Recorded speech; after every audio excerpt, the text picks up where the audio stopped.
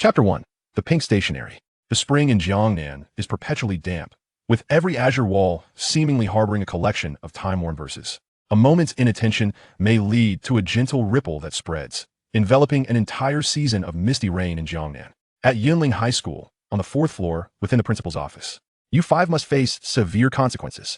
A commanding roar reverberated through every corner of the campus, piercing the twilight of April amidst the delicate fall of blossoms and the gentle drizzle resounding in the ears of every member of Yunling, who possesses such audacity to provoke Principal Cao.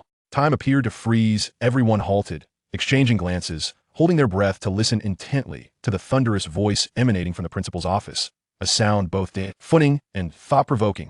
How remarkably talented. They have actually infuriated Principal Cao. Principal Cao, the situation is not as you perceive it. A clear, unhurried voice spread through the room. The speaker was a girl with a left-parted bob. Her skin was fair, her features delicate, exuding an air of innocence, with a subtle smile gracing her lips. The calmness in her voice stood in stark contrast to Principal Cao's furious outburst. Principal Cao, with his round face, circular glasses, and ample belly, peered over the broad black frames that nearly obscured half of his visage. He scrutinized the 5 young girls before him, ultimately fixing his gaze on the one who had spoken, coldly inquiring, "Then what is it?" This was outrageous. A sophomore girl dared to challenge the judgment of the esteemed principal within his own domain. Truly, it was utterly endearing. A fleeting smile flickered in the depths of Principal Cao's eyes. As her gaze swept over the girl's face, the fleeting smile in her eyes vanished in an instant. I utterly despise that ambiguous expression of hers. It incites a surge of irritation. It makes me want to deliver a good thrashing. What does a blossoming young girl know of profundity? Does she fancy herself a figure of authority? With a stern expression, Principal Cao cast a sidelong glance at Yunling before shifting his focus to the desk before him. The natural wood surface was cluttered with a multitude of pink letters, a striking sight indeed. Greetings, everyone. This is Yunling Broadcasting Station, and I am your host for today, Young He. The segment Beautiful Twilight Corner is about to commence, and first, let us indulge in a youthful melody, Pink Letter. As the clean, warm baritone of the male host faded, a melodious tune began to play. Pink letters brim with my longing, replaying images, hosting a memorial deep within my heart. Your gentle dimples surfacing. Isn't that a love letter? Can it still allow him to enjoy a pleasant weekend? Those individuals from the Political Education Office and the Youth League, have they not yet learned their lesson? Are they too busy showing off like oldly? Such matters should have been intercepted beforehand. Are we now balancing merits and demerits? Or is it a serious infraction? Yunling cast a quick glance outside. Young E, you truly have a knack for selecting songs. Is a love letter? She turned to glimpse the girl with the high ponytail beside her, catching the glimmer of amusement in her eyes. Lowering her head, she smiled softly and approached Principal Cao, reaching for the envelope on the desk, a subtle dimple appearing at the corner of her mouth. With a loud bang, the scene unfolded. Cao raised his hand and struck the table, casting a glance at Yunling, increasingly exasperated. Did she still intend to brazenly take it away? He had yet to even glance at it. Yunling paused momentarily, adjusting the direction of the letter in her grasp before placing it firmly on the table, applying pressure with her palm twice, and then looking up. Oh, meet Cao's gaze. This table appears rather sturdy. Does it not hurt your hand to strike it so? Is this a place for push-ups? Cao shot a sidelong glance at Yunling, subtly clenching his fist. His palm throbbed a bit. How had Zhao Yun selected such a resilient table? 3 years had passed, and it remained so unyielding. Yunling noticed Cao's slightly clenched right hand and quickly drew forth a pink letter from the table. What's that? Cao directed a cold voice at Yunling, saying, "Put it down."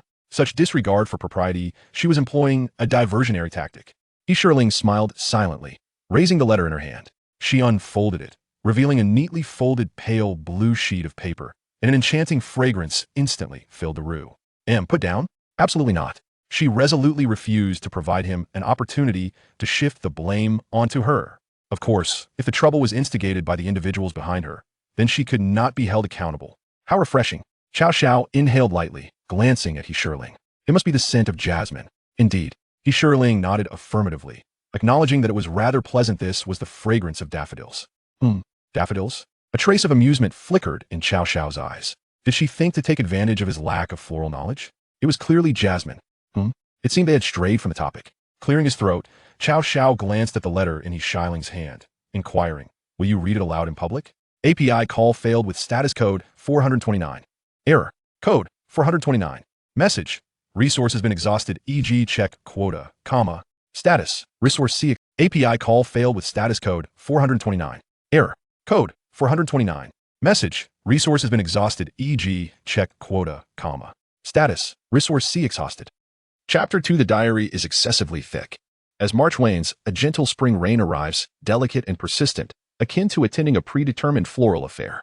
In an unguarded moment, spring has unfurled within the gaze and brow.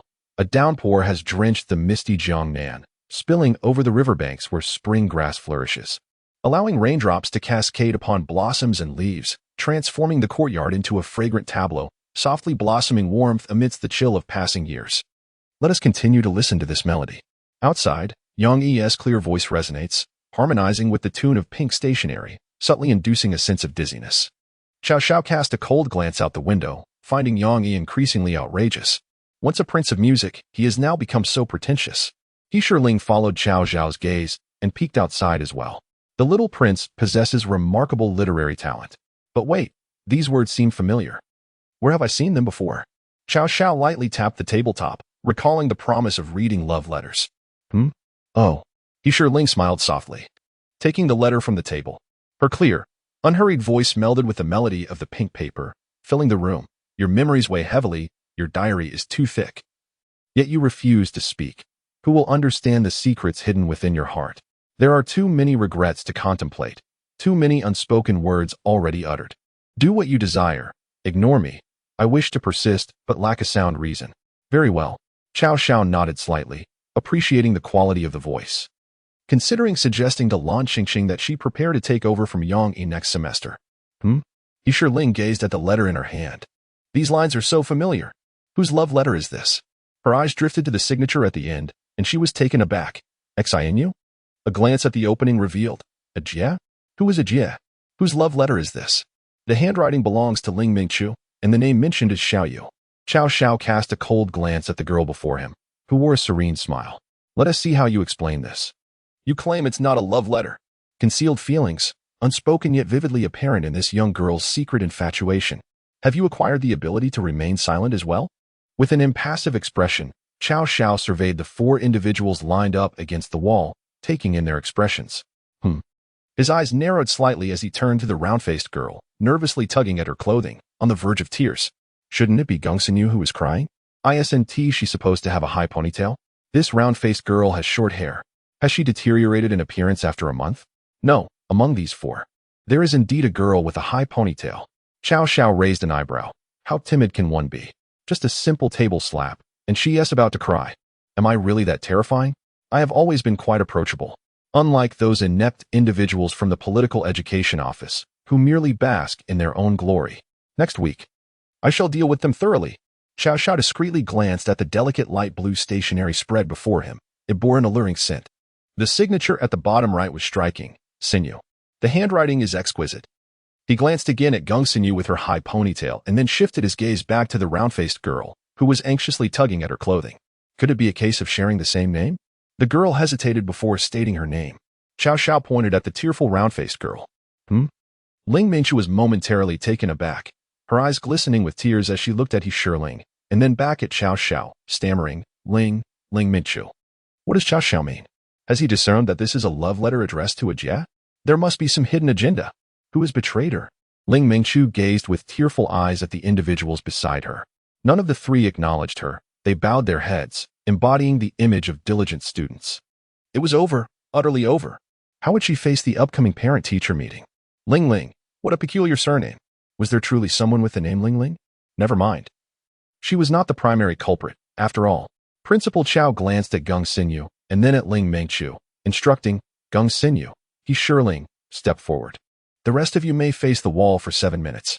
The moment the words left his lips, Principal Cao raised an eyebrow. 7 minutes seemed rather excessive, as he initially intended to say 3. Nevertheless, since they were mere accomplices, it served them right for meddling.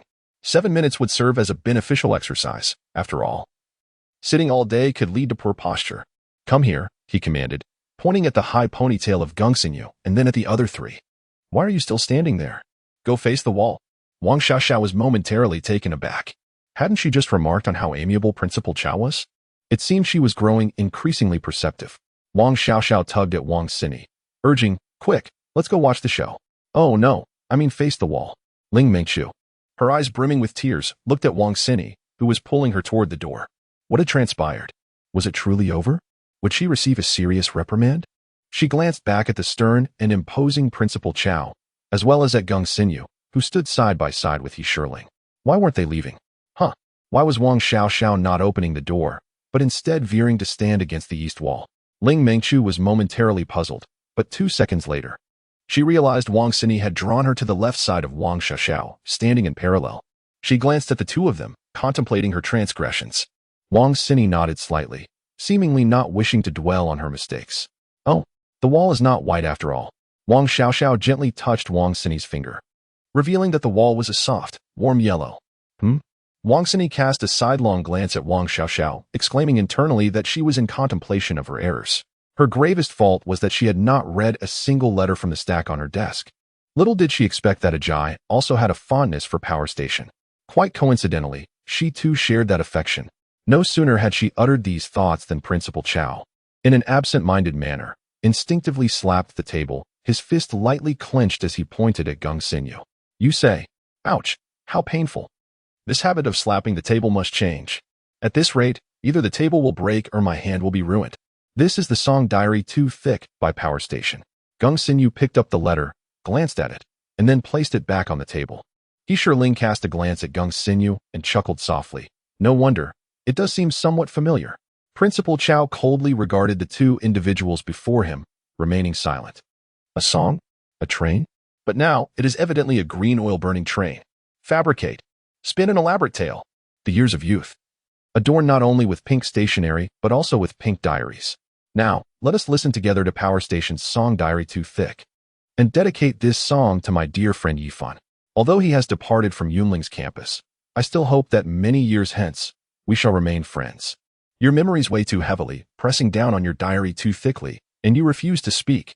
Who will understand what lies hidden in your heart? Outside the window wafted a pure baritone, accompanied by those familiar lyrics. Who is it?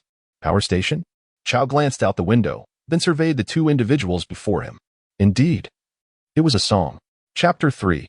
Musical Appreciation in the Misty, Rain-Kissed Jiangnan, spring grass enveloped the riverbanks.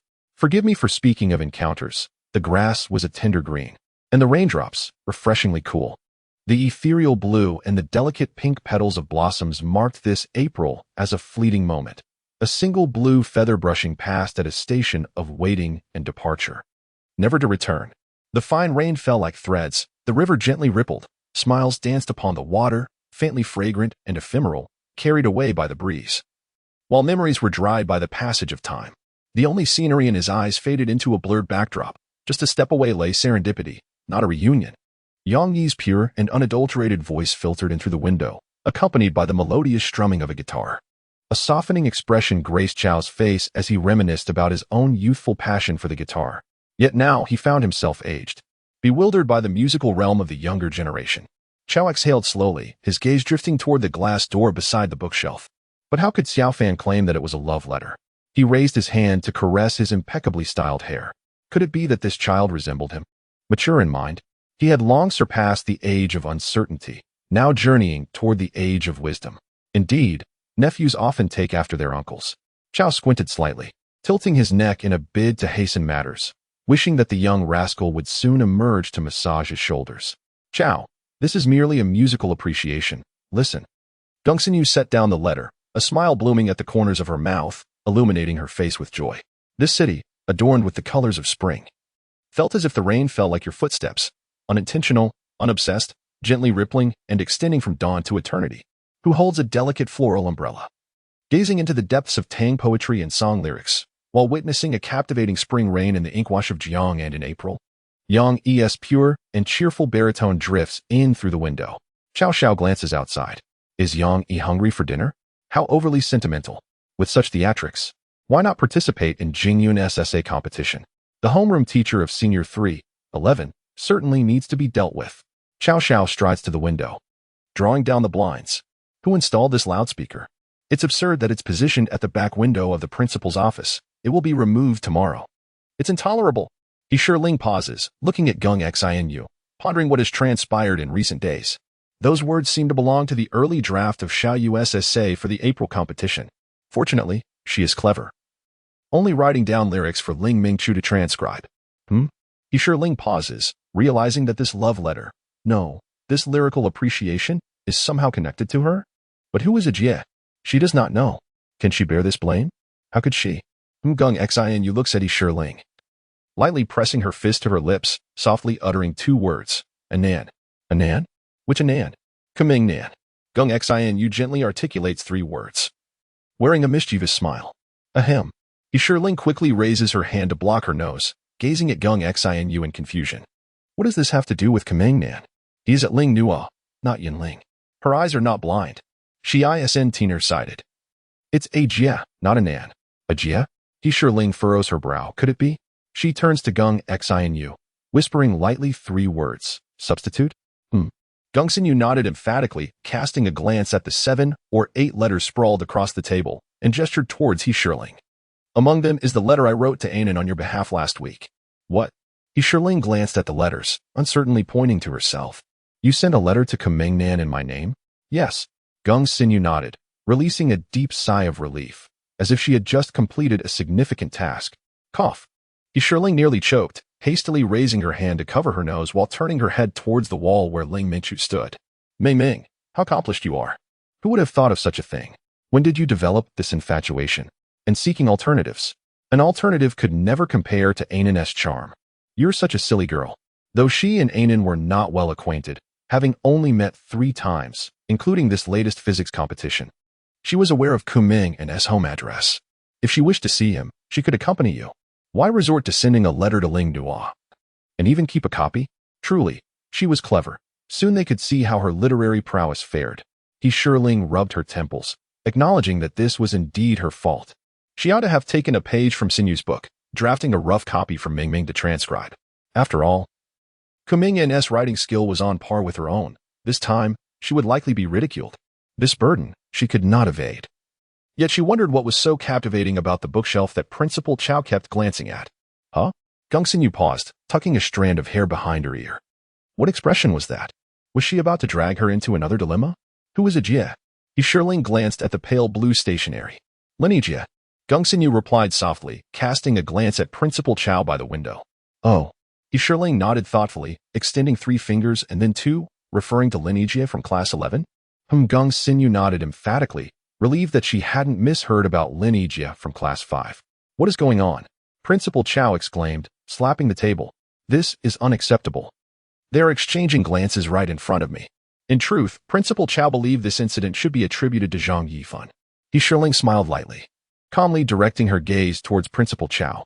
She was willing to take responsibility for the matter, but if someone could share the blame, why should she bear it alone? Gung Xin Yu interjected, blame Zhang Yifan? What connection does he have with this? He departed from Yunling over a month ago. Principal Cao seemed bewildered. What are you saying? Have you lost your senses? Xiao Fan left Yunling a long time ago. He was also feeling hungry. Presumably, Xiao Fan was hungry too. Principal Cao glanced towards the glass door beside the bookshelf. No, it indeed should be blamed on Xiao Fan. Today's events stemmed from his leak of information, leading to this undeniable evidence. Explain. Principal Cao cast a cold glance at Yunling. Supplementary lessons, he added, remembering the previous discussions. Yunling casually picked up a stack of letters and began to flip through them. Continue. Principal Cao looked at Yunling. Supplementary lessons? What lessons? We are discussing love letters. Clearly, she was a student taught by the infamous Old Li. Yunling glanced around before neatly placing the letters back on Principal Chao's desk. If we trace this back to its roots, she remarked, pointing at the pile of stationery, this incident can be attributed to you, Principal Cao. Principal Cao paused. Momentarily taken aback, blame him? Chapter 4. The surprising return to school. Blame him? Principal Cao cast a sidelong glance at Yunling. What a clever excuse. His nickname was Xiao Xiao, or Hua Hua, but certainly not Ajia. Even if one were to attribute the negligence of teaching to the teacher, it should fall upon Old Li's shoulders, not his own. Despite his approachable demeanor, there remained an insurmountable chasm between students and the principal. He refused to take the fall. After all, he was merely responsible for managing the affairs, not for shouldering the blame. The role of the scapegoat belonged exclusively to Xiao Zhaoyun. As he surveyed the neatly arranged stationery, he noted the commendable habit of organization. 2 months prior, he had instructed Zhang Yifan to provide tutoring for Xiaoyu. Yunling glanced at the glass door in front of the bookshelf. Zhang Yifan. No need for thanks. It was a simple task. Though he had departed, Yunling still desired to retain a fragment of his legacy. Tutoring? Was Xiaofan there to assist Gongxinyu? Principal Cao peered at the glass door beside the bookshelf. Xiaofan visited Yunling every other weekend, clearly to share meals and offer a shoulder rub. Really? He turned to Gongxinyu, who nodded in affirmation. It seemed to be true. How could he have forgotten? And then? Principal Cao brushed his fingers through his meticulously styled hair, directing his gaze toward Yunling. Your words carry weight. If you ask a question, be prepared for an answer. What did tutoring and these lyrics have in common? He was genuinely incensed. Tomorrow, he would have to address Old Li's shortcomings. How could he be so lax?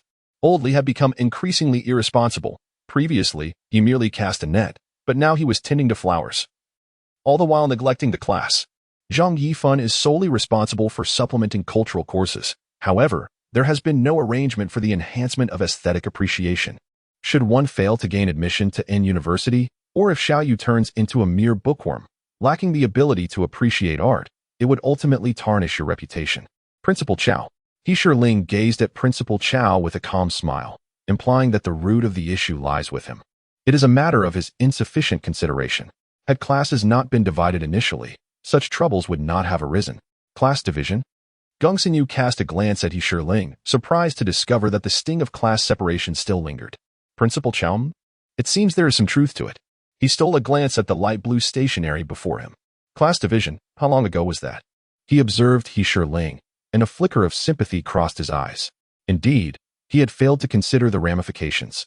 The sting of class division still persists. Did not Zhao Yun claim to be indifferent to academic rankings? A sound drifted in from outside, pure and serene, invoking a sense of tranquility. The misty rain of Jiangnan had painted the landscape in spring hues. The originally clear sky had witnessed a rain shower during the night. Whether crisp or gentle, like smoke or silk, I could not discern. I merely opened my eyes on this rain-kissed morning to behold the traces left behind by the cascading mist. Yes, class division, that seemed like a distant memory. Yunling gazed wistfully out the window. Had it not been for the division 2 months prior, they would still be obedient and quiet students. And she would remain the idle class monitor, a distant observer of the scenic tableau. Memories begin to drift far away. Suddenly, recollections from years past cascade behind me like scattered leaves, devoid of any grayness or desolation. In those days, every heart harbored a vast azure sky and a radiant sun, traversing much of the city in pursuit of our nascent dreams. Back then, we were oblivious to farewells and lacked an understanding of cherishing moments. Upon entering the campus, I sensed an atmosphere slightly altered from the usual. Yunling halted, glancing around, only to discover that before the grades leaderboard on the left side of the central avenue, not a single soul was present. Had she arrived too early? Or had Principal Cao retreated into seclusion? A quick glance at her quartz watch revealed it was 8:45. Yunling paused in her tracks. Was the No. 11 bus that had transported her here? She distinctly remembered sitting on the number 11 at the bus station in Jingyun City at 8:44. Surely, the watch must have run out of battery. She would need to replace it soon. It turned out she had misread the time. Such psychological shadows of numbers. Yunling chuckled softly, casting a glance at the blank leaderboard. It had been 25 days since the final exams before the winter break. And based on Principal Cao's usual pace, the leaderboard should have been posted by the 3rd day following the exams. Receiving the report cards had occurred a fortnight ago. Yet, here it was, still unposted. If Principal Cao had not gone into seclusion, then what unforeseen issues had arisen? Yunling surveyed her surroundings once more. The campus was sparse with people, lending an air of desolation. She had indeed arrived too early. This morning, she had been roused by her younger brother's teasing laughter. Sister, school is starting again. Are you going to be on stage to receive an award? Wasn't she supposed to be 5th in the entire school? From the day she received her report card, the laughter had not ceased. The mere thought of the report card made Yunling's lips twitch. She had scored a mere 51 in mathematics, a glaring contrast against the 3-digit scores in Chinese and English. Equally striking were the expressions on her father's and younger brother's faces upon receiving the report card. Her father cast a deep glance at her from behind his silver-framed glasses, the corners of his mouth lifting slightly as he handed her a beautifully bound English book, Great Expectations. Yunling accepted it with delight. I want to read it too. Her younger brother reached out eagerly, only to have his hand swatted away by their father. That is a reward for your sister. He pouted and sat aside, feeling the sting of favoritism. Of course it's favoritism. Your sister scored second in the entire school, 51 points. Their father shot a glance at Yunling, then returned his attention to the newspaper in his hands. Second in the school? More like second to last. Jun caught a glimpse of Yunling's serene smile, a flicker of amusement dancing in his eyes. In a few days, I'll treat old Cao to dinner to express my gratitude. How wonderful. Finally achieving a score of 51, truly a rare occurrence. Huh? The younger brother burst into laughter, his face a mask of mockery. 51 points? Sister. Haven't you always maintained a distance of no more than 10 points from the perfect score? Did you fall asleep during this exam and go on a sleepwalk? He then dramatically revealed his own report card, showcasing a perfect score of 120. Sister, I have always looked up to you. For the midterm exam, how many points should I aim for? How about 61 points? He pondered seriously, gazing at Yunling with innocent curiosity. Yunling smiled softly, remaining silent as she flipped through that entirely English book. How could she be the one asleep? Surely, it was the mathematics teacher who had dozed off. A score of 51? Without even reviewing her answers, she would have undoubtedly achieved a perfect 100 to maintain her second-place record. She had purposely miscalculated 2 formulas in the final bonus question, even if she lost all 20 points from that section. It was inconceivable that a paper worth 120 points would yield a mere 51. Having diligently studied the Mathematics Cao True Questions collection for nearly 8 years, she had already gone through it 3 times. With 439 mathematical concepts, 167 examination points, 80 common pitfalls, and 57 challenging areas of loss, she was well-versed in the material. Although this mathematics exam was certainly manageable, it hardly warranted a score of 51. Was Teacher Zhao contemplating a change of heart? Perhaps seeking a new representative for the mathematics class? Yunling turned a few pages of the table of contents, delving into her reading with utmost seriousness. Unburdened by official duties, it would be best to replace that idle vice-class monitor as well. She was content to quietly observe from a distance, gently shaking her head. Yunling strode down the central avenue. She intended to review the exam paper in the afternoon, after all. She owed it to herself to understand the surprise of that 51. Just then, someone unexpectedly tapped her shoulder from the left. Yunling turned her head to the right and saw a face marked by disappointment from unfulfilled plans. It's no fun. You always seem to know where I am. Ling Mingqiu pouted slightly, moving closer to Yunling. I just saw our homeroom teacher rushing toward the office building, and he didn't even acknowledge my greeting. That is not like him. A score of 36? Yunling paused, reflecting on her own score of 51, and cast a glance at Ling Mingqiu. Did I misunderstand Teacher Zhao? Yunling glanced at the 4th floor of the teaching building, feeling remorseful for causing Teacher Zhao to sneeze for half a month, hoping he wouldn't catch a cold. How absurd. It's utterly ridiculous. 120 points on the exam, and I scored merely 36. I fear I may not even qualify as an excellent group member this time. You will undoubtedly still be a model student. When will you ever comprehend the feelings of someone who has scored in the 30s? Ling Mingqiu chattered incessantly along the way. Suddenly, she was gripped by a sense of foreboding. Could it be that Principal Cao is truly going to stir up some trouble? Chapter 5. Coincidences are inevitable. A gentle breeze wafted by, carrying with it the refreshing scent of grass. In the invigorating sunlight of early spring, the soft, unassuming breeze embraced the warm sun, devoid of ostentation or the flamboyance of blooming flowers. The bright sunlight, pale blue sky, translucent clouds, familiar campus, and childhood companions collectively shaped the mood of February, soft blue and warm. As they passed the comprehensive building, the usually bustling leisure area had transformed. Instead of the typical lively groups, only a few scattered students remained. Judging by the newness of their uniforms, they were likely first-year students. We seem to have arrived a bit early, Yunling remarked casually. This spring seems to have arrived a tad prematurely as well, from a distance. The grass in the leisure area appeared to be tinged with a hint of green, aptly embodying the saying, the color of grass looks distant yet close. You came too early, causing me not to finish watching Strangers, Ling Mingqiu interjected. I've recently started following a new drama. The male lead, Li Mingshun, is so handsome. Yunling cast a glance at Ling Mingqiu. So she had been criticized harshly for binge-watching dramas at home during the winter break? Ling Mingqiu chuckled, wrapping an arm around Yunling's and suggesting they move along, uncertain if Xiaoyu and the others had arrived yet.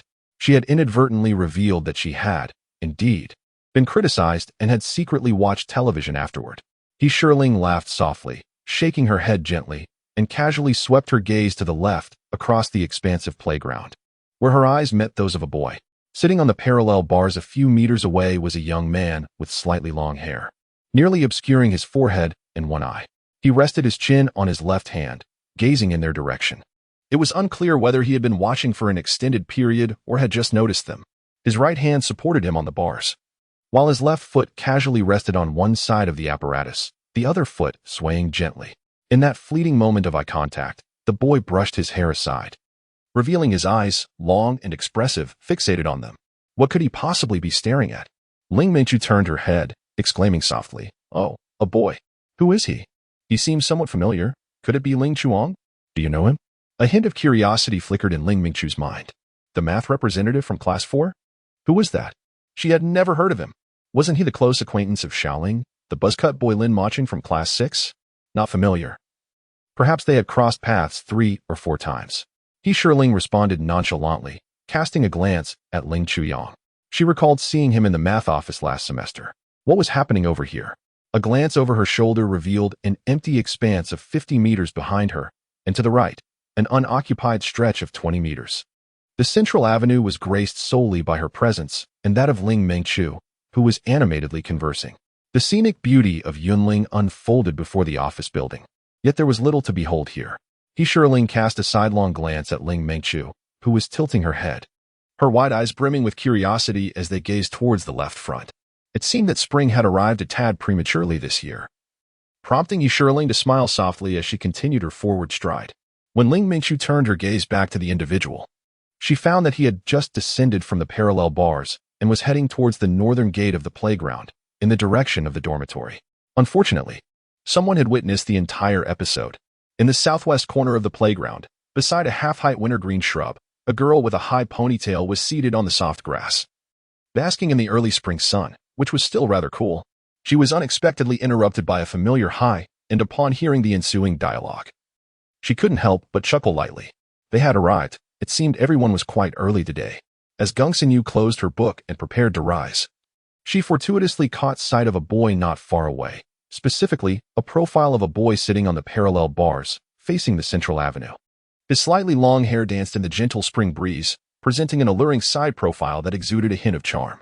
Upon closer inspection, she recognized him as Ling Chuang, the mathematics representative from Class 4. The thought of standing up dissipated as she followed his line of sight. On the central avenue, there were precisely 2 familiar silhouettes. Listening to the familiar sound of conversation and watching the figures fade away, the one with the striking profile, Ling Chuyang, also leaped down from the parallel bars and departed. When had he taken his seat there? She could not recall anyone being present when she first arrived. How intriguing. What brought him here? A mere coincidence? Gongxinyu nodded thoughtfully, glancing at the book in her hands. Indeed, there are no coincidences in literature. This spring, perhaps, a story is destined to unfold? Hopefully. It won't be an accident. After all, she had first-hand experience of his destructive abilities. She opened her book, continuing to shelter beside the wintergreen, basking in the early spring sun next to the half-height fence of the playground. On the 4th floor of the teaching building, by the corridor window facing the playground, stood a tall figure clad in white casual wear. "What are you looking at, Yifan?" A boy approached from the stairwell, casually inquiring. "Nothing much," the figure replied, effortlessly closing the window, and proceeded towards the classroom, the senior class, 1, focusing on intensive studies. Indeed, there was nothing significant. In just half a month, at the onset of March, it would be time for him to depart. Yunling, this place where he had lived for 2 years, was soon to be bid farewell. Yet, she remained uncertain of how it would conclude, much like the arrival of the first winter vacation during their freshman year, equally shrouded in uncertainty. Chapter 6, The Class Division Controversy, Part 1. Opposition. The crowd within the campus gradually thickened. The familiar clamor returned, yet it resonated differently than before. In the principal's office on the 4th floor of the administration building, the atmosphere was loud and tumultuous, charged with tension, as if on the brink of ignition. "I do not agree." With a voice laced with resolute anger, the speaker astonished Principal Cao and the others present. The attendees exchanged glances before turning their attention to the speaker, Li Shiping, the homeroom teacher of Class 5, Grade 11. "Teacher Li, did you skip breakfast today? Or have you eaten too much? Such an open dissent against Principal Chao's opinion is quite disrespectful. I oppose it." Li Shiping maintained a steadfast expression, her words resonating with conviction. Casting a glance at the imposing crowd, the entire leadership team of 14 was present. This scenario typically unfolded only when Principal Cao needed the absolute minority to yield to the majority. Also in attendance were the 11 homeroom teachers from classes 5 to 15 of the second-year students, representing the elite classes populated by the top 900 students in the school.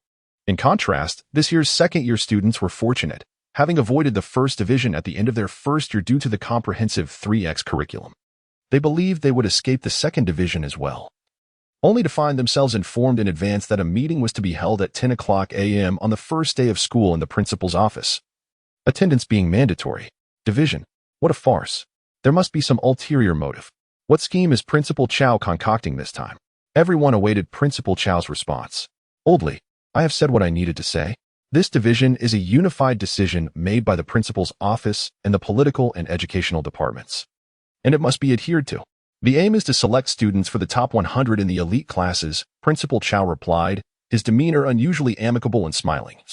A stark contrast to his usual authoritative presence, leaving the others utterly astonished. Cao Xia, whose full name is Cao Xiaohua, is a prominent and influential figure in Jingzhou City, serving as the inaugural and sole principal of Yunling High School. Over the past 2 decades, under his leadership, Yunling has transformed from an obscure third-tier institution into a modern high school equipped with comprehensive teaching facilities and integrated living arrangements. Among the nearly 60 high schools in Jingzhou City, it ranks within the top 5 and stands as the only institution comparable to Lingnua High School, a provincial key school in Yunling County. The previous graduating class shattered records, propelling Yunling to unprecedented heights. Out of 900 students, 600 achieved admission to undergraduate programs, with 300 securing spots in first-tier universities, excluding the 60 who directly entered Jingyun Normal University and Jingyun University. Notably, the top 30 students ranked among the top 100 in Jingyun City, claiming 1/5 of the admission quotas from the 5 prestigious national universities in the area. This remarkable performance nearly surpassed Lingnua High School and exhibited a trend of approaching Jingyun No. 1, a national key school. Cao Xiao's presence is as substantial as his reputation. Standing at 170 meters, his large black-framed glasses obscure half of his face. With a round head, round face, and round belly, his corpulence lends him an air of gravitas. Dressed consistently in black, he is often difficult to spot at night, appearing as a moving light until one nears and realizes it is the gleaming head of this wise, bald principal, accompanied by the reflective lenses of his glasses. His stern countenance, formidable physique, and thunderous voice, paired with his wide black square glasses, contribute to an imposing aura befitting a principal. Our collective decision? The burden has once again fallen upon us. Zhao Yun, the head of the sophomore year group, cast a glance at the other 13 members of the school leadership team, each of whom discreetly shifted their gaze, fully aware of the prevailing atmosphere. Who could be oblivious to Principal Cao's iron-fisted approach? A collective decision? Merely a facade of grandiloquent rhetoric. Principal Cao would voice his opinions, and the others would listen, ultimately yielding to his directives. What about the opinions of the rest of you class instructors? The familiar tactic employed by Principal Cao resurfaced seamlessly. The other class teachers, excluding Li Shiping, exchanged glances, followed by a profound silence. Opinions? Any semblance of opinion had already been articulated by you, Principal Cao. What further opinions could there be? The selection of 100 elite students was a unilateral decision made by the school leadership, and compliance was mandatory. Principal Cao, I have 2 points that remain unclear. Firstly, on what criteria will the elite class be formed? Will the school make a unified arrangement, or will each class report based on their academic performance? Currently, there are neither postings nor notifications regarding this matter. Secondly, will the classroom arrangements remain as they were, or will they undergo a reallocation? A voice emerged amidst the silence. Who was it? The assembly turned to the source of the inquiry, intrigued by the depth of the question. Li Shiping glanced at the speaker, relieved to find a comrade. He was not alone in this struggle. Chen Wanming, a forthright man of 43, was an exemplary teacher at Yunling, serving as the head of the foreign language group for the sophomore year. He was meticulous and thorough in his work. In his first year, he had been the homeroom teacher for Class 5, teaching English to the first-year classes 5 to 7. In the first semester of the second year, he took on the role of homeroom teacher for Class 7, instructing English for classes 7 to 9 in the sophomore year. Throughout Principal Cao's nearly 20-year tenure, Chen had been his steadfast companion for 13 of those years. Indeed, Teacher Chen's observations were quite astute. The list of 100 names has not been posted. Originally, there were 15 classes, but now, with the sudden addition of a 16th class, how will the classrooms be arranged? Indeed, how will the teachers be allocated? The crowd murmured in agreement. Teacher Chen, those are excellent questions, remarked Principal Cao, who astutely interrupted the chatter and directed the inquiry towards Zhao Yun. After all, leadership within the school is a collective effort. It cannot rest solely on Principal Cao's shoulders. All eyes turned in unison to the left side of Principal Cao, where a female teacher sat, separated by 5 seats. She was the only woman in the entire principal's office. Her complexion was slightly tanned, and her long, dark hair was styled into a braid that cascaded down her back, revealing a smooth forehead. Her lowered gaze was accompanied by long eyelashes, and a subtle smile played at the corners of her mouth as she appeared to be sketching something on paper. Zhao Yun, 37 years old, was the mathematics teacher for Class 5 in the second year. She had transitioned with her students from the first year to the second. Her large, expressive eyes sparkled with joy. Tall and slender, she preferred wearing light-colored garments, particularly a sky blue hue, which is said to symbolize rationality. The students of Class 5 affectionately nicknamed her Chichen due to her long braid that hung down her back. In truth, she embodied the essence of a diligent and insightful educator. Through her intelligence and dedication, she surpassed many seasoned colleagues and, after 3 years at the school, ascended to the position of head of the mathematics research group. 3 years later, at the age of 35, she became the deputy head of her grade level, making her one of the youngest grade leaders at Yunling High School and the youngest member of the administrative team. She possesses another identity. She is one of the first cohort of students from the esteemed Cao School prior to the 19th year. After graduating from university, she taught at Jingyunno, one high school for 4 years. Subsequently, she was enticed away by Cao School, becoming one of its most capable Prot-GS, regardless of the time or place. She adeptly responds to any cue thrown by the principal, Cao. For instance, at this moment, it was initially agreed that Cao would take the lead, with others merely supporting him with nods of agreement. However, a cue was unexpectedly tossed to her.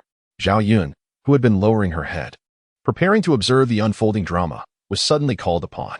Upon seeing Chao's expression, which clearly signaled her turn and the collective attention of the onlookers, she instinctively wiped her forehead with her left hand and offered a serene smile. The collective gaze of the audience, including Cao, transformed from admiration to skepticism, their faces etched with confusion. That is inconceivable, Zhao Yun remarked with a smile. The class will consist of the top 60 students from the 100-name list, and the roster has been thoroughly reviewed by several leaders. Essentially, it comprises the top 5 students from each class in previous examinations.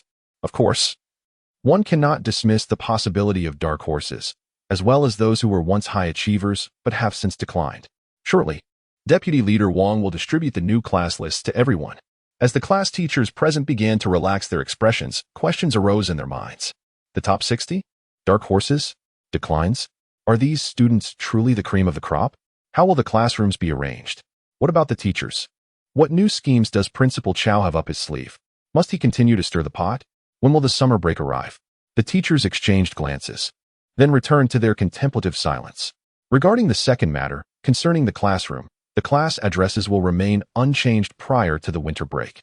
We shall simply continue with Class 16 following Class 15. This semester, the art studio on the second floor of the office building will be fully accessible for the concentrated use of the senior art students. And an additional art room has been established. The sports equipment room has been consolidated from 3 rooms into 1 and will be available for use in a week's time. Zhao Yun glanced at Principal Cao on her right, who responded with a raised eyebrow of approval. This maneuver was deftly received. Zhao Yun smiled. It sounded quite perfect, and the assembly nodded in understanding. Furthermore, there is another matter to inform everyone. Zhao Yun paused, casting her gaze toward Principal Cao, who widened his eyes in a silent plea not to speak. The corners of Zhao Yun's mouth lifted slightly as she glanced at him, then surveyed the group before declaring. Classes 1 to 4 will also participate in this adjustment, thus personnel changes will occur in all classes. Principal Cao's expression softened, as if he had released a breath of relief. This was permissible to disclose. How did classes 1 to 4 become involved? Principal Cao pondered inwardly, exchanging glances with others. His curiosity piqued as they continued to focus on Zhao Yun. There seemed to be a misunderstanding. As per usual, the adjustments are limited to the top 900 students. Zhao Yun, disregarding Principal Cao's silent plea for restraint, continued. Only a few students from the top and bottom ranks will be reassigned, with new students added in, merely a partial adjustment. So I urge everyone to refrain from further doubt. After the afternoon assembly concluded, the evening study sessions underwent a uniform adjustment. All personnel must be in place before the end. As for the substitute teacher for Class 16, the leaders of each subject group from the research office will notify the relevant teachers before the evening study session concludes today. Zhao Yun cast a sidelong glance at Principal Cao while speaking, inquiring about his satisfaction with such arrangements. Furthermore, regarding the last-minute replacements, could we receive prior notice next time? Fortunately, she arrived at school early yesterday. I added that the homeroom teacher for Class 16 is temporarily assumed by Group Leader Zhao Yun. Principal Cao cleared his throat and instructed Deputy Group Leader Wang to distribute the class rosters. Zhao Yun stole a glance at Principal Cao, who seemed oblivious to her presence. Pondering the earlier assurance that grade leaders would not act as homeroom teachers, what was this all about? The attendees each took the class assignment lists and observed their expressions gradually soften, indeed confirming Zhao Yun's assertion of minor adjustments. However, in front of Li Shiping, there was an absence of names. Is there any dissent? Among the 26 present, only one expressed disagreement. The minority must yield to the majority. Thus, these two decisions are hereby enacted. Principal Cao adjusted his sparse hairstyle thoughtfully, wisely concluding the meeting. Everyone dispersed to prepare for the afternoon assembly at 2 o'clock and the class assignments for the evening study session. The attendees rose to leave, yet Li Shiping remained seated, unwavering. Chapter 7. The Class Turmoil, Part 2. The conclusion. Teacher Li, please stay for a moment. Principal Cao cast a glance at Li Shiping and then at Zhao Yun. Zhao Yun twitched her lips and resumed her seat. After the crowd had dispersed, Principal Cao took a seat beside Li Shiping and gestured for Zhao Yun to bring over the documents. The principal's office suddenly felt empty, exuding an aura of spaciousness and brightness. All right, old Li, here is the list of the top 100 in the roster for your class. Have a look. Principal Cao said with a beaming smile. The list of the top 100? Li Shiping instinctively glanced at the top 5, only to be taken aback. After scanning the top 30, he was left speechless. Only Yunling remained, having plummeted to the 29th position. Among the top 60, only 4 students from Class 5 were present: Yunling, Wang Yining, Lu Xiuanwei, and Chu Xiaoyuan. To his astonishment, Shirling had slipped from 5th to 61st place. Geng Xinyu had fallen to 76th. Li Shiping blinked vigorously, questioning the authenticity of the list before him. Class 2, 5, as the leading class among the 11 accelerated classes, had consistently maintained a position within the top 30 of the 100 list. Historically, Class 5 had never seen fewer than 30 students on the list. This time, however, the list contained only 8 names. Something was undoubtedly amiss. Li Shiping cast a sidelong glance at Principal Cao and then at Zhao Yun. Upon receiving the class allocation list, he scrutinized it closely. Class 5 had lost 4 students to Class 16, with 26 being distributed to regular classes and 15 new students added, bringing the total to 65. How peculiar! The even number had transformed into an odd one. Well, this year his auspicious number was 5. Curiously, among the 15 newcomers, 10 were rather unusual. Li Shiping glanced over the names and recognized 3 very familiar ones: Ling Chuang, Tan Lin, and Su Renming, along with Tang Ji. Ling Chuang, ranked 3rd in mathematics, consistently scored around 60 in both Chinese and English. This time, surprisingly, he surged into the top 320, with Class 5 now ranked 45th. Tan Lin? Indeed. She is the girl who consistently scores full marks in chemistry. He appreciates her. She is the chemistry representative this semester. Wait, what is the situation with English and history? Scores of 70 and 60. Another student lacking in the humanities. Su Renming? He is the one who achieved first in physics 3 times. Yet his English remains at a constant 70, with his essays failing miserably. Such a simpleton. Tang Ji, now their S.A. commendable student, consistently scoring full marks in biology. As for Chinese, it's acceptable, just shy of 90. Finally, there is one who isn't slacker. English, what is going on here? A mere 62. This is quite biased. Li Shiping glanced at Principal Cao, wondering if there had been an error in the score tally. These grades and rankings are utterly outrageous. Even more astonishing is the fact that 10 students with severe subject imbalances have been placed in Class 5. There is definitely something amiss. Indeed, several teachers have cross-verified the scores. Zhao Yun smiled and exchanged a glance with Principal Cao. Oh, Li Shiping looked back and forth between Zhao Yun and Principal Cao, then retrieved the list of the top 100 students again. Class 6 seems to have made significant progress. Class 7 is also performing well. But wait, that underperforming Class 9 surprisingly has 15 students in the top ranks. There is certainly something wrong. Oldly, do you recall what our goal for Yunling has been over the past 5 years? Principal Cao asked with a beaming smile. Of course, there is an issue. If there were none, he wouldn't be recruiting 13 individuals for support. Spare me these grandiloquent justifications. Li Shiping waved his hand dismissively, set down the top 100 list, and picked up the new class roster to examine it further. The 5-year goal? That is your Principal Cao's, surpassing Ling Nuo and narrowing the gap with Jingyun No. 1. Securing the second position among the 6 counties of Jingyun City. As a modest class teacher, what he ought to do is, with the sudden class reshuffle. Does he even have time to tend to his flowers? He just acquired several new varieties during this winter break. 2 minutes later, Li Shiping set down the list. Wrapped his fingers on the table. Everyone had departed, and now he could articulate the reason. The class division had become an established fact. At the very least, grant him another reason. After a year and a half of companionship, the abrupt separation, what if he were to weep in front of him? Well then, Oldly, I'll lay it bare for you. Who asked you to be mine, right? Principal Cao patted Li Shiping's shoulder. Mind your image, team leader Zhao. He admonished Zhao Yun before turning back to Li Shiping, a smile instantly gracing his face. Let us speak candidly, my friend. Thus far, the school leadership team has yet to solidify a stable list of the top 100 personnel. You know, they are the pivotal point in Yunling's tenure goal during the 7th year. After all, there is a saying about the 7-year itch. It holds considerable significance. Wouldn't you agree? The 7-year itch? Li Shiping cast a sidelong glance at Principal Cao. They were nearing their own 7-year itch. What does the top 100 have to do with the 7-year itch? It is utterly nonsensical. Let it be. He no longer cared. As long as they didn't seek him out again after a week, he was content. Li Shiping glanced at the clock on the wall. It was nearly 11. He couldn't help but steal a couple of glances out the window. Would his junior sister, Tan Shiling, still come at this hour? Should he accompany these 2 unscrupulous individuals to savor shredded potatoes, or wait for his junior sister to join her for braised pig's trotters? Such a dilemma. Casting a fleeting glance at the 2 individuals before him, his gaze drifted towards the personnel list on the table.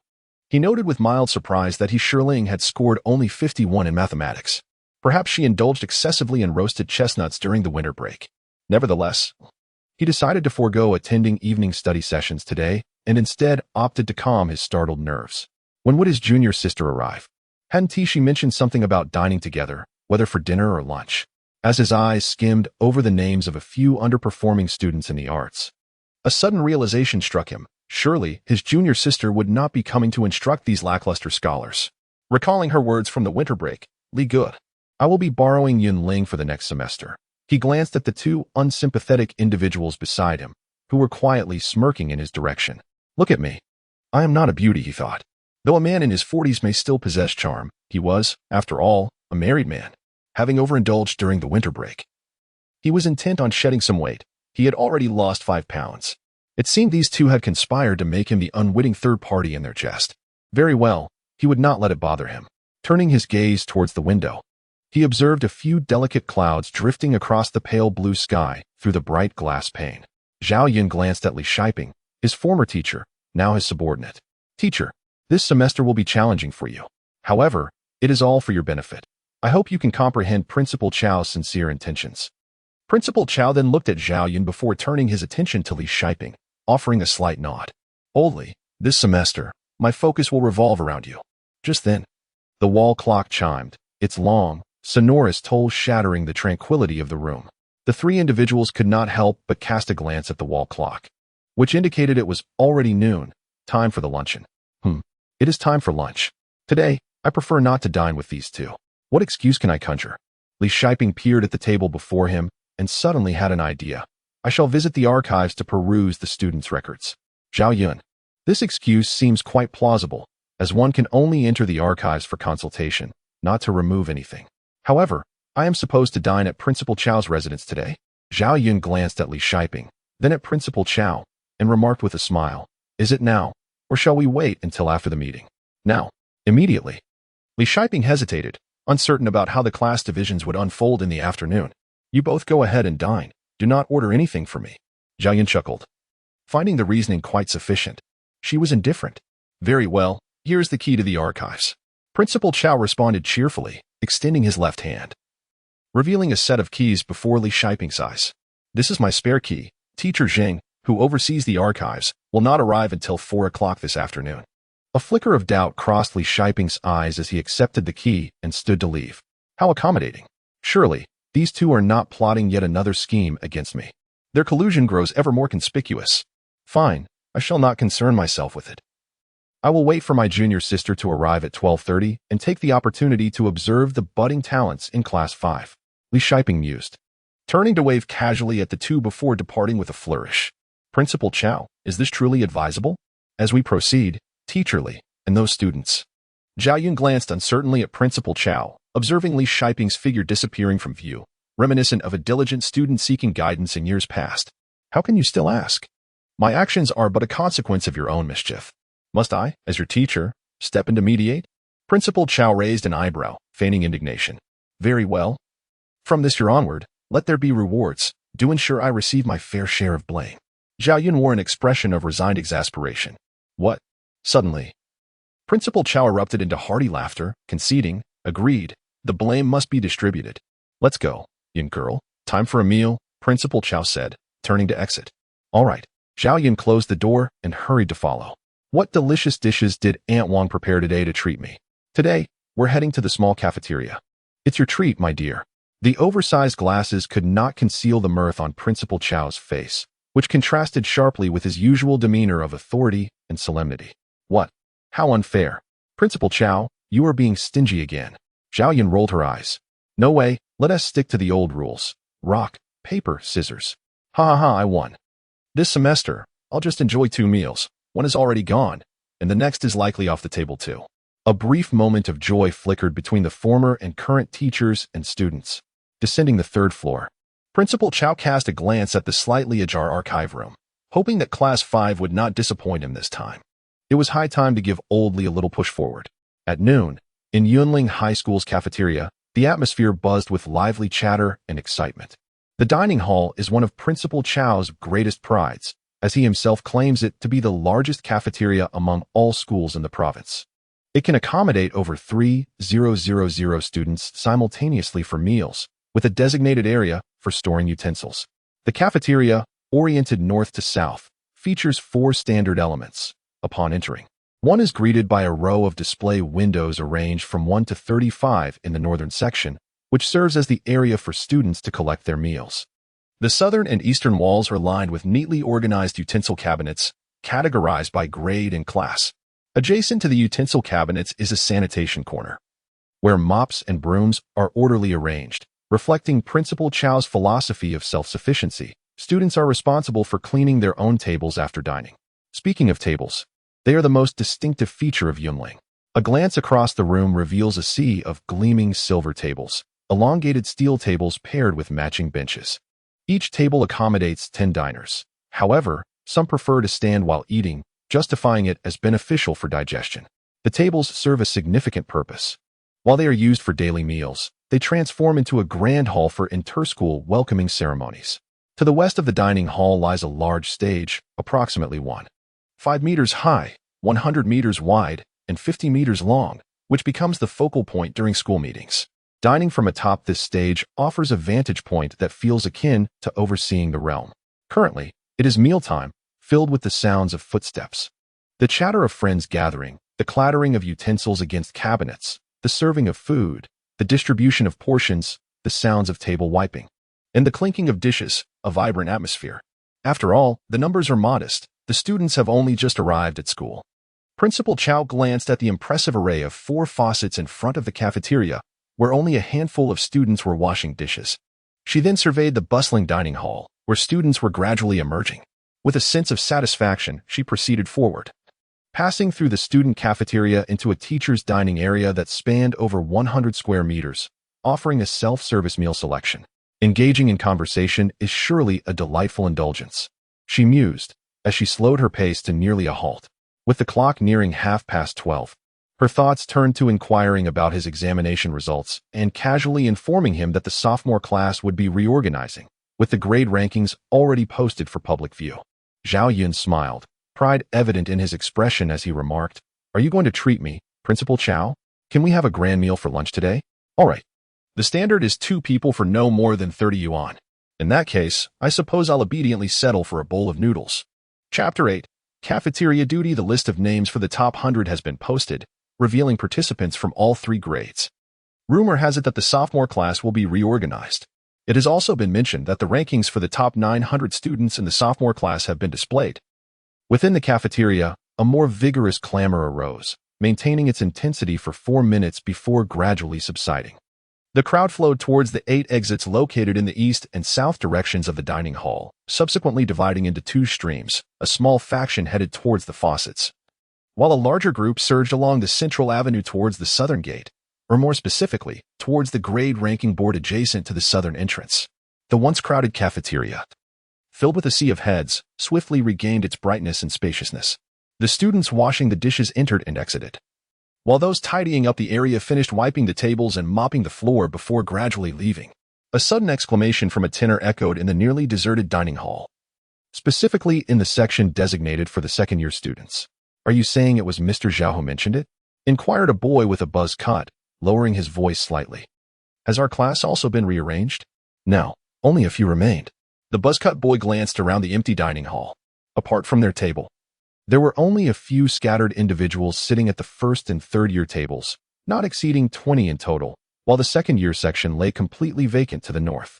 Upon looking south, he noticed, 2 rows away, at a diagonal angle of 45 degrees, within 10 meters, that some individuals had yet to leave and were gazing in their direction.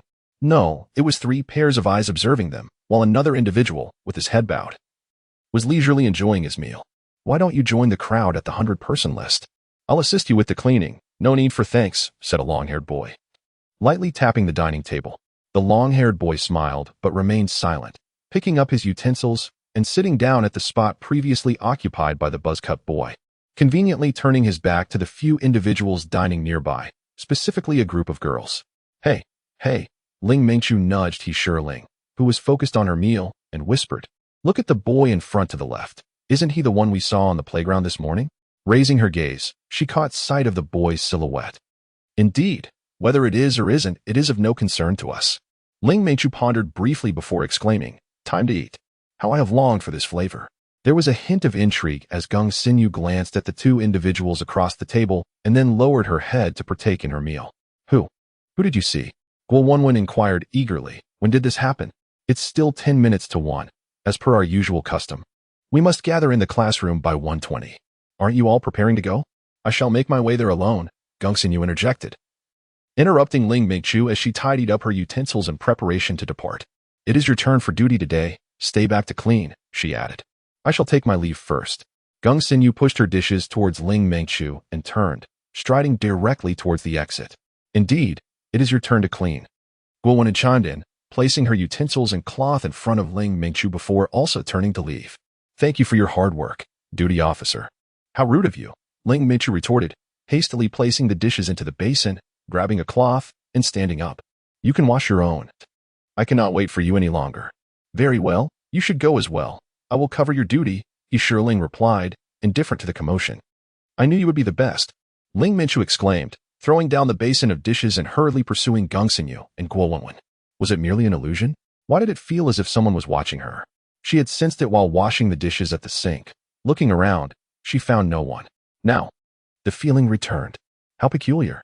Pausing in her task of wiping the table, she scanned her surroundings once more, still finding no one. A figure, several meters ahead to her left, was engaged in mopping the floor. After wiping the table and sweeping the floor, just as she was about to fetch the mop, someone intercepted her. "How can you mop the floor?" "I will do it." Swiftly, before the words could settle, he had already taken the mop to the sink for rinsing. A handsome young man, fair-skinned and clad in a dark green casual jacket, stood beside He Shirling, who wore a beige mid-length trench coat and measured 1.68 meters. Their presence together was strikingly harmonious. This was Yi Lingfei, the class monitor of the second-year class, 5, known for his mischievous spirit. He and He Shirling were celebrated partners in class. It was said that their families had maintained a friendship spanning over 3 generations. Their camaraderie was so profound that even their second homeroom teacher had once suspected them of being romantically involved, summoning them to the office for discussions on multiple occasions. "Has Ling Mingchu offloaded his work onto you again?" he inquired, fully aware of their dynamics.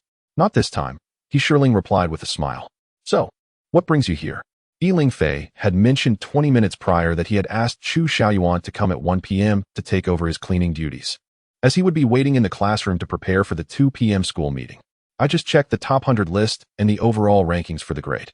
When I didn't see you in the classroom, I guessed you must be here, so I rushed over. He continued, mopping the floor beneath the dining table a couple more times before pausing to look at Yunling. And then, Yunling replied nonchalantly, even if my grades have slipped. It hardly warrants such an urgent visit from the class monitor, does it? After today, we shall no longer be in the same class. Yunling Fei gazed at Yunling, raising his voice slightly. After all, we share such a deep connection. I do not wish to part ways with you. Heh. Yunling chuckled lightly. Oh, you little actor. Who are you performing for now? The restaurant was devoid of patrons. Yunling Fei approached with a smile, commenting on the 2 fluffy pom-poms on her outfit. These are quite charming. Since when did you adopt such a cute style over the winter break? It seems rather uncharacteristic of you. Let's get to the point. Yunling retorted, swatting away Yunling Fei's hand reaching for the pom-poms. Have you stumbled upon something intriguing? I simply adore you. I wish not to part ways. Yunling Fei's voice unexpectedly rose, then softened as he chuckled. Clever. I just made a discovery, but I shall reveal it to you later. For now, take a look at the ranking board. We shall meet in the classroom shortly. All right, Yunling replied with a smile, playfully flicking Yunling Fei's forehead. As he let out a soft yelp, she strode purposefully toward the restaurant's entrance. Was it merely her imagination? She sensed a pair of eyes observing her. Turning slightly, she caught sight of a figure who exited the south gate of the restaurant, a mere 7 meters away, before her. Chapter 9. A Purely Accidental Encounter, Part 1. A brief scene. It was already 1:05 p.m., yet the crowd seemed as dense as ever, obscuring her view. Ling Meichu maneuvered through the throng, grasping Geng Xinyu's hand. At some point, they had been separated in the crowd, leaving only Guo Wenwen at her side. I can't see either, she said gently. Shall we check the overall rankings for our grade? There are several postings over there, perhaps 8 or 9. Guo Wenwen. The roommate of Ling Mingchu in the lower bunk stands at a height of 1.61 meters, with long, straight black hair cascading down to her waist. She is a gentle girl with double eyelids, her voice soft and melodic, and she smiles whenever she speaks. She embodies the spirit of kindness in Class 5. As the representative for geography, she ranks among the top 15 in her class and within the top 100 across the entire school, although physics is her Achilles heel. Have you lost your mind over the winter break? We should be focused on the top 100 rankings. The bottom 800 are of no concern to us.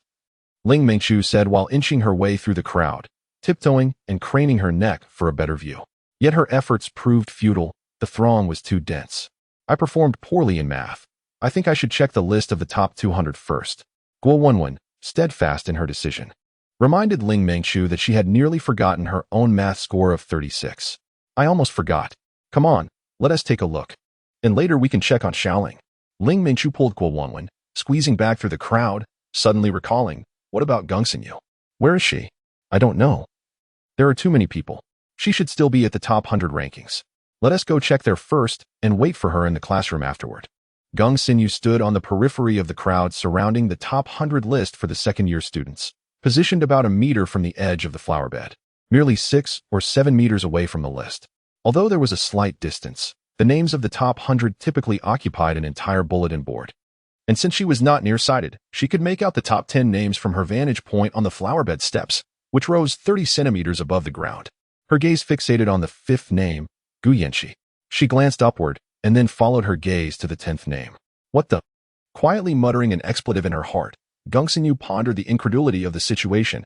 How could neither Yunling nor Yunling Fei make it into the top 10?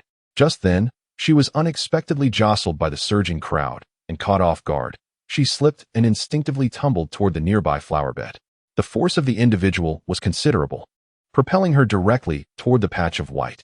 In a reflexive motion, she extended her right hand, not with strength, but merely to maintain her balance, and, more precisely, to preserve a safe distance between them. Whoever this person is, are they all right? The voice was remarkably gentle and soothing. The individual stood tall, perhaps around 1.8 meters or even taller, clad in white casual attire, with a pleasant and gentle visage that exuded comfort. Geng Xinyu couldn't help but scrutinize her benefactor. When had Yunling ever boasted such a figure? Or had there been such a person all along, unbeknownst to her? Goodness! She had actually employed the terms pleasant and gentle. There are too many people. One must be cautious. Whose name are you looking for? The young man in white spoke with utmost gentleness. I can assist you. His voice was soft and warm, resonating with comfort. No, thank you, Gongsinyu replied. Turning to leave, her cheeks slightly flushed, the warmth of the encounter lingering in her palm. Opportunities come but once. There will be no second chance. He chuckled, his gaze teasing, as if relishing in the performance unfolding both within and outside the stage. With a swift turn, she departed, leaving behind her a swaying ponytail that danced in the air. Zheng Yifan watched the girl disappear into the crowd, a faint smile gracing his lips. She was quite intriguing. Perhaps it would be worthwhile to show a measure of concern. However, he found greater solace in standing by the window in the corridor, gazing at the scenery. Leaning against the corner of the campus's southern wall, composed of Roman pillars and iron railings, he observed the throngs of people bustling about. He had little fondness for such commotion, preferring to remain at the periphery, enjoying the view from a distance. With his height, there was no need to draw closer. As he idly dismissed a few younger girls, he suddenly noticed a fellow idler at a distance of 10 meters. On the steps of a flower bed stood a girl. Her hair styled in a high ponytail, dressed in a refreshing and gentle shade of light blue, standing a couple of meters away from the bustling crowd.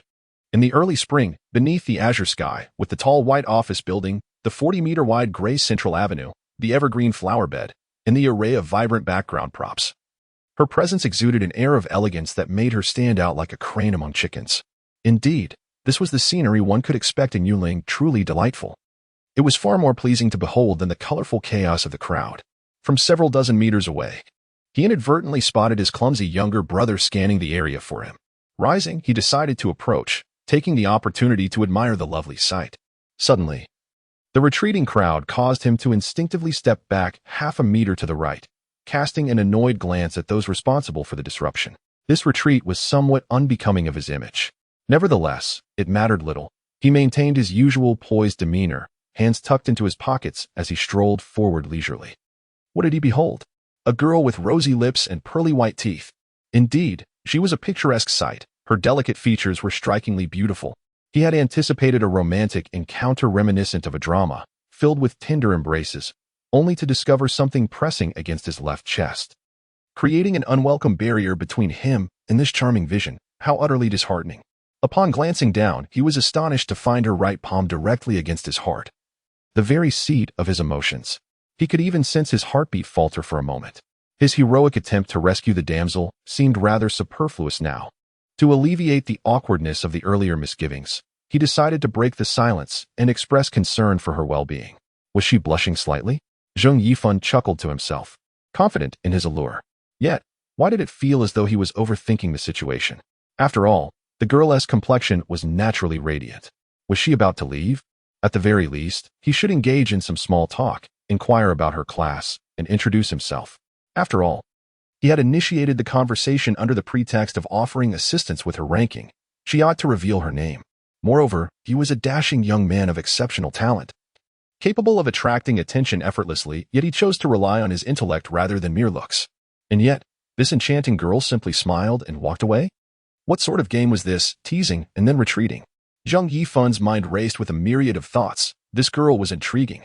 Chapter 10, A Purely Accidental Encounter, Part 2, The Beige Coat. What are you staring at, bro? Su Renming, cousin of Zheng Yifan, stands at a height of 170 meters, with hair so short that each strand is visible, complemented by a pair of small black-frame glasses.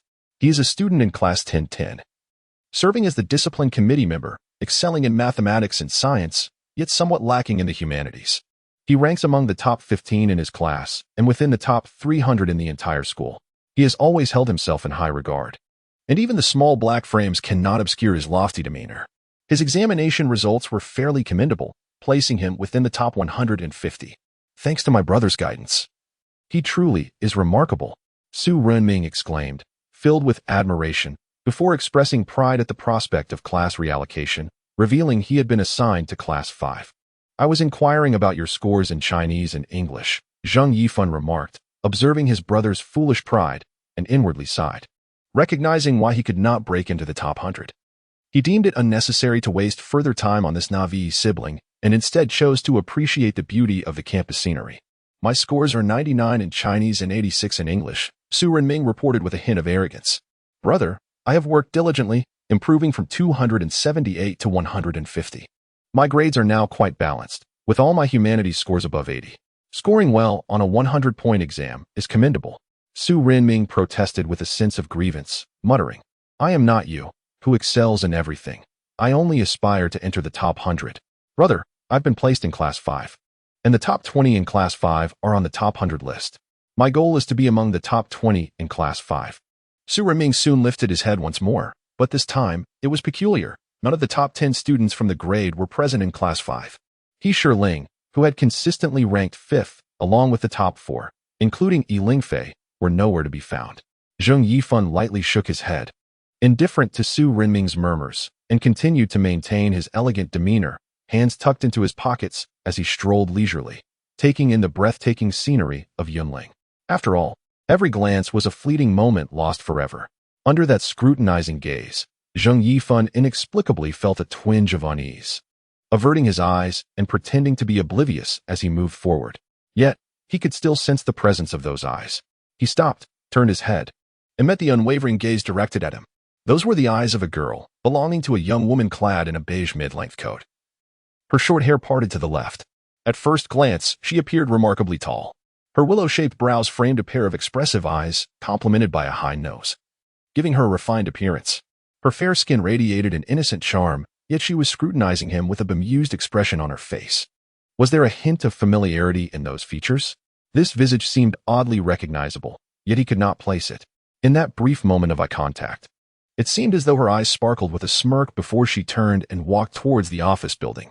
Who is she? Zheng Yifan couldn't help but exclaim softly, the short distance of 3 to 4 meters allowing him to clearly discern her brows and the subtle mockery in her smile. How could she be so disdainful? Who is she? Su Renming abruptly ceased his murmuring, observing Zheng Yifan, who was now lost in thought, staring intently at the receding beige figure, trying to make sense of the situation. Brother, leaving Su Renming with a look of grievance, as if it were not his fault? How could he possess the ability to discern a person merely by their silhouette? Wait a moment. Su Renming's eyes sparkled as he hurriedly chased after the receding figure clad in yellow. A superfluous endeavor, my classmate. Yunling chuckled softly. With XINU's skills, does she truly require assistance from others? Nevertheless, the principle of being helpful that Yunling adheres to is indeed commendable. 20 to 30 meters away, Yunling stood against the southern wall of the music room on the eastern side of the main avenue, wearing an expression akin to that of an audience member at a performance. She had initially intended to head to the office building, as it would be quicker and simpler to seek out the homeroom teacher. However, upon catching sight of Gung Xinu standing on the periphery of the crowd, she made her way towards her, only to pause after taking a few steps.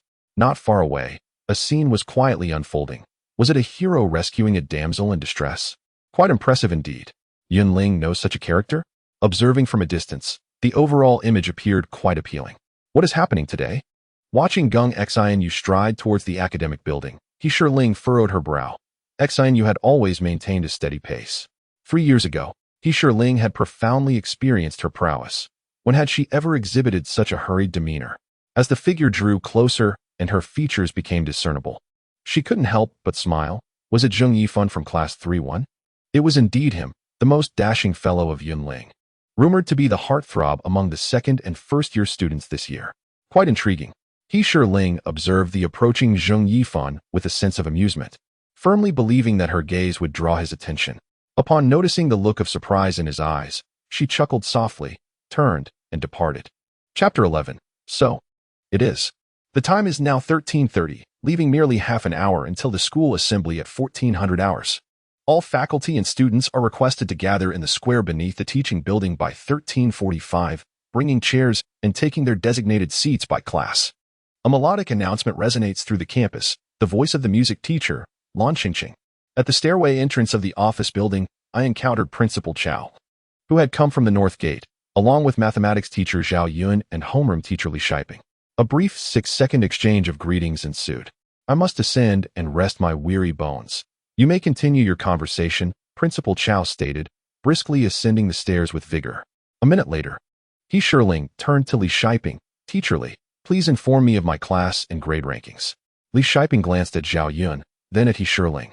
Pausing in contemplation for 2 seconds before responding, 5th in class and 61st in grade. After a moment's pause, she added, "You are 30 points behind the top student."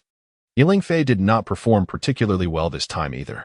"Thank you, teacherly," he surely nodded, then turned to Zhao Yun. "Teacher Zhao, I wish to see my mathematics examination paper." "Very well," Zhao Yun replied readily. "Let us proceed to my office." This left Li Shiping in a state of perplexity. Her colleague was not adhering to the usual protocol.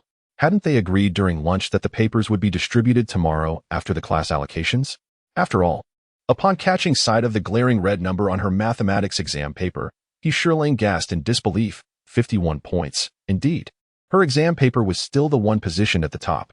Suddenly, as if struck by a thought, she flipped it over and couldn't help but chuckle softly.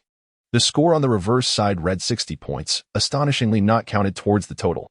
She then picked up the second math paper, belonging to Yunling Fei, which scored 75 points. Upon glancing at the back, her smile faded, and she inwardly cursed, that mischievous boy. He had, after all, left half the questions unanswered. No wonder. Yunling Fei was the one who consistently ranked among the top 3 in the grade, holding the highest mathematics score in the entire school. "Mr. Zhao, don't you have anything to say?" He surely set down her exam and turned to Zhao Yun, who was leisurely sipping green tea from an exquisite green-handled glass cup. His demeanor as calm and unruffled as the tea leaves poised to unfurl within the cup. "Oh," Zhao Yun remarked, placing his cup down. This math exam was exceptionally challenging. Even Yunling Fei scored only 75. "I too found myself uncertain on 2 questions. He spread his hands, raising an eyebrow, embodying a sentiment of resignation to the circumstances. "I remain in class 5, and the top 4 have departed?" He surely inquired, looking at Zhao Yun, who responded with a confirming glance. Although she hadn't checked the ranking board, she gleaned the information she sought from the murmurs around her.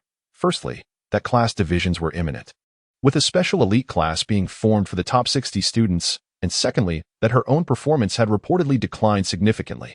"Teacher, my skills in sports have improved considerably. Might I request to be your apprentice?" He surely gazed at her mathematics teacher, who had guided her for a year and a half.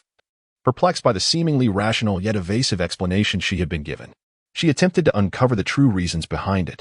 It is worth noting that Zhao Yun was an individual who pursued excellence with unwavering precision. Her usual grading of papers was meticulous to the point of not rounding even the decimal points. "You are already my disciple," Zhao Yun remarked. Lifting her teacup and taking a delicate sip, her smile tinged with a hint of exaggeration. "After all, it is my proudest subject." "Very well." He surely nodded a few times before turning to leave. After all, she was not one to place great emphasis on rankings or scores. Furthermore, she had already made a pact with someone that, prior to the college entrance examination, she would not vie for the top position, whether in class or grade rankings. This agreement allowed her to evade the scrutiny of others, granting her more leisure time to observe the unfolding drama and appreciate the scenery. A fleeting figure passed by the window, interrupting Zhao Yun's contemplative enjoyment. "Who is it?" Zhao Yun swiftly stepped outside. "Principal Cao? I thought you were taking a nap?" "I intended to lend you my support. After all, it is your negligence that has brought this trouble upon us," Principal Cao replied earnestly. "It seems I was overly concerned." Aren't you usually fond of black tea? When did you start drinking green tea?" I grabbed the wrong one."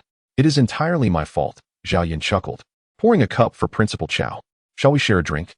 "Indeed, you are becoming increasingly insightful," he remarked.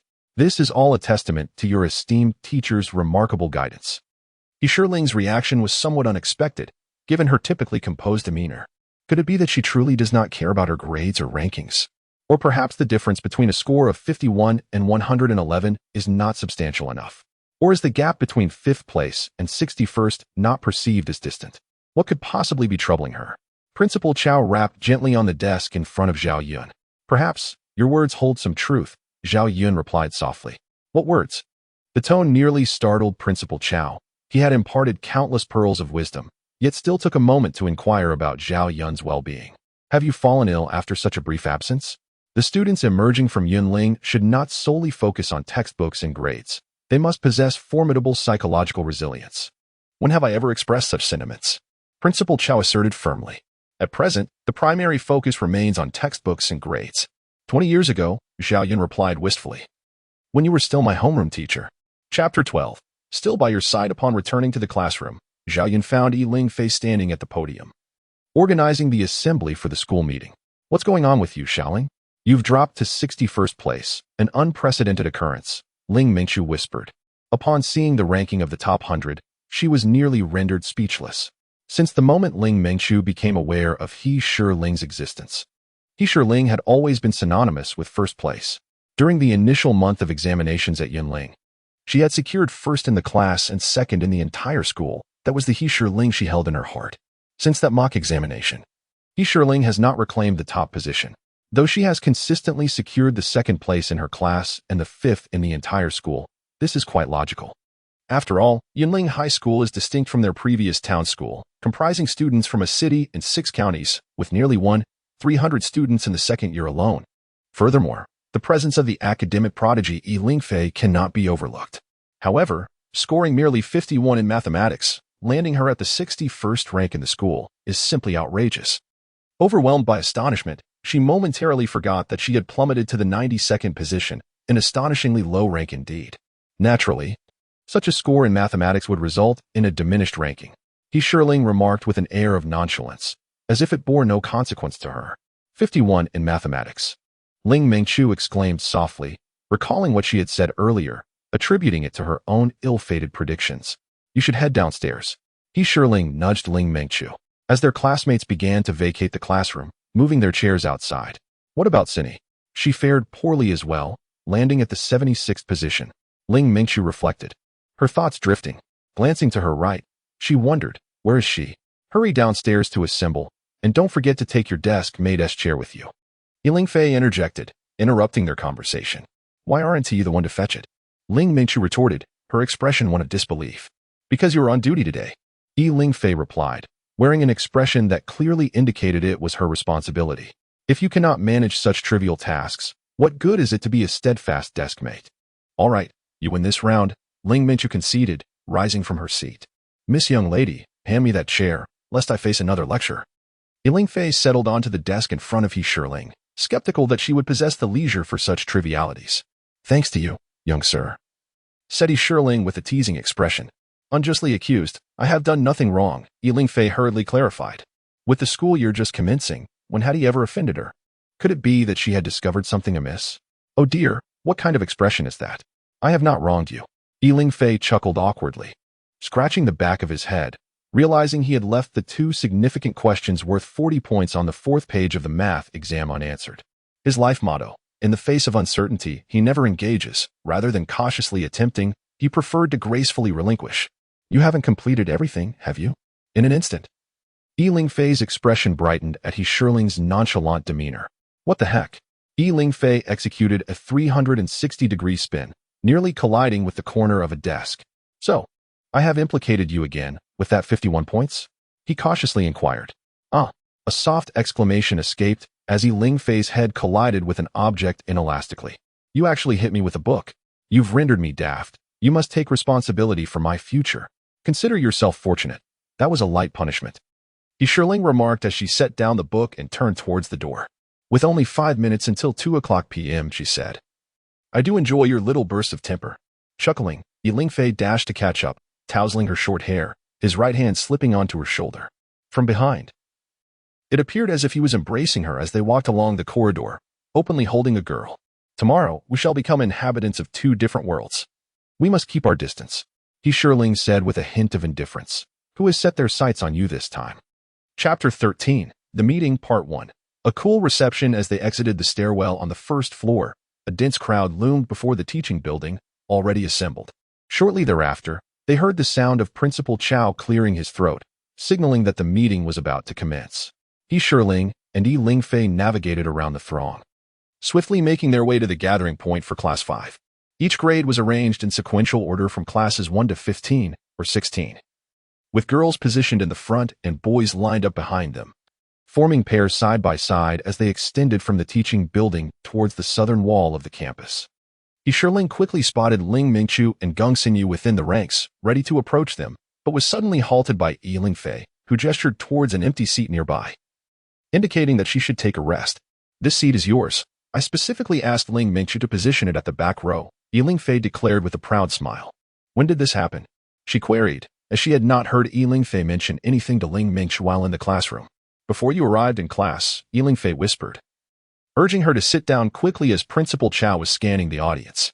Noticing that Principal Chao's large black-framed glasses were about to sweep in their direction, Yunling hurriedly took her seat, hearing Yunling Fei's soft chuckle beside her. A glance to her right revealed Yunling Fei raising his hands in a mock surrender, obediently directing his gaze towards the podium. Our school assembly is about to commence. Everyone, please rise for the national anthem.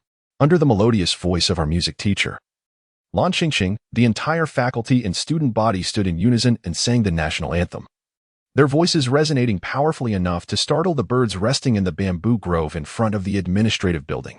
The second item on the agenda is a speech by the principal. Let us welcome Principal Cao with a round of applause. Even those seated in the back row could feel the formidable presence of Principal Chao's thunderous voice. Strangely, she sensed someone was watching her. Her intuition directed her gaze to the left front.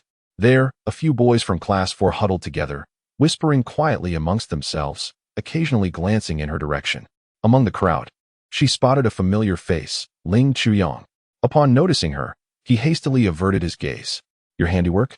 Yunling inquired, looking at Yunling Fei, who bore an expression of non-committal ambiguity. Our class performed terribly on this exam. We should at least be allowed to sit freely and relax a bit.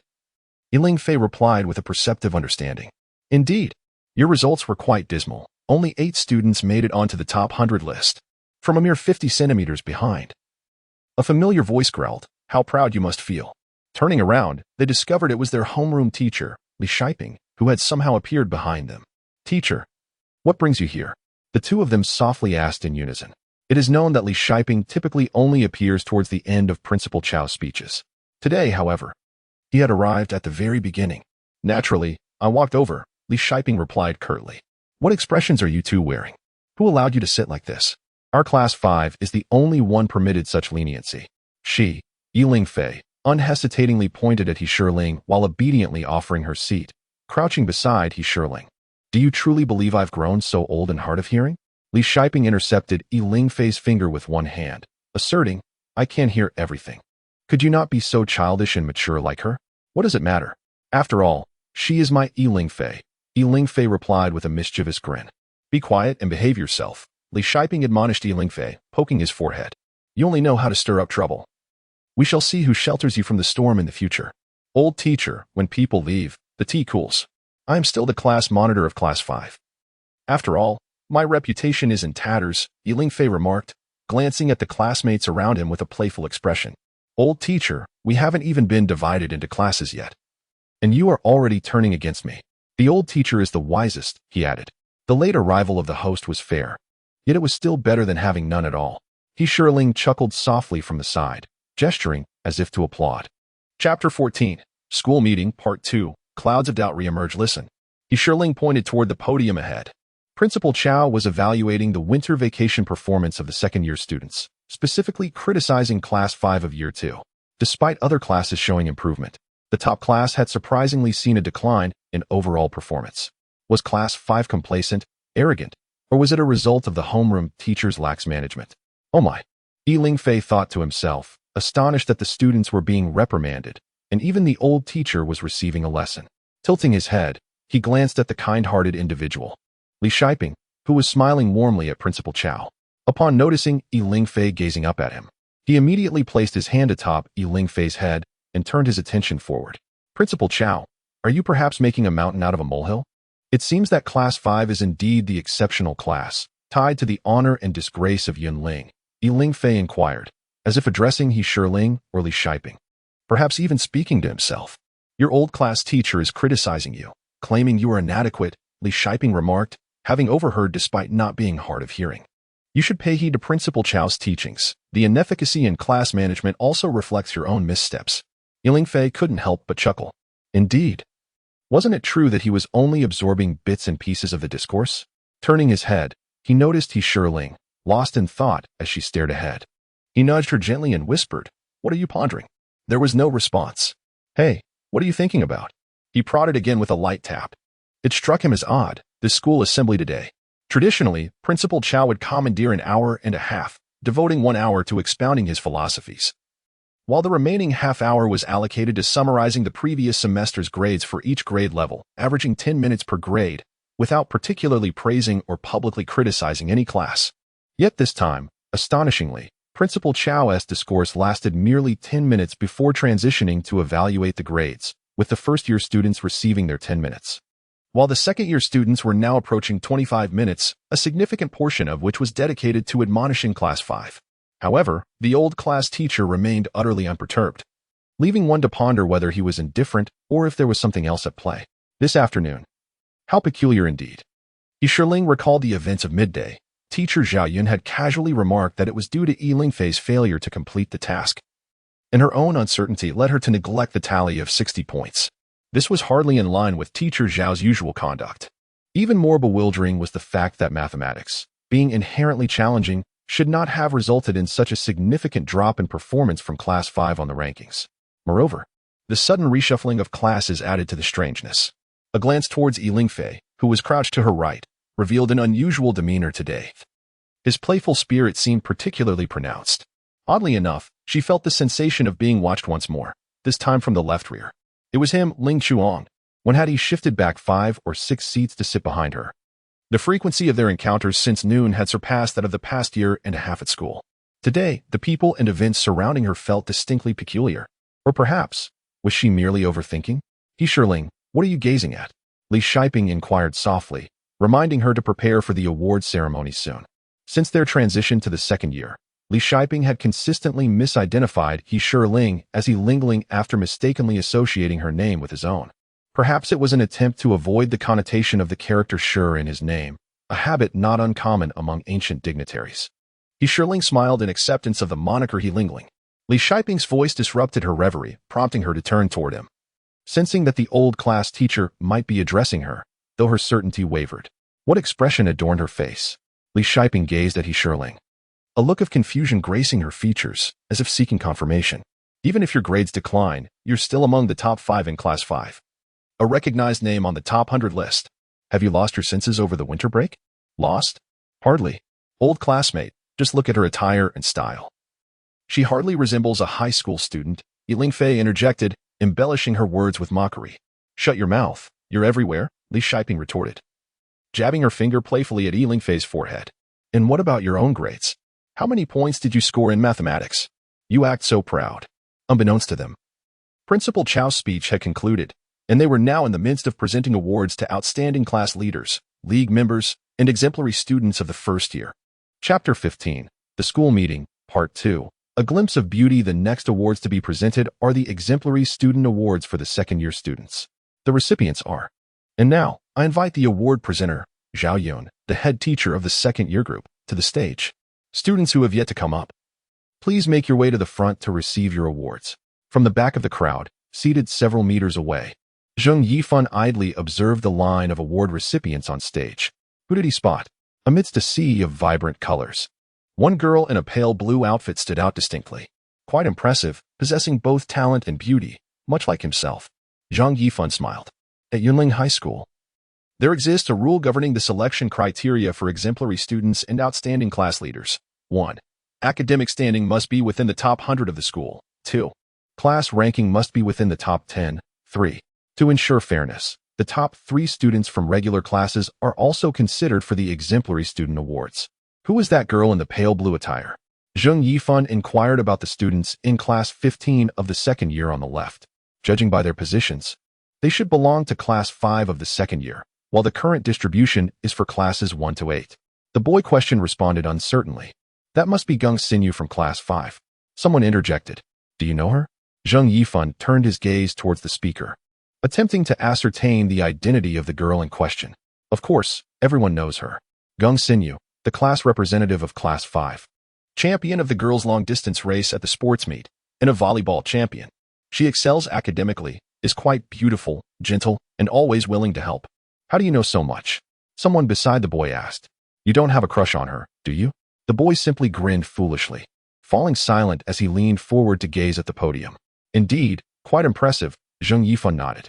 Wait, what did that boy say? A crush? Zhang Yifan regarded the boy who had spoken with a look of disdain, while the boy continued to stretch his neck towards the podium. Look. Yunling is up there too. Didn't she drop to 61st place? 61st is still in the top 100, all right. Silly. Are you sure you saw it correctly? I saw her listed as 61st. And who is Yunling? A sudden buzz of discussion erupted among the group of boys nearby, prompting Zheng Yifan to turn his gaze towards the podium as well. Oh my, who is that? Clad in a beige coat with a left-parted bob. She now wore a gentle smile, embodying the demeanor of a model student, though obscured by a distance of 20 to 30 meters. He recognized that beige figure, the girl he had been avoiding like the plague. Amidst a diverse crowd of individuals, each varying in height and build, she stood out remarkably, almost overshadowing the surrounding scenery. Standing slightly taller than the petite landscape beside her, one might wonder if they were acquainted. Who, then? Is the one draped in a beige long coat? An inexplicable fire ignited within Zhang Yifan. You're not familiar with her? The boy beside him shot him an exasperated glance. It's he Shirling. Who is he Shirling? His persistent curiosity was a hallmark of his character. Remarkably, they were in the same class. Zhang Yifan inwardly cursed, baffled that the petite landscape shared a class with someone like her. In your second year, how many girls excel academically and possess beauty? Zheng Yifan's inquiry sparked a lively debate among the boys. Once you witness the awards ceremony, everything will become apparent. Out of 100 students, only a handful are girls. There are quite a few beautiful girls in our year, and those who are both academically gifted and attractive, well, there are only a select few. The top contender is undoubtedly He Shirling from Class 5. Indeed, she is not only beautiful but also academically accomplished, never displaying anger. Always wearing a cheerful smile. Most importantly, her academic performance is consistently stellar. Regardless of fluctuations in the top 10, she remains firmly in 5th place overall. It is rumored that she is in a relationship with Yunling from Class 5. Is that true? No wonder her grades have slipped so noticeably this time. Their relationship had been the talk of the school since their first year, an open secret that everyone was aware of. It is said that during the first year of high school, Zhang Yifan was summoned to the principal's office by Principal Cao, yet subsequently, everything returned to its usual state. Oh, this little troublemaker is quite extraordinary. Zhang Yifan was nearly startled by the discussions among the other boys. Truly, one should not judge a person by their appearance. To openly engage in a romantic relationship under Principal Cao's very nose, and to have no fear of his thunderous reprimand, is indeed remarkable. Their academic excellence seems to afford them some immunity. Had it been anyone else, they would have faced public censure long ago. This young couple comprises one exemplary student and another outstanding class officer. I find the long-haired student from Class 8 rather appealing. I believe Gu Yinshi fits the bill. Gu Yinshi? Her grades are decent, but she is hardly beautiful. How can you say Gu Yinshi is not beautiful? She is far more attractive than that big-eyed cutie in your eyes, all right? The boys began to discuss the girls on stage. I think Gongsun Yu is quite impressive. The speaker was an enthusiastic boy. Good grades, good looks, and a willingness to help others are key qualities. Indeed, one cannot judge solely based on academic performance. Zhang Yifan concurred, finding the boys' sentiments quite resonant. The petite beauty possesses remarkable skills and is far more pleasing to the eye than the little troublemaker He Shirling. Are students now compared by their looks rather than their grades? A boy nearby commented. Was it not you who said that good grades and good looks matter? Now, are we disregarding academic performance? Handsome boys. Amidst the hushed discussions among the boys, the award recipients on stage underwent several changes. After the awards ceremony for the second-year students, Zheng Yifan was astonished to discover that the petite figure he encountered today, along with that little nuisance, were indeed the celebrated figures of the second year, both striking in appearance and exemplary in their academic performance. He distinctly remembered these two individuals. The charming figure was certainly worth a second glance, delightful to behold, while the troublesome little pest was best left unseen for all eternity. Chapter 16, Class Division, Part 1. Everything remained unchanged. It had been 2 hours and 48 minutes since Principal Cao announced this news at the school assembly. The L-shaped school was brightly illuminated, with a 5-story teaching building housing 45 classrooms, 9 on each floor. Each floor featured 5 staircases and 2 restrooms, which were never utilized, owing to their fragrant ambience. During the 10-minute breaks, students could easily reach Principal Cao's pride, the magnificent Shiyun restroom, renowned for its cleanliness and maintained daily by dedicated personnel, with separate facilities for students and teachers, exuding a subtle scent of sandalwood. It was spacious enough that regardless of the time, girls never had to queue for the restroom. The arrangement of classrooms traditionally commenced from the central avenue, extending westward, with the 1st to 16th classes of the first year occupying the 1st and 2nd floors. The 15 classes of the second year were situated on the 3rd and 4th floors, while the 14 classes of the third year spanned the 4th and 5th floors. Now, With the addition of a new second-year class, 16, as arranged by Zhao Yun, it was positioned directly above Class 5, separated by just one classroom. Yunling stood at the podium as usual, distributing the new textbooks while organizing the class assignments. 30 students, following his instructions, neatly arranged their books on the desks before them, awaiting the final directives from the homeroom teacher. Yunling occupied the third seat from the left by the window, her left hand propping up her chin, while her right hand idly twirled the pen, effortlessly surveying the dynamics of the entire class. In the front row, Guo Wenwen and Wang Xinyi turned to face Ling Mingqiu, seemingly engaged in conversation with her, occasionally breaking into laughter. They appeared unaffected by the rankings and class divisions. After all, the top 4 students from Class 5 had left, along with the subsequent 26. Their small friendship remained intact. Casting a glance around her, at the front, left, and right, she noticed little change among the students. Groups of girls huddled together, whispering softly, while others were engrossed in their books. Dong Hui, the English representative and the epitome of the diligent student in the eyes of her teachers, immersed herself in her studies, oblivious to the world outside. Class 5 had previously boasted 15 students in the top tier, but this time, she had fallen short of the 100th rank, which had dampened her spirits. Standing at 159 meters, with thick, dark short hair, single eyelids, and thin lips, she carried an air of premature maturity, often perceiving others as juvenile. Her deskmate, Fang Di, surprisingly did not miss the evening study session. With her head bowed, she was diligently writing something, likely crafting another novel. Fang Di possessed remarkable artistic talent, harboring a passion for comics, singing, and storytelling, complemented by an appealing appearance and a vibrant, enthusiastic demeanor. Upon entering the first year of high school, I ranked among the top 150 students in the entire school and was selected as the Youth League Secretary of Class 5, where I stood among the top 15 students. Just a month into my first year, I publicly confessed my admiration for a musical prodigy in the second year, who soon became affectionately referred to as my big brother. However, my penchant for tardiness, oversleeping, deceit, and skipping classes rendered me a perennial troublemaker in the eyes of the teachers. 2 months later, my position as Youth League Secretary was reassigned to Gang Xinyu, yet I continued to pursue my own path. Rather than becoming rivals, my relationship with Gang Xinyu blossomed into a deep friendship, and I felt compelled to speak with her after class. I glanced at my deskmate, Wang Xiaoxiao, who was engrossed in sketching comics, evidently inspired by the winter break. To my right, Lu Yi was discreetly reading a novel by Shi Wan beneath her textbooks, clearly absorbed in the story. However, the seating arrangement revealed that 3 or 4 rows behind us had been vacated, as all the boys had been reassigned in this latest class adjustment. In Class 5, the seating was prioritized for girls, with all female students concentrated in the first 3 to 4 rows before the boys section commenced. The desk arrangement consisted of 2 seats by the window, followed by 4 seats in the center.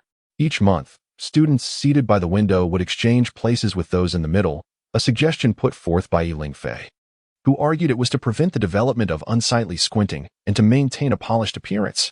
As I sat in the third row of the center, I surveyed my surroundings before refocusing my attention on the desk before me, where a hefty collection of essays by Shi Murong lay open.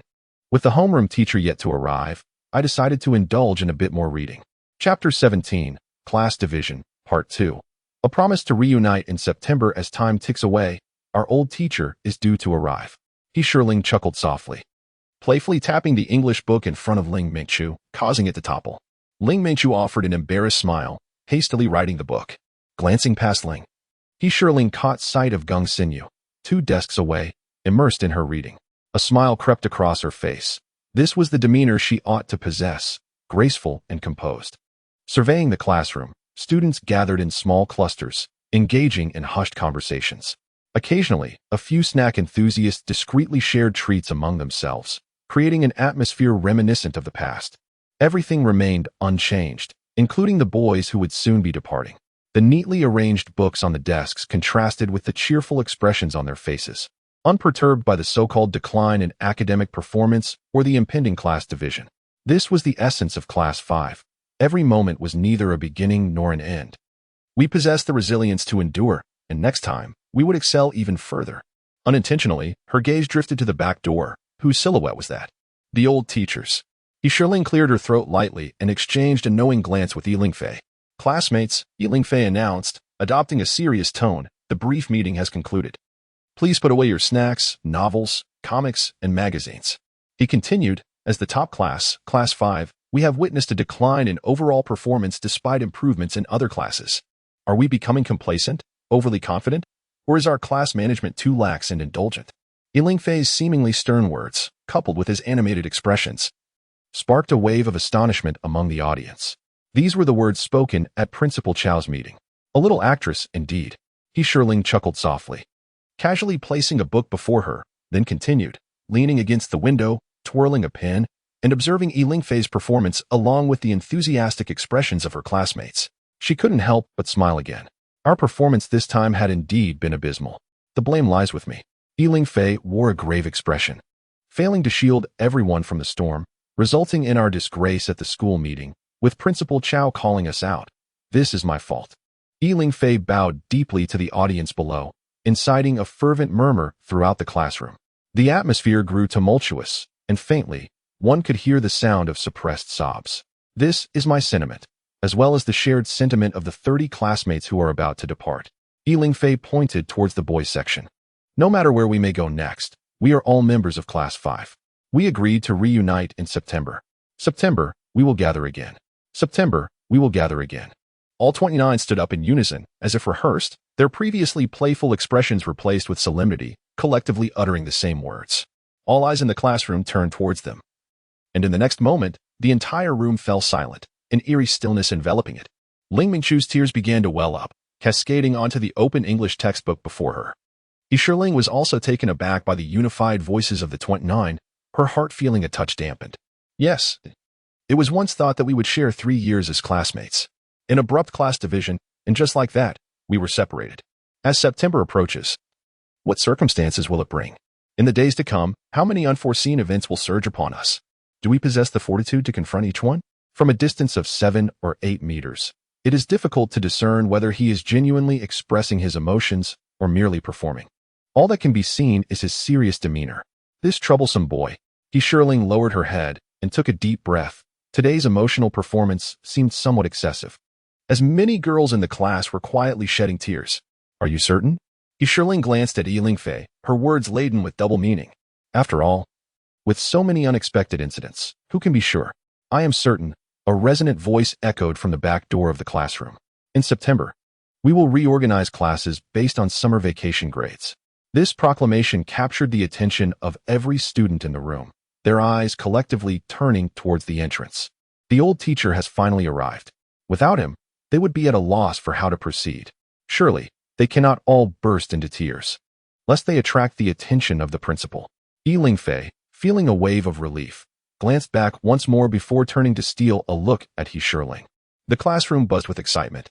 Will we really be reorganizing classes in September? Does that mean we will have to reorganize again during the winter break? From this day forward, Yunling will assume the role of class monitor for Class 5. All eyes turned to her once more. A hush fell over the classroom. An extraordinary silence enveloping the space, broken only by the ticking of the clock on the back wall, a reminder that time is steadily slipping away. Yunling cast her gaze towards the old teacher at the back of the classroom, meeting his serious gaze, which was unlike his usual cheerful demeanor. All are performers. Yunling's lips curled slightly as she chuckled softly. Should she acquiesce? If she refrained from cooperating, would she be deemed a pariah of Class 5 in the next moment? 30 classmates, each bearing their own books, gradually exited the classroom, while simultaneously, a new group of students surged in through the back door. Yunling turned her gaze toward the window, where the campus was aglow with lights. As they desired, the class division marked an end, or perhaps merely the beginning of something anew. She fancied herself a connoisseur of drama, relishing the act of observing from a distance. Yet, upon drawing closer, she realized that she too was an actor in this unfolding play. From the third-floor window, the scene outside the campus was shrouded in darkness, save for a few scattered streetlights guiding nocturnal wanderers along their path. Occasionally, a bus would rush by, its speed a stark contrast to the lively atmosphere within the campus. Yunling glanced at the brightly lit classroom to her left, where several heads peeked out over the balcony, gazing at the night. What were they daydreaming about? Suddenly, a gentle tap on her shoulder brought her back to reality. Turning around, she was greeted by a familiar face. What brings you here? Well, I simply missed you. Yunling Fei replied with a beaming smile, taking a seat at the table opposite Yunling as per usual. Ah, Yunling chuckled softly. returning her gaze to the scenery outside. Where are those noisy little birds? Yunling Fei pointed to the empty seats of Guo Wenwen, Ling Mingchu, and Wang Sini. And where shall you? There must be something going on. Ah, the early spring breeze of February, a peculiar blend of warmth and chill that penetrates to the bone. Yunling Fei exaggeratedly wrapped her arms around herself, shivering slightly. Are you settled in? She inquired, glancing out the window as yet another bus sped by. Yunling couldn't help but ask. The group upstairs consists of the Sea Army de la Sea Army. That's trivial. Let me share something of substance. Yunling Fei leaned in closer. You must not have seen the list of personnel assigned this time, have you? Not yet, Yunling replied with a smile. Eager to hear more. Indeed, there is news. Among them are 5 girls and 10 boys, the boys all excelling in the sciences while their humanities skills are notably lacking. Each exhibiting their own unique personalities, displaying their temperaments, proud, aloof, self-righteous, showy, and cool. It truly is a challenge for them. Oh, such distinctive characters, Yunling chuckled softly. Turning to inquire, where's the list then? I've already left, so naturally, there won't be a list. Yunling Fei shrugged her shoulders. But I know this group to be a bunch of lively spirits, once adored and exasperating to their respective homeroom teachers. Understood, Yunling responded. Yet she discerned a tinge of regret on Yunling Fei's face. Was it truly a pity that she would miss out on the captivating performances? Which teacher Zhao? Yunling paused momentarily. It wouldn't be teacher Zhao Yun, the mathematics instructor, would it? Indeed, our mathematics teacher, Zhao Yun, is now the homeroom teacher for class 16. Yunling Fei replied, her face alight with pride. I just heard her mention that a group of lively spirits has entered class 5. Teacher Zhao has become the homeroom teacher for class 16? How intriguing. Was it not agreed that the grade leader would not assume the role of class teacher? Could it be that the restructuring of class 16 was a spontaneous decision by Principal Cao? When was the appointment of the class monitor decided? Such swiftness is astonishing. It has only been 20 minutes since Yunling Fei departed from class 5. To be precise, if we exclude the 3 minutes he spent carrying books up and down the stairs, and the 4 minutes spent chatting here, that leaves us with 13 minutes. For all members of class 16 to gather and find their seats must take at least 8 to 10 minutes. This class monitor was evidently predetermined. The announcement was made just before class ended. Yunling Fei himself found it somewhat peculiar and began recounting the events to Yunling. Upon reaching the 4th floor and peering through the back door of class 16, he was taken aback by the number of students already present. He exchanged glances with Chu Xiaoyuan and the others, hastening to occupy a vacant seat at the back. Just as Yunling Fei settled in, a familiar voice resonated. Looking up, he was surprised to see their mathematics teacher, Zhao Yun, standing at the front of the classroom. Class 16, with 60 students now assembled, Zhao Yun declared. I am Zhao Yun, the class teacher and mathematics instructor. In 3 days, during this Thursday's afternoon class meeting, we will elect the class committee members, excluding the class monitor. Understood, Teacher Zhao, Yunling Fei replied thoughtfully, watching as Zhao Yun exited the classroom. Inside, a group of students, still reeling from their recent class assignments, stood in astonishment and confusion. What else is happening? Chu Xiaoyuan inquired eagerly. How would I know? Yunling Fei responded. Yunling raised an eyebrow, hastily standing up and rushing outside. Is there anything else? This was characteristic of her style. Yunling pondered for a moment after hearing this. Is there anything else? Have we obtained the roster for class 16?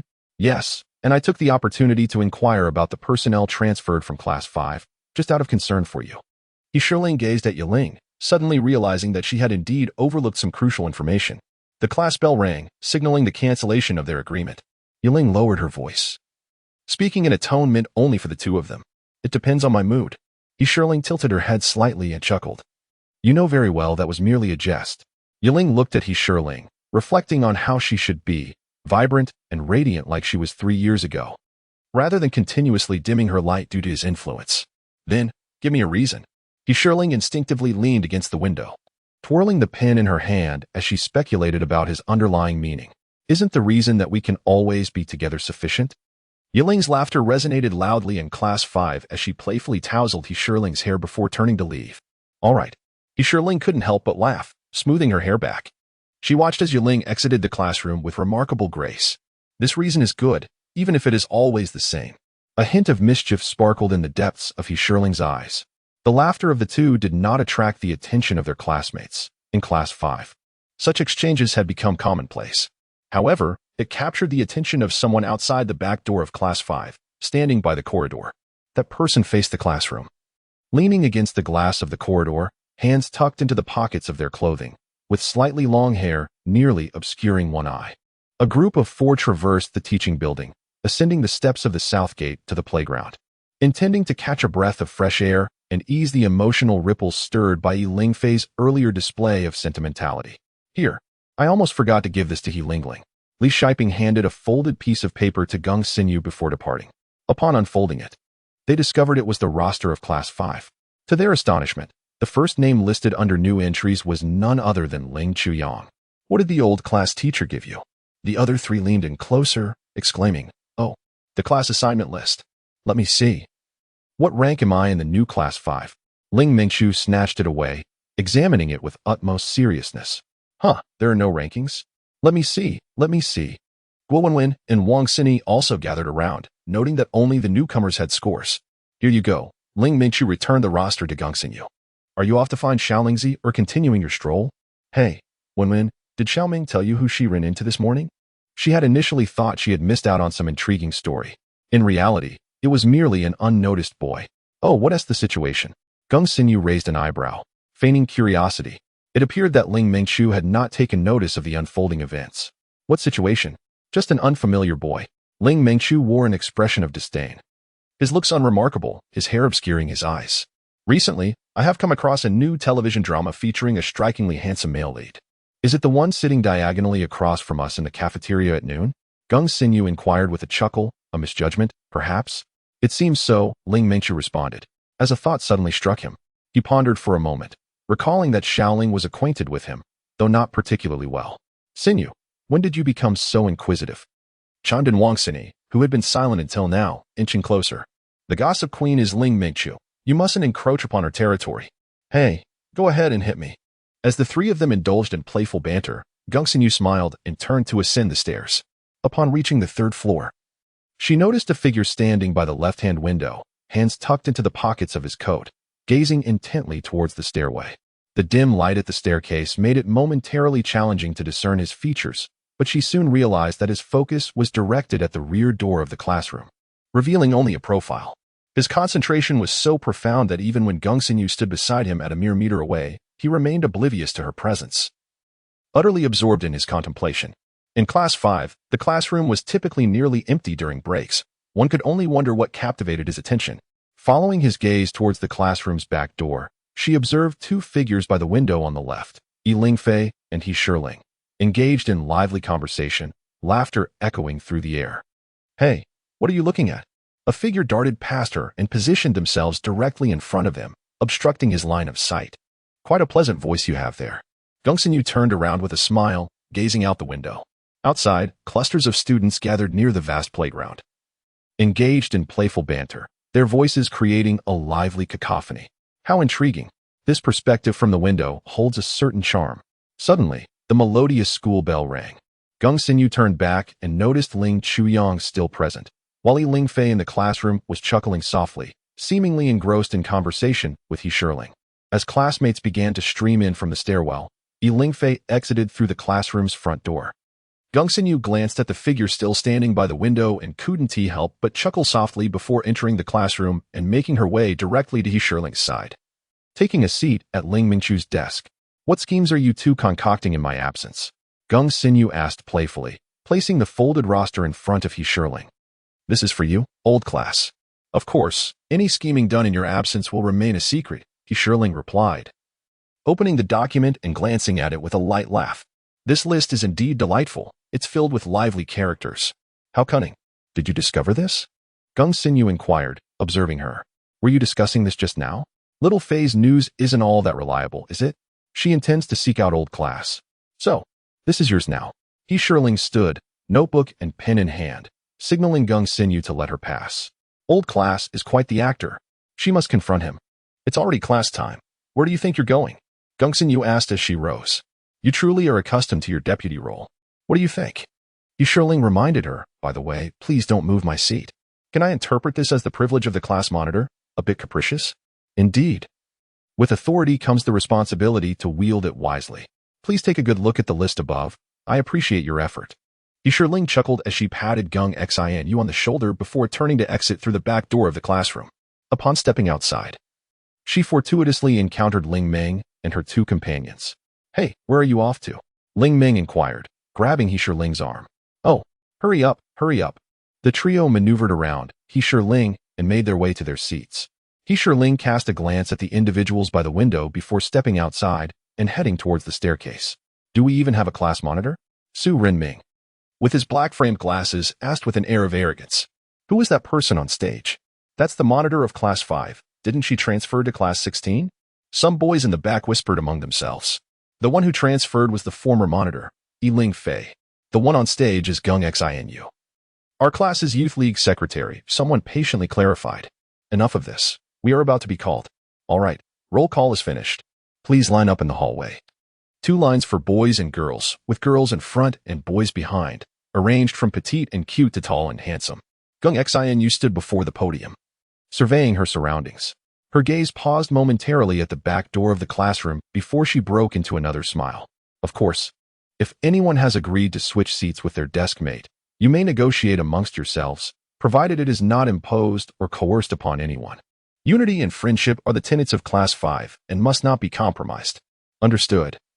The students responded with laughter as they left their seats and proceeded to line up outside the classroom. As Ling Mingqiu glanced forward in the corridor, preparing to count how many people were ahead, Gung Xinu leaned in and whispered something to her. Ling Mingqiu smiled and nodded, leisurely turning her gaze to the picturesque night scene of the campus outside the window. "Excuse me, may I stand beside you?" A voice interrupted Ling Mingqiu's moment of tranquility. Turning around, she saw a girl standing next to her, slightly shorter in stature, with short hair and a round face. The girl wore black-framed glasses that concealed a few small freckles on her face. Her eyes appeared somewhat sunken due to nearsightedness, and thick bangs obscured her forehead, partially covering one eye, which was now smiling at Ling Mingqiu. "I'm sorry, but I already have a desk mate," Ling Mingqiu replied, narrowing her eyes into a charming smile. "Hello, I'm Lin Yijie, a new addition to Class 5. The girl with the square face did not leave. She stood eagerly beside Ling Mingqiu, introducing herself with warmth. "Hello, Lin Yijie. I'm Ling Mingqiu. Welcome." Ling Mingqiu responded with a smile, repeating her words. "I'm truly sorry, but I already have a desk mate." Lin Yijie stepped out of the line, glanced around, and then walked back a few steps to where Wang Xiaoxiao was standing. "I'm sorry, but I also have a desk mate," Wang Xiaoxiao laughed, pointing at Gung Xinu, who was directing the lineup.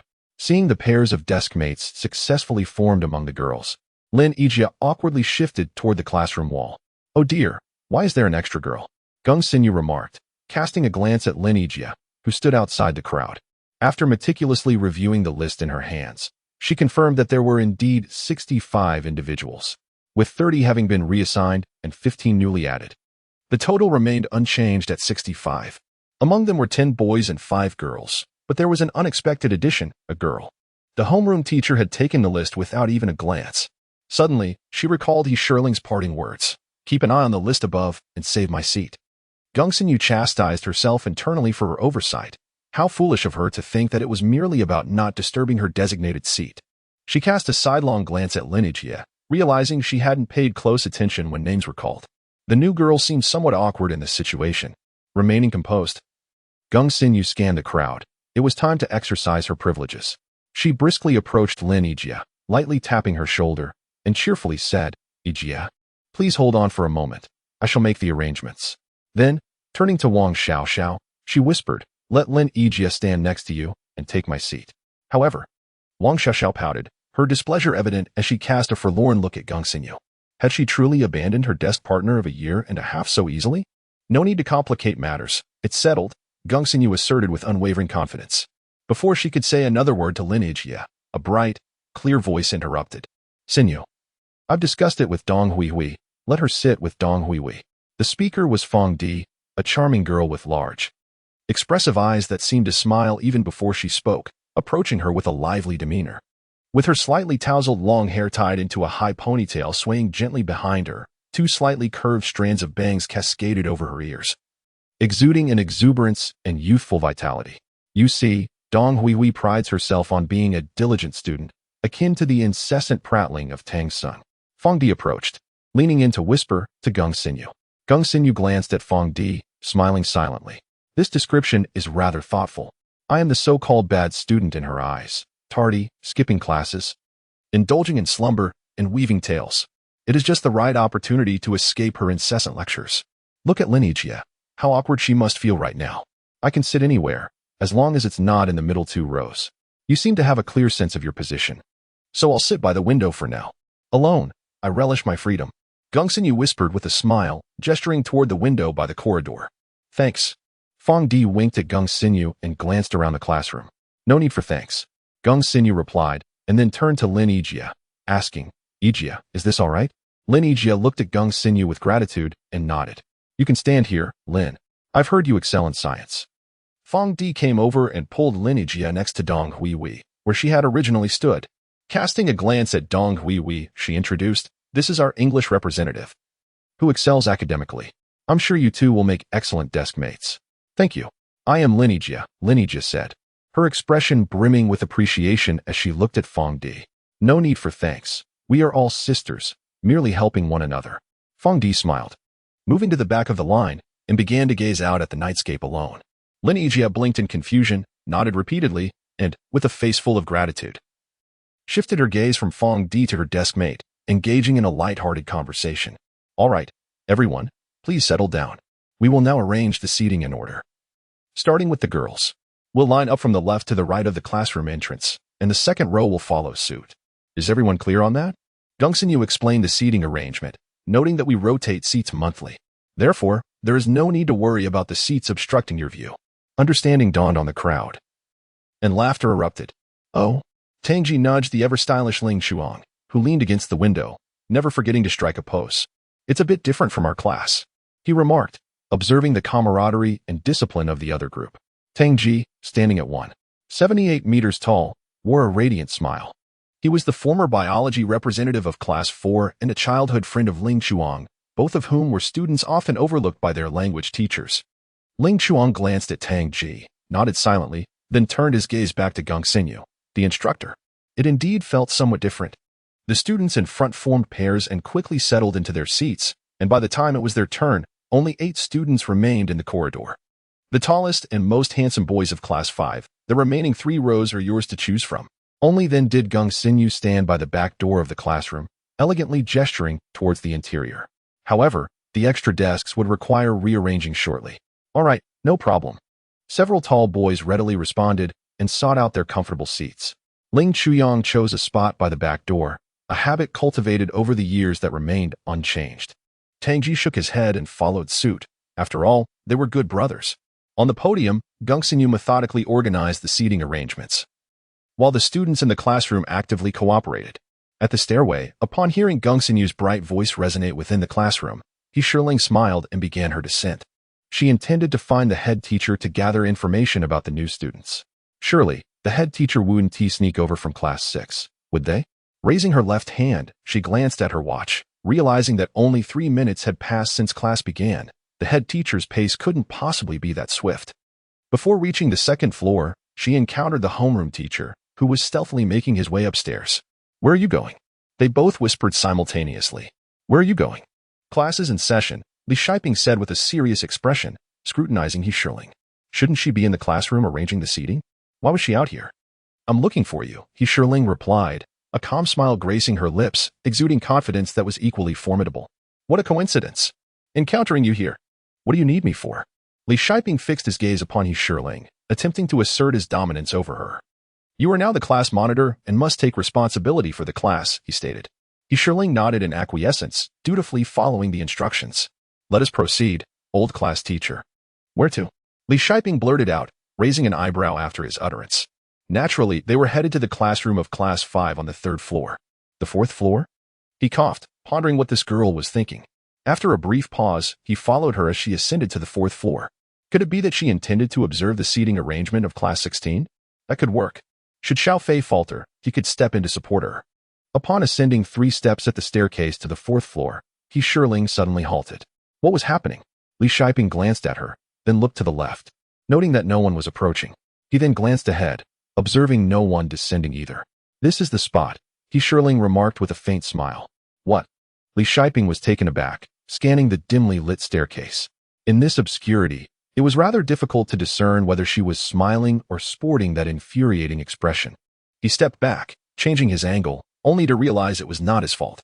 Yunling was standing against the light. It was impossible to see her expression clearly. Contemplating this, Li Shiping couldn't help but reveal his trademark smile. He extracted a packet of tissues from the pocket of his jacket, laid 2 sheets upon the step, and casually handed the tissues to Yunling beside him. It seemed he had forgotten whom he had come to see. Yunling accepted them with a smile, ascended a step, seated herself, and then softly inquired, "Old classmate, shall we converse for 10 minutes? Discuss?" Li Shiping chuckled. "What do you wish to know?" "It is merely trivial matters related to our studies." Observing the slight wariness etched upon Li Shiping's face, Yunling couldn't help but laugh. "By the way, old classmate, regarding tomorrow's schedule, is it the same as before, or are there new arrangements?" "Oh, it will be new," Li Shiping replied, his face lighting up with a broad smile as he retrieved a folded paper from his pocket. "Here you go, old classmate. This schedule must be a uniform arrangement by the school, correct?" Yunling asked nonchalantly, casting a cursory glance at the schedule. "Is the 15-minute self-study session in the morning for Chinese and English, or exclusively for English?" The schedule evidently catered to specific needs. The history and English subjects for Class 5 were a source of frustration for old classmate, teetering mediocrity between 7th and 8th place, with the 11 accelerated classes struggling at the bottom. The schedule is indeed uniformly arranged, with self-study alternating between English and Chinese, Li Shiping replied, glancing at Yunling and then at the paper, chuckling softly. It was, after all, merely an inquiry about academic matters. He had overthought it. "How do you plan to address the issue of subject bias among the 15 new students?" Yunling interjected playfully. Li Shiping was momentarily taken aback. Weren't we discussing the timetable? What was there to resolve? Had he misunderstood the crux of her concern? Clearing his throat, Li Shiping paused before stating that it was naturally up to the class committee and group leaders to handle the timetable, for as a chemistry teacher, he could hardly address issues pertaining to history or English. How was it to be resolved? Xiaoyun had already made adjustments to the timetable, and during lunch, it had reached the junior sister Tan Xiling. It was likely that Principal Cao would arrange for her to substitute in history class for the 5th grade. What more was there for him to tackle? He would naturally prefer to enjoy his retirement, or rather, to cultivate his flowers in peace. Yet, how did she discern that among the 15 newcomers, most were academically weaker in the humanities? Realizing her oversight, Li Shiping glanced at Yunling, who revealed a hint of a smile, still wearing that infuriatingly nonchalant expression. What had he just mentioned? History and English? That made sense. Yunling nodded with a smile, indicating that it seemed the old class leader would likely escape criticism during this semester's midterm exams, which brought her some relief. What? Li Shiping was momentarily stunned. She felt at ease? Was there some misunderstanding? After all, he was the homeroom teacher. Well, let her be. Old class leader. I need their grades from the first year up to the winter break, including each subject's scores and overall rankings, Yunling said earnestly. Please provide them to me before the self-study session tomorrow at noon. That request is not excessive, is it? I've heard from Xiao Fei that these students excel in mathematics and the sciences. As a chemistry teacher, Lao Ban should feel a sense of joy. However, as the homeroom teacher, she likely experiences a blend of happiness and concern. Among these students, she recognizes only 3 or 4. One of them, Ling Chuang from Class 4, whom she encountered 3 times throughout the day, has never ranked among the top 5 in mathematics. While consistently scoring around 60 in both English and Chinese, an impressive feat in its own right.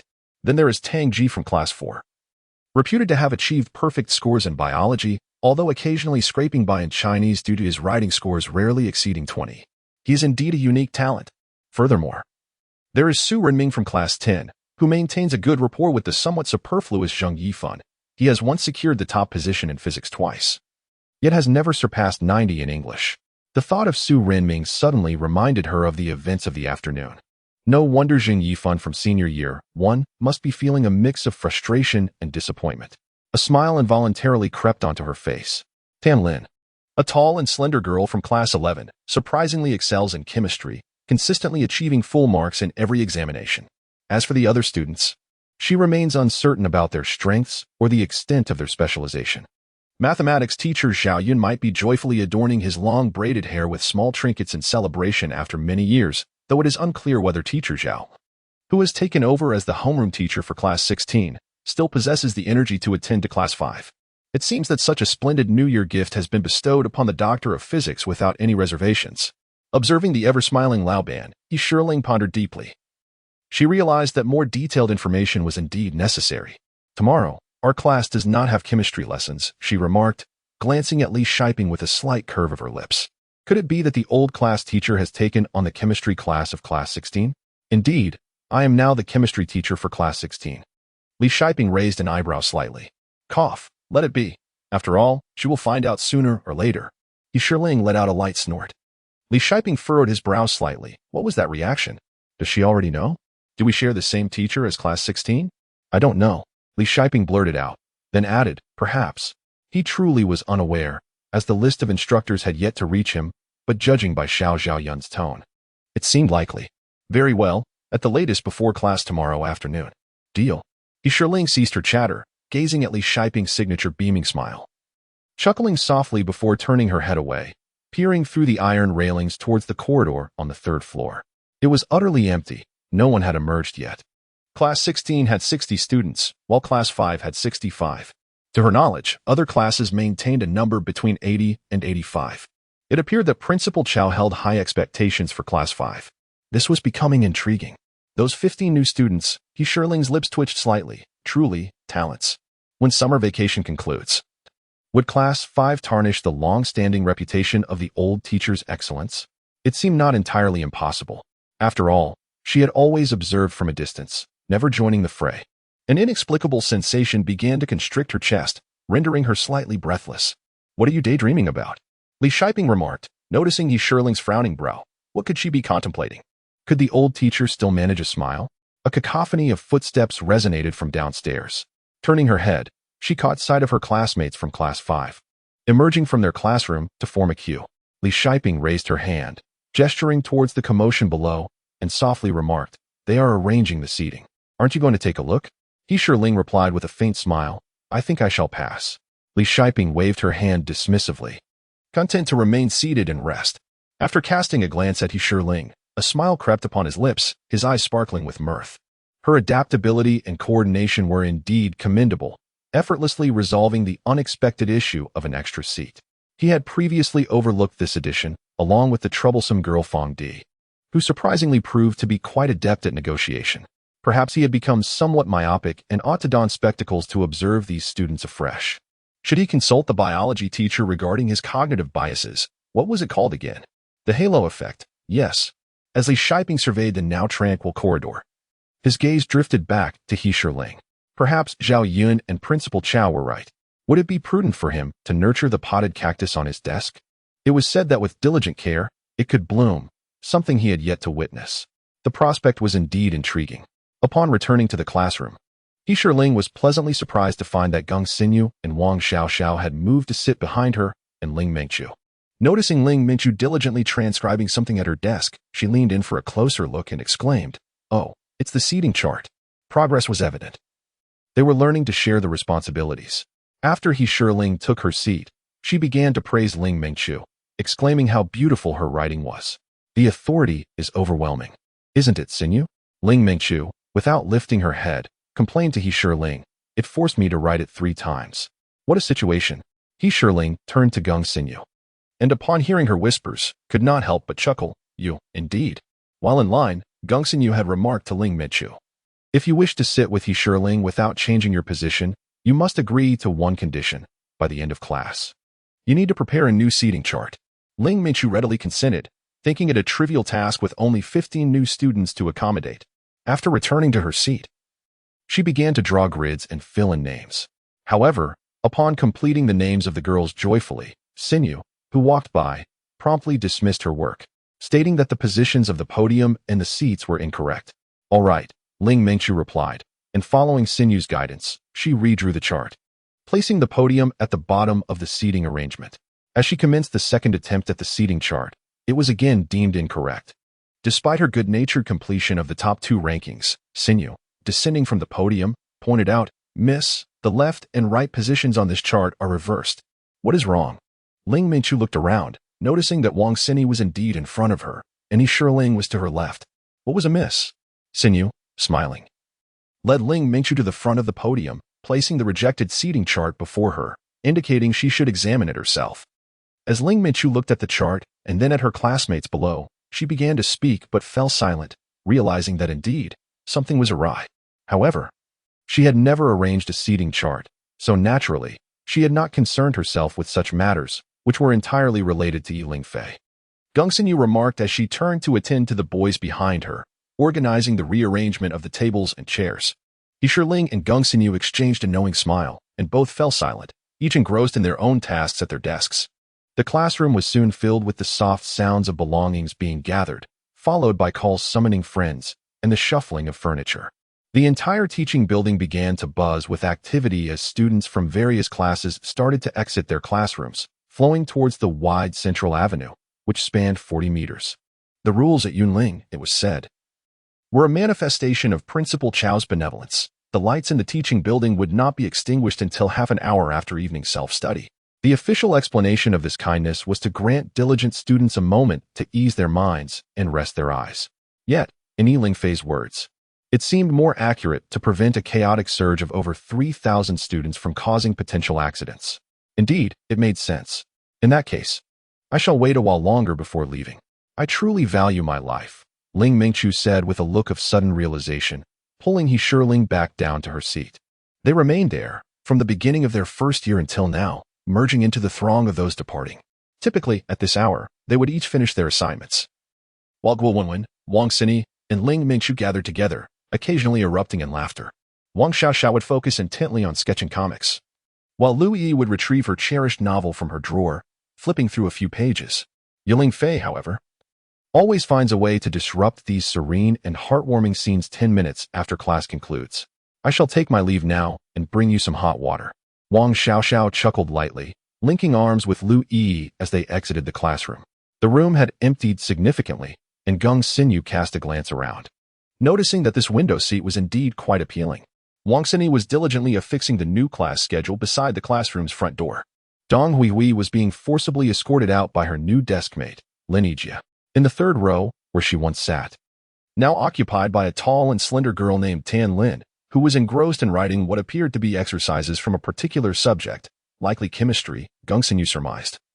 Given that Tan Lin held a record for achieving perfect scores in every chemistry exam, when one was deeply engrossed at her desk, seemingly lost in thought. Was she contemplating something? Gongsinyu had always believed she enjoyed admiring the scenery. Pleased with her new discovery, she gently tapped Yuling's left shoulder, inquiring, "What are you thinking about?" "Really?" Gongsinyu gasped softly, intrigued by the unfolding drama. The same quality of teaching staff as Class 16.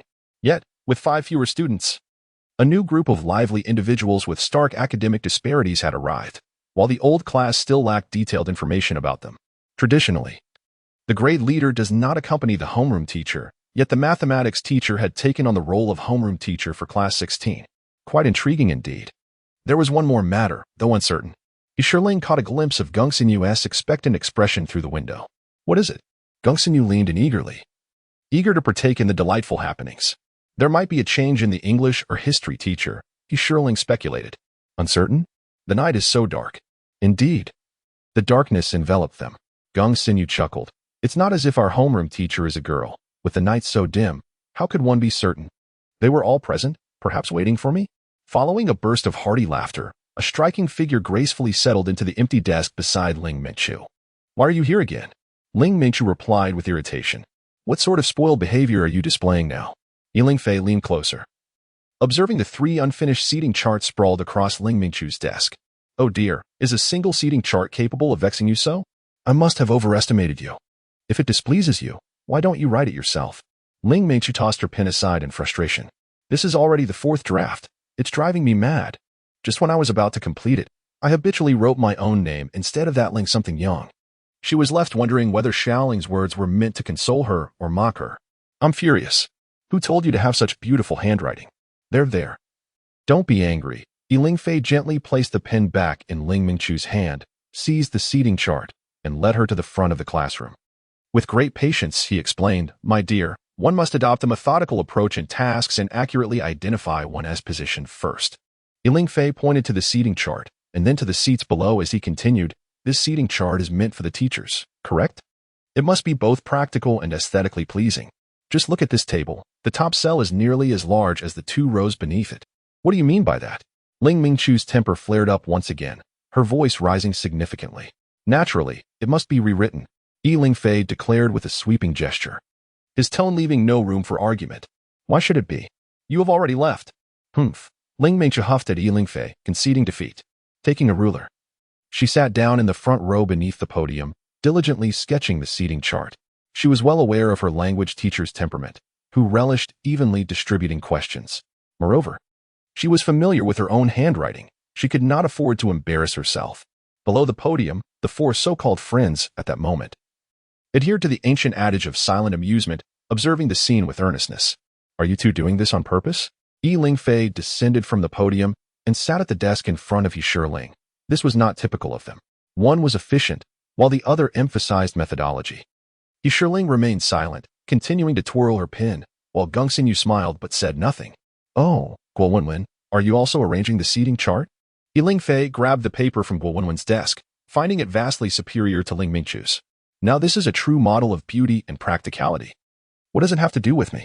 Can't you be a little quieter? Ling Mingchu turned to glare at Ling Fei, speaking irritably. Yes, Wenwen is the best. Ling Mingchu embraced Guo Wenwen, casting a resentful glance at Yunling and Gongxinyu. Unlike certain individuals, there is another one. Guo Wenwen produced another seating chart and placed it before Ling Mingchu. What does this mean? Another 2 prepared? Are you teasing me? Intending for me to write it 7 or 8 times? Ling Mingchu lowered her head and glanced at Yunling.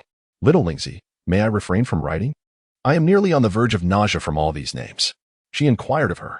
Yunling pointed at Gongxinyu, fully aware of Ling Mingchu's nature. This girl simply cannot excel in matters that do not pique her interest, no matter how many times she attempts them. For those she disregards, encountering them 10 times a day would render them utterly invisible, unrecognized. No, you cannot give up midway, Gongxinyu resolutely shook her head. We are all here supporting you. Ling Fei inadvertently caught sight of a figure standing by the corridor window outside the classroom door, seemingly lingering there, who turned and left upon noticing him. You scored 65 in Chinese? Wang Xini exclaimed, drawing the attention of the other early arrivals in the classroom. Why are you shouting? Ling Mingchu pointed to the name on the test paper. See clearly, this is Ling Chuang. Ling Chuang. Not Ling Mingchu. Is my handwriting truly that unsightly? Oh, I misread. Wang Xini chuckled sheepishly, yet she added, however, this handwriting isn't that bad, is it? Nevertheless, this score is rather low. It seems you may require the special care of the black peony. Indeed. Since the 2nd semester of the 1st year of high school when Hai Beautian took over as the Chinese teacher for Class 5, their performance has been exemplary, consistently ranking first among the 15 classes. With an average score never dipping below 90 on a 120-point exam, they have outperformed Class 6, led by Hai Beautian, by a margin of 5 to 6 points each time. This has led to frequent complaints from the charming homeroom teacher of Class 6, Zhang, about Hai Beautian's apparent favoritism. In response, the homeroom teacher of Class 5 feigns helplessness, saying, it is simply human nature, there is little I can do. After all, our Class 5 is beloved by all. Naturally, the students of Class 5 are overjoyed, their admiration for both Hai Beautian and their homeroom teacher swelling like a mighty river. When Ling Mingchu went to retrieve the exam papers, she was startled to see the first paper. The report card indicated a score of 105, yet it now read 65. Flustered, she removed her glasses and felt her pockets, finding them empty. She exhaled warm breath onto her glasses, then wiped them with the hem of her school uniform, squinting to ensure they were free of dust before putting them back on. Upon closer inspection, her heart sank. Ling Chuyang, 65. Once again, it was Ling Chuyang, the very student who had caused her to rewrite the seating chart twice last night. A surge of irritation erupted within her.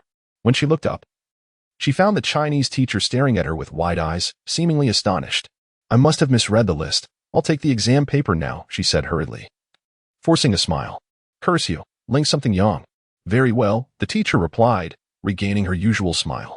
Ling Mingchu, Ling Chuang is from Class 4. You must assist him more in the future.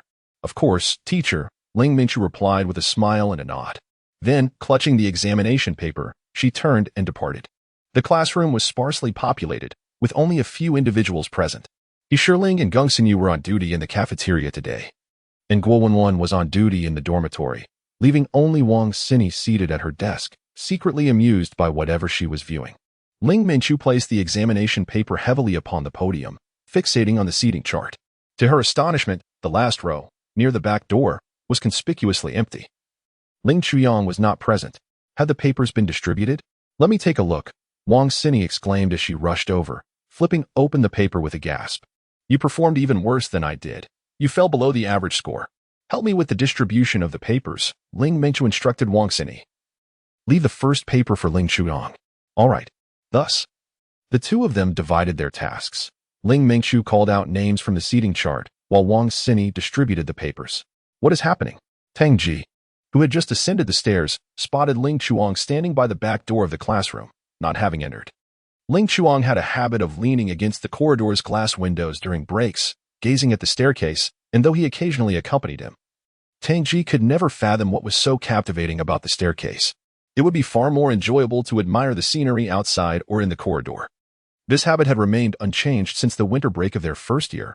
Why had it recently morphed into standing at the classroom's back door? Ling Chuang glanced at Tang Ji without uttering a word, gesturing for him to observe. He then strolled toward the corridor's glass window, naturally leaning against it. Tang Ji peered into the classroom, witnessing several individuals energetically waving their examination papers within. On the podium stood a girl with round glasses and a round face, her short hair framing her features as she orchestrated the bustling crowd. Tan Lin, seated in the third row from the front, second from the left, acknowledged her presence. All right, it will be delivered shortly. Su Renming, positioned at the back door, was in the second to last row against the wall. Very well.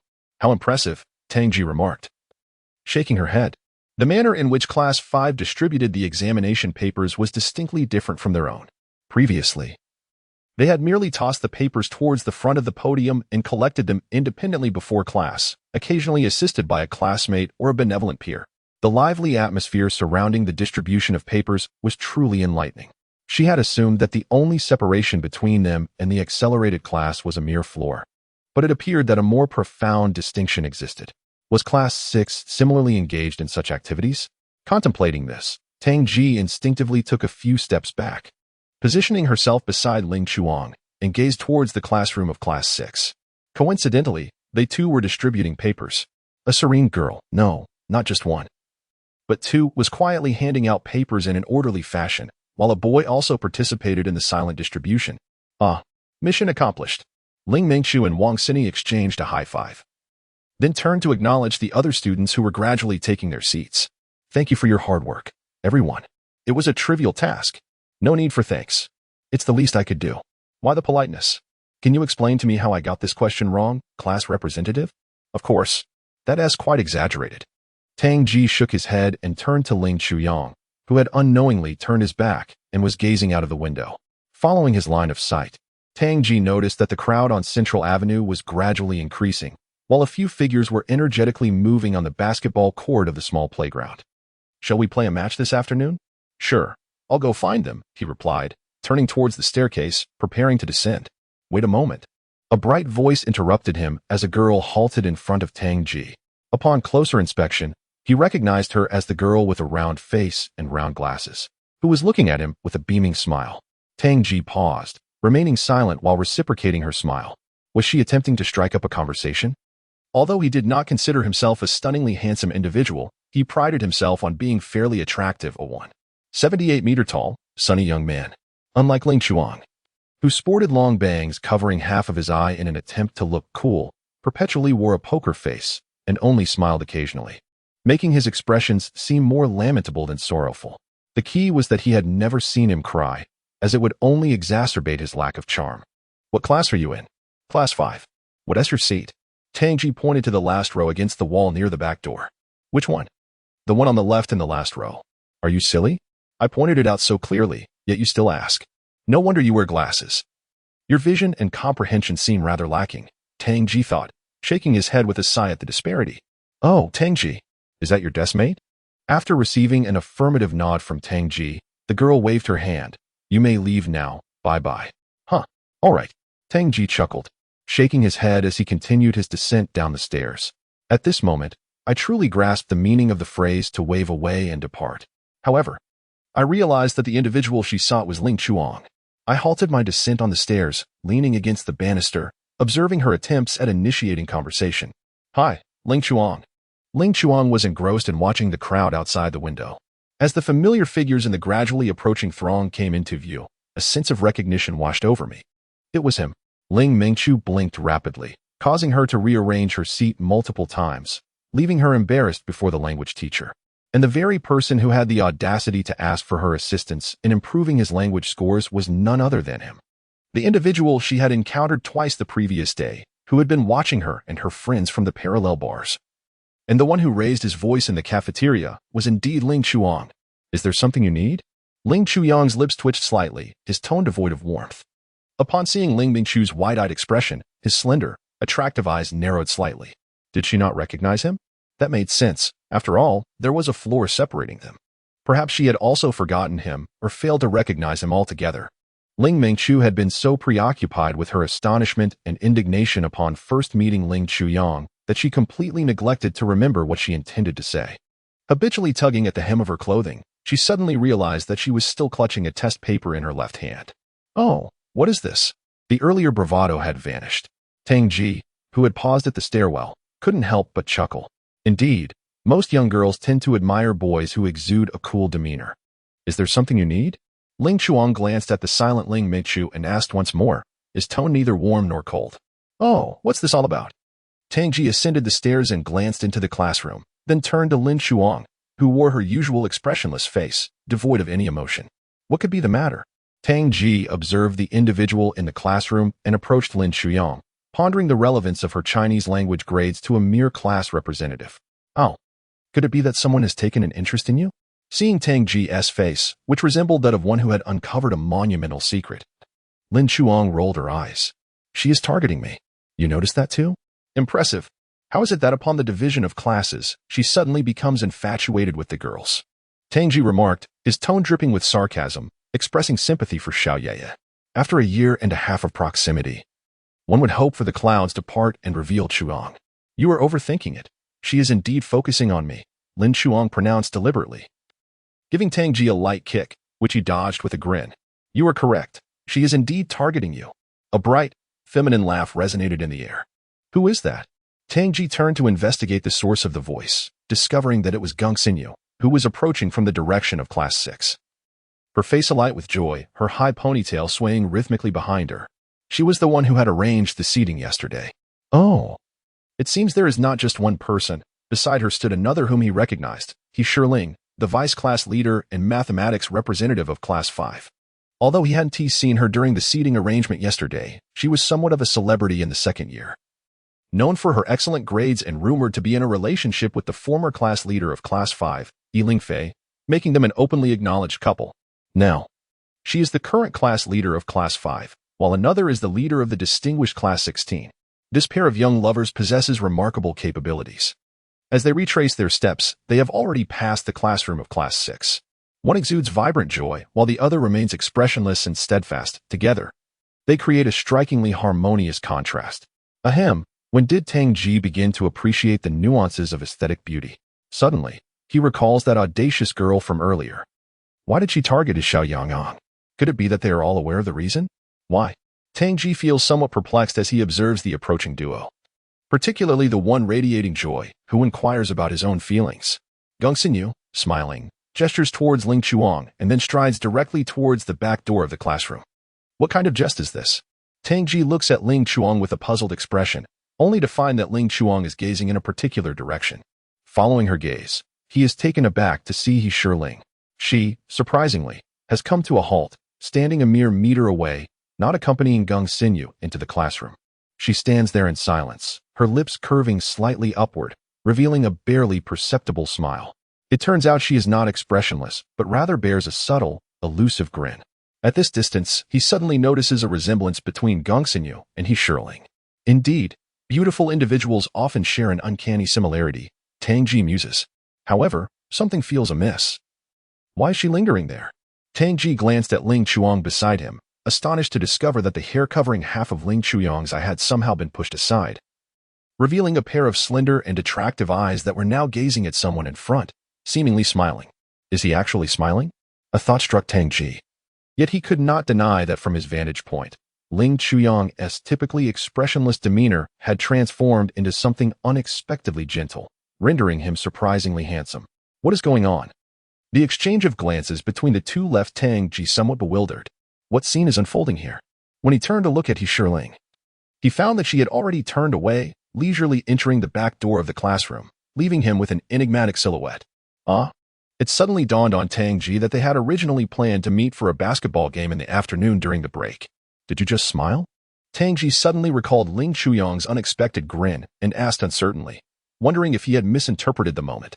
This perennial stoic, when pressed to smile, merely offered a perfunctory chuckle. When had he learned to genuinely smile? I do not have myopia. Tang Ji protested loudly, feeling indignant that anyone might think he was blind. He had clearly seen him smile. Then he reconsidered. Perhaps it was merely a matter of perspective. This person typically wore a face devoid of joy, only managing a dry chuckle when forced. A smile, that striking expression, was something only he, Tang Ji, could possess. No. The question he truly wanted to ask was about the meaning behind that fiery girl-esque demeanor. And what was the significance of the silent duel of glances between the two? He had strayed from the topic. Sigh. Would it kill you to say a few more words? Tang Jichong called out to Ling Chuang before entering the classroom, still simmering with unresolved anger. Gongxinyu chuckled and patted Ling Mingchu's shoulder, reassuring her that she had already made quite an impression and could afford to cool off now. Did you see that? Ling Mingchu replied with an embarrassed smile. She had indeed been upset. Frustrated with herself for suddenly forgetting her lines and losing track of what she wanted to convey to Ling Chuang. It was only when he reminded her that the words returned to her, and she feared she had become the subject of ridicule. What a disgrace. Not just you who witnessed it, Gongxinyu laughed, glancing towards the back door of the classroom. Everyone in the corridor saw it too. There are even a few people standing by the window in Class 6, including Lin Maching, whom you affectionately dubbed the second young master. He seems to be enjoying himself quite a bit. Naturally, there were others at the staircase peering up, likely Tang Ji. Who else saw it? Ling Mingchu inquired anxiously. Did I embarrass myself on the entire third floor? Was my voice really that loud? I usually am quite gentle. Gongxinyu chuckled as she flipped through the pages of her book. Perhaps it's best not to dwell on it. You've given Lin Maching a rare opportunity to revel in your misfortune.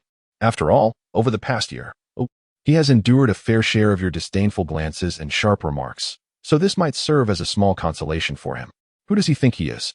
How naive, Ling Mingchu retorted, turning her head away. Let me tell you, don't ever mention that person in front of me again. Ling Chuyong, Ling Chuyong. Ling Chuang, oh come on, I just mentioned him. What is the big deal? Wang Sini teased Ling Mingchu, laughing heartily at her irritated expression. Wang Sini, you did it on purpose, didn't you? Ling Mingchu shouted at Wang Sini, questioning whether they were still friends and which side she was on. How could you act like this? I did it intentionally, so what? Wang Sini was determined to tease her to the end, still fuming. Yuling's voice drifted over from behind. There are plenty of opportunities to deal with her. Yuling chuckled, playfully adjusting Ling Mingchu's parted short hair. Look at you. Your hairstyle is a mess. You're still my little Shirling, the best, always ready to stand up for me. Ling Mingchu embraced Yulin, who had just sat down, glancing at Gongxinyu and Wang Sini, who were still laughing at her. You too. All you do is watch me make a fool of myself, especially you, Xinyu. You are becoming increasingly mischievous, and you've led Xinyu astray. Let me see your Chinese exam paper. Is this another case of homophonic characters? Did I get it wrong again? Wang Sini reached out to grab the exam paper in front of Ling Mingchu. I want tea. Ling Mingchu snatched the paper away, refusing to let her see it as punishment for earlier. Haha. Gongxinyu's hearty laughter echoed in the classroom. After glancing at Ling Mingchu, who was bickering with Wang Sini, she caught sight of Yulin. To her surprise, Yuling's gaze was directed toward the back door of the classroom, her lips curling into a distinctly visible smile. What could possibly be so amusing at the back door? Such an obvious smile was quite rare. Following Yuling's line of sight, she noticed a pair of slender, beautiful eyes peeking out from beneath a fringe. The owner of those eyes, with hands tucked into pockets, gazed intently towards this direction as they slowly entered the classroom from the corridor. Goodness, has the performance already commenced today? Did she miss something just moments ago? Arriving a couple of minutes later, could something significant have transpired in that brief interval? Yet, what could possibly happen in just 2 or 3 minutes? Nevertheless, it seems as though something indeed did occur. Outside, wisps of ethereal clouds drifted across the soft blue sky. The early spring sunlight revealed its fresh and radiant countenance, cascading onto the glass balcony of the left-side L-shaped teaching building, reflecting a dazzling brilliance. It appeared as though a beautiful future was unfolding infinitely before one's eyes, igniting a sense of clarity and a yearning to explore and anticipate. At this moment, Gung Xinyu felt a surge of brightness within her heart, suddenly inspired to pen a few lines of poetry. It became clear why Xiao Lingling enjoyed gazing out the window. It was simply delightful. She felt content in her current position. There would be plenty of opportunities in the future. She too would have the time to leisurely observe the unfolding drama behind them. Gung Xinyu smiled, taking out her green hardbound notebook, beginning to inscribe her vibrant emotions with careful strokes. Gradually, more students filled the classroom. Ling Mingchu and Wang Xini ceased their playful banter, gathering their thoughts to review the test paper, diligently examining the mistakes and cross-referencing them with the correct answers, casually taking away He Shiling's test paper in the process. The style of the Black Peony is something they masterfully comprehend. Preparation is essential to avoid bringing shame upon Class 5, especially in front of the newly transferred students and those who cannot even achieve a passing grade. Class 5 is, after all, the favorite of the language teacher. Please clarify what transpired just now. Tang Ji crossed his long legs and settled beside Ling Chuang in his own seat. Why was that fiery temperament directed at you? And what were you and He Shiling looking at? At that moment, Tang Ji realized that it seemed everyone knew, while he, Tang Ji, was entirely in the dark. What kind of logic was this?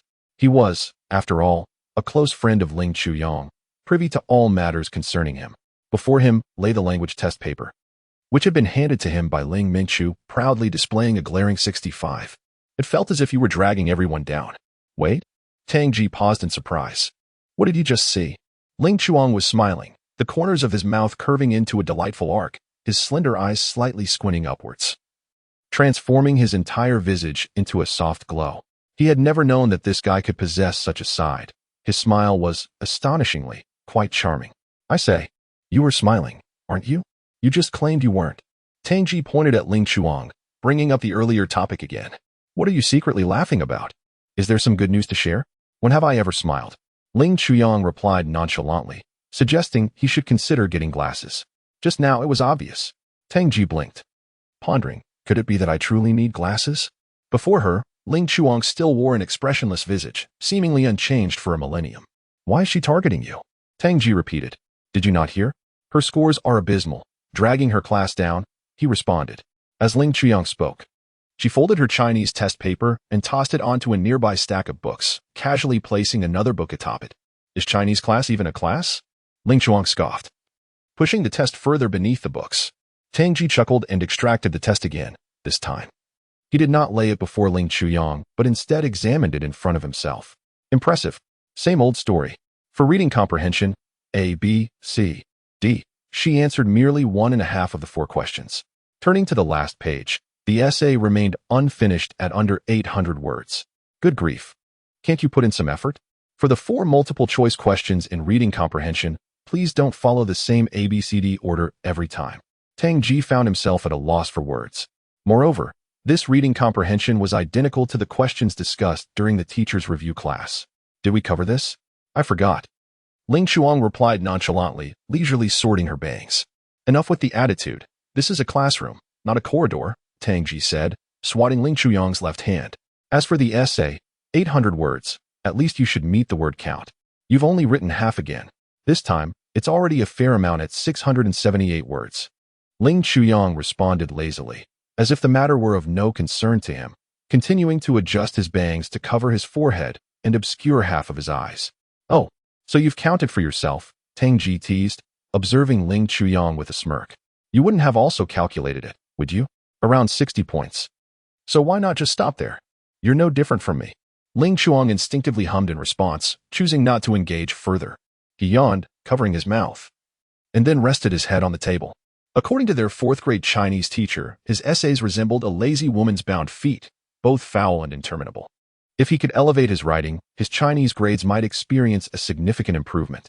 This was undoubtedly true, yet the question remained, how to enhance his skills? The teacher advised that extensive reading would refine his language instincts. He had read, yet it bore little fruit for his writing. His reading comprehension, however, had improved markedly, and he no longer lost points. The teacher also suggested reading exemplary essays, first to imitate, then to compose independently. He had read and attempted to imitate, but when it came time to write, he either pieced together disjointed phrases or found himself at a loss for how to begin, unsure of what to express. Or he would complete 800 words without adequately conveying his thoughts. In summary, borrowing a phrase from Zhuge Liang's memorial on the expedition, his writing was a muddled affair. Rather than viewing Chinese as his struggle, it would be more accurate to say that writing was the true source of his anguish. Alas, he and Xiao Yangong could certainly be regarded as kindred spirits in their difficulties. Yet Tang Ji understood that Ling Chuang was different. He was unstudious, often dozing in class, neglecting assignments, fabricating words for his essays, and treating exams with a casual indifference. He had not always been this way. Tang Ji couldn't help but reminisce about his middle school days. At that time, Ling Chuang was indeed the illustrious figure of Dishi Town Middle School. With outstanding grades across all subjects, he had never ranked outside the top 5 in his grade. Although there were only 5 classes in each grade at Dishi Town, that still amounted to over 300 students. Back then, Ling Chuang sported a neat buzz cut, devoid of bangs. His slender eyes paired with a cool demeanor earned him the title of the school's heartthrob. The drawer was never short of love letters, with Xiao Yeye from class 4 being one of the contributors, blissfully unaware that her affections were known. What a contrast to the present. To be precise, what transpired from the beginning of the first year of high school? No, it began earlier, perhaps with the middle school entrance examination in the 3rd year. Or perhaps it traces back even further. However, the turning point became evident when the results of the 3rd year examination were released. Ling Chuyang, who usually excelled, scored a mere 95 out of 150 in Chinese, a subject in which he typically scored over 90.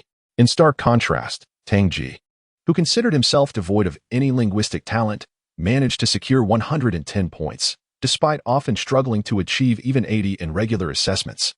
It made one wonder if Ling Chuang had dozed off during the exam. Nevertheless, he still managed to enroll in Yunling High School. However, in the first-year class allocation, he was placed in the ordinary class 4. During the first month's mock exams, Ling Chuang topped class 4 and broke into the top 50 of the entire school, much to the delight of their homeroom teacher, Sun Wei, who beamed with pride, considering him the gem of class 4. This was indeed the Ling Chuyang everyone had come to expect. However, 2 months later, Ling Chuyang inexplicably underwent a transformation.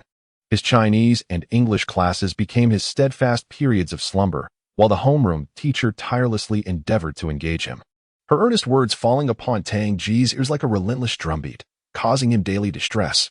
Despite the professional focus surrounding them, Ling Chuyang remained resolutely indifferent to the expectations placed upon him. As time passed, Tang Ji suddenly noticed that Ling Chuyang's hair began to cascade over his forehead, inching towards his eyes, and he grew accustomed to standing in the corridor during breaks, gazing at the scenery near the stairwell.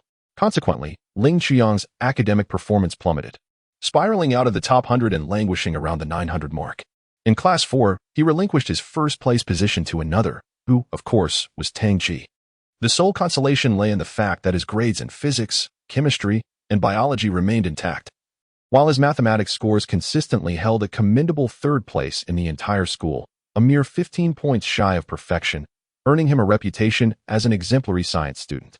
His history, geography, and political studies scores were passable, yet he epitomized the archetype of a student struggling in Chinese and English. What was the cause? Ling Chuyang remained silent, and naturally, Tang Ji was left in the dark. Thus, they drifted through to the winter break before their 2nd year of high school. Curiously, during this winter break examination, Ling Chuyang's scores rebounded, propelling him into the top 300 of his grade, nearly matching Tang Ji's performance. Could it be that he had a moment of moral awakening, realizing he had neglected the concerns of those around him over the past year and a half? Tang Ji glanced at the drowsy Ling Chuang and sighed. It was already the latter half of the 2nd year. Did he intend to continue in this manner? His inquiries were once again deftly sidestepped by this boy, which explained why his own writing had never improved. It seemed he had a tendency to stray off topic far too easily. Who was it that had caused such a ruckus? Ling Chuang raised her head and beheld Ling Minchu standing at the podium, her round face adorned with a beaming smile, which appeared even more plump than before. Subsequently, she lowered her gaze, rummaging through the drawer to retrieve her headphones, which she promptly inserted into her ears. A friendly reminder echoed in the air. Dear all, there are 13 minutes remaining. Please take a moment to review your Chinese test papers and rectify any incorrect answers. Tang Ji rolled her eyes in exasperation. Why bother checking answers beforehand? What purpose does the teacher serve then? Truly redundant. She shielded her face with the test paper and leaned against Ling Chuang. How does one even check the essay answers? 13 minutes left, just enough time to relax a bit longer. As they prepared to revisit the teaching style of their Chinese instructor, Ling Minchu surveyed the classroom. When posing questions, simply state the answer if you know it. The classroom erupted in a chorus of responses, regardless of correctness. Ah, this is quite amusing, Tang Ji remarked, lowering the test paper from her face to cast a sidelong glance at the person at the podium. Oh, it's that round-faced girl with the glasses. Grinning from ear to ear, seemingly oblivious to any intent of stepping down, still continuing her discourse. If you don't know, just admit it. Laughter rippled through the classroom in response. All right, everyone, let us prepare for class, the individual at the podium said with a smile as she descended. Now, this is intriguing. Tang Ji mused, observing the girl's charmingly innocent demeanor, which starkly contrasted with her earlier boisterousness and the fiery temper displayed in the corridor. My, how swiftly this girl can change her demeanor. Tang Ji reached out to poke the buzzcut boy in front of her. Who is that? Which one? The boy in front turned his head and adjusted his small black glasses perched on his nose. He was the one who had just spoken on the podium. Addressing the round-faced girl. Oh, her. The boy with the small black glasses and a crew cut blinked and paused before stating, I don't know her. Seriously? Must you breathe so heavily while speaking? Tang Ji's lips twitched as he patted his chest and glanced at the boy with the crew cut. What is your name? Handsome? Oh, I'm Su Renming, with Ren meaning benevolence and Ming meaning brightness. I hail from class 10 of the second year. Su Renming finished speaking, blinked, and then inquired, and you, what is your name, handsome guy? Tang Ji pointed to the name on his Chinese exam paper. Tang Ji. Tang isn't great? Not bad. You can hold a conversation, Su Renming exclaimed. Oh, that name. What was it again? He leaned forward, smiling, but still unable to catch the name. After hearing this, Tang Ji suddenly felt an urge to punch someone. Calm down. He revealed a radiant smile and said, I'm Tang Ji, Tang from the Tang dynasty. And you Qi Ji. And him? Su Renming pointed at the sleeping Ling Chuyang. Ling Chuyang, Tang Ji replied in a nonchalant tone, guessing that Su Renming didn't know him either. However, he was surprised to hear Su Renming exclaim, oh, so it's him. You know him? Tang Ji looked at Ling Chuyang then back at Su Renming. Looks like little Yang has become quite the campus celebrity, has he? I don't know him. Su Renming adjusted his glasses and paused. But I've heard of him. All right, you're impressive, Tang Ji remarked. Tang Ji shook his head, declaring that the day was not conducive to conversation. Oh, how he had digressed. Who was that girl? He inquired. What was her name? Tang Ji momentarily failed to catch the words, blinking in confusion. How were those characters written? Ling Chongyu, beside Ling Mechu, shot a glance at Tang Ji and spoke slowly. Could you perhaps keep it down? It's quite noisy. You're not asleep, are you? What are you listening to? Tang Ji took the earplugs from Ling Chongyu's ears. No sound? TCH. He tossed them back, realizing it was merely a ruse of feigned slumber. Su Renming passed a notebook to him, pointing to the characters inscribed within. Thank you. Tang Ji replied, shifting his focus to the language exam paper as class was about to commence. Leaning forward, he suddenly burst into laughter upon noticing Su Renming turn his head. Unable to resist, he playfully tapped Ling Chongyu. You're quite noisy today. Ling Chongyu leaned against the wall, slightly irritated. Tang Ji nearly laughed tears, realizing the uncanny similarity of names, suddenly grasping the meaning behind the remarks in the corridor. Ling Chongyu shot a glance at Tang Ji, slightly pouting, remaining silent, stifling a yawn, and continued his pretense of slumber. Ha ha ha. Ling Chongyu, Ling Minchu, Tang Ji repeated. Marveling at the existence of such similar names, I have finally witnessed it today. What a joke. Is this never ending? Ling Chongyu retorted, grabbing a book and hurling it towards Tang Ji. Tang Ji, smiling, deftly dodged, the book landing with a thud on the floor behind him. Oh, you too, quite nimble, aren't you? A melodious female voice resonated nearby, exuding an air of cheerfulness. Who could it be, so flamboyant? Ling Chuyang turned his head and beheld a figure clad in a sweeping black trench coat, nearly grazing the ground. A delicate hand emerged before him, reaching for the newly discarded textbook of Chinese literature that he had tossed aside. Classmate, textbooks are instruments of knowledge, not weapons for assault. You have contravened our school's ethos of unity and kindness. With a smile, the figure placed the book on Ling Chuyang's desk. Before he could discern the countenance of the mysterious individual, she had already strolled towards the front of the classroom. Who is that? Ling and Chu Hua exchanged glances, then, in silent understanding, bowed their heads and retrieved their books, immersing themselves at their desks. Could she be the Chinese literature teacher from class 5? It is said that she has an affinity for long coats, particularly those in black. How was your winter break, everyone? The figure in the black coat inquired as she walked. Was it good? Or perhaps not so good. Various voices rose in the classroom, accompanied by laughter. For those who found it less than satisfactory, share your stories so we can all enjoy a laugh. The black-clad teacher paused at the second row. I believe I heard your voice, Fong Di. Laughter erupted. Come on, share with us. Let us all have a good time. Well, I shall not hold back. Fong Di said, rising confidently from his seat and turning to face the class. Allow me to set the ball rolling, so we can all share in some merriment. Ah, look at that girl. Tang Ji raised his head from his book. Isn't she the one who changed seats with the new girl yesterday? Does it concern you? Ling Chuang replied leisurely, not lifting his gaze, still engrossed in his studies. No. He chuckled softly. I know someone is connected to you. Just wait for that enchantress to deal with you. Ling Mingchu, are you out of your mind? Ling Chuang shot a glare at the foolishly grinning Tang Ji, stepping hard on his foot beneath the desk.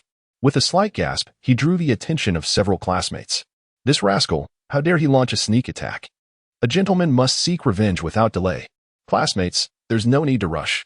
Our teacher Ding cherishes equal opportunity for all, Fong Di remarked, glancing towards the back door of the classroom, then at the figure in a dark coat. Teacher, that's the new student, isn't it? May I go first? Certainly. The teacher replied, raising her left hand to signal Fong Di to sit down. She then pointed delicately at the two students by the back door. The one on the right may speak first. All eyes turned towards the back of the classroom, where Tang Ji and Ling Chuang stood. I. Tang Ji stammered, unsure of what to say as he shot a fierce glare at Ling Chuang beside him. Suddenly, he recalled who had just spoken. I can't. Laughter erupted in the classroom after a brief pause. If I can't, then it will certainly draw everyone's attention. No, but I can't help but speak up. Someone remarked. It turned out to be a new arrival. A murmur of conversation spread across the front of the classroom. Amidst the laughter, Ling Chuang seized the opportunity to scrutinize the Chinese teacher clad in a black trench coat. She wore a long black woolen coat over a knee-length woolen skirt, with a blue and yellow scarf tied around her neck. Her straight hair was parted in the middle and tied at the back, framing her delicate features. Her complexion was slightly tanned, and her prominent eyebrows and large eyes radiated the spirited aura of a northern woman. With a beaming smile, she stood by Fong Di's desk in the second row, gazing at them. Could she be the Chinese teacher, Haimadan, from class 5? That's right, said her deskmate. Haimadan's voice echoed from the front of the classroom. Ling Chuang stood up, blinked, and replied, I won't either, teacher. This elicited another wave of laughter from the classroom. Ah, it seems they were unprepared, Ding Kailan observed, looking at the two boys who had just been animated but now wore embarrassed expressions. Why don't you introduce yourselves briefly with 2 or 3 sentences, so the teacher can get to know you? She suggested, gesturing for the left side to begin. Ling Chuang and Tang Ji exchanged glances, their eyes instinctively drawn to the front left of the classroom, where the individual who had misled them sat. Tang Ji blinked and cleared his throat, meeting the gaze of the crowd. At that moment, Ling Mingchu, with her round face and notorious temper, was pouting disdainfully at them. Meanwhile, with her twinkling eyes full of mirth, Gongsun Yu sat sideways by the window, observing them with a smile that blurred the lines between ally and adversary. What is going on here? Ling Chuang pondered, noting that while everyone else directed their attention towards them, she stood out in a different light. Tang Ji cast a glance at Ling Chuang, who was bowing his head, lost in thought. I am your Chinese teacher, Ding Kailing, the Dingyan gardener, the Kaiyan triumph, and the Lingyan exquisite. As she spoke, the exquisite black peony had already traversed from the second row to the center of the classroom. Following her demonstrative introduction, her delicate hand gracefully lifted. Pointing towards Ling Chuang, it's your turn now, the boy with long hair on the left. Ding Kailing, the Chinese teacher for the second year class 5, aged 32. Standing at 1.65 meters tall, favored long black attire, earning her the moniker of Black Peony, a trendsetter in the campus fashion scene. Truly, she embodied the spirit of the Black Peony. It was quite a spectacle to toss a Chinese textbook in front of the teacher. Tang Ji glanced at Ling Chuang again, who remained absorbed in his thoughts. What are you daydreaming about? It's your turn. Tang Ji gently nudged Ling Chuang's arm, squeezing out a few words through clenched teeth. Noticing Ling Chuang's raised eyebrows, he quickly reminded him, self-introduction. Introduce yourself in 2 or 3 sentences, swiftly. I'm Ling Chuang. He replied, his tone unhurried and indifferent, before taking his seat, leaving Tang Ji standing awkwardly in place. Is that it? Ling Chuang? The name lingered in the classroom, resonating with a certain charm. What characters does it consist of? The Ling from Ling Mingchu, the Chu from Ling Mingchu, and the Yang from Sunlight. A wave of astonishment swept through the classroom. Well, such a name. The surname is substantial, and the given name carries an extra character.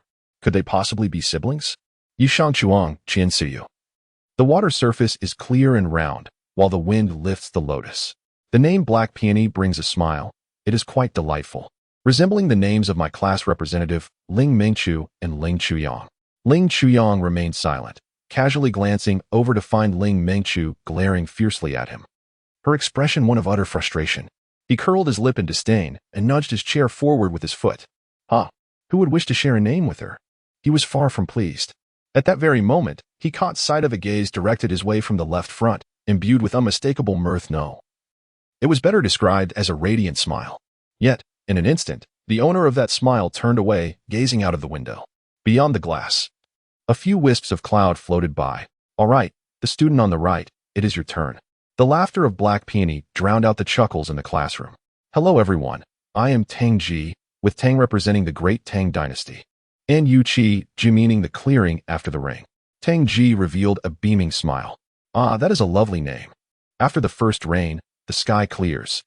And the golden breeze brings coolness. One embodies the dawn, and the other signifies the aftermath of a storm. Excellent. Tang Ji, please take your seat. The bell signaling the start of class chimed. Black Peony elegantly turned, surveying the classroom with a keen eye. Oh, we have a few new faces. Let's all introduce ourselves. Shall we? The student by the window with glasses. I am Su Riming. Your name has poetic origins? Tang Ji quietly inquired of Ling Chuang. What did the Chinese teacher just say? Morning sun after rain, the wind carries the water. How would I know? Ling Chuang cast a sidelong glance at Tang Ji, then lowered his head to rummage through the drawer, retrieving a voice recorder and grasping the black headphones in his left hand before inserting them into his ears. This Black Peony certainly knows how to play, with just a name and a poem. Unfortunately, he was indifferent to it. He was merely the rising sun. Indeed. Am I not just the clear sky after the rain? What does the refreshing autumn breeze have to do with me? Tang Ji muttered to himself, propping his right hand against Ling Chuang as he placed the other earphone into his own ear. Ding Kaling, who always preferred to arrive early, happened to catch sight of several desks stacked against the back wall of the classroom as she passed through the rear door. Has the number of people decreased? She pondered, preparing to head towards the front entrance, as she consistently disliked using the back door. Oh, what did she see? In the last row, against the wall, a boy with slightly long hair hurled a book at his desk mate. How violent. She couldn't help but shake her head slightly, judging by his hairstyle. He must be a newly transferred student. His desk mate, however, displayed impressive agility, deftly dodging the book and flashing a sunny smile. Indeed, a newcomer, unfamiliar to her. Upon closer inspection, the book that had been tossed to the ground was none other than the newly issued Chinese textbook. How remarkable! To think he actually threw a textbook? This was unprecedented in her teaching career, and right before her eyes. Just wait while I gradually take care of you too. Oh no, I mean enlighten and guide you. She prided herself not as a strict teacher, but as a benevolent one. You two certainly possess some skills. Ding Kaling smiled gently as she entered the classroom, effortlessly closing the back door behind her. With grace, she lifted her long coat with her left hand, bent slightly, and reached down with her right hand to pick up the Chinese textbook that had fallen to the floor. Then, in the presence of a boy on her left, whose face radiated sunshine, and another boy with long bangs, who looked somewhat surprised, she placed the textbook on the desk before them. With an elegant turn, she left behind a remark as she walked towards the front of the classroom. Classmates, textbooks are weapons of knowledge, not instruments of harm. You have contradicted our school's motto of unity and friendship. Ding Kaling proceeded with a graceful stride, scanning her surroundings and noticing the absence of some familiar faces, while a dozen new ones had appeared. Tang Ji and Ling Chuyang, very well. One had scored 92 in Chinese, which was 3 points below the average of Class 5, while the other had a mere 65. In that fleeting moment of placing the textbook, she caught sight of the 2 test papers laid before Tang Ji, indicating that she would need to pay close attention to these newcomers. Glimpsing at her wristwatch, she noted that there were still 6 minutes until class commenced.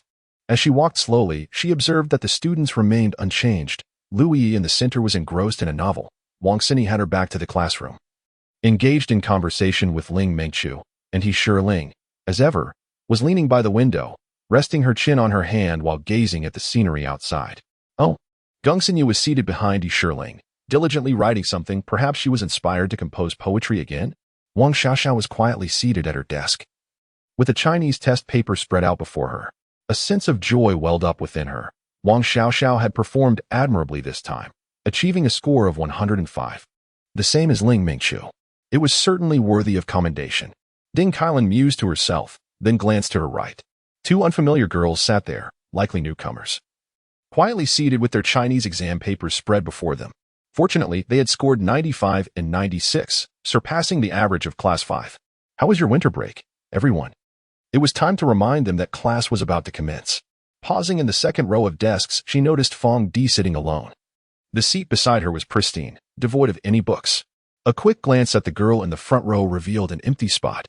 Fong Di was engrossed in her drawing, seemingly having developed an affinity for comics. Gently tapping her desk, Ding Kailan caught her attention. And Fong Di smiled as she tucked her sketchbook away into a drawer. I believe that voice belongs to you, Fong Di. Ding Kailan elegantly turned. The hem of her wool coat swirling gracefully, creating a beautiful arc as she approached Fong Di. After a brief glance at her, she redirected her attention to the students in the back row. Fong Di lowered her head with a smile and stood up with admirable poise. Ding Kailan surveyed the classroom, noticing the two boys near the back door, deeply engrossed in their desks. Their attempts at concealment were rather transparent. She chuckled softly, contemplating how to manage their antics. Or rather, to guide them. A glance at Fong Di revealed that she was now facing the class, seemingly poised to speak. It was delightful. This spirited young girl was always full of surprises. Perhaps it was best to listen to her amusing anecdotes first. Ding Kailan pondered, only to suddenly hear a soft exclamation. Who could it be? In her classroom, minor distractions were permissible, but only within the confines of her approval. Who was so lacking in decorum? Turning to locate the source of the sound, she spotted the two boys near the back door. The boy on the right glared at the one on the left, while the latter furrowed his brow. Were they about to change their tactics of attack? Very well, it was time to impart some education to them. She turned her gaze to Fong Di, who, catching her meaning, smiled knowingly and promptly made way. Let the one on the right speak first. Ding Kailan indicated with a smile. The boy stood up, scratching his head and hesitating. I don't know what to say. Oh, quite astute. He recognized her teaching style. His deskmate chimed in, Teacher, I don't know either. How delightful. Both were at a loss for words. It seemed that Ling Mingqiu had already given them a heads up before class.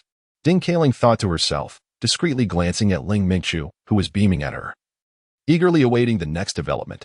Well, the intention of broaching the topic of the winter holiday was merely to remind everyone that class was about to commence. It wasn't truly necessary for them to discuss anything related to the holiday. She was well acquainted with this group of children in Class 5. If they started to chatter away, the language lesson would be completely lost. Hence, she had called upon Fong Di, who possessed a strong summarizing ability and could elucidate the matter succinctly in just a few sentences. Yet these two, having willingly stepped forward, now wished to retreat? Not a chance. Her classroom is quite casual. Students can read novels, compose poems, sketch comics, pass notes, or even doze off, daydream, listen to music with headphones, and admire the scenery outside, engaging in various activities unrelated to the lesson. However, this freedom exists only within her permitted boundaries and must adhere to two essential conditions. The two boys, however, seem to have disregarded all decorum. Do they wish to conclude this so abruptly? It proves to be more challenging than anticipated. Clearly, they are unprepared. So let us initiate a brief self-introduction. The one on the left shall commence. Success in guiding the discussion. Observing those two boys inadvertently turning their heads towards Ling Mingqiu's direction, Ding Kailan couldn't help but chuckle inwardly. How amusing. They are still but a bunch of children. Watching the two older boys standing there awkwardly, while their classmates frequently cast glances towards them, Ding Kailan felt a twinge of compassion. It is often said that a good beginning is half the battle won. Although these two students are quite disruptive, tossing books and creating chaos in the classroom, she is, after all, a benevolent teacher. Her mission is to guide and educate, to elevate their literary appreciation. Time for a demonstration. Just as she was about to deliver her usual self-introduction, the lilac blooms while the rain falls, she suddenly recalled the 65 score she had seen earlier. She pondered whether such a phrase would render them even more uncomfortable or if she should opt for a more straightforward introduction to provide them with an easy exit. To her surprise, someone else was even more direct. I am Ling Chuang.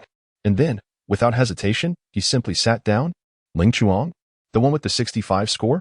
The same Ling Chuang who had been mistakenly identified as Ling Mingqiu that morning. Recalling the amusing sight of Ling Mingqiu examining her exam paper in the morning still brings a smile to my face. I wonder, what splendid characters make up her name? The boy sitting next to me provided the correct answer, causing a stir in the classroom. The sunlight filtering through the leaves after the rain. The water's surface smooth and round as the wind stirs the lotus. This imagery reminds me of a line from Zhou Bongyan's poetry. Ding Kailan chuckled softly. What a lovely name. It shares two characters with my class representative, Ling Mingqiu and Ling Chuang. Amidst the commotion, she noticed Ling Mingqiu's expression shift immediately as she quickly turned her head to glare towards the back door of the classroom. Meanwhile, Ling Chuang was also gazing in her direction, his face devoid of expression as he pursed his lips, then subtly blinked, casually adjusting his bangs. It was then that she caught a glimpse of a pair of slender, enchanting eyes peeking out from beneath Ling Chuyang's long fringe. Oh, what is this? A charming young lad attempting to look dashing. Ding Kailan chuckled again. Very well, I shall not reprimand you just yet. No, rather, I will take my time to educate you, for there is ample time ahead. To the student on my right, it is your turn. Tangji? What a delightful name. Observing Tangji's bright and sunny smile, I suppose he passes muster, certainly much better than Ling Chuang. The names of these two boys are intriguing. One represents the morning sun, while the other denotes the clear skies following rain.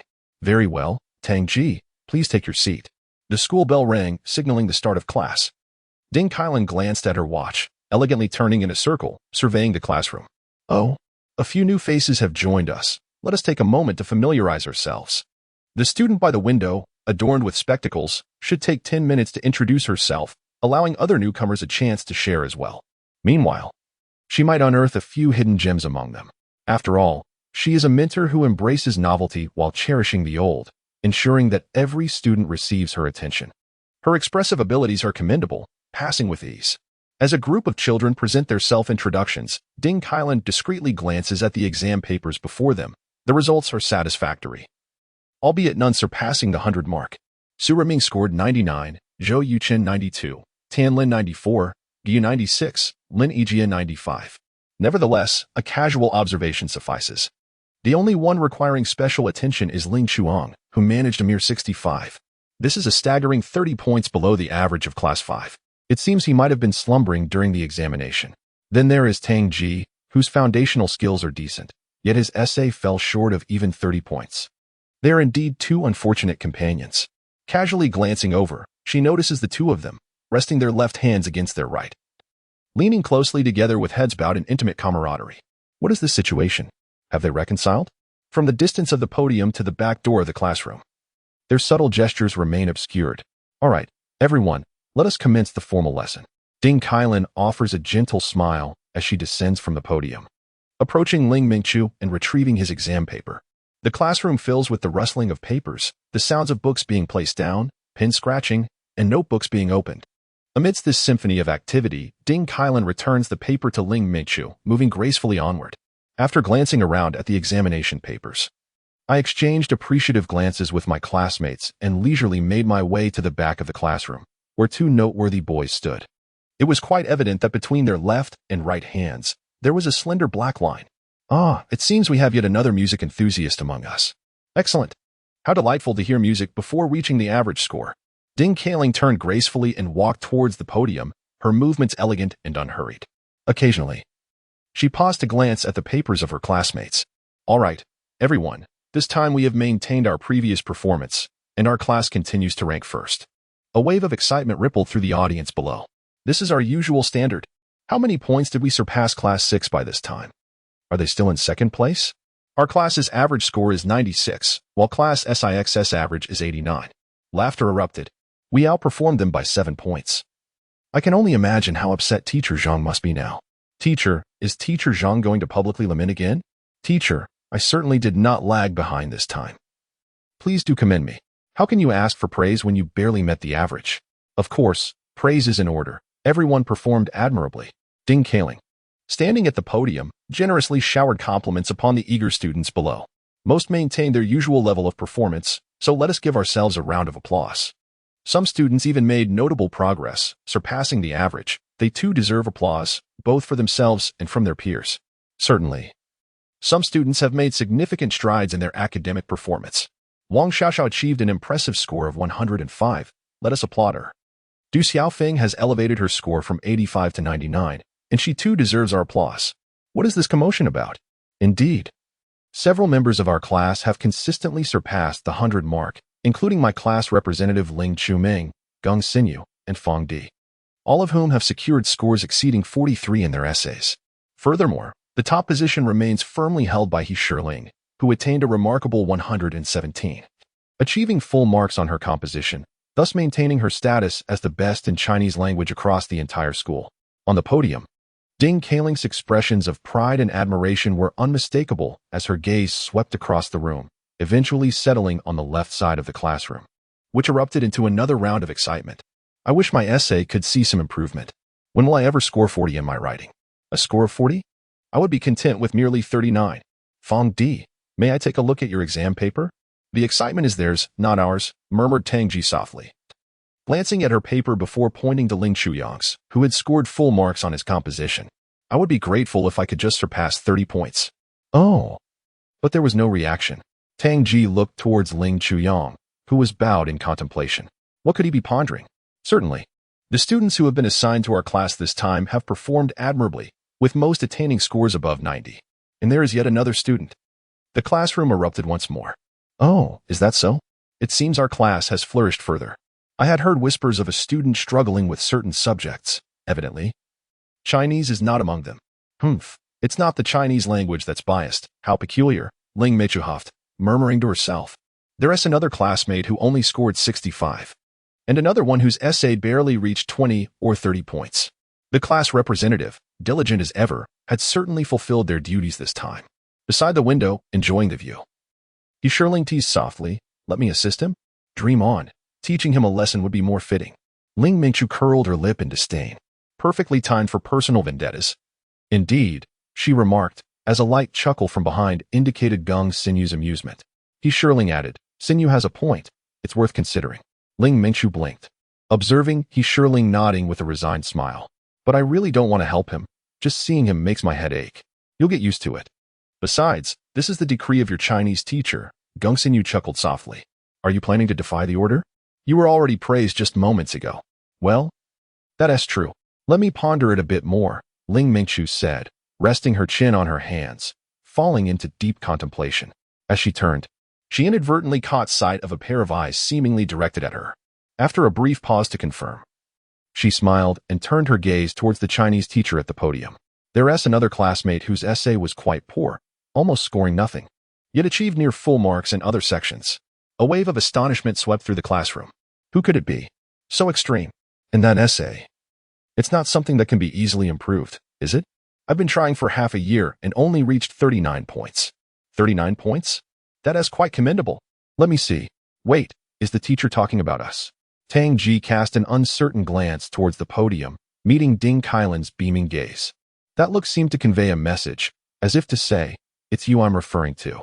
Tentatively, Tang Ji nudged Ling Chuyang beside him. Hey, is the teacher talking about you or me? How would I know? Ling Chuyang shot him a sidelong glance, perplexed by his evident delight. What is there to be happy about? You didn't even achieve an average score. Are you waiting for praise? Indeed, Tang Ji lowered his head, pondering his essay's dismal score of 27. Waiting for commendation? Simply escaping criticism would be a stroke of luck. Furthermore, given his earlier performance. Alas, first impressions can be so easily tarnished by one's own actions. Tang Ji. Huh? Was he mistaken? Did someone call his name? Or was it merely a figment of his imagination? As he scanned the room, he noticed the Chinese teacher had somehow traversed to the fourth row of the classroom, beaming at him with unmistakable warmth. Was she calling for him? This could not bode well. Surely, he was about to be reprimanded. Tang Ji, please tell the class your score for the basic knowledge section, excluding the essay. 65 points, he replied hastily, tossing his headphones into the drawer, uncertain whether he was facing fortune or misfortune as he stood up and rubbed his neck. The classroom erupted in murmurs. Wow, impressive. Excluding the essay, he scored 65 out of 70. Oh my, which class is he from? Indeed, a score of 65. That is 3 points higher than my class representative and 2 points less than He Shirling. Amidst the chatter, Tang Ji discerned the voice of the Chinese teacher. Was she actually praising him? Was she truly commending him? Looking up momentarily, I wondered, where is the Chinese teacher? When did he arrive beside me? Learning indeed requires a method, I mused. A boy as radiant and charming as Tang Ji must be eager to share his study techniques with everyone, right? Indeed, yes, teacher. Tang Ji promptly nodded in affirmation. The teacher was praising him, yet he hadn't clearly heard Ding Kailan's request to share his learning strategies. Oh, understood. With a cheerful demeanor, Tang Ji sat down, feeling as though he were walking on clouds, slightly dizzy from the lightness. The Chinese teacher was indeed commending him, not criticizing, and even encouraging him to share his methods. Lost in a blissful grin, Tang Ji failed to notice the glance that Ling Chuang cast in his direction. He was only aware of the teacher's beaming face, which was filled with admiration for him. Share study techniques? Meanwhile, Ling Chuang placed his left hand into the drawer, set down his headphones, and fumbled to switch off his portable music player. He couldn't help but admire the teacher, who was truly exceptional and possessed profound strategies. Observing Tang Ji's expression, it was clear that future Chinese classes would revolve around him. As for himself, it seemed that in future lessons, he would be unable to nap, listen to music, or engage in any distractions. Another classmate, Ding Kailan, glanced at Ling Chuang, who was momentarily distracted, recognizing his untapped potential. Sharing the same surname and given name as my class representative, it was natural that his performance in Chinese would also be commendable, wouldn't it, Ling Chuang? Certainly. At this moment, one could afford to be a little distracted. I faintly heard the language teacher calling out his name and hurriedly glanced over, only to meet Ding Kailan's gaze, which held a rather intriguing smile. What could that expression mean? Could it be that it was his turn? The thought of his 65-point score on the language exam sent a chill down his spine. Ling Chuang stood up with decorum, lowering his head in anticipation of her admonishment. Ling Chuang, your paper is very clean and tidy. Your handwriting is exquisite. You must have practiced calligraphy, haven't you? Our class bulletin board could use some new members. Ling Chuang watched as a pair of delicate hands withdrew the language exam paper from in front of him. It was indeed neat and clean. With half of it left blank, that certainly contributed to its tidiness. A sudden shock coursed through him, his handwriting, beautiful. Was that truly a reason for praise? It seemed unrelated to his exam score. Oh, right. Our language interest group is still in need of 2 members who have beautiful handwriting and have practiced calligraphy. Ling Chuang, would you mind showcasing your calligraphy skills? The language interest group? He readily agreed. That was the voice of Gung Sinyu, bright and laced with evident mirth. This is a recommendation from the teacher, you know. Agreed, he replied, albeit reluctantly. He had little enthusiasm for the language interest group. What connection did it have to him? Language was merely a subject, wasn't it? Yishirling, Fong Di, what are your thoughts? Ding Kailan inquired, turning towards Fong Di after noticing Yishirling's subtle nod and smile. Amidst the laughter, Ling Chuang discerned the voice of the Chinese language teacher. The Chinese interest group originally had 4 members, all of whom have unanimously approved. Ling Chuang, what is your opinion? Ling Chuang cast a fleeting glance towards the front left of the classroom, where a certain individual rested languidly on his chin, twirling a pen, his gaze playfully directed towards her. Upon noticing her, his eyes blinked slightly, his lips curving into an exquisite arc, his face illuminated by a radiant smile. Against the backdrop of the bright sunlight streaming through the window, the azure sky, and wisps of delicate clouds, she appeared both refreshing and dazzling in her blue and white school uniform, embodying tranquility and beauty. She stood there, frozen in time, akin to an everlasting white marble sculpture. Reminiscent of 3 years ago, a sight impossible to overlook or deny. Very well, teacher, Ling Chuang replied, suddenly feeling somewhat bewildered. Coupled with Tang Ji's incessant encouragement from the side, her mind inexplicably assented. The teacher's endorsement echoed in her ears. Ling Fei had also participated, and she was among them. Teacher, may I join as well? Tang Ji inquired, raising her hand unexpectedly. Certainly, Ding Kailan responded promptly. What do you all think? Yes, agreed, came the voices of Fong Di and Gung Sinyu. Amidst the less than enthusiastic gaze of Ling Mingchu and the smile of Yishirling, Ling Chuang found herself somewhat dazed, hearing the bright voice of the Chinese teacher. Well, our Chinese interest group members are all present today. Now, let us begin discussing the exam papers. What is your situation? Ling Chuang glanced at Tang Ji, who was still grinning foolishly with delight. What is wrong with you? Tang Ji, with a beaming expression, managed to squeeze out a few words through his teeth. Have you lost your mind? Coming to his senses, Ling Chuang softly reprimanded Tang Ji. What are you planning to share? Is it about martial arts literature or the fact that your essay was poorly scored? Ling Chuang cast a glance towards the teacher on the left side of the classroom and raised his hand to cover his mouth. And what about that so-called Chinese interest group? What relevance does it have to us? You even took the initiative to volunteer. Naturally, I intend to share methods beyond just essay writing, Tang Ji replied with a radiant smile. Did you not hear what the teacher said? Stop joking. Ling Chuyang shot a glare at Tang Ji. Have you lost your wits? You are the one lacking sense, Tang Ji retorted, rolling his eyes at Ling Chuyang. He leaned closer with his right hand covering his mouth.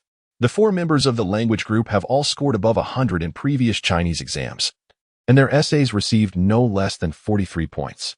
My essay scores are dismal, so of course, I had to join proactively. As for you, hesitating and dawdling.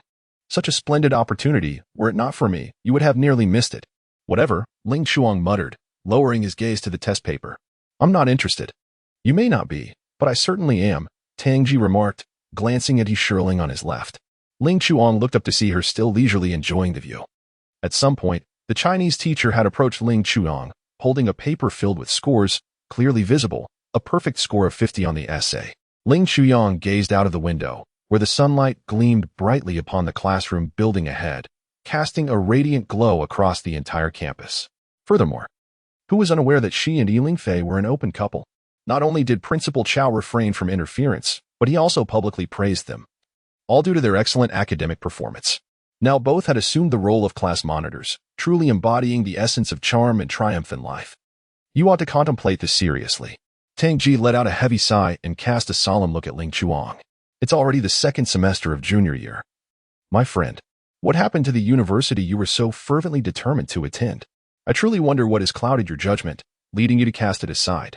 You are the one whose mind seems muddled. Such a rare opportunity to engage closely with the top 5 students in the school is not something everyone can encounter. Why should we let it slip away? Tang Ji's words rendered Ling Chuyang speechless.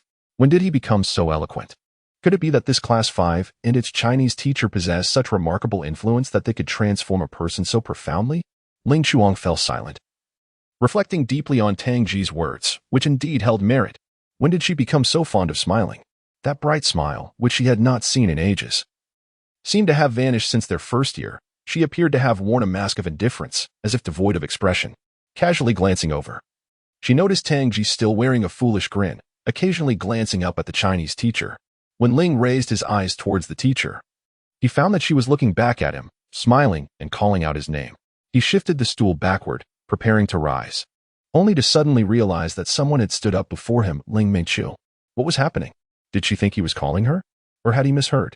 Uncertain, he glanced at the Chinese teacher, and then saw Ding Kaling smiling. Her eyes slightly squinted in confusion as she looked at Ling Meiqiu. It dawned on him that it was indeed Ling Meiqiu who had misheard. Convinced he had not been mistaken, he stood up. Oh, why are both of them standing up? Someone remarked in the classroom. Teacher, who are you calling? Laughter began to ripple through the room. Ah, it seems my Beijing Mandarin is not quite standard enough. Ding Kaling chuckled, articulating her words with care. I intended to ask that boy, Ling Chuang, not my class representative, Ling Meiqiu. Class representative, please take a seat. Ling Chuyang caught Ling Meiqiu turning her head once more, delivering him a fierce glare. If looks could kill, that glance from Ling Meiqiu would surely send him to the afterlife. Lowering his head, he examined his test paper and quickly shifted his gaze to Tang Ji's paper. What had been written? It was barely legible. He began to read the answers haltingly. In the morning, I toil in the fields. By the moon, I return with my hoe. I gather chrysanthemums by the eastern fence, leisurely gazing at the southern mountains. How can I secure a grand house of 1,000 rooms to shelter all the world's cold scholars in joy? The winds and rains do not shake me. I stand firm as a mountain. How can I bow and bend to the powerful, forcing myself to wear a smile? Ding Kaling smiled. Very clever, indeed. Knowing how to leverage support. Raising her gaze, she noticed that the Chinese teacher had, unbeknownst to her, made her way to the last row of the classroom, a distance of 2 desks away from 4 students. Thus, she must have just seen him reading Tang Ji's examination paper. I don't know, teacher. Ling Chuyang blinked, no longer concealing her uncertainty. Ding Kailin chuckled softly, signaling for Ling Chuyang to take her seat. She harbored a particular disdain for students who feigned understanding. Honesty is paramount in life, after all.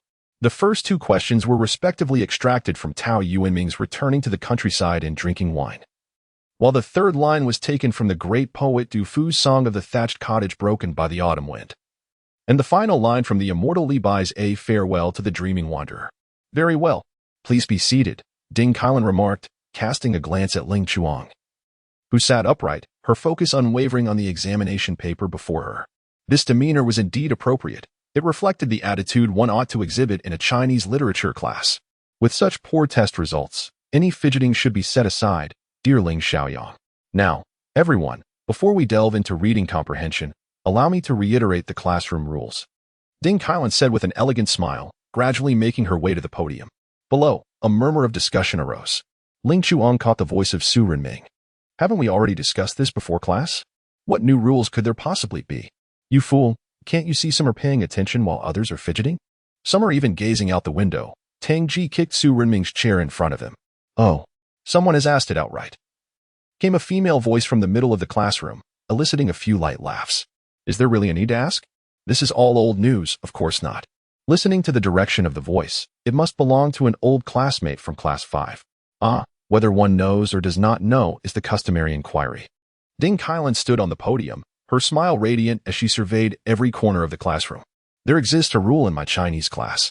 Now, my class representative, Ling Mingchu, would you kindly elucidate for everyone? 1 is casual and 2 are prerequisites. Oh, how novel. There is another casual one too. Tang Ji turned to Ling Chuang and whispered with a chuckle, isn't there an ice cream flavor called casual? Ling Chuang shot Tang Ji a glance. For he was not a young girl fond of ice cream. So how could he know? It seems, perhaps there is. In the front row, Su Renming leaned back slightly. Indeed, there is, he confirmed, while his deskmate, Zhou Yuqin, turned his head. The 4 of them exchanged glances, intrigued, and decided to listen to the explanation. Ling Mingchu rose, adjusting the hem of her school uniform. In Class 5's Chinese class, we advocate for democracy and freedom. The notion of being casual allows one to engage in little personal activities, such as reading novels, composing poetry, sketching comics, or perusing other books. One may even listen to music or admire the view outside. A wave of astonishment swept through the classroom. Is it really permissible like this? Had we known, we wouldn't have hesitated to indulge in small distractions. This style of Chinese class resonates with me. Our Chinese teacher is truly remarkable. I find myself beginning to cherish Class 5 as well. Subsequently, the classroom was filled with the rustling of papers being gathered, the sound of items being pulled from drawers, and the faint whistle of a playful tune. Everyone, do not rush. There are 2 essential prerequisites for such casualness. Ling Mingchu turned to observe the middle section of the classroom where the boys were preparing to engage in their mischievous antics. What conditions? Which 2? A chorus of inquiries arose. Firstly, one must achieve a score exceeding 100 in the Chinese language examinations. Ling Mingchu smiled subtly, pondering the notion of such casualness. Did they truly believe it was akin to the unfettered selection of refreshments in a supermarket, available for all to indulge? Such naivety was amusing, indeed. Exceeding 100? What is the passing score, then? Are you foolish? Naturally, it is 120. Then we might as well behave and listen attentively. For I am still several points shy of that. Someone chuckled. I am merely 1 point away, heh. Amidst the murmurs, some sighed quietly, while others discreetly reined in their antics. On the podium, Ding Kailan maintained an air of graceful composure, her smile radiating warmth as she surveyed the classroom, occasionally glancing at the seating chart. What is the second mandatory condition? Some students were growing increasingly anxious. The second condition is that any small actions must not disturb others, particularly those who enjoy whispering secrets. They must ensure that no third party overhears them. Otherwise, Ling Mingchu paused, casting her gaze toward the newly arrived boys in the section, who were currently engaged in hushed conversations. What? The voices of Tang Ji and Su Renming rang out distinctly. Is it related to you? Ling Chuang glanced at the 2 individuals, who appeared quite enthusiastic. How could it not be? I only need my essay to score above 35 points, Tang Ji expressed with a triumphant demeanor. I achieved 99 in Chinese, just 1 point shy. He chuckled. In front of them, Su Renming adjusted his small glasses perched on his nose, tilted his head, and blinked. My deskmate, Zhou Yuqin, scored 92. With just a little more effort, we could all be free-spirited individuals. He chuckled again. Humph. Ling Chuang cast a glance at the 3 of them, shook his head, and propped his right arm against the wall. Well, naivety can indeed be a form of happiness at times. Otherwise, one would face the penalty of submitting 3 essays, each requiring a score of at least 40, to once again enjoy democracy and freedom. After Ling Mingchu finished speaking, he took a seat, leaving behind a group of students in a state of disarray. Ding Kailan observed the expressions of her students, slightly lifted her left hand, and glanced at her watch. There were 15 minutes left until class ended, just enough time to revisit the reading comprehension. All right, everyone, let's continue with the explanation of the exam paper. Come on. Gongsinyu. Ling Chuyang smiled, and upon raising his head, he met Ding Kailing's gaze directed towards him, her face radiating kindness and warmth. So that is how it is, he thought. Lowering his head to focus on the exam paper, he acknowledged the teacher's prowess. From now on, it would be impossible for him to regard Chinese as anything less than an essential subject. He stole a glance out the left window. The landscape outside was vibrant and fresh, characteristic of early spring. All right, democracy and freedom with a score above 100 in Chinese. Perhaps he too deserves a moment of enjoyment. For he is now a member of the Chinese language interest group, whose members all excel in examinations, scoring above 100, and achieving no less than 43 points in their essays. Ling Chuang unconsciously straightened his posture, grasping his pen, as he attentively listened to Gongsinyu's analysis. Diligently marking his answers on the test paper, Ding Kailing elegantly strolled through the classroom. Students on both sides picked up their Chinese language papers, listening earnestly to Gongsinyu's explanations. This is precisely the atmosphere a Chinese language class in Class 5 should embody, a harmonious blend of structure and freedom. Could someone please call out your class's mathematics representative? Thank you. Barely 2 minutes after the bell rang. Before Ling Chuyang could step into the corridor for a breath of fresh air, he heard voices near the back door. Turning around, he spotted a boy with very short hair, almost revealing his scalp, wearing a pair of slender silver-framed glasses, peering into the classroom. Upon seeing him, a glimmer of surprise flickered in his eyes, quickly replaced by a smile as he called out, "Could someone please call out your mathematics representative?" Thank you. To be precise, he had encountered Lin Maching, the mathematics representative from the second-year Class 6, in the mathematics office before. He remembered seeing Lin sitting alongside Yunling. Both engaged in grading math papers, sharing laughter as they worked. "Classmate, could you please call out?" "Thank you." Lin Maching's voice echoed again by the back door. "What is it?" Tang Ji glanced at Ling Chuang and then at the figure by the door. "Please call out your class's mathematics representative." "Thank you," Lin Maching repeated good-naturedly. "I ask you, what is it? Can't you hear me?" Ling Chuyang turned his head, his tone tinged with impatience, eliciting an exaggerated expression of surprise from Tang Jiyuan. "I'm looking for your mathematics class representative." Lin Maching found himself at a loss for words. Hadn't it been made abundantly clear? This boy was rather peculiar. If he wouldn't lend a hand, so be it. Casting a glance at Ling Chuang, he decided to walk away. "What is the matter with you? Who upset you?" Ling Chuyang remained silent, glancing at Tang Ji with his head tilted onto his left arm. Meanwhile, a voice resonated from the front door of the classroom. "Mathematics class representative. Someone is looking for you." Tang Ji raised his head, surveying the classroom. Yunling remained unmoved. Oh, could it be that the mathematics class representative of Class 5 has changed again? Shortly after, they witnessed the fiery-tempered girl, Ling Chuyang's relative Ling Mengqiu, gracefully ascend to the podium before stepping out of the classroom, her figure quickly disappearing.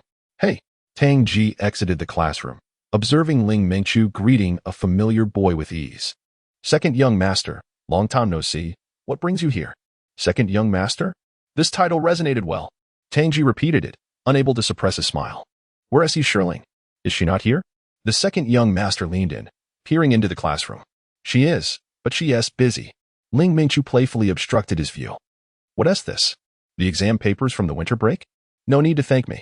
The boy wore a broad smile, scratching his head in a slightly bashful manner. Upon seeing Ling Mengqiu re-enter the classroom, he took a couple of steps forward, peeking inside, then chuckled softly as he approached. "Ling Chuang? Weren't you sleeping? Why are you standing here? It's too loud."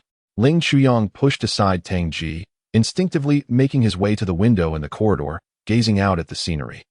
Presenting Tang Ji with a striking backdrop, the classroom buzzed with activity. Yunling remained seated, her head tilted as she gazed out the window. The test papers in Ling Mengqiu's hands had already been distributed among several classmates. Observing this scene, Tang Ji suddenly recalled a childhood rhyme, "La la la la la la. I am a little newspaper seller." He couldn't help but chuckle, stepping out of the classroom to stand beside Ling Chuang, leaning against the windowsill, smiling at those little newspaper vendors. "Hey, do you know that boy over there?" Tang Ji nudged Ling Chuang. "I don't know him," came Ling Chuyang's indifferent response, as usual. "Don't know him? Then why are you getting upset?" Tang Ji glanced at Ling Chuang, who was still staring out the window. The playground outside was devoid of any figures. "What are you looking at?" I'm asking you a question. You're quite talkative today. Am I really? Tangji pondered. You seem a bit unusual today. Suddenly, a shout echoed from the classroom. They're calling you. Tangji nudged the person next to him, but the individual appeared oblivious, offering no reaction. Ling Chuang, Ling Chuang. Where are you? A girl with a high ponytail and 2 strands of bangs falling over her forehead. Fong Di, the girl who was preparing to have them do some heavy lifting, stood in the boys' section at the back of the classroom, holding several unreturned test papers. I'm here. Tang Ji cast a glance at Ling Chuyang, who remained unresponsive, and gestured towards the right side of the back door in the classroom. Thank you. Fong Di glanced towards the entrance, approached, and placed the examination paper on the desk by the back door. Tang Ji, where is Tang Ji? The voice of a girl echoed once more in the classroom. On the left side of the back door. Whose voice is that? In the next moment, he caught sight of someone. Was she gazing out at the scenery through the left window? How had she arrived at the back row of the classroom? Tang Ji found himself momentarily stunned. Observing Yunling, he walked directly to Fong Di and snatched his examination paper away, glancing at it briefly. The corners of his mouth twitched as if he were about to smile, and he placed the paper back on the desk. In the next instant, he picked up Ling Chuyang's paper from the desk, scanned it, flipped it over to examine the back, and then set it down. Then, he noticed her looking in their direction. He clearly discerned a pronounced smile on Yunling's face, distinctly different from her previous subtle laughter. Under the gaze of that smile, Tang Ji suddenly felt a tightening in his breath. He was more accustomed to her expressionless demeanor, though that gaze inexplicably unsettled him. A faint smile, both endearing and distant, contrasted sharply with the current intensity that momentarily short-circuited his thoughts. Taking a deep breath to steady his emotions, he realized he had slightly lost his composure. He glanced around the corridor and felt relieved to find it was just him and Ling Chuang present. His heart settled, and he regained his usual calm demeanor along with his sunny smile. This is indeed the correct way to understand Tang Ji. Oh, what is Ling Chuang up to? A glance at the person beside him revealed that they were still gazing out the window at the scenery. Fortunately, Ling Chuang had not noticed earlier. Otherwise, he would have become the laughingstock of the semester. Is Xiao Yangyang smiling? Wow, a score of 98. Upon seeing that Ling Fei had only scored 78 and Yunling a mere 51, he felt a sense of pride in his own score of 68. Now, upon viewing Ling Chuyang's mathematics paper, he couldn't help but exclaim in astonishment. 98 points. That surpassed Ling Fei, the school's historical mathematics champion, by 21 points. What? 98 points? Who scored 98 in mathematics? Impossible. Ling Fei only scored 78. The classroom erupted into a lively commotion. Ling Chuang scored 98 in mathematics. Su Renming adjusted his small black glasses and kindly explained to everyone, further fueling the vibrant atmosphere in the class. Wow, is that for real? Let's go take a look. Show me, show me. A throng of students surged toward the back door of the classroom, clamoring to verify the truth. What is the fuss about? It's just 98 points, after all. Ling Mingqiu cast a glance at the crowded back door and rolled her eyes. I won't go. She shot a glance at Wang Xinyi, signaling her to understand. Xiaolingzi, let me see your paper. A paper with a score of 51 pales in comparison to the excitement over a score of 98. Yunling cast a glance at the bustling crowd and remarked with a smile. Where is it? I must see it today. Xinyu, please hold on to Xiaoling for me. Ling Mingqiu began to rummage through Yunling's desk with an expression of unwavering determination, ultimately emerging triumphantly with a mathematics test paper from her drawer. It's truly 51 points. Upon seeing the test paper, Ling Mingqiu appeared disheartened and was about to return it to Yunling when Geng Xinyu reached out, snatching it away. What are you doing? So rude. Girls should be a bit gentler. What does this mean? Geng Xinyu inquired. Pointing at the 60 points on the test paper, Ling Mingqiu had not noticed, but Geng Xinyu, seated in the back, clearly saw the back of the paper, with its neatly marked answers and a glaring 60 points.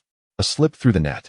Yunling maintained an air of nonchalance, as if the overlooked 60 points bore no relevance to her. Indeed, she was aware and understood. The Yunling that lingered in her memory since their first encounter 3 years ago exuded a calm composure, as if the sky could fall without causing her any distress. A subtle smile added a touch of warmth, yet it also conveyed her stance, as if she were an observer watching the play unfold, detached from the drama. Occasionally, she would reveal a radiant smile, signaling that something amusing was about to transpire. However, at this moment, her expression was one of indifference. The overlooked 60 points, the astonishingly low score of 51, In the plummeting rank of 61, this was not merely a lost opportunity to enter the elite class. Moreover, did those individuals, or rather, did Xiaolingzi, already possess this knowledge? You must provide me with an explanation. Geng Xinyu fixed her gaze upon He Shiling.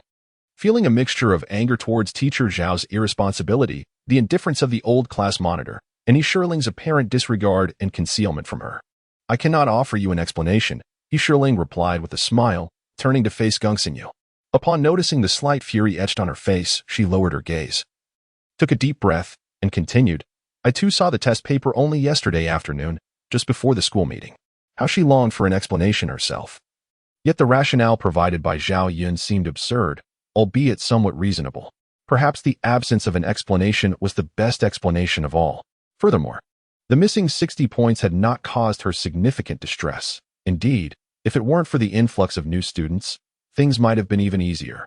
He Shiling surveyed the classroom. The girls in front were quietly examining their test papers against the answers, while the boys at the back were huddled together near the door.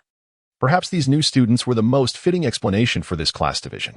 Nevertheless, regardless of the circumstances, it had already become a reality, and she would accept it with poise. She firmly believed that all occurrences were ultimately orchestrated for the most splendid of outcomes. Moreover, they were a lively and talented bunch. Were they not? Their arrival could very well be seen as a blessing. In truth, this was not a misfortune. They remained together, having never parted ways. He Shiling regained her usual demeanor. Rather than entangling herself in past grievances, she chose to embrace the present and gaze toward the future. Geng Xinyu remained silent, turning her gaze toward the window, shielding her forehead with her right hand, thereby obstructing her view of the indoor scenery. If it were to be this way, without separation, she would rather endure a brief parting. She could not attain the composure of He Shiling. The promise made 3 years ago was, after all, a mistake. Or perhaps it was time for it to conclude. Suddenly, Geng Xinyu felt a wave of melancholy wash over her. Since yesterday's school meeting, the murmurs of the crowd, those pointed fingers and audible discussions about early romance and declining grades had been unmistakably clear. Shiling was indifferent, dismissive of any need for explanation. Yet Geng Xinyu cared deeply about these so-called rumors, this absurdity. She felt an overwhelming sadness and injustice, as if she were grieving for someone who was not grieved, sympathizing for someone who felt no grievance. What was this? Ling Mingxu abruptly seized the test paper, and in the next moment, with a furious exclamation, she leaped from her seat, exclaiming, How could I have lost 60 points? The classroom fell into a sudden hush. All eyes turning to the left window where Ling Mingxu stood, holding He Shiling's test paper, standing out conspicuously among the seated students, seemingly oblivious to the attention. What was happening? Xiaoling, why were those 60 points omitted from the total score? Could the mathematics teacher truly make such a fundamental error? How could 2 double-digit numbers be added incorrectly? Was she asleep while tallying the scores? Young lady, you may take your seat now. Guo Wenwen cast a glance around the classroom and tugged at Ling Mingxu, who stood with her back turned. Each time the matter of He Shiling arose, Ling Mingxu became excessively agitated. When would she learn to remain as composed as little Shiling? The exam paper was exceedingly difficult. He Shiling smiled gently, gesturing for Ling Mingxu to take a seat, indicating that what had transpired was now beyond their control and should be accepted with equanimity. What is this nonsense? The homeroom teacher and the math instructor are utterly irresponsible. Ling Mingxu exclaimed indignantly, What is there to accept? Those two are truly perplexing. They can't even tally up the scores correctly. And they talk about class divisions. What's the point of that? Ling Mingxu's outburst ignited a wave of discussion within the classroom. They deducted 60 points? My goodness, doesn't that mean she scored 111? Is this for real? I knew it was impossible for her to have only scored 51. Indeed. How could her grades have dropped so drastically? So it turns out points were miscalculated. Ah, no wonder she didn't get into class 16. How could the math teacher make such an error? The homeroom teacher is truly negligent. How can they be so indifferent? Amidst such chatter, Ling Mingxu suddenly realized that everyone was looking in their direction. Fuming, she turned and sat down, returning the test paper to He Shiling. You hear that? Everyone is standing up for you. You must have known all along, haven't you? Observing He Shiling's calm demeanor, Ling Mingxu was struck by the thought that throughout the chaos of the past day, Shiling had exhibited no signs of distress regarding these baffling people and events. Well, since we are here, we might as well accept it. He Shiling smiled softly, turning her body and tilting her head to gaze out the window. There, a delicate cloud floated across the early spring sky, beneath the soft azure of dawn and the vibrant sunlight of spring, resembling an unopened letter awaiting discovery. What a joke. I lost 60 points. Tang Ji nudged Ling Chuang, remarking on the undeniable superiority of the other. Oh, Xiao Yagang, when did you become so humble and self-aware? Tang Ji laughed exaggeratedly, directing her gaze at Ling Chuang, who had always held a rather inflated sense of self, often dismissing others. Mutual understanding. Ling Chuang shot a glance at Tang Ji, casually picking up a pen and twirling it. She glanced towards the front left of the room where someone was staring out the window. What thoughts occupied her mind? The distance of 60 points separated them. But surely it was more than merely a floor apart. As the bell signaling the start of class rang, the chatter in the classroom persisted, showing no signs of abating. Who was criticizing me? A voice, laced with amusement, pierced through the discussions, capturing everyone's attention. Ling Chuang looked up to see a tall female teacher gracefully making her way to the podium. Her face adorned with a smile that conveyed both warmth and a sense of detachment, reminiscent of a picturesque scene viewed through glass, vivid yet slightly distant. Approximately 36 or 37 years of age, with a pair of expressive, smiling eyes, her long, dark hair was intricately braided and cascaded down her back, revealing a smooth forehead. She donned a sky-blue mid-length trench coat, which, against the backdrop of the blackboard and white walls, rendered her presence exceptionally refreshing and pleasant. This was Zhao Yun, the head of the grade, and the mathematics teacher for Class 5. It was rumored that she also served as the homeroom teacher for Class 16. In the boys' section, hushed murmurs could be heard. He recognized the individual at the podium, Zhao Yun, the youngest head of grade in the school, who had taught the second-year mathematics class after guiding them from their first year. I am Zhao Yun, of the Zhang, Wang, Li Zhao lineage. I only inquire about the toil, not the harvest. This semester, she remained the mathematics teacher for Class 5. Standing at the front of the classroom, Zhao Yun briefly introduced herself and revisited a previous query, asking, "Who was it that criticized me just now?" A profound silence enveloped the classroom. "I was," came a voice in response. Ling Chuyang turned towards the sound, noticing Geng Xinyu rising, holding back the eager Ling Mengchu seated in front of her. "It was me." Teacher Zhao, Geng Xinyu's voice resonated through the classroom, devoid of the previous cheerfulness, now tinged with a hint of coldness. Ling Chuang instinctively glanced in her direction. "Geng Xinyu? Please, enlighten me on the areas in which I require improvement." Zhao Yun's laughter from the podium prompted Ling Chuang to clear her throat involuntarily. Was this how lessons were conducted in Class 5? The class time had commenced. Surely, they should not still be engaging in conversation? Was this an exchange of banter? Having previously experienced the language class in Class 5, he had not anticipated that this youthful mathematics teacher, one of the youngest school leaders, would conduct her lessons in such a manner. There are 3 errors. Firstly, as the head of the second-year cohort, you bear the obligation to inform us in advance regarding the significant matter of class reassignment, which profoundly impacts students' learning and psychological development. However, you, our esteemed teacher, failed to take any initiative, leaving the notification to the school administration. You had 3 opportunities to preemptively address this, before the examinations, prior to the holidays, and when sending out report cards, yet you did not seize any of them. This constitutes your first error, negligence.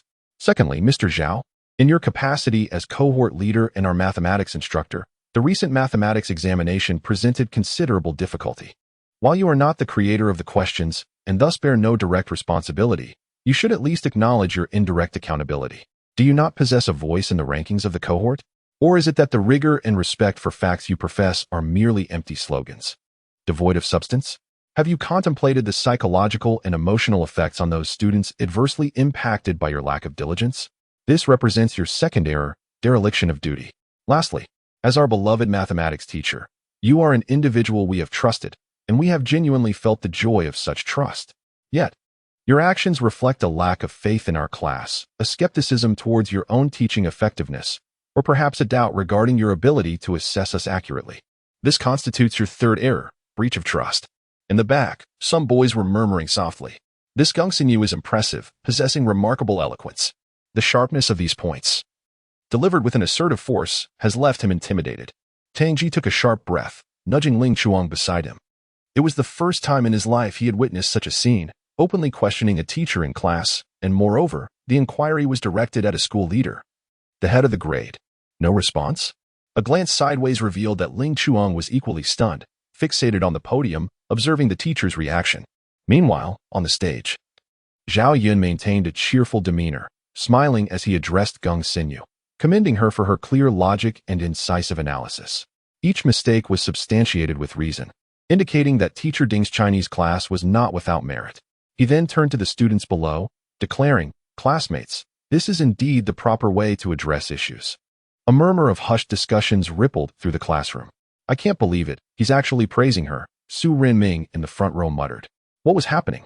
Tang Ji glanced uncertainly at Ling Chuang, pondering whether this was genuine praise or merely a fade before an impending storm. Since when could you quote classical poetry? Tang Ji looked at Ling Chuyang, realizing that perhaps the language teacher possessed a certain charm after all. The Chinese lesson had concluded, and now it was time for mathematics. Ling Chuyang cast a brief glance at Tang Ji, remaining silent, then turned his attention to Geng Xinyu, who still stood at the left side of the classroom. He was acquainted with Geng Xinyu. To be precise, he had known her since the beginning of his first year in high school. Rather than calling it an acquaintance, it would be more accurate to say that he had taken notice of her due to her constant presence alongside a certain someone. Naturally, he did not truly understand Geng Xinyu. He merely perceived her as a vivacious and cheerful girl, distinctly different from that certain individual with a gentle smile. Nonetheless, she excelled academically, which made her association with that person quite reasonable. At this moment, as he pondered the intricate situation unfolding before him, he felt a mixture of astonishment and a burgeoning admiration, even a twinge of concern for her. After all, this was a classroom, and the individual standing at the podium was none other than Zhao Yun, a prominent figure at the school and one of the 15 members of the administrative leadership. Yet, she was merely a student. What audacity and courage must she possess to forget her own identity and openly challenge the head of the grade during class? Moreover, her inquiry was not even for her own sake, but rather for another, for the individual who had been unjustly docked 60 points. What of that person? He straightened his back, gazing over the heads of his classmates, navigating through a chorus of hushed murmurs. He was unable to discern what that individual was doing at this moment, as every student in the classroom sat upright and attentive. Suddenly, he realized that perhaps this seat was no longer the most advantageous position. "Teacher," he asserted, "you owe an explanation, but not to me. Rather, you ought to address Geng Xinyu," gesturing towards He Shirling seated in front of him. "Do you not feel that you owe her a proper explanation?" A wave of uproar surged through the classroom, with voices clamoring from the front and middle sections. Indeed, an explanation was due. The teacher should provide us with an elucidation. "Teacher Zhao, you were not like this before. You owe us an explanation." Indeed, she owes us an explanation. The school owes us an explanation. The homeroom teacher owes us an explanation regarding this class division and the overlooked 60 points. Geng Xinyu voiced what everyone wished to express, but dared not say. Uncertain of whom to approach, Ling Chuang sighed inwardly, yet he couldn't help but worry for Geng Xinyu. When did he start to become so anxious and uncertain? It seemed her bond with that person was exceptionally strong. And what of that person? Their silence was somewhat uncharacteristic of her. Observing his loyal friend questioning the head of the grade with the strength of an ant shaking a tree, he began to be surprised to discover that the murmurs were emanating from the former students of Class 5. The newcomers, like him, were left in bewilderment. "Please take a seat." It appeared that everyone still harbored grievances regarding this class division. Zhao Yun wiped his forehead with his left hand, smiled faintly, then gestured for Geng Xinyu to sit down. He scanned the classroom, his gaze pausing briefly at the back door, where Class 5's homeroom teacher, Mr. Li, seemed to have been absent from the ideological mobilization work during last night's self-study session. In an instant, the conversation shifted. Geng Xinyu was indeed correct. It was truly my oversight. No, this is my fault. It has nothing to do with Teacher Zhao or the homeroom teacher. It has led to misunderstandings among the students. Zhao Yun's words were interrupted by a clear and melodious voice, one that was calm yet carried an undeniable weight, resonating with authority that could not be overlooked or underestimated. Chapter 18, The Teacher-Student Game, Part 2. He Shirling stood up. Who was it? Ling Chuyang observed someone rising from their seat, positioned before Geng Xinyu, beside Zhao Laosher's desk. It was none other than He Shirling. What connection did she have to this? After all, she was the victim. The sight of He Shirling standing elicited a mixture of surprise and joy from Ling Chuyang. Indeed, she had never been one to shirk responsibility, nor would she allow others to suffer in her stead. He Shirling's voice? Tang Ji nudged Ling Chuang, as if hearing her voice for the first time. It was distinctive, pleasant to the ear, yet infused with remarkable significance. Why had she chosen to stand again? Yes, this was indeed the first time he had heard her voice. No, rather. It was the first time in Class 5 that he had heard her voice. The last time was 3 years ago, though perhaps that memory had faded into the recesses of time. Yunling, do you have a question? You are my favorite and most accomplished class representative. Zhao Yun remarked with a smile directed at Yunling, then cast a glance around the classroom at their peers. I heard from Teacher Li that you were appointed class monitor yesterday. Surely, there will be no stormy disruptions now, Tang Ji whispered. Observing Zhao Laosher's gentle demeanor towards Yunling, it seemed a term of endearment. In Ling Chuang's heart, an ominous feeling suddenly arose. The smile on Zhao Yun's face became conspicuously exaggerated, almost insincere. Furthermore, she distinctly noticed him casting glances in her direction several times. Could it be that Teacher Zhao had already sensed something amiss? Was it truly that apparent, or was it merely her overthinking? Her first error lay in her unsatisfactory academic performance, which failed to earn the teacher's full trust, resulting in the miscalculation of this term's grades, inadvertently implicating Teacher Zhao. Consequently, she relinquished her position as the mathematics class representative, proposing that Ling Chuang assume the role instead. The classroom erupted in confusion. After all, she was the victim. Why was it as if Teacher Zhao was unjustly shouldering the blame? Who would take up the mantle as the mathematics representative for Class 5? Ling Chuang, who was she? What was the situation? Was the proposal for Ling Chuang to become the class representative serious? Tang Ji suddenly recalled the look she had given him before class. Her actions as she graded papers, and her unmistakable smile. Could it be that she was not looking at him, but rather at someone else? Turning his head, he noticed Ling Chuang with a stoic expression, fixated on a corner of the classroom, her gaze aligning with everyone else's, all drawn to that same spot. Her second mistake was failing to manage her relationships with her classmates properly. She had not maintained an appropriate distance from the boys and had been overly indulgent, which led her classmates to question the school leadership during class, citing a lack of self-discipline and insufficient class management skills. Based on this, she decided to step down from her position as class monitor and would suggest to the homeroom teacher that a new class monitor be elected during next week's class meeting. The classroom erupted into a clamor once more, as Geng Xinyu articulated the thoughts that lingered in everyone's minds but remained unspoken. Why must she resign from her position as class monitor? Was she not the victim? Why should she bear the burden of responsibility after enduring such grievances? Geng Xinyu turned her gaze towards the window, her eyes beginning to glisten with unshed tears. It was her own recklessness that had urged her to restrain Ling Mengqiu, fearing that her unfiltered words and temper might embarrass Xiaoling. Yet, unbeknownst to her, her actions had inadvertently compelled Yunling to assume the responsibilities of relinquishing her roles as subject representative and class leader, nearly dragging their Chinese teacher and the old class monitor into the turmoil as well. Was this the explanation she sought? Was this truly her intention to assist Xiaoling? Once again, she had left no room for maneuver, allowing Xiaoling to shoulder the blame for her own missteps. It dawned upon her that they were all alike, inadvertently ensnaring one another in their self-righteousness. As for my own shortcomings, I failed to timely adjust my mindset and recognize my rightful place, becoming arrogant in my privileges. Yesterday, during self-study, I had detained Teacher Li at the entrance of the teaching building, consequently depriving both my classmates and Teacher Li of precious time to alleviate their concerns. The classroom was abuzz with chatter, but as Yuling's gaze swept over the middle of the room, her cold eyes seemed to carry a warning, silencing the voices instantly. The classroom fell into a profound silence. Dear classmates of Class 5, my cherished companions, Yunling paused, whether it is separation or the unaccounted 60 points. These have become facts of the past. Rather than becoming entangled in the immutable past, it is far more prudent to embrace the present with equanimity and gaze toward the promising future. Have you forgotten our agreement from yesterday? No. We have an understanding with September. We have an arrangement with Class 5. When was this agreement made? Tangji poked the dazed Su Renming, asking, do you know? Huh? What is there to differentiate in September? Tangji gasped, seemingly confirming the rumors. Hey, what are you looking at? What? Ling Chuyang cast a glance at Tangji before redirecting his attention to the front of the classroom. The class division in September, followed by another in the winter break of senior year. Why are you in a daze? What do you know? Are you foolish? Yunling has a tradition of dividing classes 3 times every year, Tangji retorted, rolling her eyes at Ling Chuang. But that is merely a rumor. We aren't. Tangji's words trailed off. Upon reflection, it made sense. This was indeed the first class division for their current sophomore year since they entered the school. Thus, the upcoming September and the winter break would conveniently account for the 3 divisions. Consequently, Ling Chuyang's grades had risen to the top 300. It seems he is quite aware of his standing.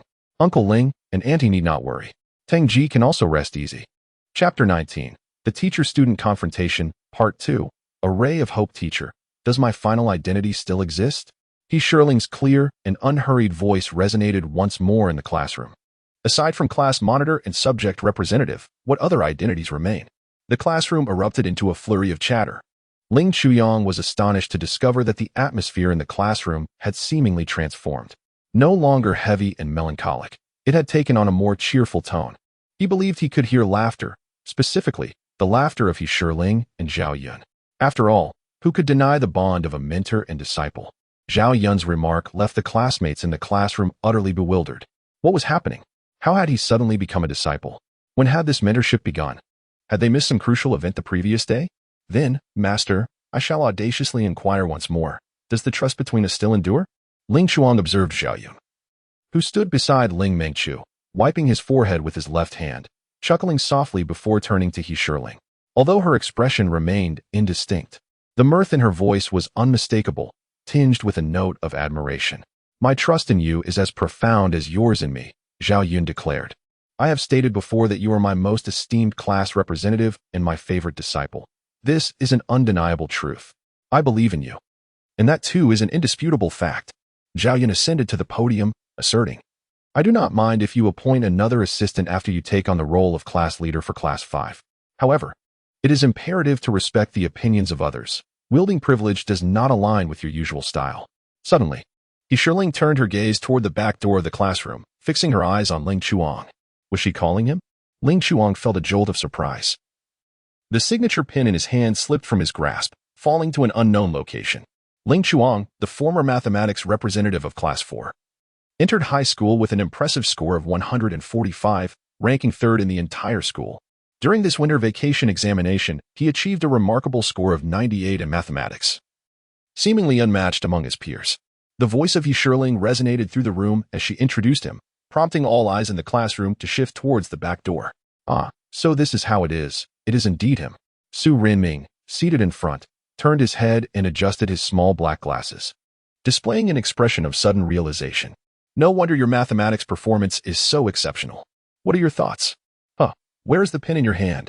Tang Ji lightly nudged Ling Chuyang, smiling as he gestured between his right hand's index finger and thumb. The conversation shifted so swiftly that no one, particularly Ling Chuyang, had a chance to respond. It was settled. I will explain it to the class advisor. He Shirling's voice echoed again in the classroom. Her gaze fixed on him with a look of assurance, as if addressing him directly. Under her watchful gaze, he experienced a fleeting moment of disorientation. A peculiar sense of familiarity washing over him, as if he had encountered that expression before, yet he could not quite recall when. Her radiant smile resembled the early spring sunlight outside, fresh and vibrant, bright yet not blinding. Awaiting your final answer. You are my representative in this subject. This need not change. On the podium, Zhao Yun observed He Shirling's beaming smile, feeling a surge of delight within. This apprentice had indeed made the right choice yesterday.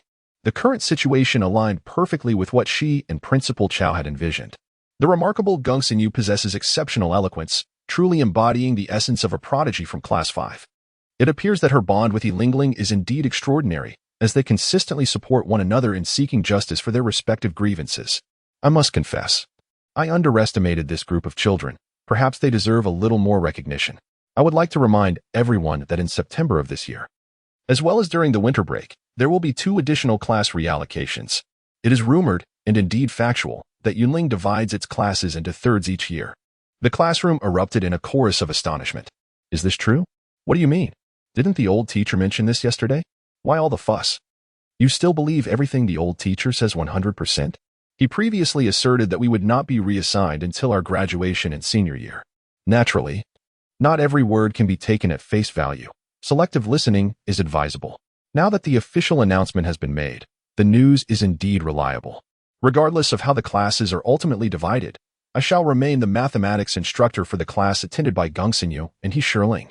Zhao Yun, standing at the podium, interrupted the discussions in the classroom, smiling warmly at the astonished expressions of the students. Who could resist liking you all, especially Class 5? He declared. Of course. You mustn't emulate my class representative or that little prodigy. Otherwise, I would be quite embarrassed. He then turned towards the direction of Yunling. Yunling, I did offer you an apology yesterday at noon, and yet you too persist in your grievances, which truly embarrasses me. After all, I am your mathematics teacher.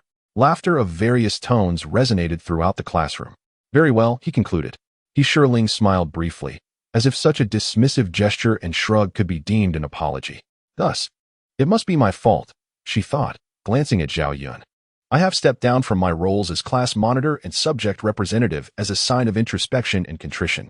Teacher, your relentless pursuit leaves me quite embarrassed. After all, I am still the subject representative and class monitor, aren't I? Ho ho ho, ha ha. Laughter erupted once more in the classroom, a cacophony of mirth. Amidst this joviality, Yunling turned to Geng Xinyu, gently patting her right hand that pushed through the crowd. You adore Wang Shifeng the most. When did you switch to Lin Dayu's team? Seeking my gratitude, are you? I'm not accustomed to expressing thanks. Yunling chuckled softly. I just relish the notion that you owe me, yet it remains unrepaid. Then I shan't repay it. Geng Xinyu sniffed, but the agreement is hereby rescinded. No way. Yunling immediately countered, if you wish to back out, doesn't that mean your debt is wiped clean? I noticed Zhao Yun standing at the podium, casting his gaze in our direction. Geng Xinyu fell silent, nudging Yunling, watching her turn away, relieved in her heart. If it cannot be repaid, then let it remain unpaid. They were both assured they would be lifelong confidants, journeying together through this life. Hey, where's your pen? Tang Ji tapped Ling Qiang's left hand, pulling him from his reverie. What are you daydreaming about? It's a sunny day. Indeed. Where's the pen in his hand? He glanced down briefly but saw nothing, likely having dropped it behind the seat. Turning to the side, he noticed a signature pin by the back door, as well as a pair of black leather shoes. Looking up, he beheld someone standing at the slightly ajar back door, peering into the classroom, a round-faced individual with large eyes, whose angry expression somehow appeared to be smiling. It was none other than his homeroom teacher, Li Shiping. When had he arrived here? His gaze was fixed intently on Zhao Yun, who stood at the podium. All right. The pre-class discussion concludes here. Let us commence with the lesson. Unbeknownst to them, teacher Zhao Yun had descended from the podium and now stood beside Ling Mingqiu, reaching over to take the test paper from Yunling's desk, initiating a discourse on the mathematics examination. Chapter 20. Indifference. Everyone's here, then. Amidst a burst of hearty laughter, a figure leaped down at the cafeteria table, startling the 5 individuals who were dining. How rude. You might choke someone. Don't you realize? Ling Mingqiu shot a glare at the figure, patting her chest, recalling the sage's adage, one should not speak while eating. Are you unaware of this? Choking you would indeed be an impressive feat, the newcomer chuckled. And you, who still adheres to silence while eating, seem to have plenty to say. Yiling Fei, I must earnestly inform you that I have no desire to converse with you at present, Ling Mingqiu retorted sharply, lowering her head to resume her meal. Yet, I wish to talk to you. What do you say? Yiling Fei laughed boisterously, playfully teasing Ling Mingqiu, while casting a glance at the other 4 individuals seated at the table. I heard you had quite an entertaining morning. What business is it of yours? You've already departed. Ling Mingqiu retorted, her tone laced with irritation. What fun is there? You seem to have an abundance of leisure. Oh dear, young lady. You speak as if you know me well. Where do you see my leisure? Yiling Fei replied playfully. Do focus on your meal. Be careful not to choke, dear. He then turned towards the other 2 individuals at the table, Geng Xinyu and Yunling, who were quietly enjoying their meal. Hey, I've been here for a while. Do I not exist? Yiling Fei gently tapped the dining table. Geng Xinyu glanced up briefly before returning to her food, while Yunling did not lift her head at all. Oh dear, how quickly one becomes forgotten. It's only been a morning. Have you both grown so indifferent to me?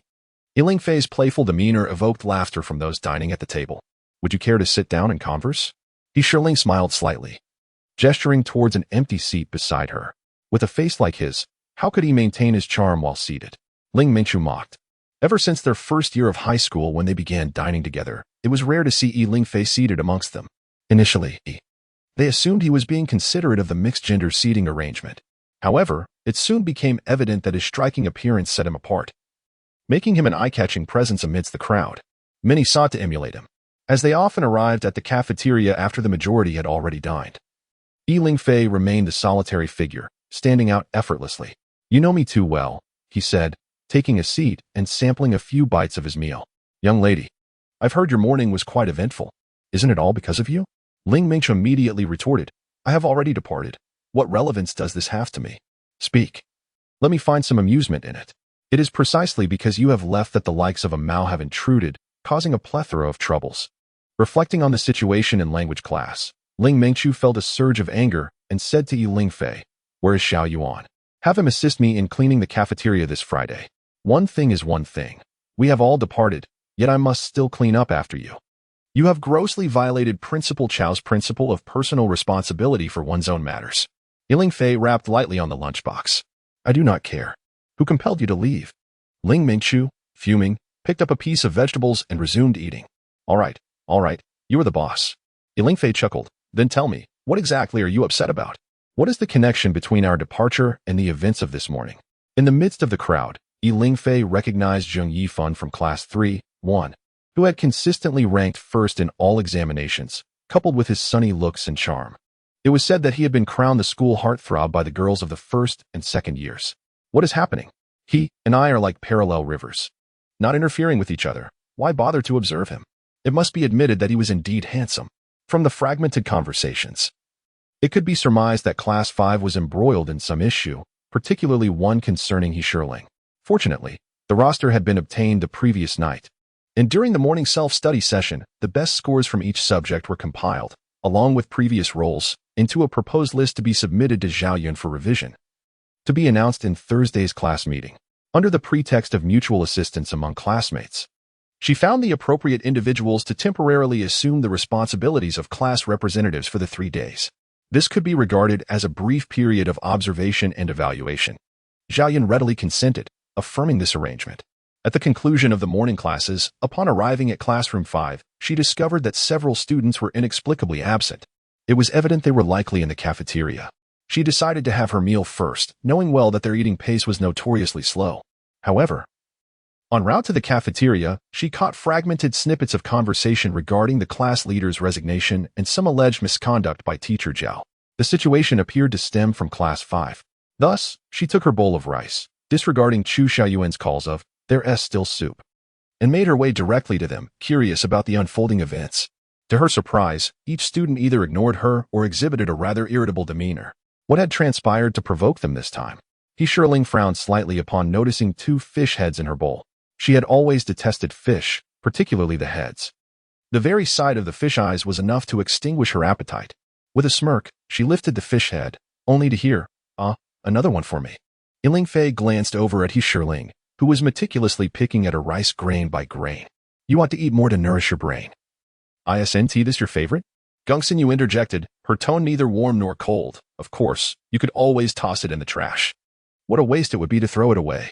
Just look at these little fish heads, so tender and rich in texture. It's merely that the chef's skills leave something to be desired. Next time, I shall bring the fish my mother cooks for you all to taste." Yunling Fei effortlessly accepted the fish head and the conversation that accompanied it. "What is happening with you all? I have heard snippets that worry me. Please, share the details." Silence enveloped the table. "Guo Wenwen, you speak," she urged. Yunling Fei cast a glance at Yunling, who remained unchanged as ever, methodically consuming her meal. Ling Mingchu was also in her usual state, her temper flaring as she glowered at everyone with discontent. Wang Xinyi, typically a chirpy little bird, was now inexplicably quiet. Gongsun Yu appeared somewhat out of sorts. Her usual confident yet understated smile was absent, replaced by an air of aloofness. When had she offended her? Yunling Fei glanced at Guo Wenwen directly across from her, who maintained her customary silence. "Where should I begin?" Guo Wenwen looked towards Yunling Fei, then surveyed the others present. The morning had been rife with events, too many to recount. Which should she choose to discuss? She herself had yet to fully grasp the situation. Should she elaborate, or keep it brief? Guo Wenwen tidied the dishes and placed them in the center, observing the others still engaged in their meals. It was her turn for kitchen duty today. Chapter 21, EU's Resolution, Part 1. Are you foolish? Just whatever. Yunling Fei took a tissue from Gongsun Yu's table, extracted one, and returned the rest. Whatever? Do you think this is a supermarket? Upon hearing those words, Ling Mingchu's temper flared once more. Ha ha ha, Yunling Fei laughed, placing her dishes down and casually pushing them towards Ling Mingchu. No way. It was agreed that you and Chu Xiaoyuan would handle the cleaning. Ling Mingchu gazed at the bowl that Yunling Fei pushed towards her, contemplating that washing a single bowl was far more worthwhile than a day of duties. All right then, she said, let's discuss who bullied you in Chinese class. Yunling Fei shifted back in his seat and replied, Merely getting angry is futile. I have told you countless times that employing methods to resolve issues is paramount. It's that Ling Chuyang, isn't it? Sharing my name led me to mistakenly believe the teacher was calling for me. I stood up, only to sit back down again. Ling Meichu tidied the chopsticks and bowl before placing them into the communal basin on the table. She turned to Guo Wenwen and said, in a moment, I will assist you with the washing. Is that truly worth your anger? You must have been daydreaming during class. You cannot blame others for that, Yunling Fei remarked. Shaking his head, he covered for your absence and joined the Chinese interest group. Does that count? He only scored 65 in Chinese. Ling Meichu pursed her lips, perplexed that the Chinese teacher would specifically endorse him. Before class, the teacher even asked me to help him more often. As if I would. Ling Chuang? Yunling Fei's expression brightened as he glanced at He Shirling, the latter still eating at a notably slower pace. So, he is the mathematics representative from class 4? That must be him. It's baffling that the Chinese teacher is oblivious to the situation. Little Shirling seems to be in a daze, even offering to relinquish her position as the math representative to him. Ling Meichu looked earnestly at Yunling Fei. Who exactly is Ling Chuang? I can't help but wonder if he has some connections. With a sudden chuckle, He Shirling and Yunling Fei exchanged amused glances. What kind of backing could he possibly have? Yet, Yunling Fei, casting a knowing glance at the still dining He Shirling, remarked to Ling Meichu, you might want to inquire with her about the reasons. How could one claim superiority when the highest achiever was none other than He Shirling herself? It was absurd for her to believe others surpassed her. All while admonishing Ling Meichu to recognize her classmates' strengths and virtues, rather than fixating solely on their shortcomings. Ling Meichu was neither the homeroom teacher nor a language instructor. She was merely a student. Did she truly need to adopt a perspective of seeking out positives for someone who had repeatedly embarrassed her? It was utterly ludicrous. Simply ignoring the matter was her most effective means of resolution.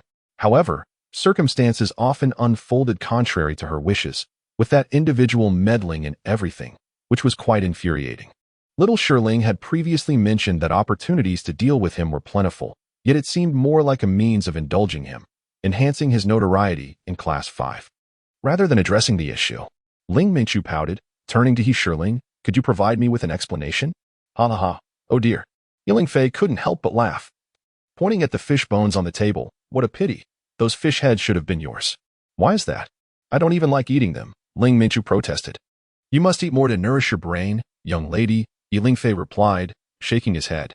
Now that he's on your territory, there will be countless opportunities ahead, won't there? What do you mean? Please clarify. What exactly is my territory? I am merely a small class representative, not the class monitor. Besides, the class monitor is about to be replaced anyway. This has been articulated quite clearly, my dear lady. Can't you perhaps consider it from a different perspective? Yunling Fei patiently explained to Ling Meichu, while the other two approached, eager to glean further understanding. Gongsinyu remained unresponsive, slowly tidying her bowl, while He Shirling maintained an air of indifference, delicately lifting her chopsticks, savoring her meal grain by grain. Let me analyze this for you. Teacher Ding has already addressed him. At the very least, he is compliant during class. This morning, he specifically requested your assistance in improving his grades, which is tantamount to indicating that you may henceforth wield the authority of a language teacher to act as you please. Furthermore, you have joined the language interest group, where you are the leader. This bestows upon you significant power, dear sister. Moreover, with the three of you present, it becomes a 3-to-1 scenario. A delightful opportunity for personal vendettas. It's truly a situation worth relishing, yet you seem upset. Are you not being foolish? Indeed, it may seem foolish. But is that truly the case? Ling Meichu glanced uncertainly at Yunling Fei, recalling that Gongsinyu had expressed something similar in the morning. She then looked at Wang Xini and Guo Wenwen before finally fixing her gaze upon He Shirling. Is it really so? Yes, He Shirling nodded. Observing Ling Meichu's expression and recalling the glances exchanged with that individual during class, she couldn't help but smile, realizing that the future could indeed hold some amusement. Accepting the napkin handed to her by Gongsinyu, she then collected the bowls and chopsticks, placing them in the basin before her, signifying her intent. Well? Ling Meichu blinked thoughtfully, and then her eyes sparkled. So, will your class monitor still hold their position? What about the subject representative? I was utterly confused during math class by both of you and Teacher Zhao. He Shirling smiled, but remained silent. Naturally, the class monitor would continue in their role, and the subject representative had to fulfill their duties as well. However, Yunling Fei interjected, what do you mean?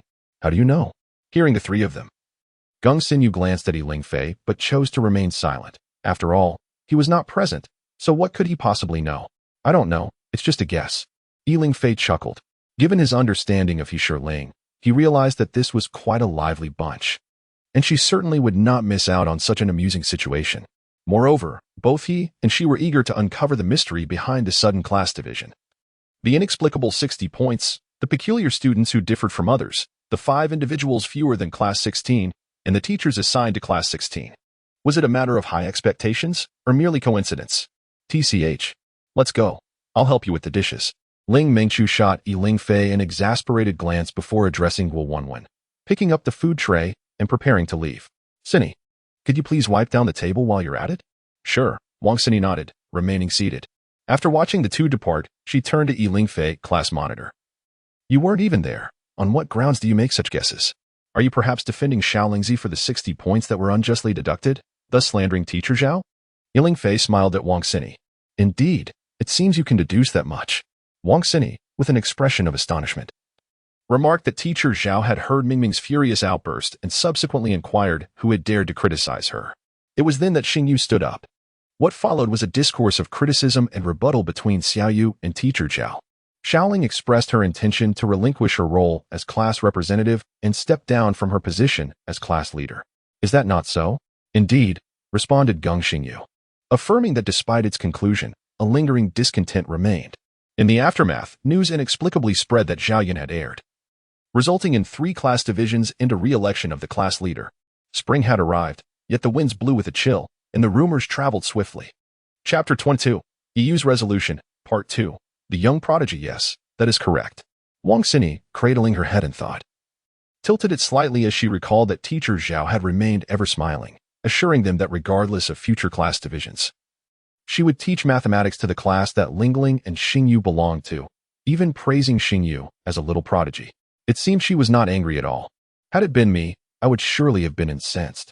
Oh, is that so? Then it appears all is well.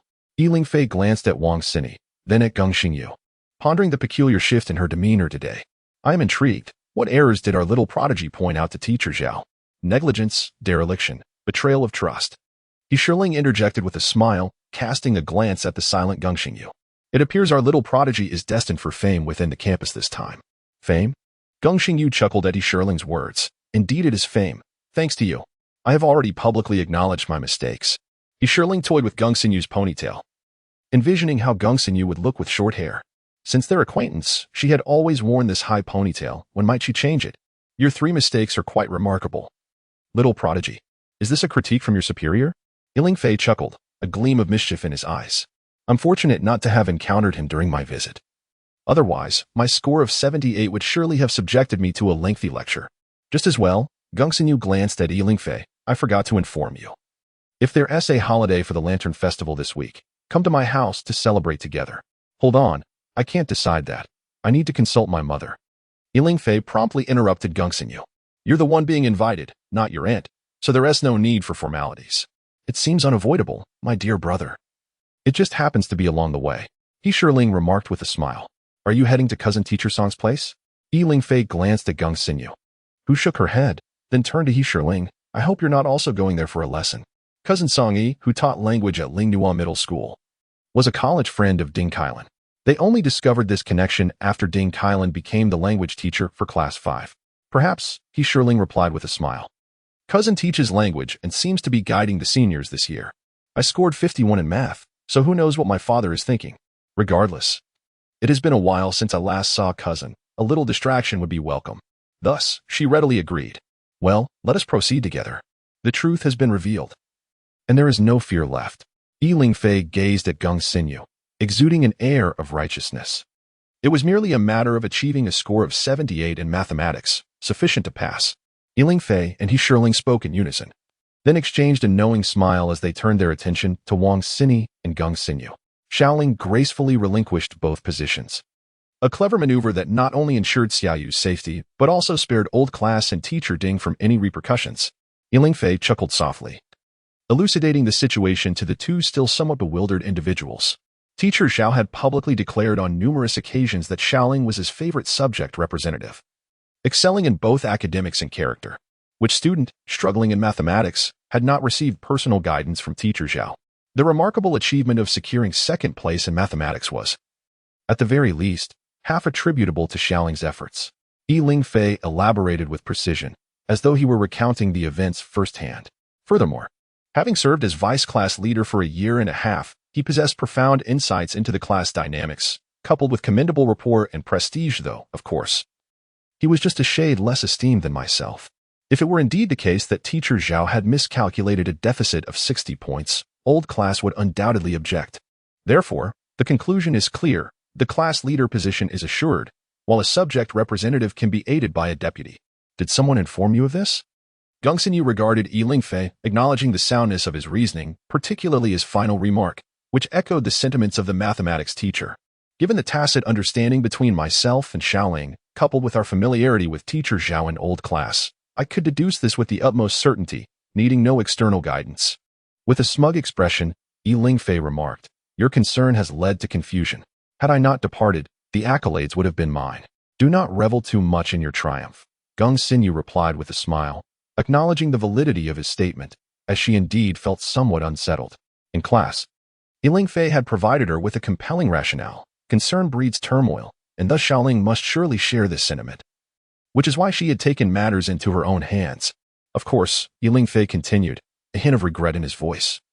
I lament not witnessing Teacher Zhao's graceful rise amidst the tumult. Suddenly, he sensed that Class 5 was destined for a plethora of unforeseen events.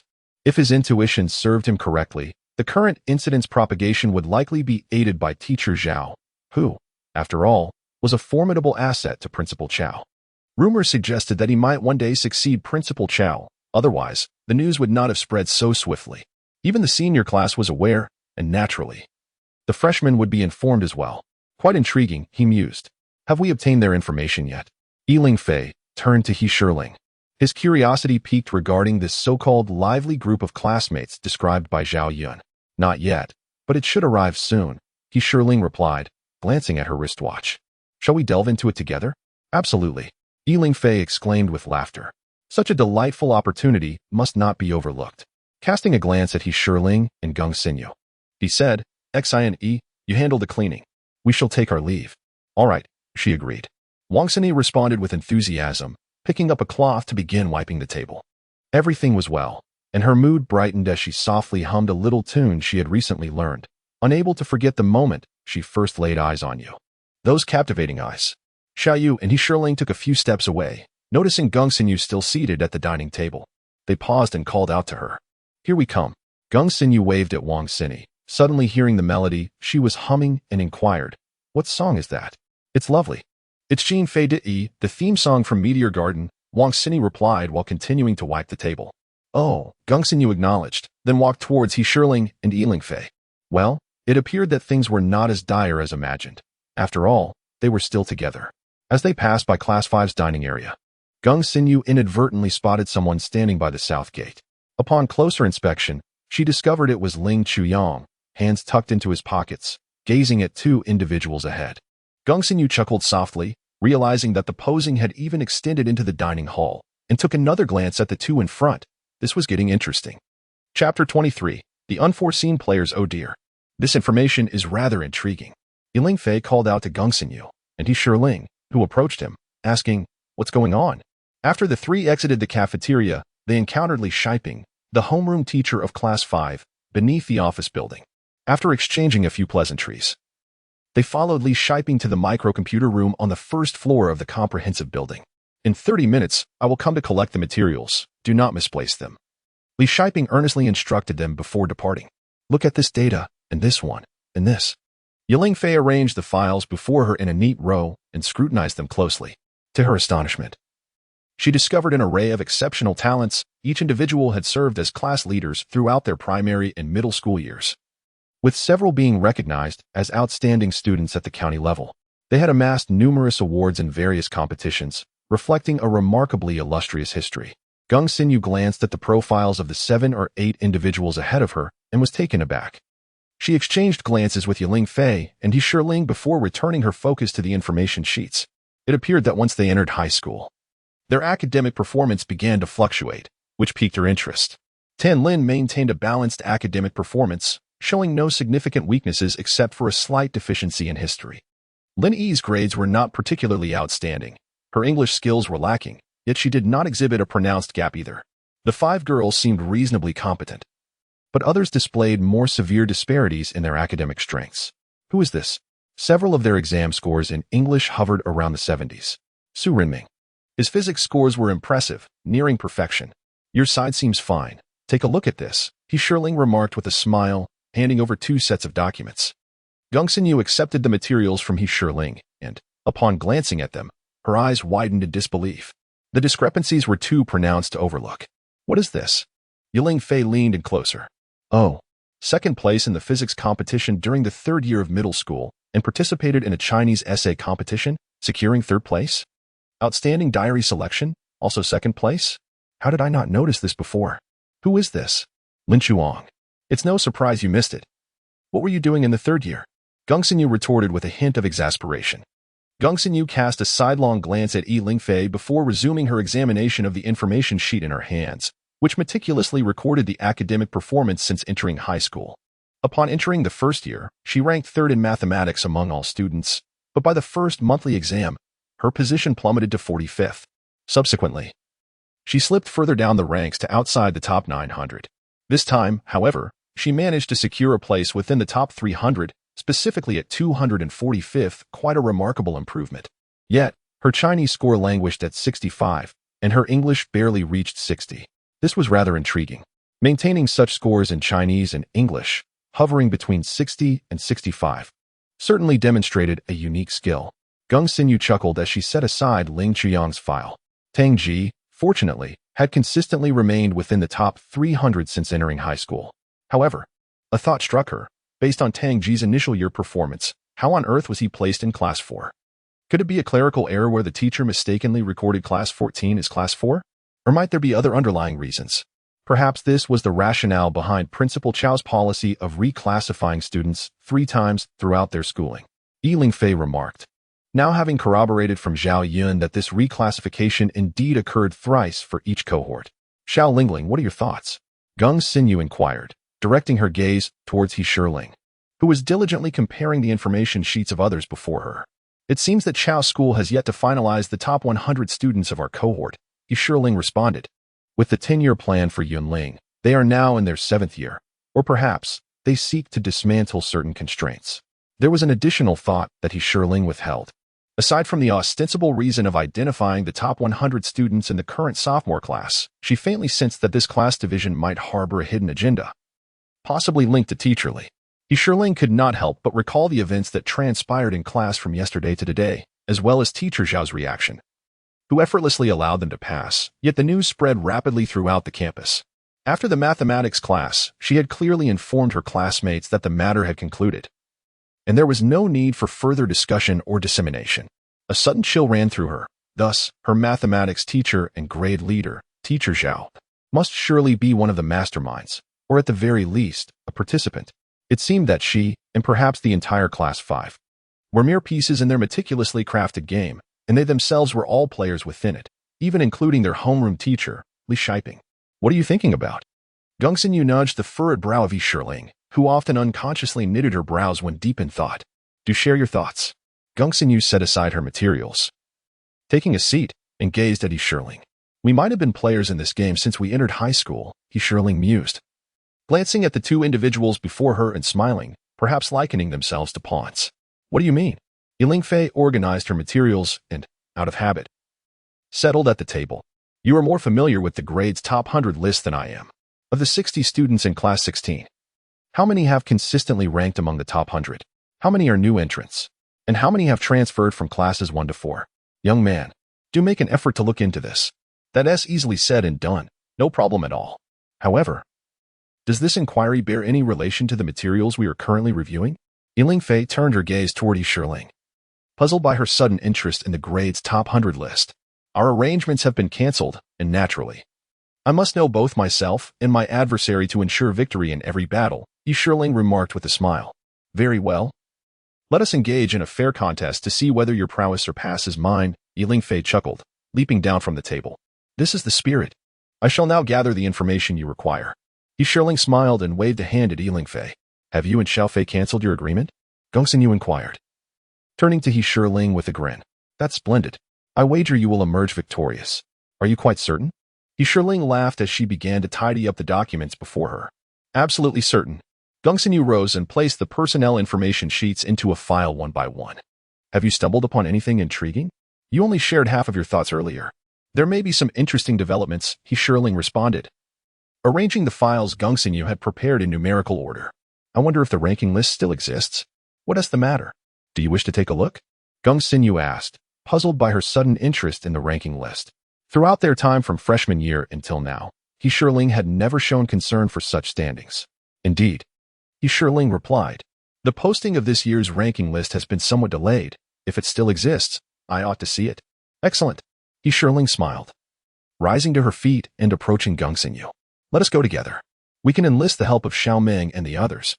I certainly won't let them languish in idleness, Gongsinyu laughed, glancing at the smile gracing Yunling's face. Rest assured, I shall not put them under undue pressure. Yunling chuckled softly, choosing not to respond further. Having known each other for 2 years, their understanding surpassed that which she shared with Ling Mengqiu. Two individuals emerged from the computer room, making their way towards the office building. Between the comprehensive building and the office structure lay a small playground, a locale designated for basketball, table tennis, and paddleball practice. Towering sycamore trees stood between the basketball court and the office building, imparting an air of verdancy and vitality to the otherwise barren playground. This small playground also served as a necessary passage to the largest restroom in Jingyan. Oh, I stumbled upon something intriguing. Would you care to listen? Gongsinyu cast a glance at the silhouettes near the basketball court and smiled. Sure, replied Yunling, who also glanced at Gongsinyu. Then surveyed a few individuals engrossed in a basketball game not far ahead, surrounded by several girls who were huddled together, occasionally nudging the girl in the center. She couldn't help but chuckle. Basketball indeed tends to attract more attention than football. However, I remain uncertain, Gongsinyu remarked, observing the figures on the playground and then turning to Yunling. Didn't Tishi notice such a blatant gaze? Wait until you're certain, Yunling chuckled. Turning towards the central avenue, Gongsinyu smiled, clutching her materials as she headed towards the basketball court. Passing by the court, she found herself at the back entrance of the office building. Chapter 24, The Lantern Festival meets Valentine's Day. The holiday had commenced. Tangji entered through the back door, striding confidently to her seat. No response? She tilted her head to glance at Ling Chuang. What are you up to? Still reviewing Chinese literature? There is no class tomorrow afternoon. We want to have Chinese lessons. Tangji took the Chinese textbook from Ling Chuyang's hands and tossed it onto the stack of books before him.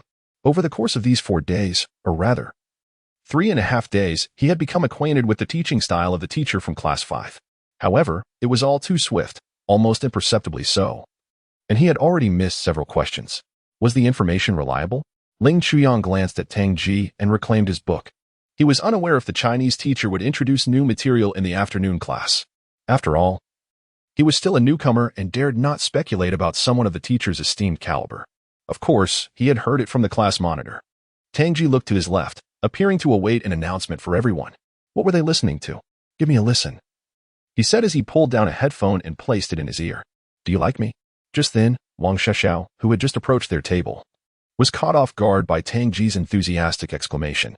Oh, she cleared her throat. Tomorrow is a holiday. And I'm here to inform you that you and Group 4 will clean the classroom together during the activity period today. All right, Tangji replied readily, making an okay gesture and nudging Ling Chuang. We're cleaning today. Understood, Ling Chuang responded with a slight lift of his eyelids before returning to his music. Zhou Yuchen, Su Renming, you are included as well, Wang Xiaoxiao addressed the two in the front row. Okay, Su Renming replied, adjusting his small black glasses. So tomorrow is indeed a holiday, right, Health Committee member? Look, what did I say? Tangji smiled radiantly. Tomorrow is a holiday, right? Hiki, you all. Don't forget to clean up today, Wang Xiaoxiao reminded them once again. Got it.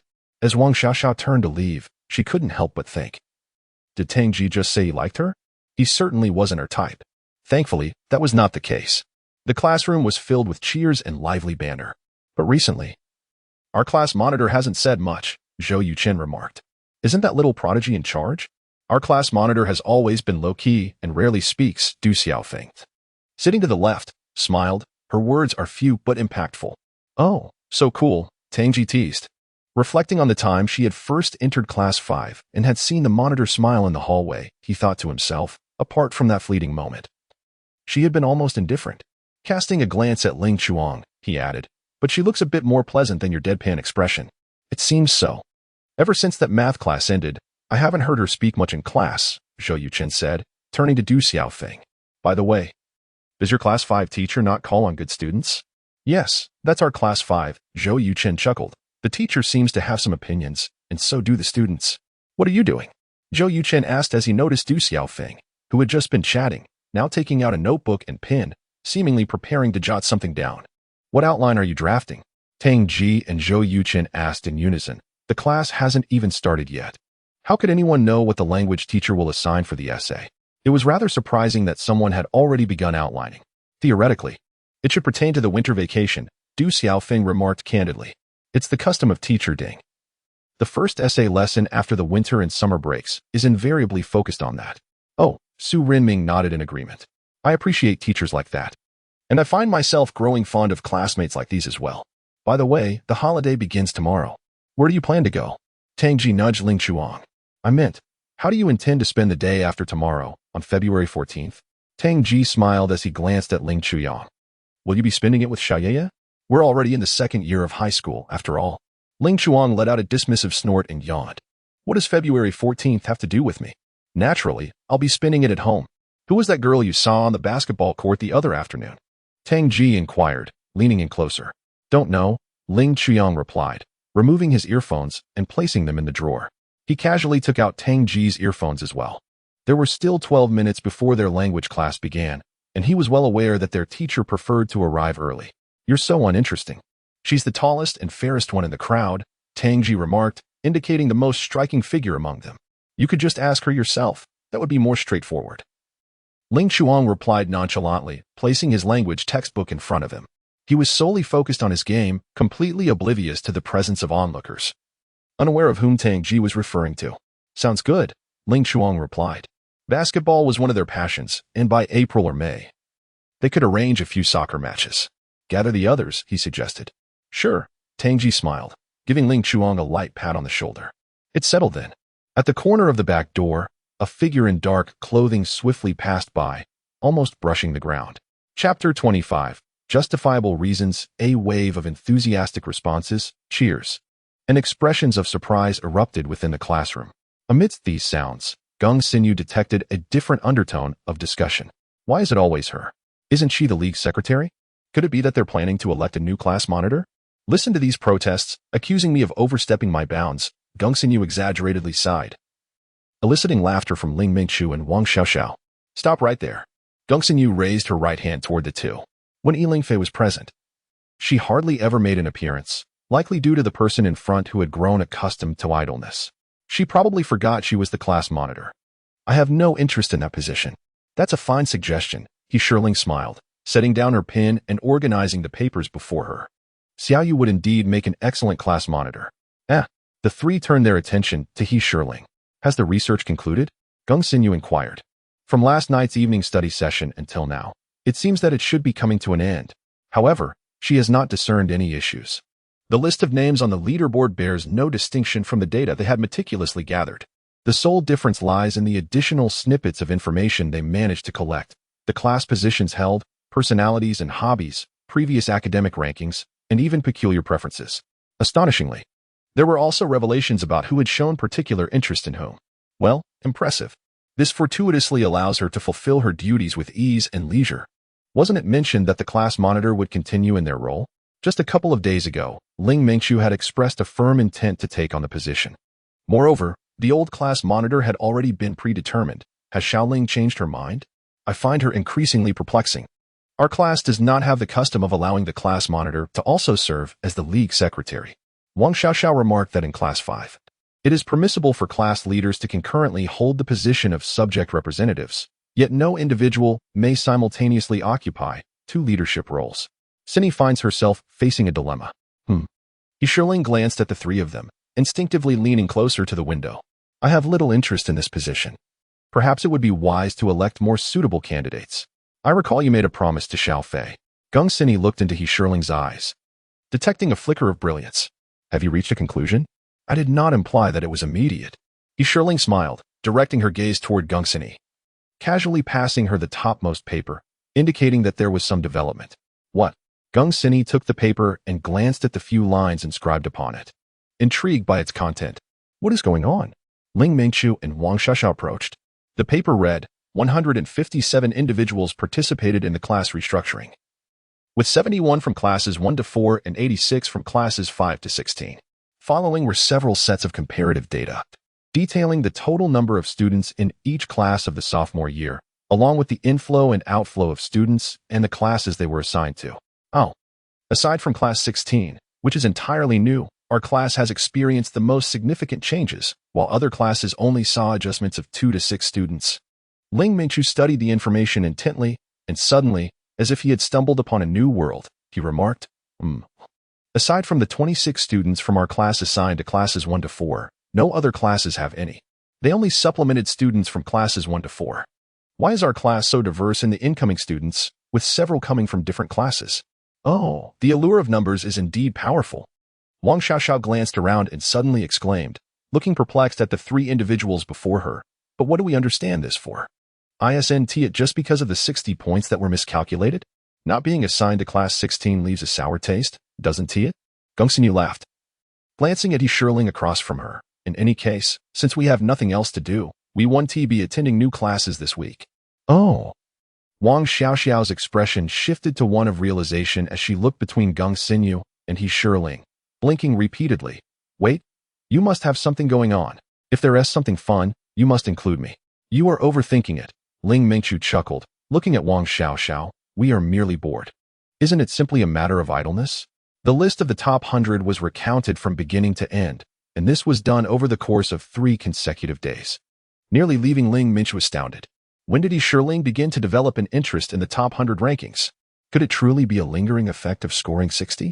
It would be one thing for her to be bored, but now XINU has dragged them into each class to inquire about the students' rankings, from which classes they hail, all under the pretext of conducting an investigation to determine whether the new 5th class could once again secure the top position in Chinese. At the time, it seemed quite reasonable. It was merely a gossip session, and it also served to strengthen their bonds. They even compiled comparative data, which now seems to indicate that there is more to it than mere trifles. Little Ling would never be so mundane. It definitely isn't as XINU described. However, this data does pique one's interest, yet what purpose does this research serve? She is neither the class monitor nor the head of the grade. How does this pertain to them? Ling Mingqiu cast a glance at Wang Xiaoxiao and suddenly realized that she too was somewhat perplexed, while the other 2 merely smiled in silence. Are you concealing something from us? You are already involved, so what is there to hide? Gongxini playfully flicked Ling Mingqiu's forehead and pointed to the data sheet before them, stating that this was also the first time she was seeing it. But what are we supposed to do with this research? Ling Mingqiu inquired. It's simply boredom. I want to see which individuals and classes are superior to us so that we can prepare in advance to catch up with them since we performed poorly this time. Gongxini replied earnestly. Now that we are aware, we must commit ourselves to diligent study. Oh, the 3 of them exclaimed simultaneously. Yunling couldn't help but lower her head and chuckle. This reasoning was quite sound and perfectly justifiable. Is it true or false? Ling Mingqiu glanced at Yunling, as if the truth had already been revealed. Was there still a need for education? Aren't you going to let them disclose the truth? Indeed, Yunling chimed in, affirming that a score of 51 was a fact, well known to all, thus necessitating education. Oh dear, we've digressed. Wang Xiaoxiao reminded Ling Mingqiu, we are discussing these numbers, not the matter of a holiday. Is there really a digression? Ling Mingqiu cast a glance at Wang Xiaoxiao, stating that the issue we were discussing had already concluded. With that, she turned away, leaving Wang Xiaoxiao slightly bewildered. Concluded? Wang Xiaoxiao pointed at the paper in front of Gongxini. Is that how it ends? Yes. It is already finished. Gongxini smiled as she handed the paper to Yunling, then looked towards Wang Xiaoxiao, concluding that our class would not perform poorly. With diligent study and daily progress, all would be well. Let us prepare for class. Oh, Wang Xiaoxiao, in contemplation, extracted her Chinese textbook from the pile of books in front of her. Well, anyway, these numbers do not concern her. Diligent study is indeed the way to go. Yunling took the paper and placed it in the drawer, exchanging a smile with Gongxini before turning away to lean against the window, beginning to admire the scenery outside. The sunlight of a spring afternoon was radiant, filtering through the glass, casting a mosaic of fragmented shadows across the table. Beside the southern wall of the campus, several clusters of red plum blossoms are blooming radiantly. Under the warm sunlight and vast expanse of azure sky, they appear particularly striking. I am suddenly reminded of two lines of poetry. In Jiangnan, there is nothing to offer. I can only present a branch of spring. I also recall a verse. Leaning against the railing at the eastern edge of a small building, I gaze upon the scenery. Gift me the spring colors of Jiangnan. A branch of plum. Gongxinyu, smiling, leaned forward and said, "Shall we not take a moment to appreciate the beauty of spring on our campus? This campus spring scenery may be even more worthy of admiration than we imagine." Yunling chuckled and shifted back slightly, adding, "We certainly must not miss such a splendid opportunity."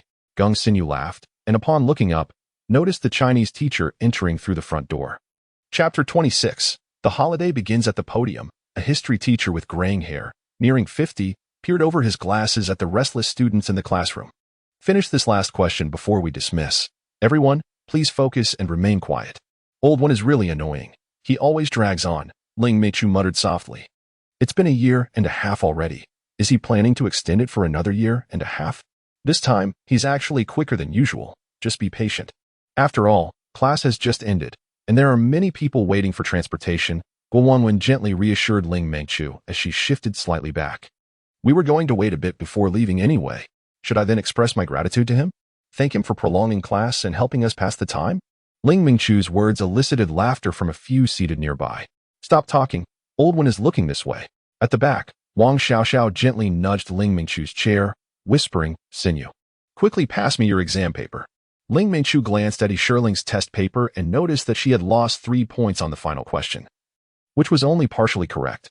In contrast, she herself had managed to score only 3 points on her own final question. Panicking, she turned her head for assistance. "See, trouble has come knocking," Gongxinyu chuckled softly, sending her test paper from beneath the desk. "Little chatterbox, you ought to remember this lesson. The old scholar may be aging," but his eyes remained sharp. As the old scholar exited the classroom, a wave of cheers erupted within. Students began to gather their belongings, calling out to one another, and gradually made their way out of the classroom, streaming toward the main avenue and exiting the school gates, converging at the bus stop across the road. Yunling High School, with its closed-off teaching management, offered a day and a half off at the end of the month. The luxury of having a break just 5 days into the school term was indeed extravagant.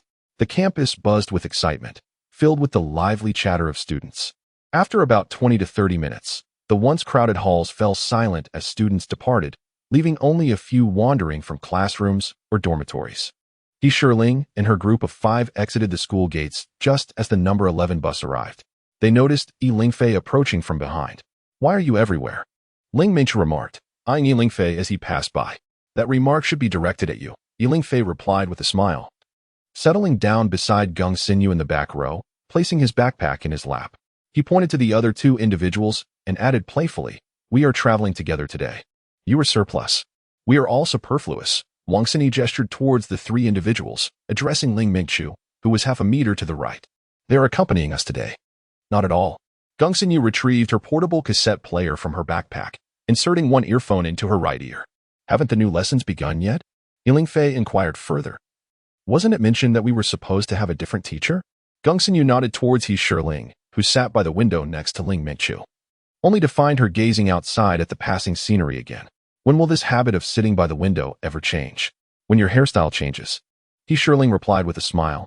"It seems I miscalculated."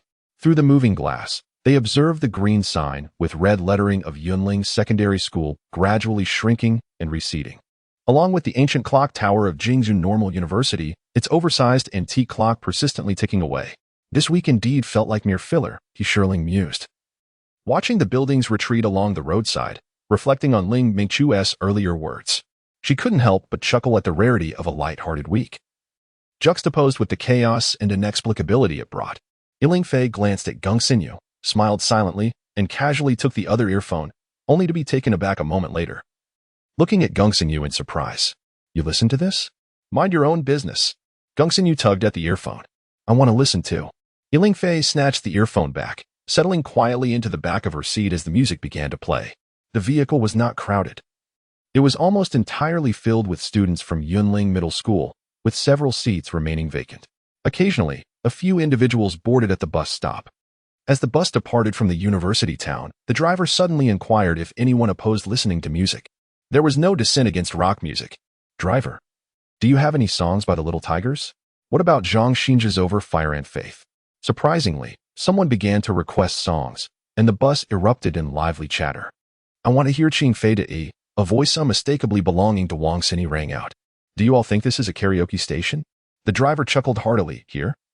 You will only hear the songs I enjoy. Feel free to listen, but the Little Tigers are acceptable while Zhang Xinjia's love songs are not suited for your age.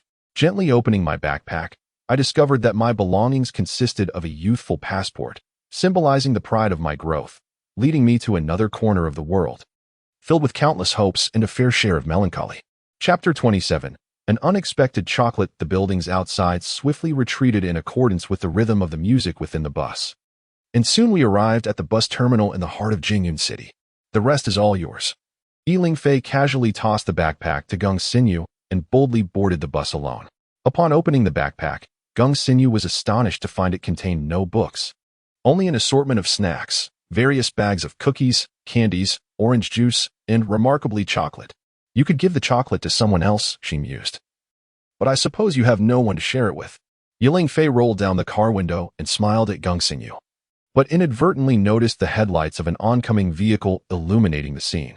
Within the car, someone was gazing in their direction, casting a glance at him before shifting attention to Geng Xinyu, who had yet to enter the vehicle. A flicker of recognition sparked in the observer's eyes, and a signature radiant smile began to grace his lips, shining particularly bright in the early spring afternoon. Was it Zhang Yifan from class 3-1? Again, it was him. What was he smiling about? Does this concern him in any way? This could indeed lead to an interesting turn of events.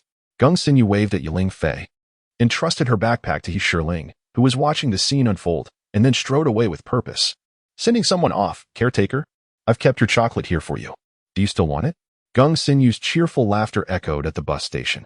For a moment, she was taken aback. There was something familiar about the person's gaze, as if she had encountered that gentle, handsome face before.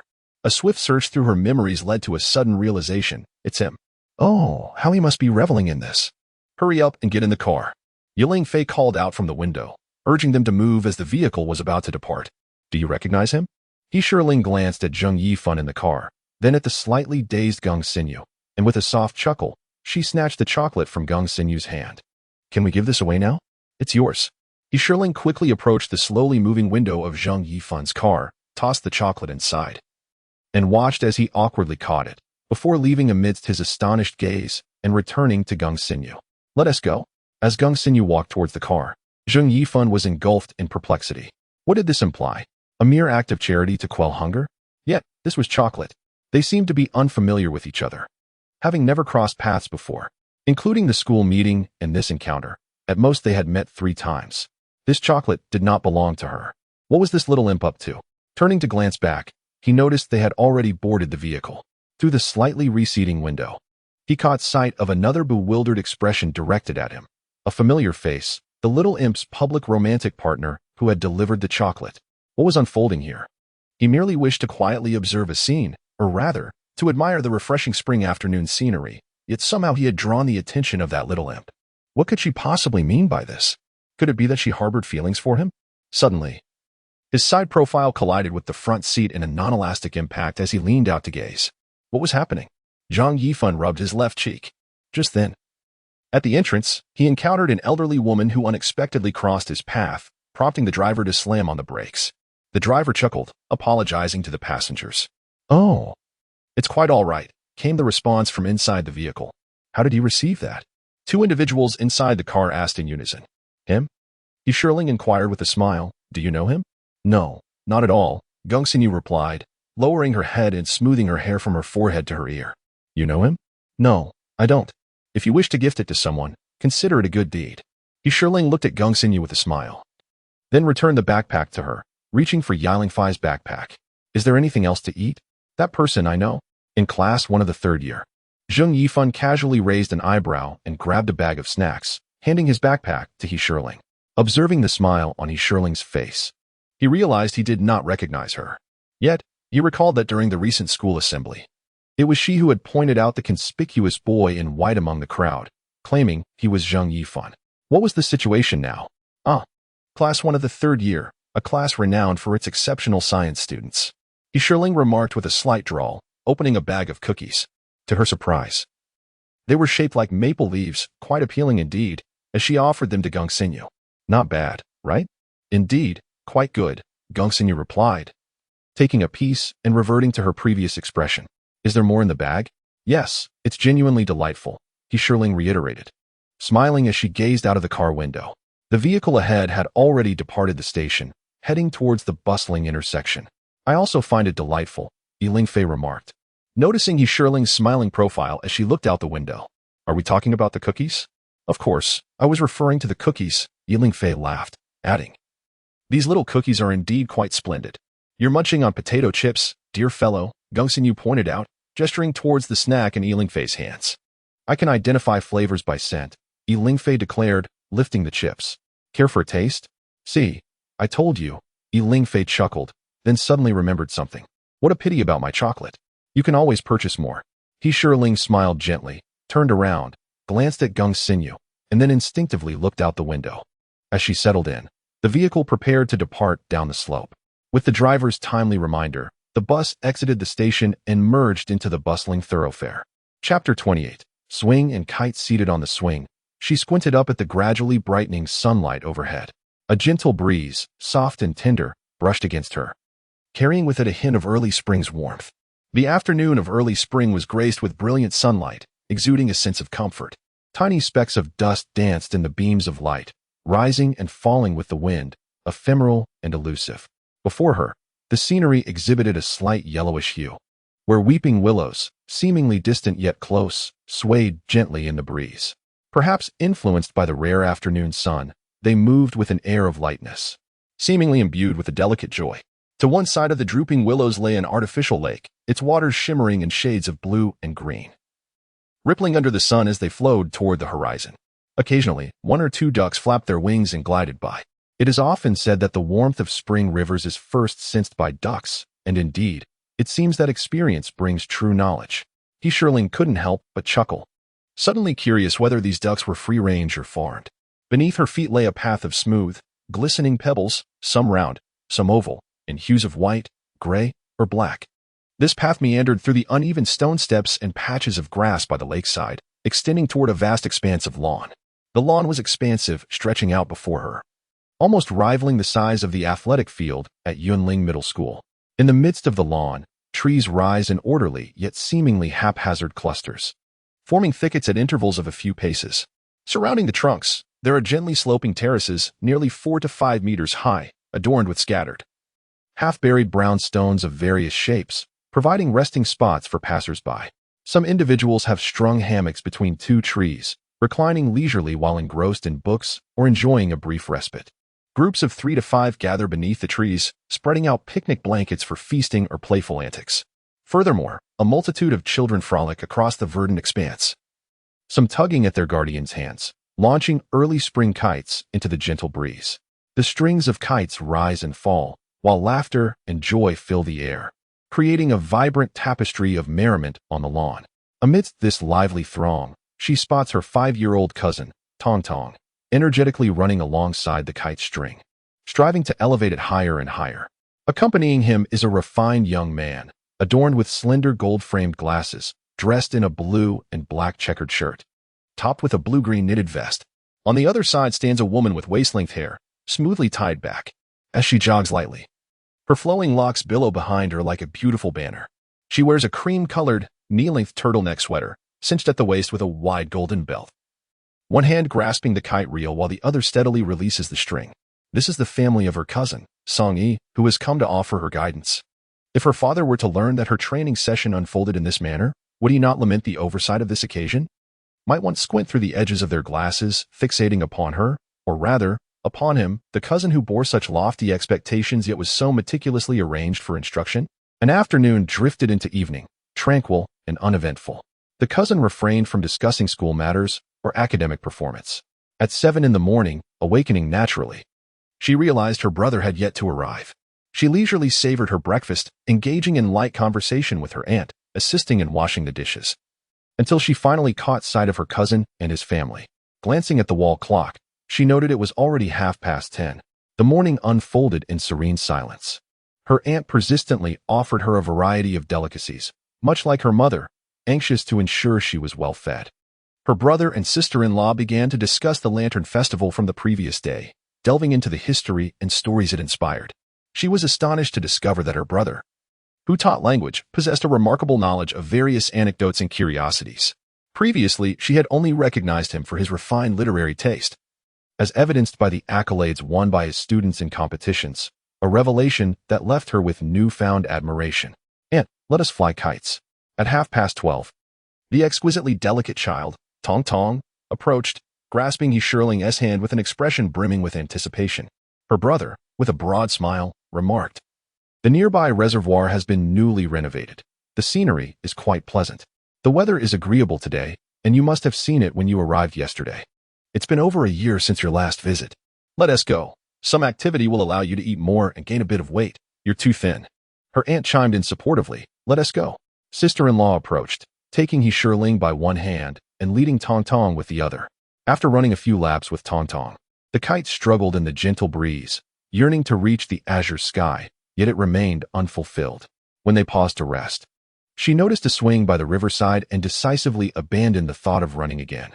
She entrusted the kite's string to her jovial brother and sister-in-law, crossed the lawn, and made her way to the swing nearby. This familiar scene suited her much better. She swayed gently, relishing this new vista. Glancing at Tong Tong, who was still energetically running in the distance, a smile crept onto her face. He remained exuberant. The soft breeze seemed to carry her dreams, yet, alas, the wind was still too feeble to elevate the kite high into the sky. Swaying lightly, she squinted against the warm sun filtering through the gentle wind. Suddenly, a voice broke the tranquility. "Sister, may I play on the swing for a while?"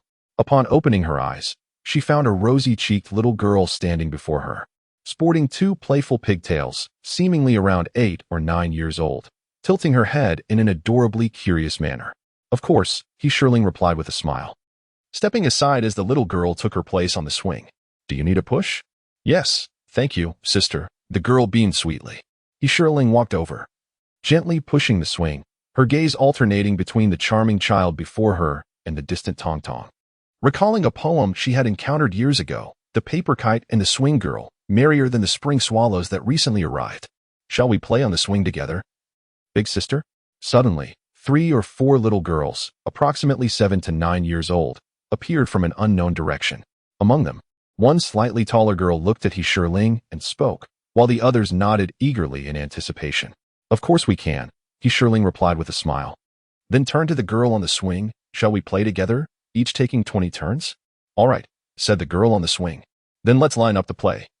Each with 20 turns, Yunling instructed the taller girl.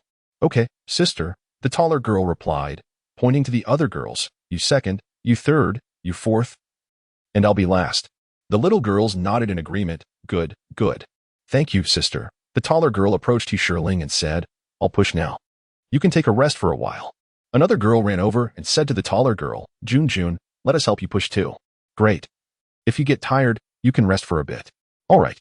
Chapter 29. The barrel and the fisherman. On the opposite bank of the lake stood 2 rows of towering trees. Beside the trees lay a 3 to 4 meter wide lakeside path, leading further up to vast orchards. Across the lake, various fruit trees could be faintly discerned, interspersed with greenery reaching halfway up to a person's height, though it was unclear whether they were holly or tea trees. Not far to the right, someone sat on the steps by the water, fishing. "Oh, there are fish here too?"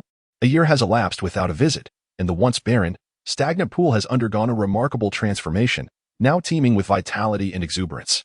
"Excuse me, sir, are there any fish here?" Yunling inquired softly as she approached.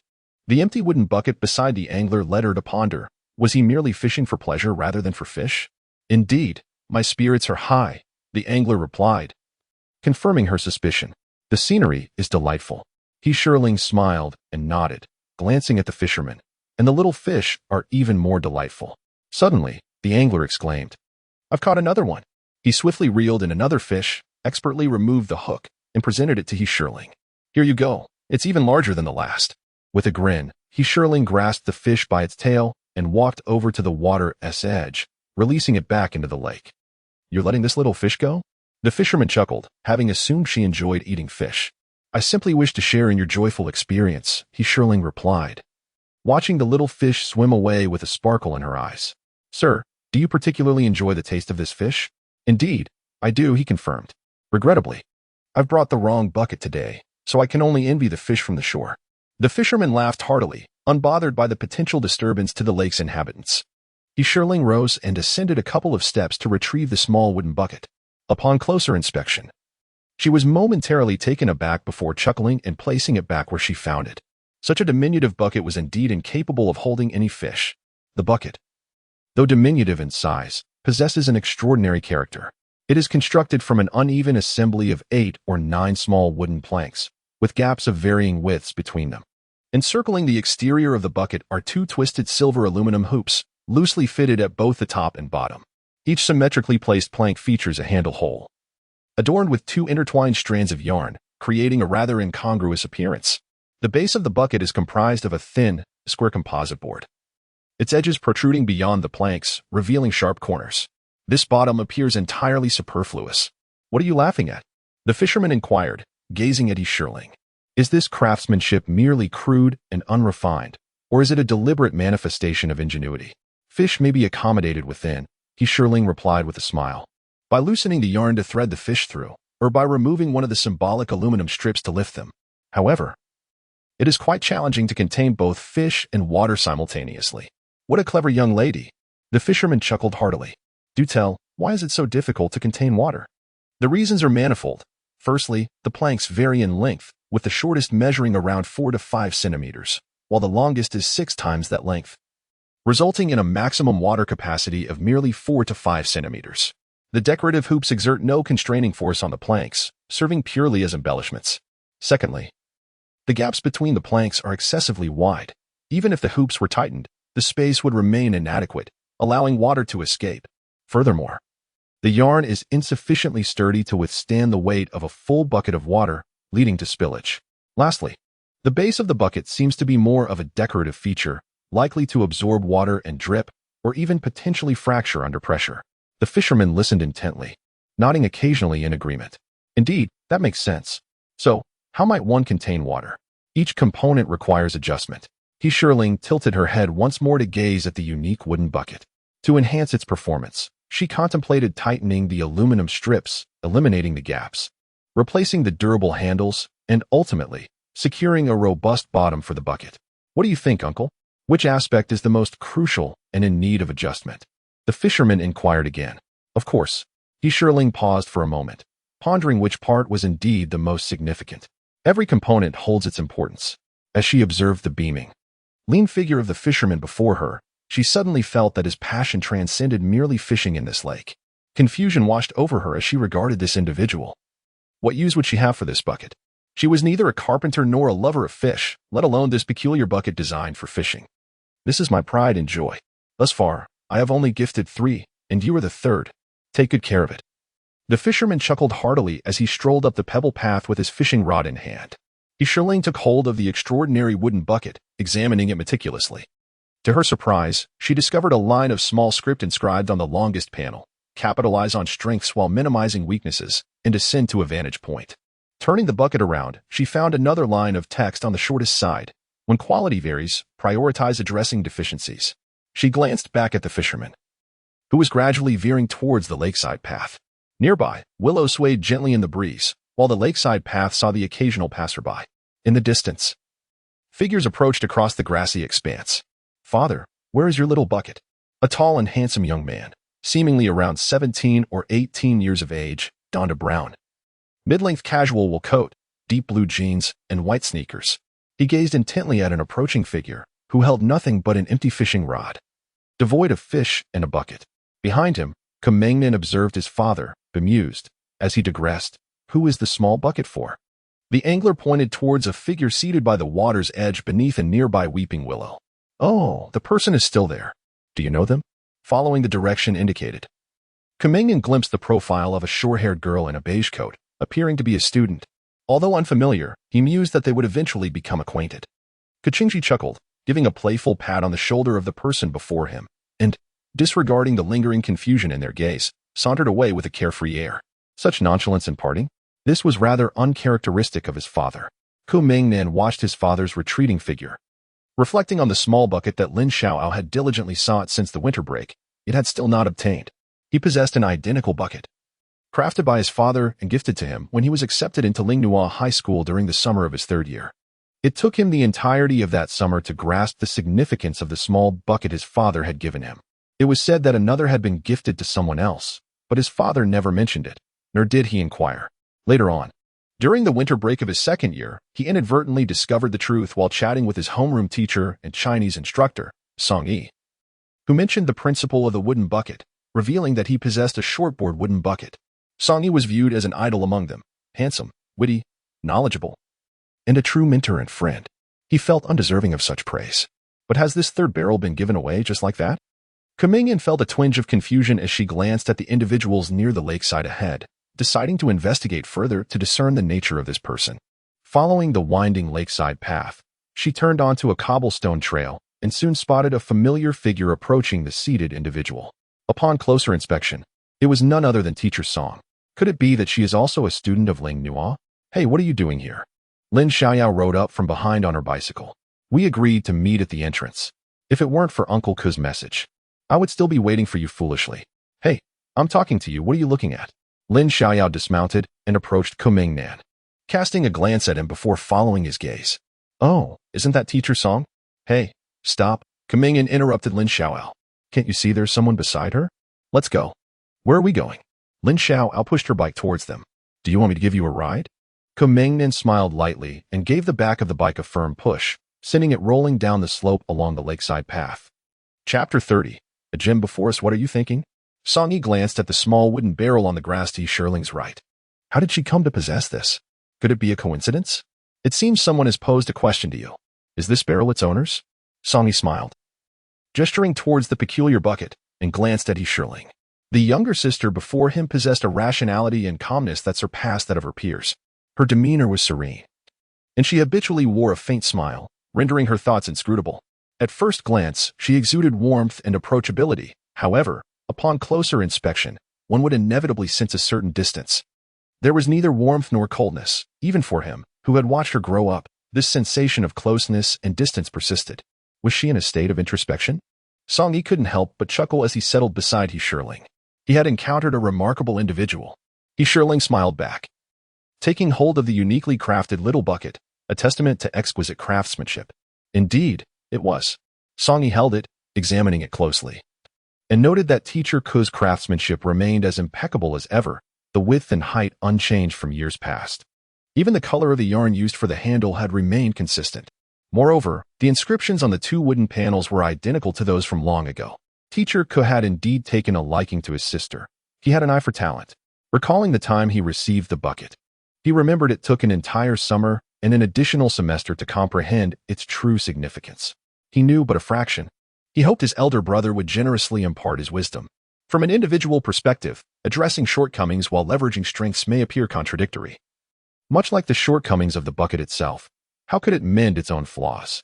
Yet, when placed within the context of a whole or a collective, it formed a splendid synergy. Observe, if one were to truncate the longest board and affix it to the position level with the second shortest, then the heights of several boards would nearly align, thereby resolving the issue.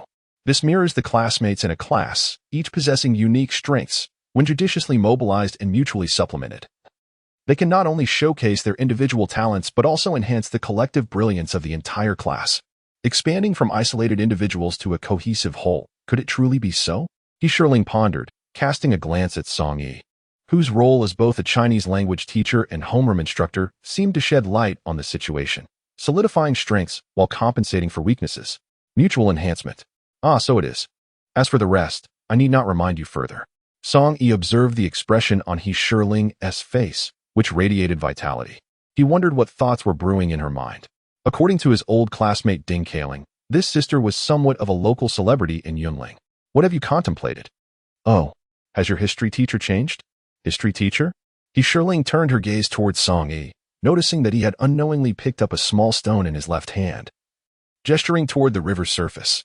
Yes, our school's history research group's deputy leader, Teacher Tan Shieling, was forcibly recruited by your Principal Cao, reportedly to substitute teach for a semester. Oh, it has sunk again.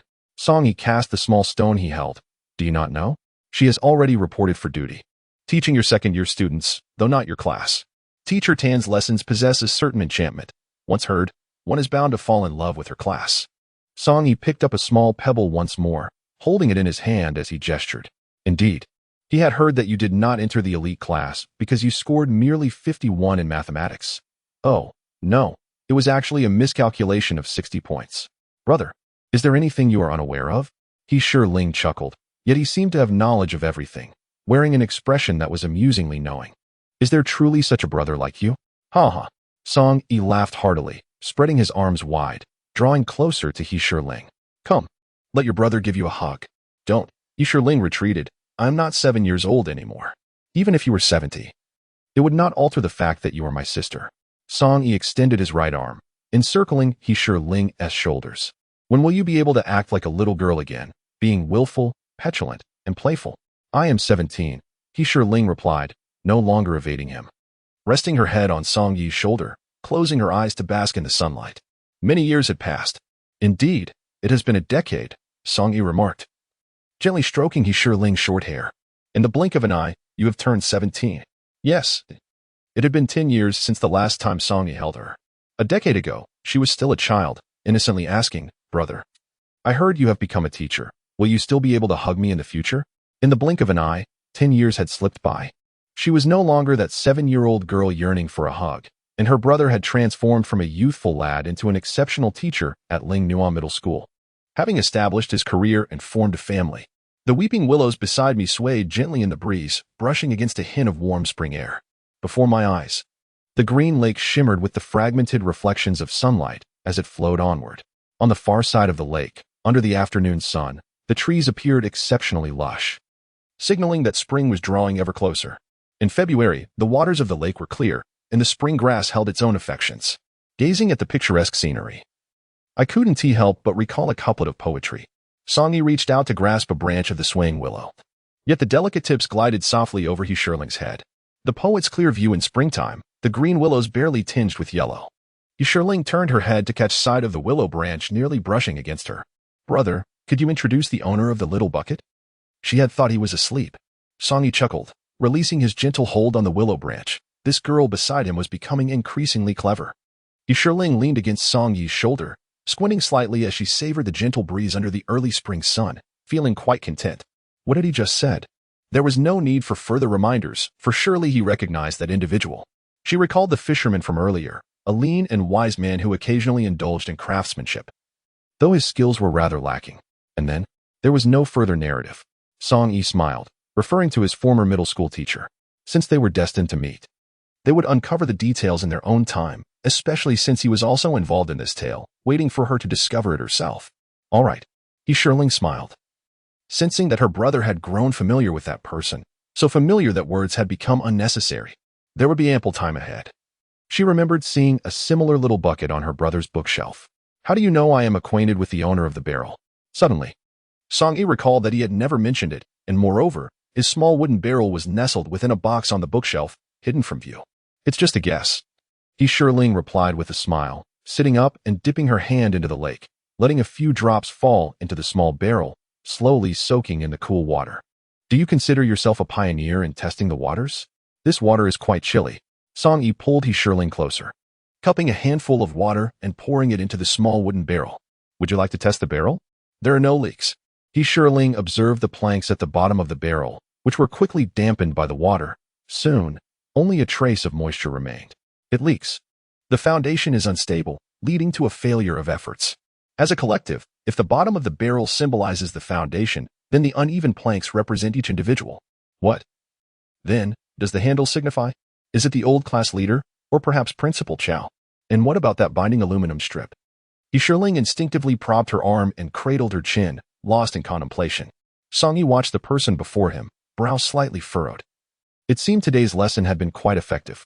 He stood up and glanced at his wife and child in the distance, still gleefully engaged in their attempts. A smile crept upon his face as a gentle breeze caressed him, bringing a sense of comfort and contentment, a warm wave of happiness gradually enveloping his heart. Chapter 31. The Fisherman and the Fish. Casually, he noticed two handsome young men about 10 meters away on the lakeside road. pausing beside their bicycles and gazing in this direction. The one adjusting his hair with casual flair seemed to be waiting for him to notice. Upon seeing him, the boy pushing the bicycle waved his hand, seemingly wanting to approach, but was halted by another boy. Kumingnan and Lin Xiaoxiao? When did they arrive there? Song Yi waved his hand to them, signaling them not to come over. At this moment, he had no desire to encounter Lin Xiaoyao's knack for causing trouble. His task remained unfulfilled. Kumingnan understood and smiled, nudging Lin Xiaoyao. Let us go. Teacher Song does not welcome us. Why are we leaving? It was you who called for a halt just now. Are you jesting with me? We naturally came here for amusement. Otherwise, would you be here on a date? Kumingnan glanced at Lin Xiaoxiao and then at the two figures not far away, turning to walk ahead. They appeared quite familiar, likely no longer students of Ling Nua. I too wish for a date, but there is no one to invite, Lin Xiaoyao remarked, surveying the crowd on the lawn and then the two by the lake. Noticing Kumingnan striding forward, he hurried to push the bicycle. Hey, wait for me. Observing the two who had already distanced themselves, Song Yi chuckled and sat down again. It was indeed a fortuitous coincidence that these two children had come out for a stroll today. He glanced once more at Yunling, who still wore a contemplative expression. With Teacher Ka's guidance shining brightly, completing his task thereafter would lead to a perfect conclusion. Have you heard the tale of the catfish and the sardine? I know a little. What is your perspective? One embodies tranquility and simplicity, while the other aspires to great heights. Both bask in the sunlight, the beach, and the sea breeze, much like us at this moment. Yunling gazed at the surface of the lake, unaware of when a small twig had found its way into her hand, gently stirring the water. It seemed there was little difference. They were both admiring the scenery and savoring life. This hints at deeper meaning. He was curious whether this long-lost sister was indeed, as his old classmate had remarked, wise beyond her years, resembling anything but a typical high school student. Are you mocking your elder brother, who has steadfastly clung to the podium for a decade? Song Yi jested, yet was astonished to realize that the young girl had truly matured. It appeared that her uncle's intentions were indeed thoughtful, prompting him to fulfill his role well. The fisherman sought wisdom from the wealthy man, recounting the tale of catfish and sardines. Yunling smiled, continuing to stir the water before her. Spaniards have a fondness for sardines, yet these delicate fish perish swiftly once removed from the sea. Their flavor deteriorates post-mortem, resulting in poor sales. To prolong the sardines' lifespan, fishermen introduced a few catfish, the sardines' natural predators, into the transport containers. Song Yi paused to observe Yunling. Can you guess the outcome? The sardines survived, becoming a sought-after delicacy, showcasing the fisherman's cleverness. Yunling replied, glancing at Song Yi. Today's discourse revolves around fish and fishermen. What relevance does this enmity between the two species bear on our conversation? Is it merely a commendation of the fisherman's ingenuity? And what of it? The high school class monitor, unlike in middle or elementary school, must excel academically while also possessing good rapport with both teachers and classmates. There is yet another aspect that requires cultivation, cognitive abilities, particularly the capacity for thoughtful reflection, necessitating a broad perspective and a sense of collective awareness. Song Yi extended his hand, blocking the swaying branches of a weeping willow, urging a shift in viewpoint, an alternative angle from which to perceive challenges. If you were the subject teacher or the homeroom teacher facing such dilemmas, how would you approach them? You would soon realize that the events would become vividly apparent, rather than being merely a fragmentary puzzle. Yunling, contemplative, nodded slowly. Brother, are you suggesting that we first detach ourselves from the situation? I have always admired your detached demeanor. Song Yi chuckled. Now, I not only relish observing the drama but also enjoy igniting the flames. Brother, when will you arrange the pieces so that I may move independently for a few steps? You have never been merely a pawn. You are the protagonist of your own grand narrative, yet also a participant in others' tales. As for us, at best, we are merely the bearers of light. With a smile, Song Yi continued, when to move and how to proceed is entirely up to you. For instance, whether to dwell on the past or embark anew. Yunling smiled softly, lowering her gaze to observe a blade of grass gently bobbing in the lake before her. Are catfish and sardines not natural adversaries? Brother, and Yunling? Aside from me and Teacher Ding, do you know anyone else? Yunling scrutinized Song Yi, her expression one of curiosity. This brother, typically gentle and forthright with her, had suddenly adopted an air of mystery, as if on the verge of revealing something significant. Perhaps she was overthinking. He may not possess more knowledge than she did, merely employing the adult's mode of reasoning to speculate. You just mentioned the criticism from the student council, yet our homeroom teacher seems to have vanished. Song Yi chuckled, playfully prodding He Shirling's head with a twig. "Ah, little one, you are quite astute. Naturally, it is your homeroom teacher who has taken the blame for you." He Shirling smiled softly, brushing aside the twig, choosing not to respond. After all, she had not claimed that the homeroom teacher was Mr. Lee. Well, she would eventually find out, and it mattered little whether it was today or tomorrow, for that was not the crux of the matter. The essence lies in the bucket before them and the fish and fishermen of the day, which inadvertently chronicled events transpiring at school. What of today's occurrences? Which day shall they require further elucidation? Surely, it ought to constitute a satisfactory explanation. He Shirling set down the small branch and lifted the wooden bucket. As she prepared to rise, she caught sight of Song Yi beside her, seemingly relieved, adjusting the hair that fell over his forehead. Suddenly, a thought of someone crossed her mind, prompting a smile. She stood, ascended 2 steps, and turned back, saying, "Brother, I cannot comprehend what you are saying. Concepts of cognitive ability and empathetic reasoning are foreign to me. You may not realize, but since the start of high school, I have merely been a vice class leader. An idle role at best. Moreover, I am merely a student. My task is to study, to emulate you, gain admission to a prestigious university, and secure a stable job. At best, I am akin to the fisherman, unable to attain the wealth you possess. What is this? A failure at the final hurdle? It seemed the outcome was already determined. Why then has the script suddenly shifted?" Song Yi, clutching the wooden bucket in the gentle breeze, felt a sense of disarray. Did he fail to articulate his thoughts clearly, or was he inadvertently stunting their growth? Chapter 32. A beautiful mood teacher song. Who was that girl who just left? Lin Xiaoao waved her right hand in front of Song Yi. "Share your insights. Isn't it simply praising the fisherman for his cleverness in selling live fish at a high price?" Lin Xiaoao shrugged her shoulders, finding it straightforward. "I think you should learn how to fish." Song Yi playfully flicked Lin Xiaoyao's forehead. "Why? To consume more fish and nourish your brain," Mingnan chimed in, habitually coming to Lin Xiaoyao's defense. "Teacher, what Xiaoyao says holds some truth.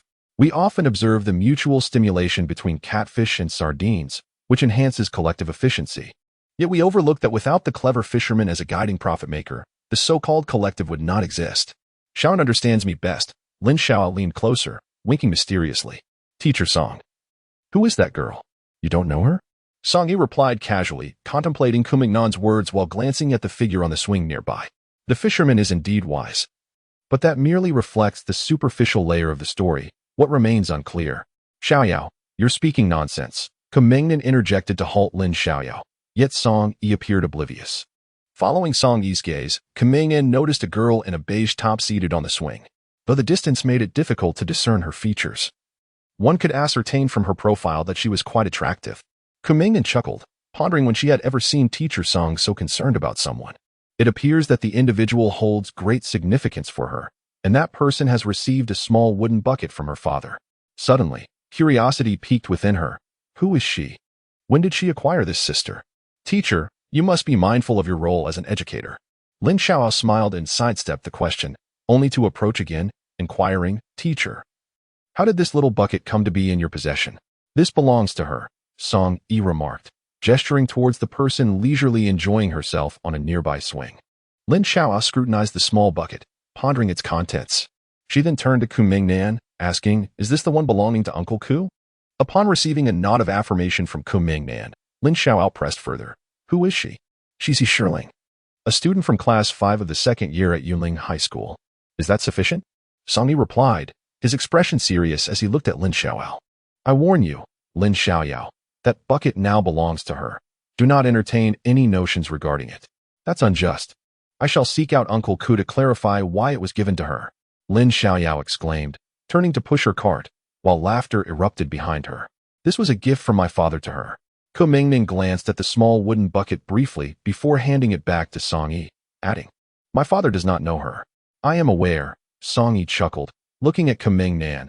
"Your father's judgment in discerning character is commendable." "Ha ha ha," Kumingnan laughed, watching Lin Xiao, who was gradually retreating along the lakeside road. That statement was quite multifaceted. It praised not only my father but also Teacher Song, He Shirling, and myself. I have yet to meet her. I have not seen her in a year and a half. Song Yi glanced at the figure on the swing not far away and then turned his attention to Kumingnan, realizing that they were now acquainted. It was inevitable. Kumingnan smiled. He was a student of Teacher Song, who was, in turn, a pupil of his father. However, it was only during his high school years that he truly met Teacher Song. As for that individual, perhaps it wouldn't take long before their paths crossed again. Come, let us head to the lawn and help Tong Tong with his kite. Song, he called out to Kumingnan, leading the way along the pebble path toward the lakeside road. All right, Kumingnan responded, casting a fleeting glance at the girl on the swing before following Song E toward the lakeside road. He remembered her name, Yunling, dressed in a beige coat, a white turtleneck sweater, and sporting a side-parted bob. She was the girl on the swing. Two significant men beside him were also captivated by her presence. The sky was gently revealing a pale blue hue, illuminated by the fresh sunlight of early spring as the swing swayed softly. From a not overly distant vantage point, laughter echoed, drawing his attention. He noticed his older brother standing alongside two tall boys, slightly taller than him, perhaps around 1.80 meters. One was clad in a brown, mid-length casual coat, deep blue jeans, and white sneakers. The other wore a thick, dark blue denim jacket with a white fur collar, light gray jeans, and black and white sneakers. The trio stood conversing merrily beside the softly budding yellow willows, under the azure sky, by the flowing waters of the lake, amidst the tender green grass, exuding an undeniable charm. Recalling the words of Ling and the somewhat astonished expression of my older brother, I couldn't help but smile once more. Indeed, Ling's remarks wield a formidable impact. Yunling glanced at the trio nearby, engaged in lively conversation. Would the fisherman return to cast his line again tomorrow? Tomorrow afternoon. We must return to school. I wonder if Ling Mengchu has successfully navigated his challenges, and I am equally curious about Xinu and Yi Lingfei's circumstances. And what of that unexpected chocolate? It is not only she who observes the performance, she too plays a role in it. My brother is right. One must play their part, well, while harmonizing with the unfolding drama. Standing apart, it is time to embark on a new journey.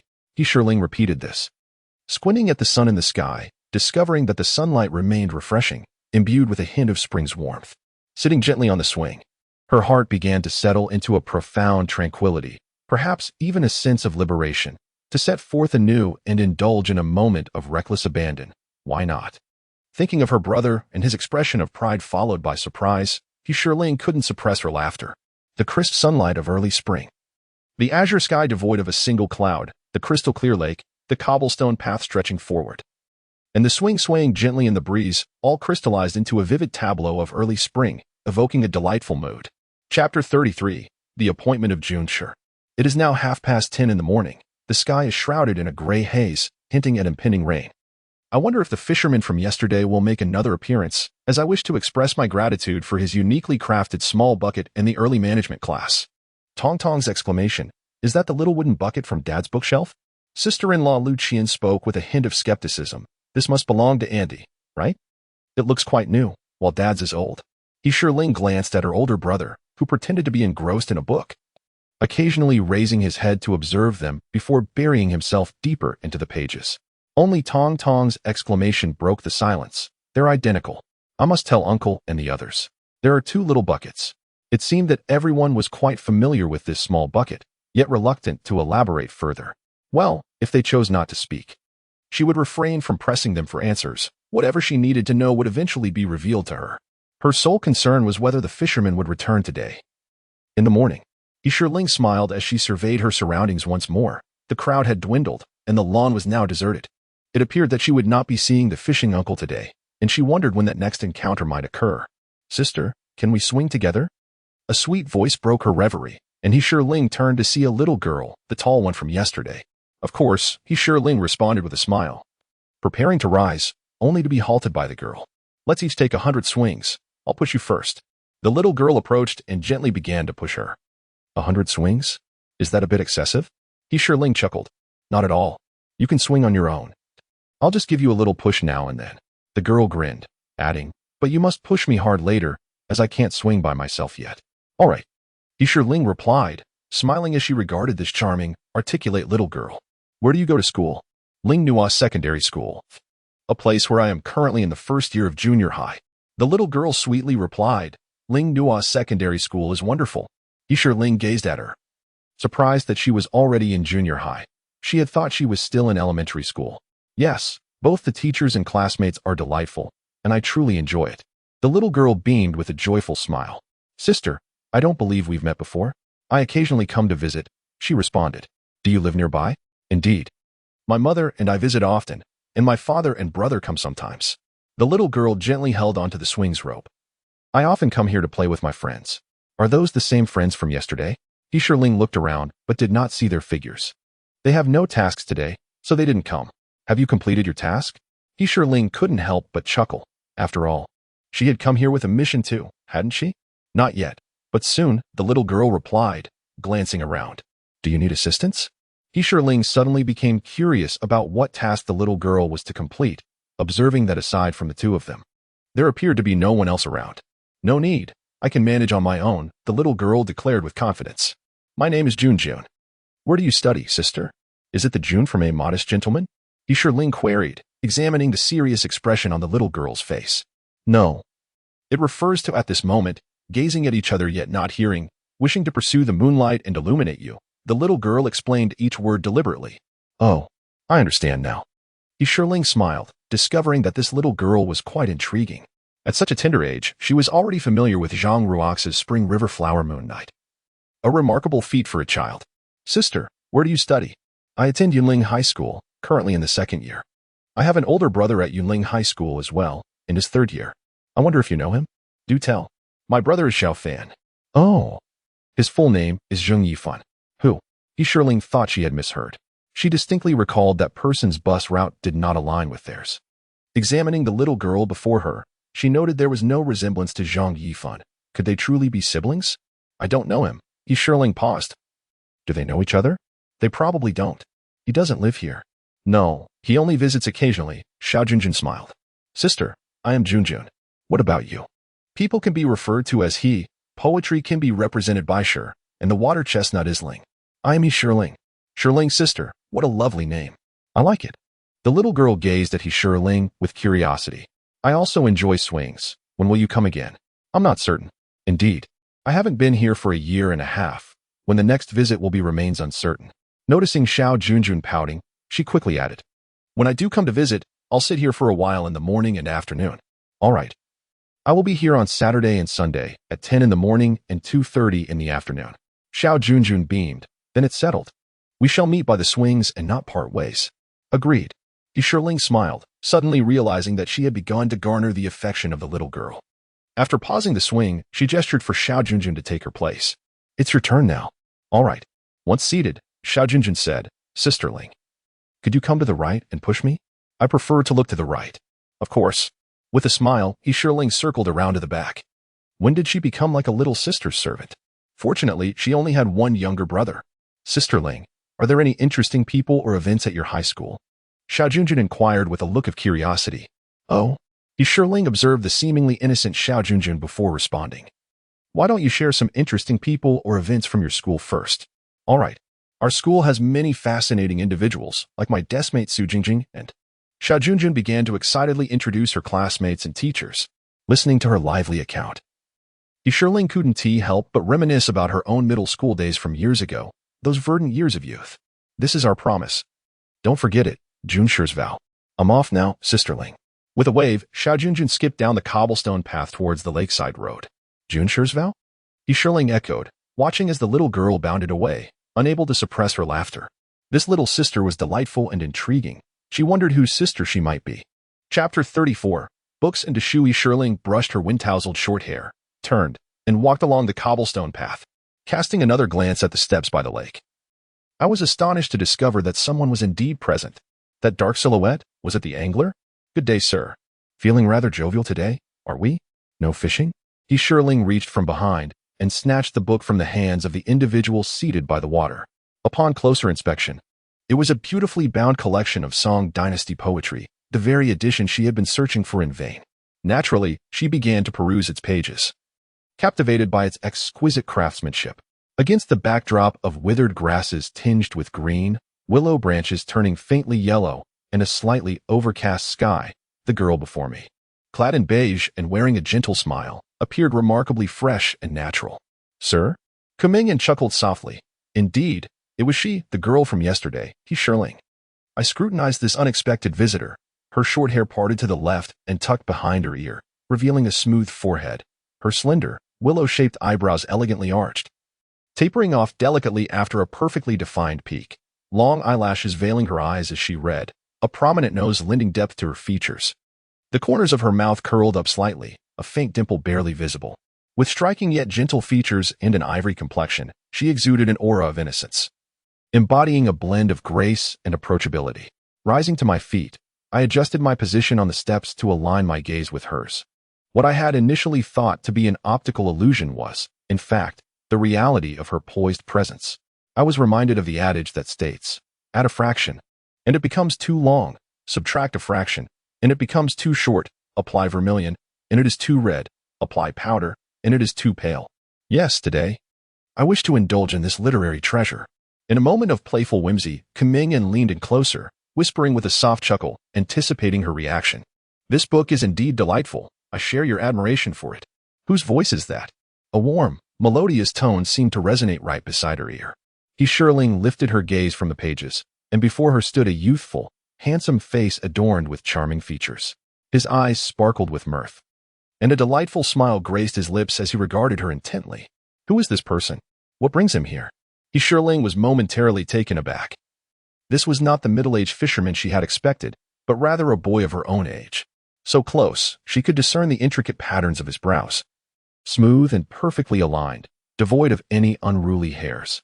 So near, in fact, that she could see her own reflection mirrored in his eyes. The proximity compelled her to instinctively retreat, yet she forgot about the steps behind her and misstepped, nearly tumbling onto the lawn below. She quickly shifted back, the slight elevation difference between the steps and the uneven grass catching her off guard, and, in her effort to maintain balance, she inadvertently twisted her ankle.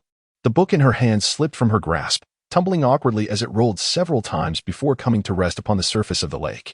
It seemed she had lost awareness of her precarious position, standing some 30 to 40 centimeters above the grass, perhaps oblivious to the 10-centimeter deep, 20-centimeter wide drainage ditch that lay between the uneven ground and the steps. As she stumbled back, it appeared her foot had found purchase, allowing her to steady herself without falling. Yunling reminded herself, shaking her injured right foot, which throbbed slightly. Yet the man merely smiled, showing no reaction. Shoo. I heard you, dear niece, Kumingyan chuckled, stepping up a stair, her gaze fixed amusingly on Yunling. Was her vision failing her, or had this man aged prematurely, appearing to be in his 40s? Still, she called him uncle. Or perhaps he bore an uncanny resemblance to her father, despite everyone claiming he resembled his mother. Kumingyan took another step forward, cautious due to her earlier reaction, maintaining a distance between the stair and the grass as she scrutinized him.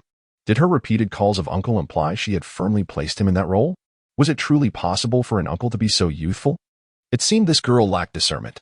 The pages of the book, soaking in the lake, threatened to submerge, while the man remained oblivious, approaching her instead. What was he planning to do?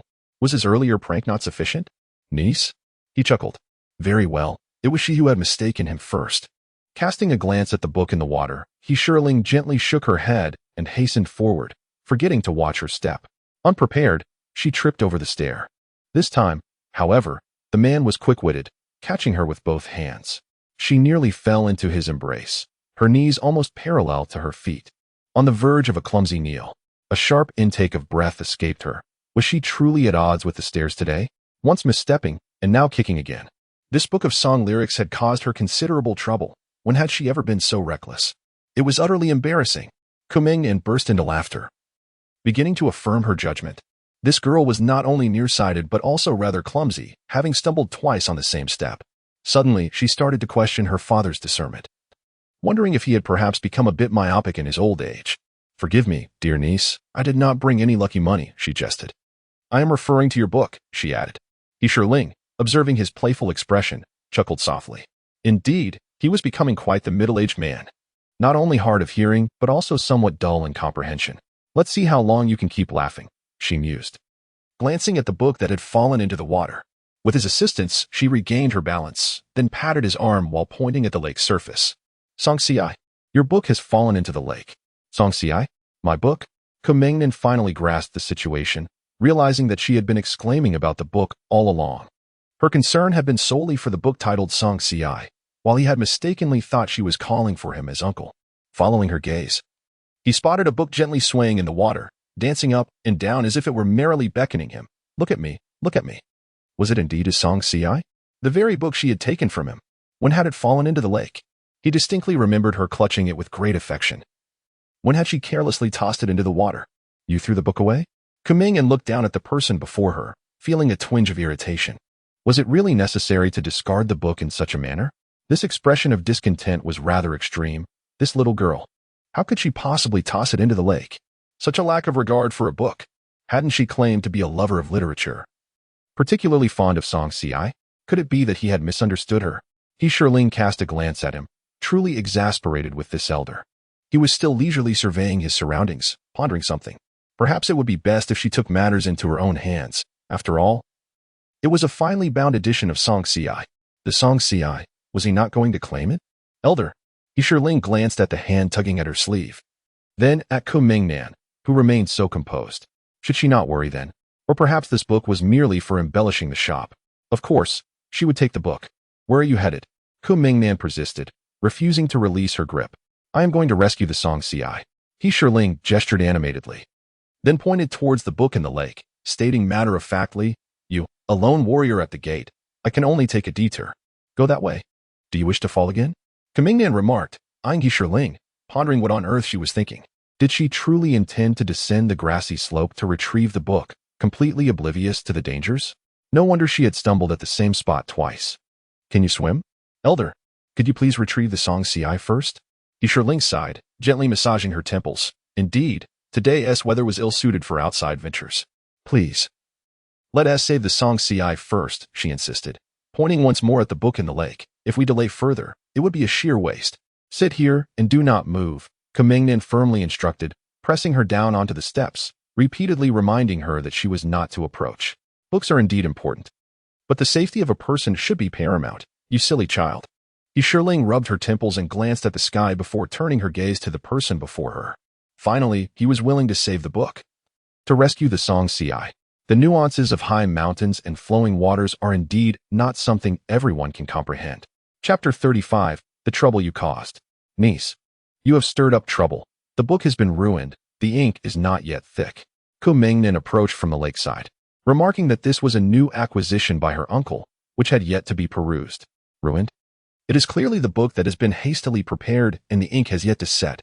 Yunling shot a glance at Kuming, chuckling softly. Ah, how impressive. You have taken to revising poetry. Trouble caused by her?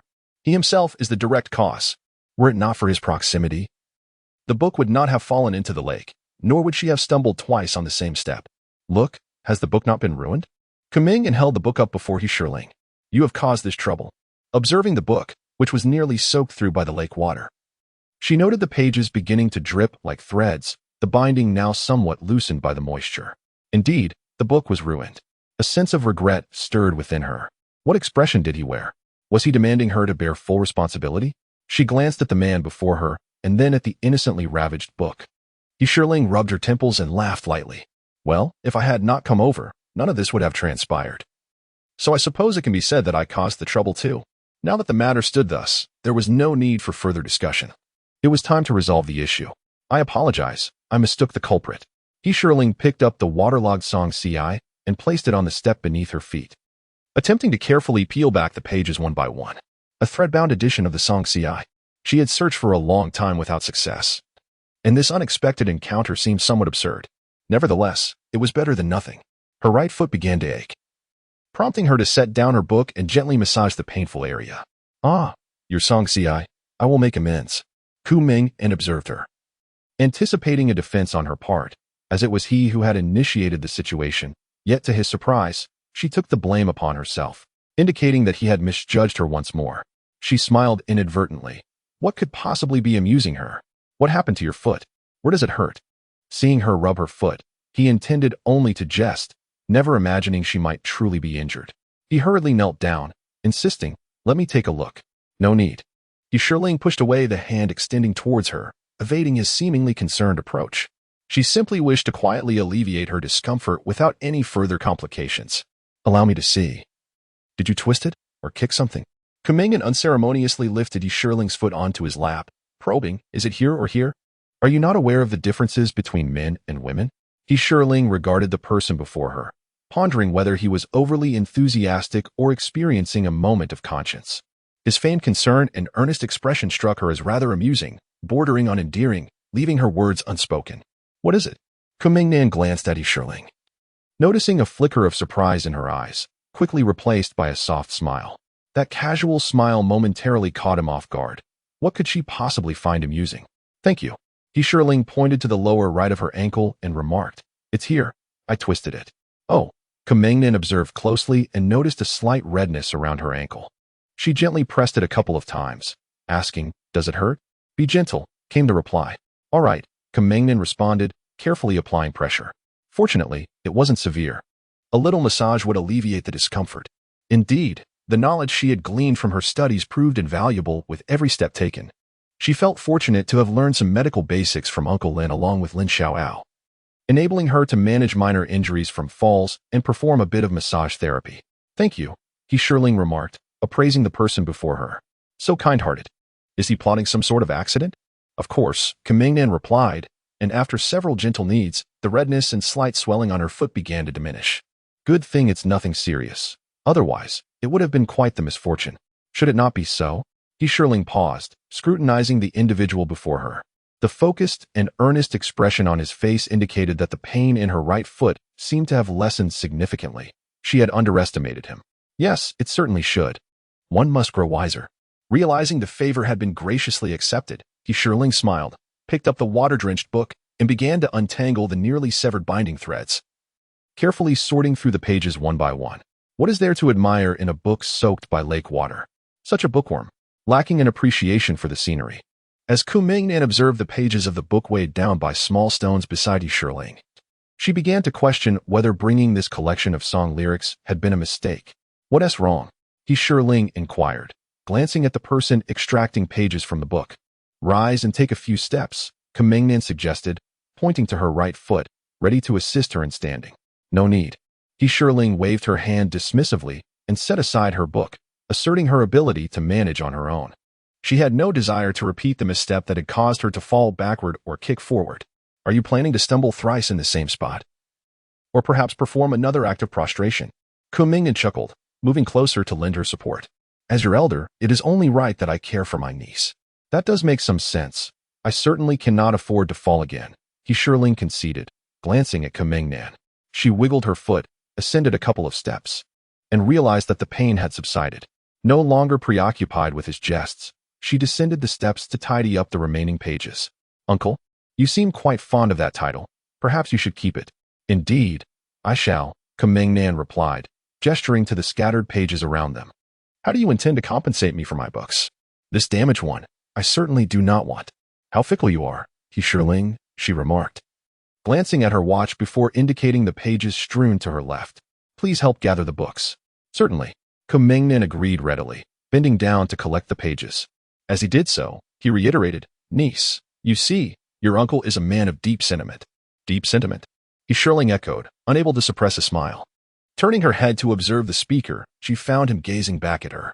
She paused her task of sorting the pages, oriented herself towards him, and fixed her gaze upon him, her face brightening with a radiant smile.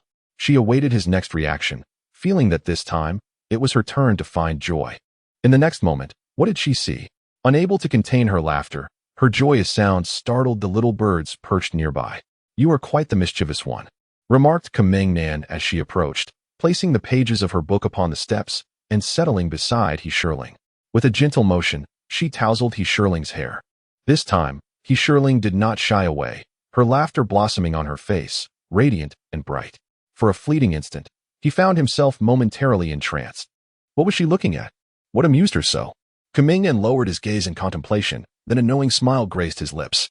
The little bookworm had finally awakened to the truth. She had realized that the poetry of the Song dynasty was secondary. It was the people who constituted the truly delightful scenery. Glancing back at her, he noticed she was still gazing at him. What a love-struck girl. Suddenly, he stumbled over something at his feet, and as he bent down to retrieve a book, he found himself toppling forward, unprepared to embrace the earth. He heard a bright peal of laughter. The one who had just been resting her chin on her hand now shielded her face with her left hand, yet could not contain her exuberant mirth. Ah, so it was. This little girl had indeed become clever, adept at ensnaring him. Yet, he had misinterpreted once more. It was all the fault of the song poetry. Chapter 36, As gentle as jade had it begun to rain? Raindrops fell upon her head, and in the fleeting moment she looked up, they began to descend, coolly landing on her face, between her brows, and upon her neck. Oh, very well, Kumingnan replied, gathering the pages from the steps and handing them to her, before turning to collect the pages from the stairs behind. I haven't either, Yunling chuckled, accepting the pages from Kumingnan's hand. Shall we go? Where are you going? Kumingnan grasped Yuling's arm as she turned to leave. Glancing up at the sky, how had it begun to rain? Compensation for Song Ci, he mentioned. Yuling paused, casting a fleeting glance at the hand that held her sleeve. Did he truly believe himself to be an elder? Was he unaware of the propriety between men and women? She recalled the bookstore they had passed earlier, its size having expanded considerably since her last visit. Wait a moment, she added. Hearing her words, Kumingnan chuckled, fully aware that she referred to the compensation for Song Ci. Swiftly shedding his woolen coat, he held it above his head and approached, enveloping Yuling beneath its fabric. Let us go? No need, Yuling replied with a gentle smile, stepping away from him. The arrival of the light rain was delicate and ethereal, akin to smoke. Why should she seek to escape it? You cannot get wet, Kumingnan insisted, chasing after her and, without further discussion, shielding her with his coat. She was completely covered. And this early spring rain was too cool, she might catch a cold. There will be ample time to enjoy the rain in the future. His voice lingered in her ears, warm and gentle, markedly different from the earlier teasing tone. It carried a hint of concern, mingled with a touch of mirth, rendering it quite pleasant to hear. Thank you for the reminder, Yuling said, extending her hand to catch the raindrops, which fell coolly onto her palm. See, it perfectly illustrates the saying, the wind stirs the new green grass, the rain moistens the light yellow willow branches. This life knows the burdens of youthful spring, yet I wish not to frown until 30. This was a poem by Bai Juyi, which he recognized. Kumingnan smiled lightly, responding, of course. In the future, I shall accompany you to enjoy the rain. In the upper left corner, he stood at a 60-degree angle, gazing resolutely ahead. His expression steadfast and his lips adorned with a faint smile, curving gracefully, unlike the previous flamboyance. Remarkably, he appeared somewhat gentle and refined. Yuling was startled by the sudden emergence of that phrase in her mind, hastily lowering her gaze to the path beneath her feet. Indeed, it was me. Kumingnan, with an undeniable smile, remarked that he was, after all, accompanying her on this stroll through the rain. Glancing at the sky, he shifted his coat to the right as the light rain began to intensify. Walk slowly. With the rain falling, this path will become quite slippery, and I would prefer not to see you fall again. Thanks to you, Yuling chuckled lightly. When had she ever been in such a disheveled state? Never in the past, and surely not in the future. This was merely a singular, artificially induced mishap, accompanying her to appreciate the rain? Such words struck her as somewhat amusing, for they were not truly acquainted. She was merely a fleeting visitor. After today, they would return to their own separate lives, destined to part ways.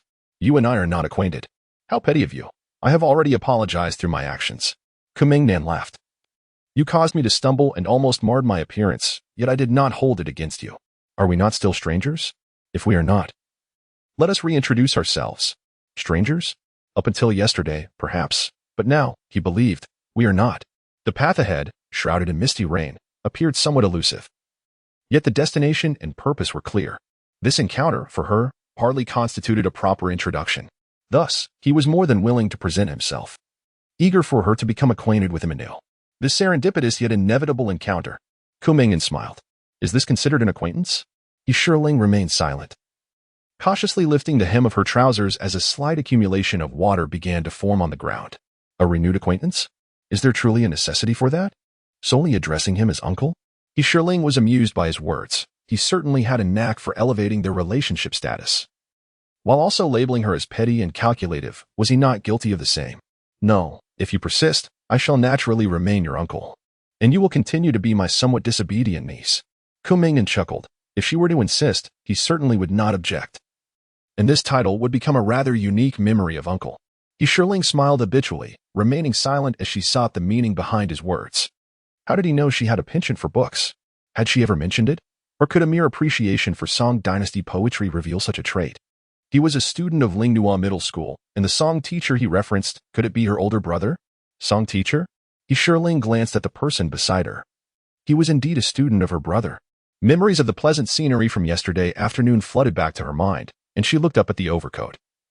only then realizing that it was brown, not black. Was it really that exaggerated? Yunling let out a light laugh. It seemed she had underestimated her brother once more, as he was capable of assisting students in planning their future paths. Recalling her conversation with him yesterday, the song teacher was quite the conversationalist, indeed. Engaging with him had proven quite beneficial, akin to a refreshing spring breeze. Kumingnan remarked, compliments are often more impactful when relayed from a third party.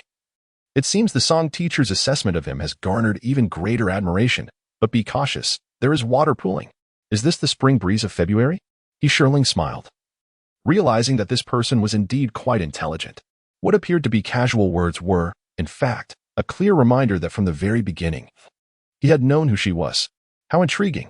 This also elucidated why her unexpected presence had not startled him. From his words, she gleaned 2 additional pieces of information. Her younger sister, Junjun, the very one with whom she had made a poetic rendezvous, and a father who enjoyed fishing. Presumably the gentleman who had gifted her the small wooden bucket yesterday. The spring breeze from February to May, Kumingnan remarked, eliciting a light laugh from Yunling. In her laughter, one could discern her inquiry. Do you have a younger sister? Indeed, a child who refuses to grow up. She is already in middle school, yet still delights in swinging. It's quite amusing, Kumingnan chuckled, casting a glance at Yunling. Surely, she must recognize the little girl who enjoys swinging alongside her. Yunling shot a glance at Kumingnan. And you consider yourself mature? Aren't you the same? What kind of gaze is that? Kumingnan burst into laughter.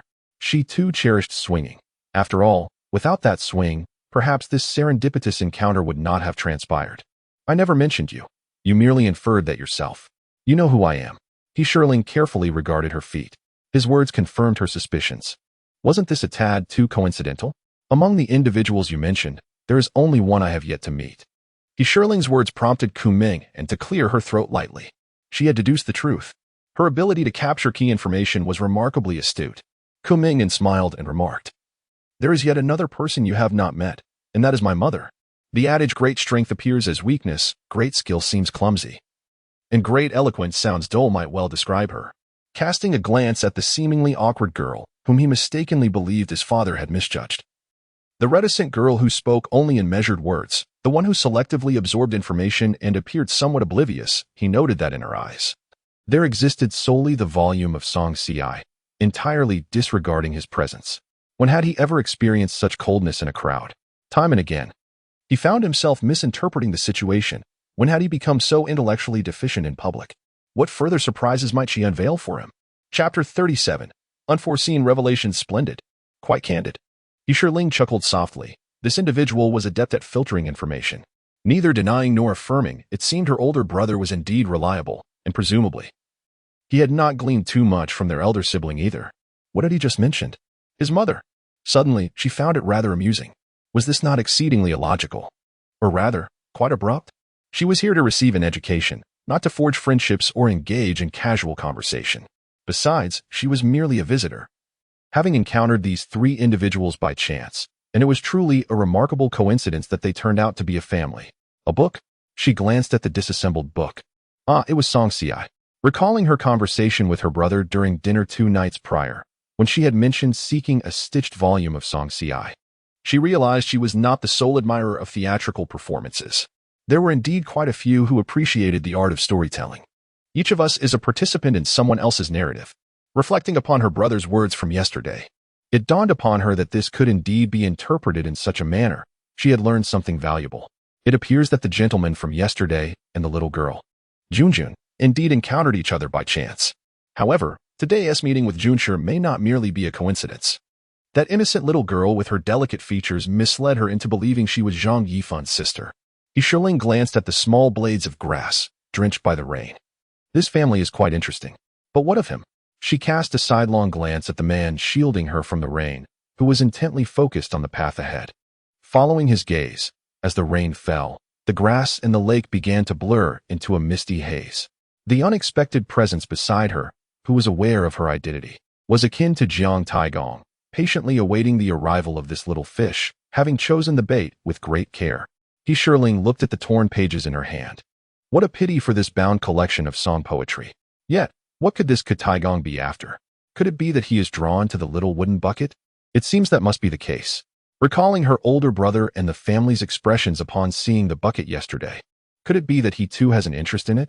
Or perhaps, does the bucket hold some special significance? The little wooden bucket? Kumingyan stole a glance at her, startled by her train of thought. Such a leap in reasoning. Very well. It seems she has already discerned that this is an inevitable encounter, both yes and no. He admitted that initially. He was somewhat curious about the identity of the recipient of the little bucket. Since his father remained silent, he chose not to press further, thinking that one day he would naturally come to know, just as he did with Teacher Song. However, later, he discovered that the person was indeed Teacher Song's sister. Interestingly, when Teacher Song unexpectedly inquired about sardines and catfish, Lin Xiaoyao instinctively surmised that it must pertain to her. His concern lay with the barrel, while his thoughts lingered on the individual who collected it. Subsequently, through subtle hints and indirect inquiries, he gleaned information regarding the conversation about fishermen and wealthy individuals, and learned of Song Ci, yet he remained oblivious to the fact that she would also be present that morning. However, such an encounter was unforeseen, especially with the sudden onset of rain, despite the day's earlier promise of clear skies. From Teacher Song's succinct expressions, he discerned that she was a quietly intelligent girl with unique insights. Perhaps he merely happened upon the swing, and, while she was momentarily distracted, passed by her with Song Ci in hand. She would then pause, gaze at him, and softly inquire, "Hello, may I borrow the book in your hand?" He would stop, smilingly reply, "Of course."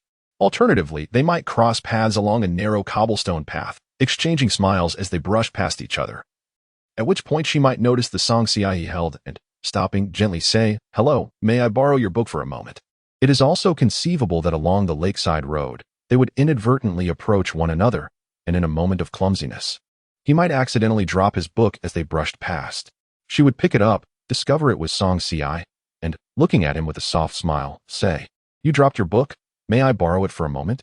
Alternatively, at precisely 10 o'clock in the morning, Kumingyan was nestled in a recliner, engrossed in a copy of Reader. His mother was in the adjacent room, preparing items for him and his sister to take to school that afternoon, while his father practiced calligraphy at a nearby desk. "Shall we go out?" Kuching asked without lifting his head. The park was nearly deserted, to be precise. It was almost empty, save for a figure swaying near the swings in the distance, presumably belonging to them. As he approached, he realized, oh, how delightful they seemed to be, as it was indeed her sitting there, with Junjun beside her, both appearing to enjoy a lively conversation, punctuated by bursts of laughter. What expression was that on little Junjun's face, as she waved at him? Was she perhaps concerned about interrupting them? Well, he hadn't anticipated how to greet them. Glancing around, he pointed at the steps by the water, and upon seeing little Junjun's satisfied okay gesture, he raised it behind the person swinging. Suddenly, he felt a laugh bubbling up. Had they inadvertently taken on the roles of secret agents, complete with a code? Kumingyan chuckled softly and made his way toward the steps by the water. This spot was quite advantageous, not too far and a natural passageway. He was unlikely to miss this serendipitous encounter. However, pondering how to say hello indeed required some thoughtful consideration. As time flowed forward like the water, he noticed Junjun had taken a seat on the swing, yet the other person had turned her back to him. What was little Junjun implying? Was she encouraging him to approach? If he did, how would he initiate a conversation? He glanced at the Song Dynasty poetry in his hand, realizing for the first time that striking up a conversation with a girl was, in fact, a rather daunting endeavor. Or would she perhaps notice him here inadvertently? Or perhaps he envisioned a myriad of possibilities, scenes of their encounter, yet he never anticipated such a meeting. She approached, mistaking him for someone else, completely disregarding his presence. Snatched away the book, carelessly tossed it aside, leading him to misinterpret the situation, resulting in an unexpected fall from grace, while she laughed heartily, oblivious to the chaos. This was a stark contrast to his imaginings. Was it a misunderstanding, or had Teacher Song misled him? Clearly, she was a restless spirit. Chapter 38. The Nonchalant Handsome Youth. Could it be that she deliberately sought to present Song Ci to her? Such a kind-hearted person, yet, was he truly so benevolent? Where to? He inquired as they approached the entrance of the lakeside park. Where to? The question seemed rather trivial. Naturally, they were off to purchase a book. Yunling cast a glance at Kumingyan, then at the damaged Song Ci in her left hand, pondering whether they needn't buy it after all. Is this book a gift for me? Of course, Kumingyan paused, but what is she laughing about? No need for compensation. How naive. Compensation is a must. I require an exact replica. Very well, Yunling replied, already sensing he was not the kind-hearted individual he pretended to be. As long as you can find an exact match. That's the spirit, Kumingnan chuckled, then inquired once more, where to? You lead the way. She had no idea where one might procure an exact copy of Song Ci. If she did, she wouldn't have sought out his book. Moreover, she was unfamiliar with this area, having only visited occasionally. In fact, the last time was over a year ago. Not far ahead stood a bookstore, and with a smile, Kumingnan suggested to Yunling that they should take a look. Yunling remained silent, reflecting on the futility of his political studies, as Marx once articulated. All things are in motion. Was there truly a pair of identical books for sale? How many souls had perused them? How many had forgotten? And had the stories therein unfolded before them? As they paused before the bookstore, the rain outside had intensified, no longer the delicate mist it once was, but a downpour reminiscent of dreams and illusions fading away. Upon entering the store, Yunling adjusted her slightly damp bangs, only to discover that the person behind her had not followed. Turning around, she saw him with his back to her, meticulously arranging his clothing.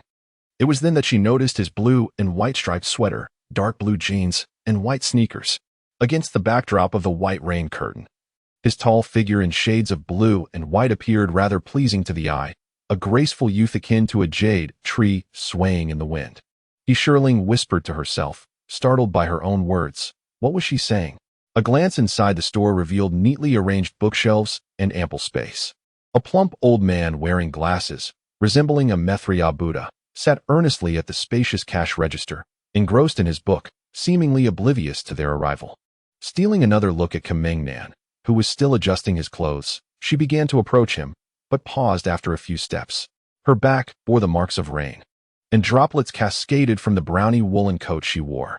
His left arm was also damp, intermittently dripping with rainwater, and his hair was similarly wet. A world for one cannot accommodate two. Yet, he used his clothing to shield her from the elements. Thank you. Yunling retrieved a tissue from her pocket and handed it to him, glancing at him. Your clothes are soaked. Are you still going to buy that book? No need for thanks. Kumingnan chuckled as she tidied her hair, hanging her clothes on a rack by the store entrance. She accepted the tissue from Yunling, shook her hair, and wiped her face and hands dry, only to realize she was gazing at him. Once again, she was staring. What could she be looking at? Was she preparing to witness his embarrassment? He glanced around and found nothing amiss, surely. He hadn't been caught in the rain? It seemed unlikely, as his clothes were draped over her side. Could it be that this downpour had stirred her emotions? Yet, that didn't appear to be the case. There was no hint of sentiment in her eyes. Rather, it seemed she was scrutinizing him. What could she possibly be examining? Was she captivated by my charm? Kumingnan leaned closer to her ear and whispered a comment before bursting into laughter and walking away. Come on. Let's find a book. Captivated? The verse that had just crossed her mind made Yunling's cheeks flush momentarily before the color faded, and she broke into a smile. Indeed, his gesture of tossing his hair had a certain charm. This person was not just a bit handsome, but also somewhat narcissistic and a tad oblivious. Seemingly unaware of his wet clothes. Your clothes are wet. Should you not take care of that? Yunling pointed to his arm, and then added, Let's buy the book first, come on. Kumingnan replied with a smile, twisting her sleeves, finally acknowledging his presence, her interest in Song Ci forgotten. Well? Yunling nodded, then decided to purchase the book swiftly, turning her gaze towards the bespectacled gentleman. Uncle, she began, but was interrupted by Kumingnan, who urged her to follow. This way, let us go. Where to? She inquired. Uncle Dong, I'll leave these books with you. Kumingnan placed the scattered pages on the counter and without waiting for the proprietor to lift his gaze, followed after him. Where are the books?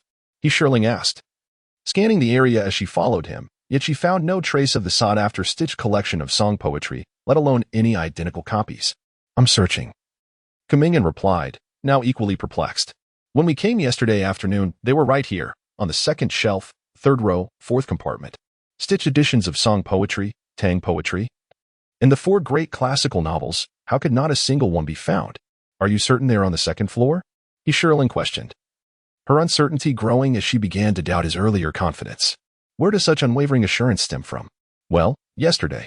Kumingnan chuckled lightly. Indeed. I heard Xiao mention that a new batch of stitched books had arrived here. Let us search once more. All right, let us continue searching then, Yunling agreed. Turning in the opposite direction, embarking on the quest for the books she hoped were on the second floor. After scouring half of the shelves without success, she found herself holding an additional book. What book is this? Kumingin inquired, taking it from her grasp. It's the 2001 collection of microfiction. You read this too? Also? Her ability to sidestep the main issue and speak evasively was something Yunling had experienced profoundly. Have you found that book of Song Ci? She inquired. No. Kumingin replied awkwardly with a smile. Where could it have gone? I'll head downstairs to ask the proprietor. You search a bit more. All right, Yunling responded, glancing at her watch as she made her way toward the area where he had just been. It was nearly noon. At the staircase, Kumingin paused, gazing out the window. Through the mist of rain, the outside world remained obscured, yet the sound of raindrops tapping against the eaves was distinctly audible. It seemed that this rain would not cease anytime soon. Chapter 39. The Siege and Song Ci Uncle Dong, on the second floor. Where have all the stitched books of Song Ci and Tang poetry gone? Are they relocated, or eschew? Kumingin interrupted herself with a sneeze as she attempted to shield her nose with her hand. Have they all been sold out? Oh, Xiaonan, replied Dong Yusin, the proprietor, who had been engrossed in a book at the counter. He lifted his gaze, removed his glasses, and looked at her. The books are gone. Gone. Sold out. Kumingin chuckled, recalling that there had been several copies when she visited yesterday. Which book do you wish to purchase? Dong Yusin glanced at the scattered pages on the table. Song Ci, specifically one like the stitched edition. This particular book was not purchased from my shop. You possess a deluxe edition, while I only have the simplified version. And where are the books? What he is currently concerned about is the location of the book, rather than comparing different editions. Moreover, he had already perused it yesterday and found them nearly identical. Sold out, Dong Yusin chuckled. All sold out? Indeed. Are you more concerned about the book itself, or about who purchased it? Or perhaps about the individual intending to buy it? Dong Yusin set down the book in his hands, observing Kumignan's incredulous expression, which brought a smile to his face. Since it is merely a book, does it truly matter which edition one acquires? Dong Yusin laughed, his eyes narrowing into slits, gesturing towards the scattered pages before him. Why must it be this particular one?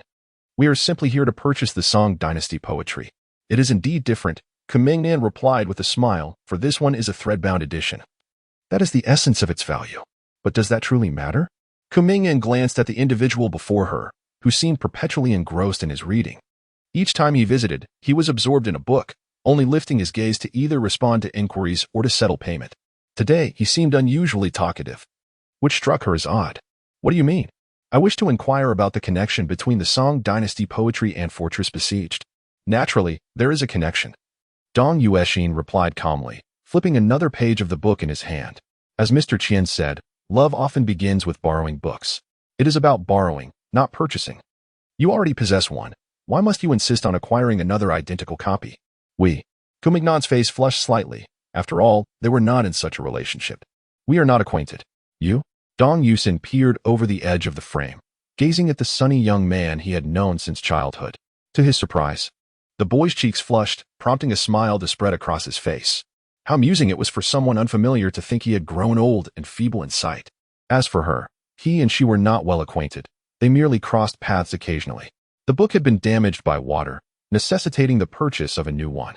There's no need to explain, Dong Yusin chuckled, a dashing young man whose elegance resembled that of a jade tree swaying in the breeze. Are you complimenting me? Kumingnan laughed, recalling Du Fu's description of Cui Zongji in the Eight Immortals of Drinking. It must be a compliment directed at you, Dong Yusin replied with a grin, gesturing toward his own head. I, an old man, wouldn't understand such nuances. It must be someone else praising you. Someone else? Kumingnan, noticing Dong Yusin's gesture, glanced upward. When did she compliment him? How did I miss that? The description of a graceful and charming young man indeed suited him perfectly and unconsciously. Her lips began to curve upwards. As Mr. Zheng once remarked, a borrowed book must be returned. The cycle of lending and returning can serve as an excuse for two encounters, seamlessly intertwined. Dong Yusin cast a glance at the blissfully unaware individual, turned a page of the book, and casually remarked, seemingly to himself, Dong uncle, you're overthinking it. I am a diligent student. Kumingnan chuckled at this, finding some truth in the statement. While she would forego purchasing the Song Dynasty poetry, buying the book remained imperative. She instinctively reached for her pocket, only to realize her jacket was hanging on the rack. She spotted a crumpled 100-yuan bill on the floor. Looking around, the shop was devoid of anyone but him and Uncle Dong. Has anyone entered just now, Uncle Dong? Kumingnan inquired as he handed over the money. Whose money has fallen? They? It seemed he hadn't brought such a sum today. Retrieving his coat, he discovered the money still within, 120 yuan note and 110 yuan note. It wasn't his, rather, it was. He chuckled, Uncle Dong. This is for purchasing books. He passed the money over and gestured towards the upper floor. Books still need to be bought. Only then can they be borrowed. All right. If there is an excess, I shall refund you. If it's short, you may compensate later. Dong Yusin smiled as he placed the money beneath the scattered pages of a book on the table, glancing at Kameng Nan, who was preparing to leave. Are you truly departing like this? Kameng Nan replied, donning his coat and making his way towards the exit, while behind him, Dong Yusin's astonished gaze lingered. Chapter 40. I am not familiar with him. Surveying the rows of books, she perused each one.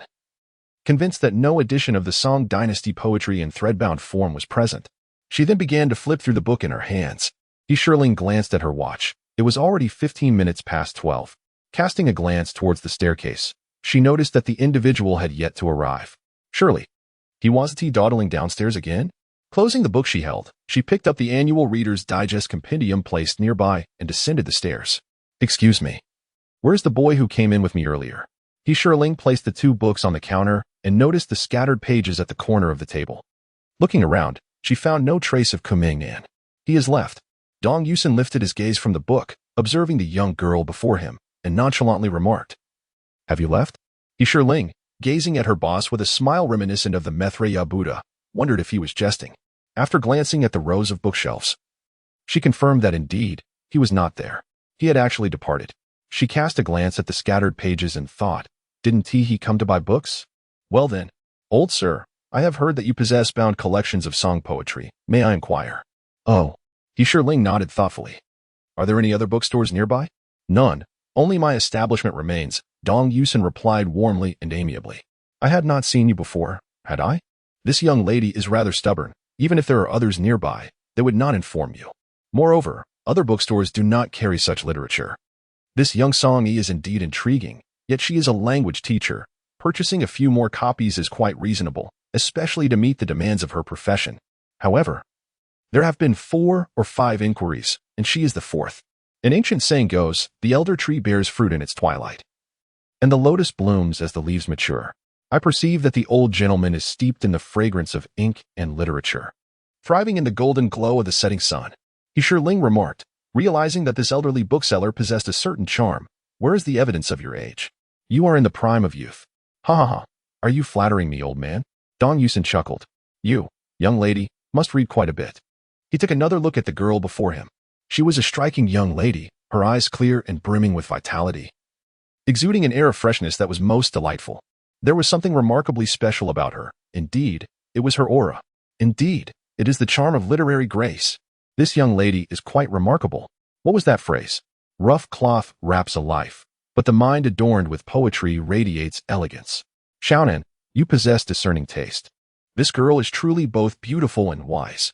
Dong Yusin smiled, for it was his first time witnessing his companion and the girl at the bookstore. Yet, that rascal left without uttering a word. What could that signify? Has he not inherited his father's true legacy? Her voice is clear and unhurried, a soothing presence devoid of haste or agitation. Upon her entrance, he initially perceived her as taciturn, but now it seems this young girl possesses a profound inner calm. From the moment he saw her until now, she has maintained a serene smile, unassuming at first glance, yet her presence is undeniably striking and should not be underestimated. She appears to be a high school student, likely a standout among her peers. Occasionally glancing at her watch, Yunling chuckled and noted the time, 12:35. There could be no further delay. It seemed he had indeed departed. Pointing to the two books before her, she reached into her coat pocket and inquired, Sir, how much? 56 yuan. The payment has already been made. Dong Yusin retrieved the change from the drawer, casually took a plastic bag, and placed the two books inside. He then extracted a clip from the drawer to bind the separated pages together, placing the bundle into the bag before sliding it towards Yunling. Shaking the remaining bills in the drawer, he deposited them inside. The cost of the books has already been covered by someone else.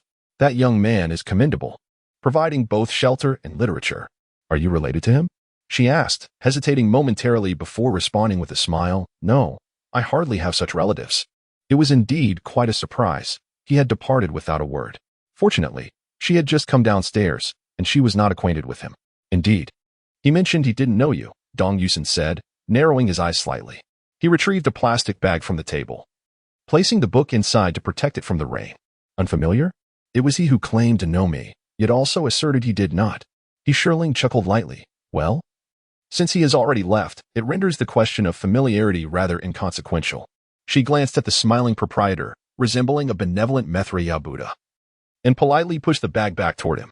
I apologize, sir, but I no longer wish to keep this book. Oh, Yunling remarked, glancing at the sign. Sir, may I inquire if you are acquainted with the young man who just departed? What of it? Dong Yusin inquired. Oh, I've seen him a few times. He chuckled, narrowing his eyes into a thin slit. We are not well acquainted either. Ah, thank you then. She smiled softly, realizing that he seemed to have a rather poor social circle. Taking the bag containing the book, she prepared to bid farewell to the bookstore owner. Goodbye, sir. Ah, by the way, young lady, I forgot to mention that the cost of the book was not covered by that boy. He found it on the ground. Dong Yusin gazed at her, awaiting her reaction, but all he observed was her gentle smile as she paused, her right hand reaching into the pocket of her coat. After a moment's hesitation, it seemed she realized her money was gone. He anticipated she would check her left pocket and perhaps inquire further about the money or about Xiaonan, yet she did not. The young girl cast him a fleeting glance, her serene smile unwavering, and with a clear, unhurried voice, she expressed her gratitude. I understand. Thank you, sir. Goodbye. And just like that, she departed. Dong Yusin removed his glasses, watching the figure walk towards the door, a flicker of surprise crossing his face, his heart a tumultuous sea. Yet he maintained a calm smile. She could not be more than 16 or 17. Chapter 41. Memories in the Wind. Young lady, is your home far from here? If you turn left and walk straight for 15 minutes, there's a place that sells umbrellas. Leave your book with me and take my umbrella to buy one. You can return for your book later. Dong Yusin gestured towards the outside, where the rain poured heavily. The spring rain was too chilly to be caught in, lest one fall ill. Yunling hesitated for a moment, smiled softly, and stepped outside. Was he had said that they were not familiar with each other? Yet she seemed to know his childhood matters. Whether they were acquainted or not, their pasts intertwined or separate, mattered little now. They had never truly known each other. Moreover, glancing at the book in her hand, she initially thought perhaps it was the tissue she had taken out for him. As for the unpurchased threadbound song CI, she would ask her elder brother to deliver it to him in due time.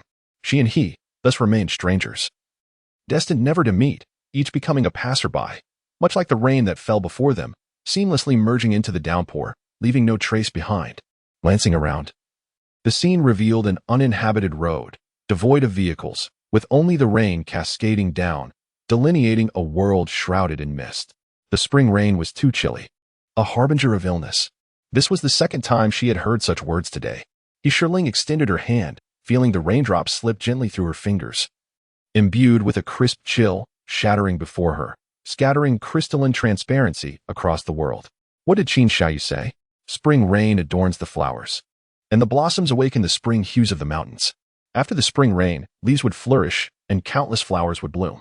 Yunling gazed at the rain above her head, then at the road ahead, removed her watch and placed it into the pocket of her sweater, rolled up the cuffs of her trousers, and held her book and plastic bag atop her head, venturing into the rain.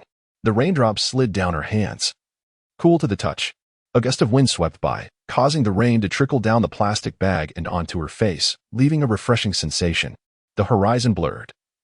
As rain and mist enveloped the entire world, the glistening droplets before her forming an elongated white curtain. Who said that each raindrop possesses a soul? Which one, then, would be hers? Suddenly, she felt that the falling rain resembled delicate snowflakes drifting through the air, their ephemeral bloom akin to snow butterflies fluttering, evoking a sense of coolness. Was it not said that spring rain dispels the remnants of frost, ushering in warm breezes?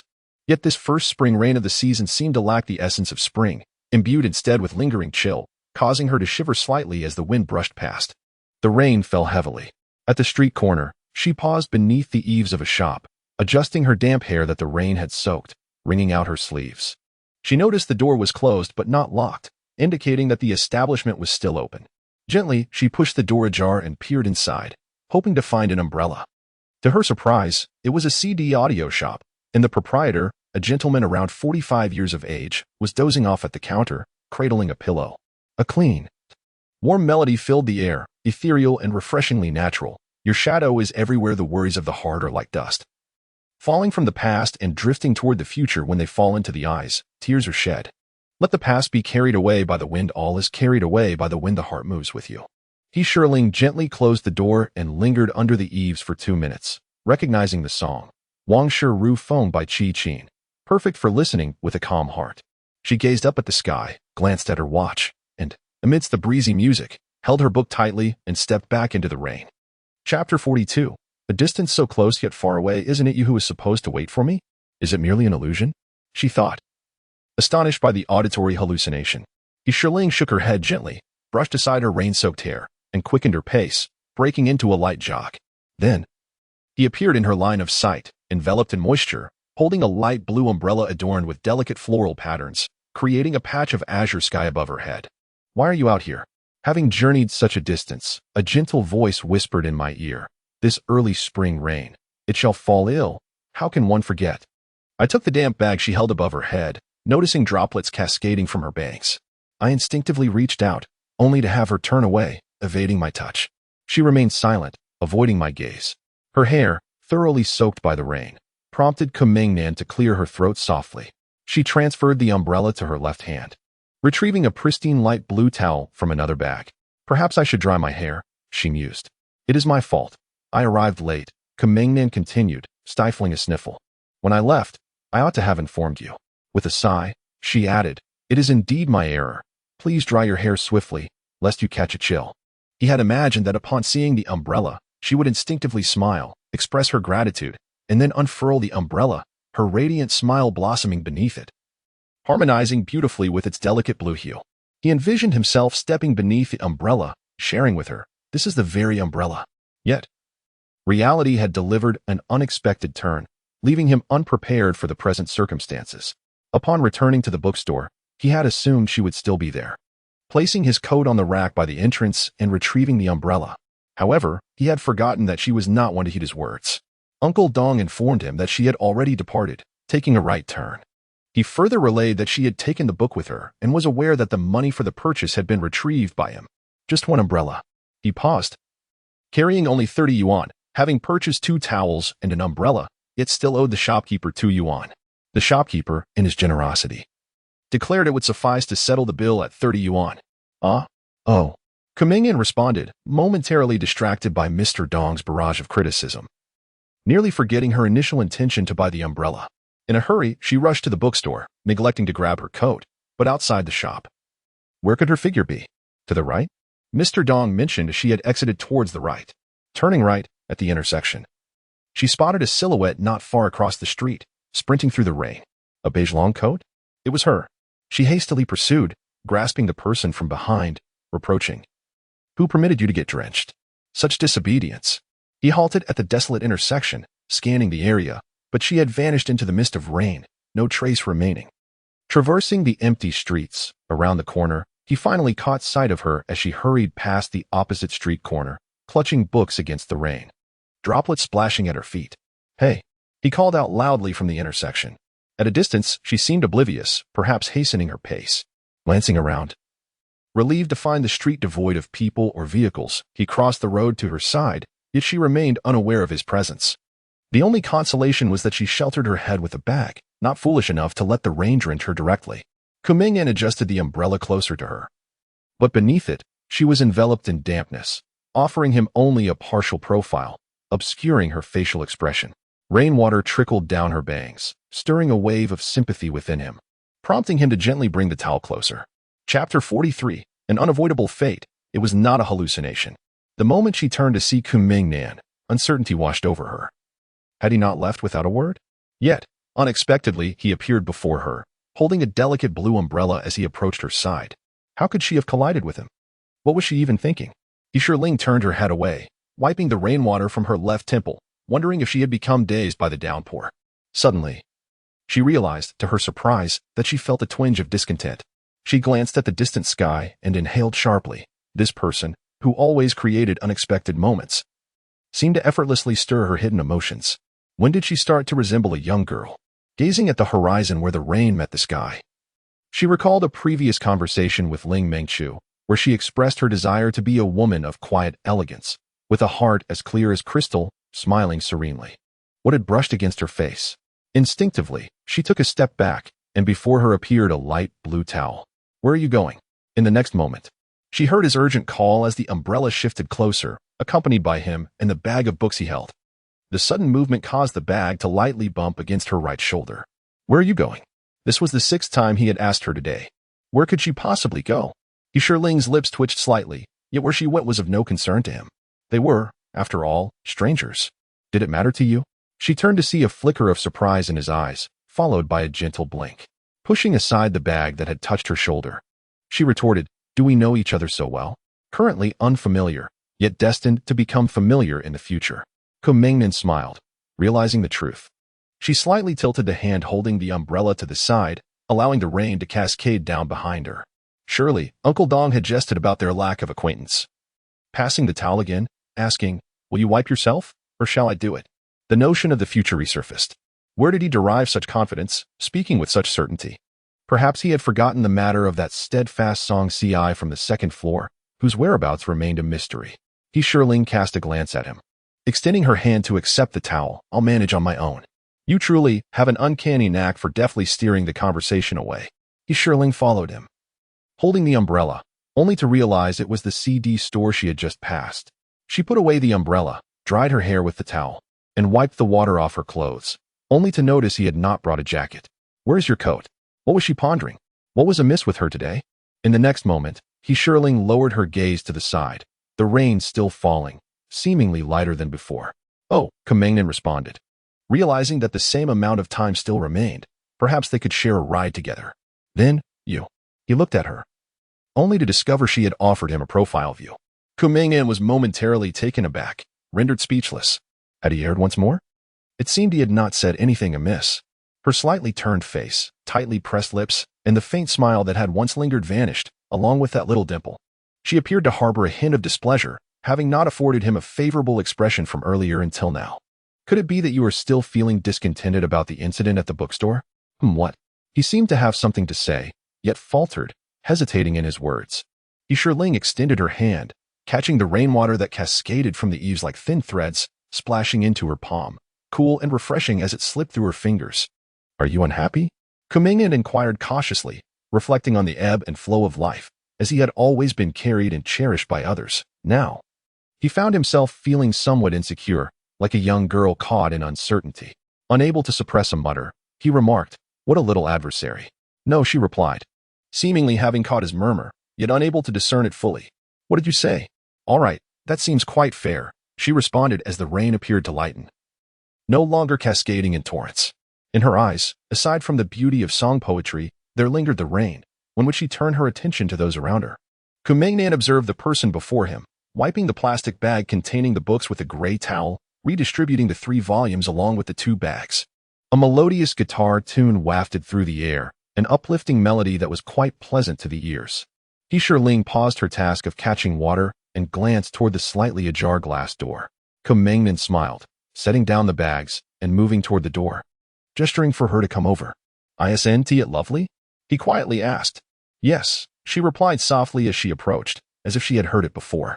The lyrics are beautiful too, Kumingnan smiled, urging her to listen. It is difficult to forget the moment I first encountered you. With your enchanting eyes lingering in my mind, your presence an indelible shadow, holding your hands and feeling your gentleness, I find it almost overwhelming. Your innocence, I long to cherish. Upon hearing the initial lines of the song, a sense of familiarity washed over me. It seemed to be a melody that Wang Sini hummed earlier this week. Yunling gently nodded, remarking on the beauty of the tune, its magnetic quality reminiscent of sunshine following a rain shower. Indeed, it is beautiful. What is the name of the song? Qing Fei Dai. Kumingnan laughed softly in response, glancing inside the store. Fortunately, Uncle Su was dozing off. Otherwise, he would surely suspect the two of them were concocting some mischievous plan regarding the CDs. What? Yunling looked at him, momentarily unclear. I said, Qing Fei Da? Kumingnan enunciated deliberately, suddenly lowering his head, a faint blush gracing his cheeks. Qing Fei Da? Yunling chuckled, observing him with curiosity. Oh, what is that expression? Is he blushing? She merely inquired about the song title, having said nothing more. Well, it is rare to witness a boy blush, Has he finally matured? Yunling smiled, taking a step back to create some distance between them, turning her gaze toward the rain at the eaves. The fact that he could blush over a song title is rather intriguing. The melody of the song continued to resonate. What could be the reason? How is it that I find myself encountering you once more? I truly do not wish for this. Chapter 44. It was you who initiated the conversation. As the tune of the next song began to play, Yunling glanced at her watch before turning her gaze to the sky. The rain before her seemed to have lessened considerably, falling drop by drop. It was likely that it would cease shortly. Yunling extended her hand to receive the umbrella, preparing to depart. Just then, Kumignan's voice resonated from behind. Will you not accompany me with this umbrella? What did you say? Yunling inquired. Kumingnan chuckled. And though he was aware of her name, hearing it spoken by her own lips felt distinctly different. He reached out, grasping her sleeve. I shall remember this. When the time comes to admire the stream, I will pluck the water lilies and row my boat. She owed him an introduction. Could this be considered a new acquaintance? Yunling glanced at the hand holding her sleeve, then at him, noticing that he showed no intention of releasing it. This marked the fourth time today he had grasped her sleeve. Did he possess a peculiar habit of tugging at others' garments? At 2:30. The rendezvous was set at the station, no exceptions. Kumingnan smiled, maintaining his hold. Yunling looked at him, wondering if he had truly been dazed by the rain.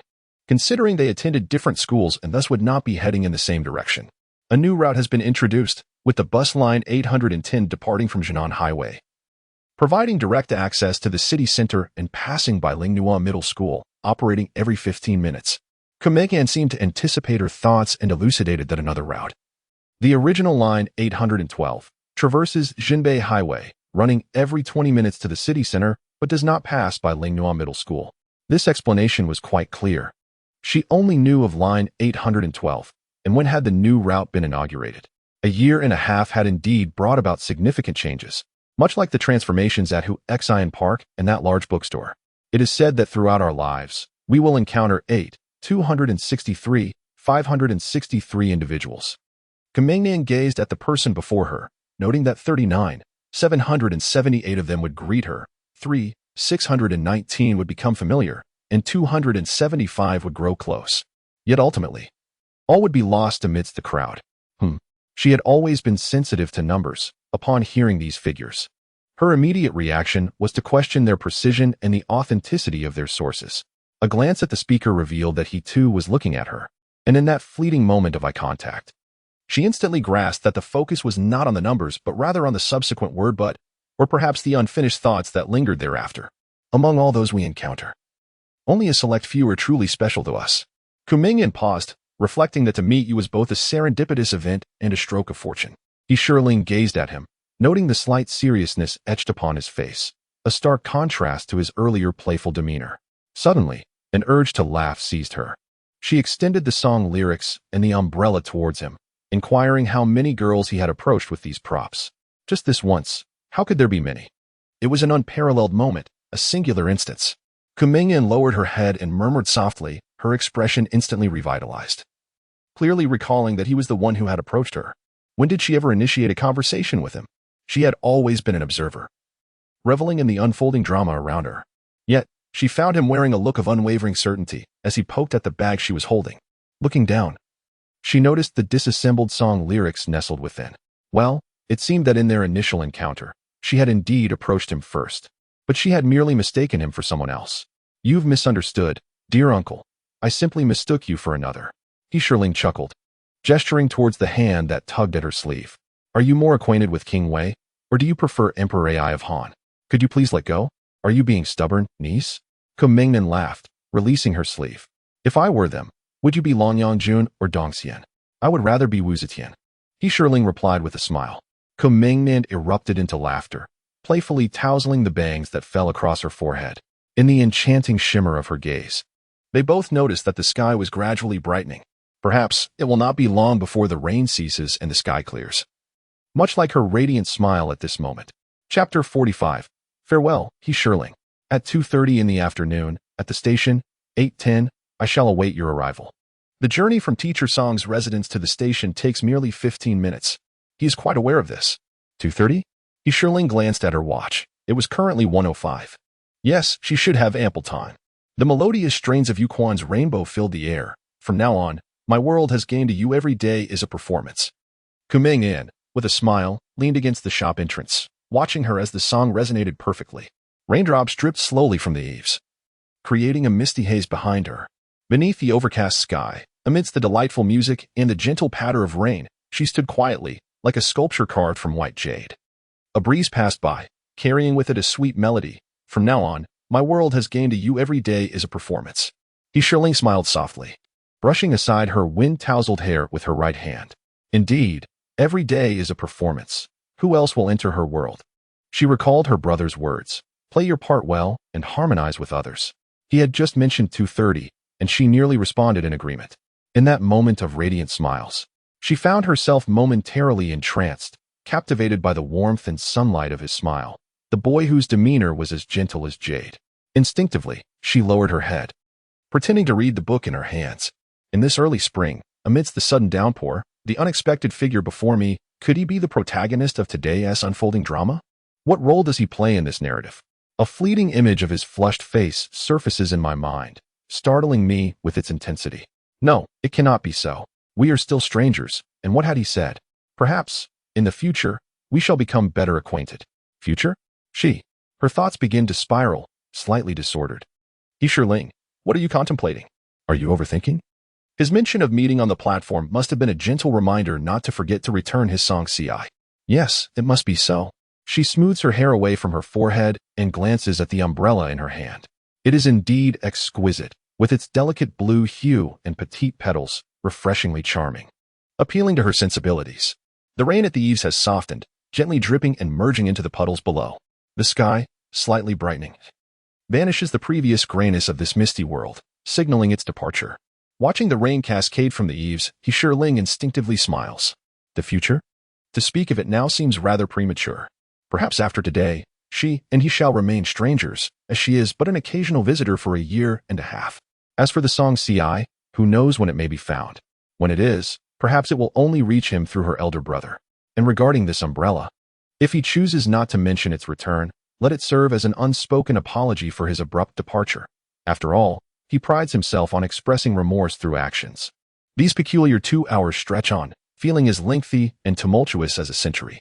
In the future, time will be left for the future to slowly compose its narrative. At 17, she is not yet prepared to invite another to share in the rain's embrace, nor does she wish to allow others to prematurely influence her emotions. Moreover, there remains a multitude of experiences awaiting her discovery and engagement. In the grand drama of her life, she is the sole protagonist. Farewell, Nan Ku, a fleeting dream. Yunling glanced at him and offered a smile, holding the delicate blue umbrella as she stepped into the rain. Watching the umbrella fade into the distance, Kuming then lowered his head, smiled softly, picked up the bag containing his books, and retrieved a gray towel.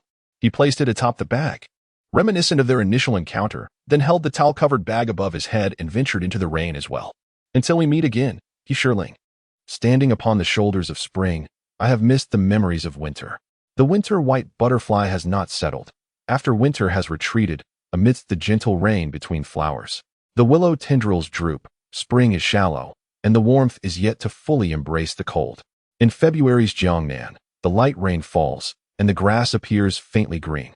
In the dimming twilight, amidst the words and painted screens, I read a verse of song poetry, reminiscing a melody that belongs to the gentle spring of Jiangnan. When was the car window closed? Yunling, seated in the last row by the window, awoke from her slumber. Who said that habits are merely a way of thinking and do not represent a lifestyle? Yunling chuckled, rubbed her eyes gently, adjusted her hair, and surveyed the interior of the vehicle. The number of passengers was neither too few nor too many. The seats appeared somewhat empty, lacking full occupancy. Glancing at her watch, she noted that it was 4:15. She wondered if she would arrive at school before 5:30 in time for dinner. Yet she was uncertain if her friends would wait for her. The thought of dining made her smile again. After her aunt stuffed her backpack with food, she reluctantly brought over another tote, filling it with apples, oranges, cookies, and bread. Like her mother, she seemed anxious about her not going hungry.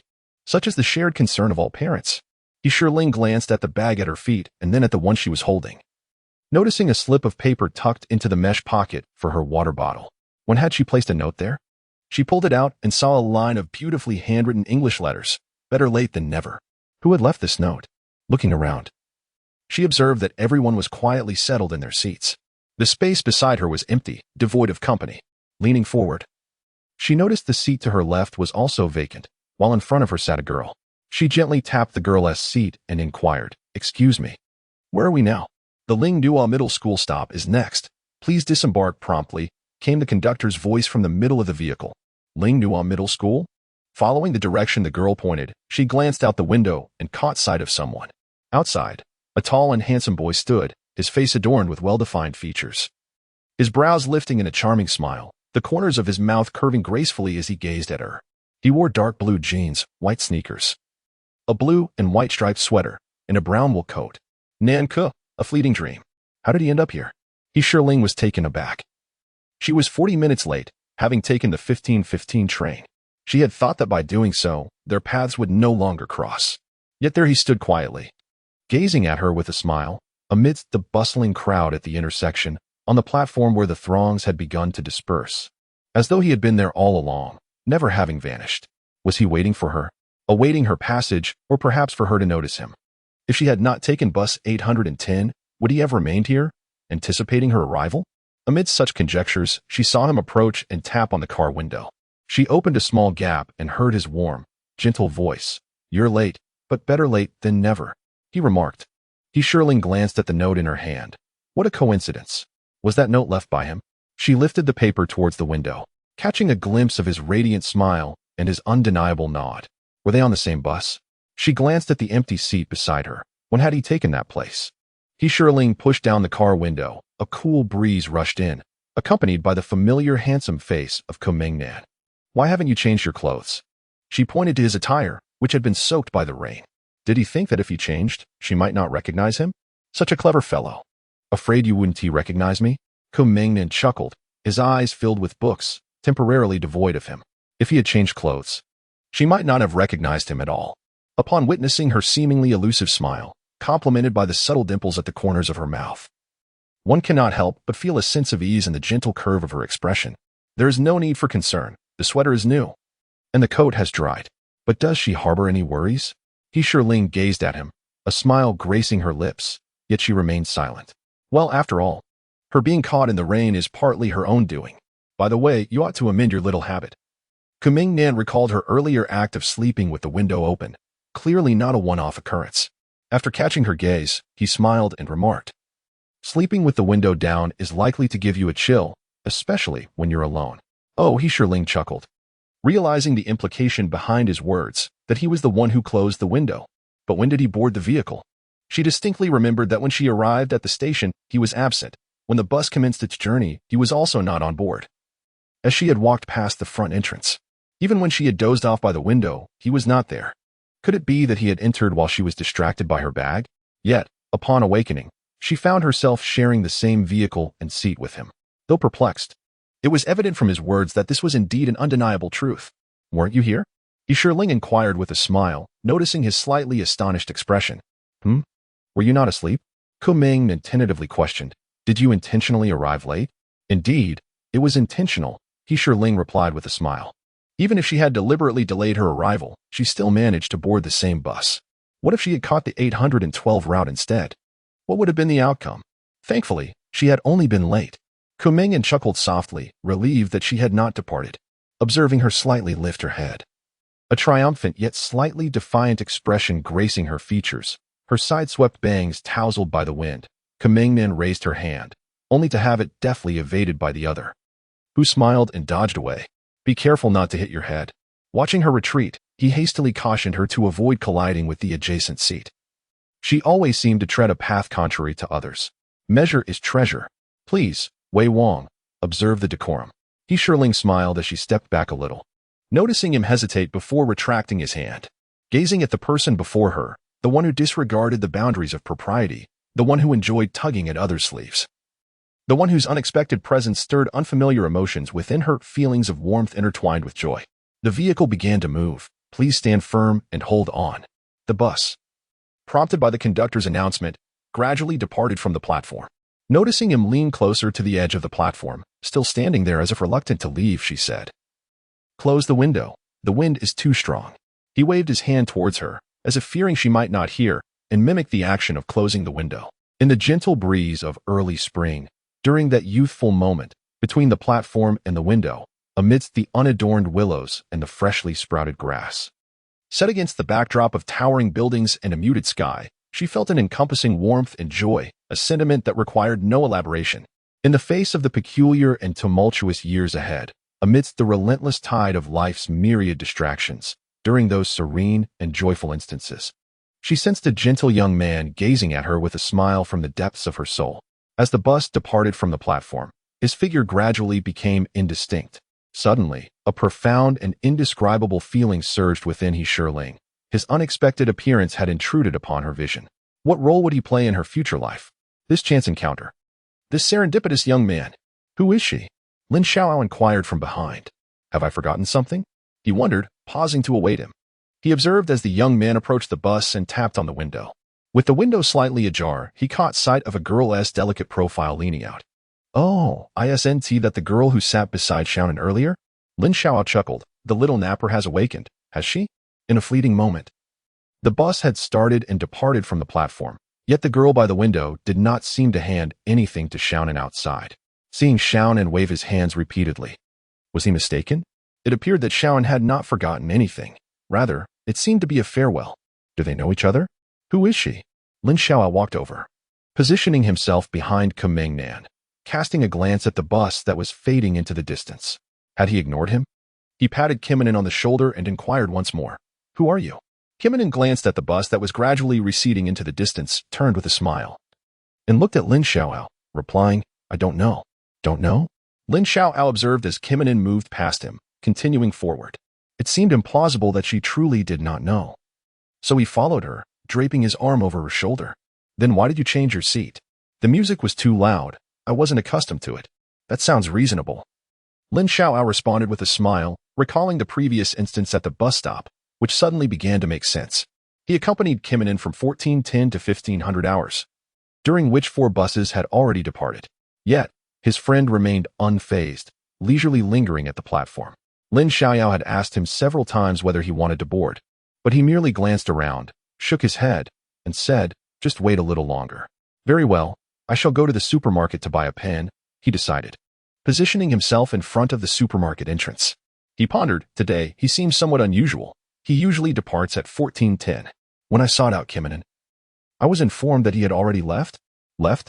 Why had he not notified me? They had always shared their comings and goings, eating, living, attending the same school, and sharing the same dormitory. When did Kimanin begin to act independently? He glanced at his watch, assured that he had not misread the time, and bade farewell before turning back towards the platform. Upon his arrival, he found his friend leisurely standing at the platform, engrossed in a book, occasionally glancing around. Oh, so he was waiting for me?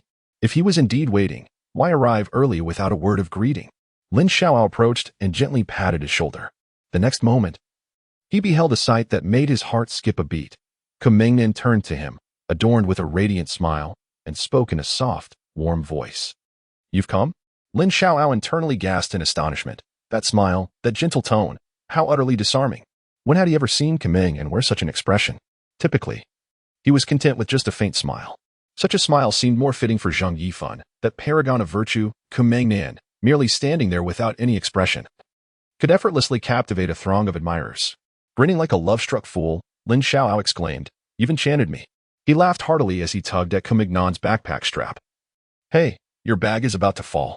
Got it. No thanks needed, Kumengnan replied, glancing at the person before him, his tone shifting from before. Why are you here? What do you mean? Why am I here? Were you not waiting for me? Lin Xiaoao chuckled, pausing for a moment. Oh. Could it be that you arrived early to wait for someone else? Is there a story unfolding today? He mused, smiling at the rare brilliance of Kumengnan's smile as he strolled toward the supermarket entrance. However, nothing transpired. He only observed Kumengnan standing alone at the platform, occasionally glancing around. As the throng of people dispersed, at precisely 1512, the 5th bus arrived. Lin Xiaoao noticed Kumengnan peering toward the supermarket entrance, seemingly searching for him. Upon spotting him, Kumengnan waved and proceeded to board the bus through the front entrance. What on earth is he up to? Lin Xiaoao wondered. Lin Xiaoao approached and boarded the bus, only to find that he had settled into their usual seats. The vehicle was sparsely populated, with hardly anyone in the back. In the left corner of the last row, a person was busily organizing their belongings. The vibrant hue of their clothing, a striking canary yellow, suggested they were likely a girl. As the bus prepared to depart, an announcement was made in a somewhat unrefined Mandarin, urging passengers to hold on and brace themselves. Lin Xiao smiled and took a seat next to Kamengnan. The bus departed punctually at 15:15. Approximately 10 minutes into the journey, the bus came to a halt, presumably to allow passengers waiting by the roadside to board. Lin Xiaoyao mused to himself, inadvertently noticing Kamengnan leaning back to glance behind them before returning to her seat. He turned to look as well and observed a group of 5 or 6 individuals boarding through the middle door. After another 5 minutes, the bus stopped once more. He saw Kamengnan peering back again, only to sit down shortly after. Lin Xiaoyao glanced back and noticed yet another wave of people entering through the central door, leaving almost no vacant seats. "What are you doing?" Lin Xiaoyao couldn't help but inquire, noticing Kamengna's peculiar interest in the rear. It struck him as odd. Was the arrival of new passengers truly deserving of such scrutiny? When had she become so observant?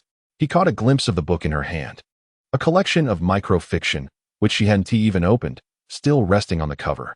"Get up," Kamengnan instructed, placing the book into her backpack. "Huh." Lin Xiaoyao was momentarily taken aback, unable to respond. "Get up, let me out," Kamengnan reiterated as she picked up her backpack. Lin Xiaoyao hurriedly followed, forgetting the bag left beside her seat. "Classmate, shall I switch your seat?"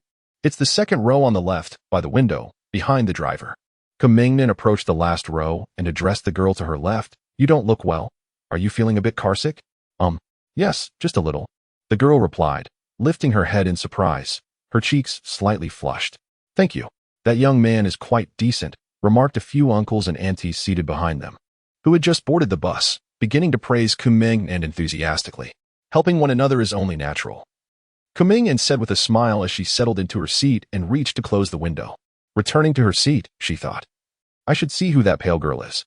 "Wait," Lin Xiaoyao paused after taking a couple of steps, turning to look at Kamengnan. Beside him sat the girl in the pale yellow top, who had been sitting there since they boarded, now dozing against the bus window. Lin Xiaoyao couldn't help but chuckle. "Wow, impressive. It hasn't been long since we set off, and she is already asleep. Truly a little sleep deity." "You're quite right," another voice chimed in. "That young man is indeed commendable. Boys should be like this. Sleeping like this keeps them from catching a chill. This way." She wanted to bump her head due to the bumps of the road or when the bus stops. The uncles and aunties resumed their chorus of praises for Kamengnan. He adjusted his seat, seemingly for the sake of the girl who suffered from motion sickness, or perhaps for the one who was still in slumber. The latter remained reclined against the seat, her head resting against the glass of the window. Oh no, it was actually Kamengnan's hand, drifting into a deeper sleep. Although only her profile was visible, one could discern the clear contours of her face, delicate willow-like eyebrows, a high-bridged nose, a petite mouth, and an ivory complexion, presenting a picture of a strikingly beautiful girl. Who was the true reason behind his seat adjustment? Today was indeed peculiar, Lin Xiaoyao pondered, withdrawing a book from his bag and casually flipping through its pages, then reaching for a packet of snacks. Perhaps he could strike up a conversation with the girl seated beside him? The girl next to him seemed to have something to say, conveniently sparing him the effort of contemplating how to initiate a conversation. "Ahem." He paused, taking a moment to scrutinize the girl who had been shifted. With her short hair grazing her ears, a slightly flushed complexion, and an unremarkable appearance devoid of distinctive features, the only notable aspect was her large, expressive eyes, which were cautiously observing him. Upon meeting his gaze, her face appeared to redden further. Was she about to inquire something? "Who is that boy?" she asked timidly. This type of girl was not one that captivated Lin Xiaoyao. He had encountered many such shy girls throughout his life. He half stood, glancing back towards the other girl, who remained elusive in her appearance, still turned away, leaning against the seat and soundly asleep against the car window. To be able to fall asleep in such circumstances was indeed a remarkable feat. Lin Xiaoyao chuckled, casting another glance at the so-called helpful individual, whose gaze was still directed towards the window. He found it rather impolite to disturb her. Lin Xiaoyao settled down to respond, only to notice the girl's expression of surprise. Subsequently, he observed her turn her head to gaze out the window, where a breeze wafted in through the partially opened window, tousling her somewhat long hair, which drifted across his face. The window was ajar rather widely. With the hand holding the cookie, Lin Xiaoyao gestured towards the window. "Oh, I'll close it a bit," the girl softly replied, drawing the window up, leaving only a slight gap to gently stir the hair at her forehead. "I am Anren," within signifying tranquility and Ram representing serenity. I attend Yunling High School, currently in my second year. What about you? The girl glanced at the book in his hand as she spoke softly. Lin Xiaoao raised his gaze to her, realizing she was focused on the book he held. I am Lin Xiaoao, in the third year at Lingnua Middle School. Would you like to take a look? No, thank you. I tend to feel nauseous while reading in a moving vehicle, Anren replied gently. Oh, understood, Lin Xiaoao responded. Suddenly recalling the girl behind them who appeared to be in deep slumber, he leaned back to glance at her, unable to suppress a smile, truly a little sleep deity. You might take a cue from her and catch some rest, he suggested. Anren turned to look back briefly, then lowered her head with a soft laugh. Do you know the girl by the window? Not at all, Lin Xiaoyao answered, flipping a page of his book with his left hand while munching on a cookie. How would he know her? Upon hearing the girl beside him utter a soft "oh," she fell silent. The gentle strains of light music filled the carriage, soothingly. Until they reached their destination, he noticed Kumengnan rise to leave, while the girl remained asleep, truly a little sleep deity. Now that I think about it, it all makes sense. You know her. Lin Xiaoao glanced at Kumengnan, suddenly seeming to understand something. Don't you know her as well? Kumengnan looked at Lin Xiaoao. Has your nearsightedness worsened again? Kumengnan playfully tapped Lin Xiaoyao's glasses and remarked, whether it is Anren or Anjing, it is of no concern to either of us. Indeed. Such a lack of discernment, you have yet to realize who she is. Well, since Xiao has no recollection, there is no need to remind her. No. My vision remains at 300 degrees.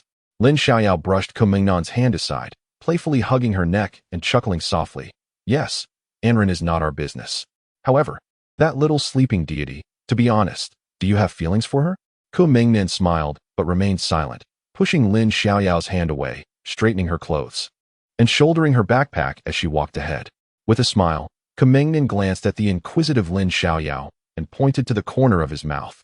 What did you eat on the bus? You have crumbs at the corner of your mouth. Oh. Lin Xiaoyao laughed bashfully and wiped the right corner of his mouth. Hoping Anren hadn't seen it, his image. The left side, Kumengnan reminded him with a smile before walking ahead. You deceived me. Lin Xiaoyao hurriedly wiped again, realizing there was nothing there. Only then did he understand and caught up, playfully throwing a punch towards Kumengnan's back, but she sidestepped to the right, evading him and then grabbing his arm. You've regressed. Kumengnan released Lin Xiaoyao's arm. He is certainly not my brother. Kumengnan cast a glance at Lin Xiaoyao, realizing that he was indeed the closest person, well aware of his vulnerabilities.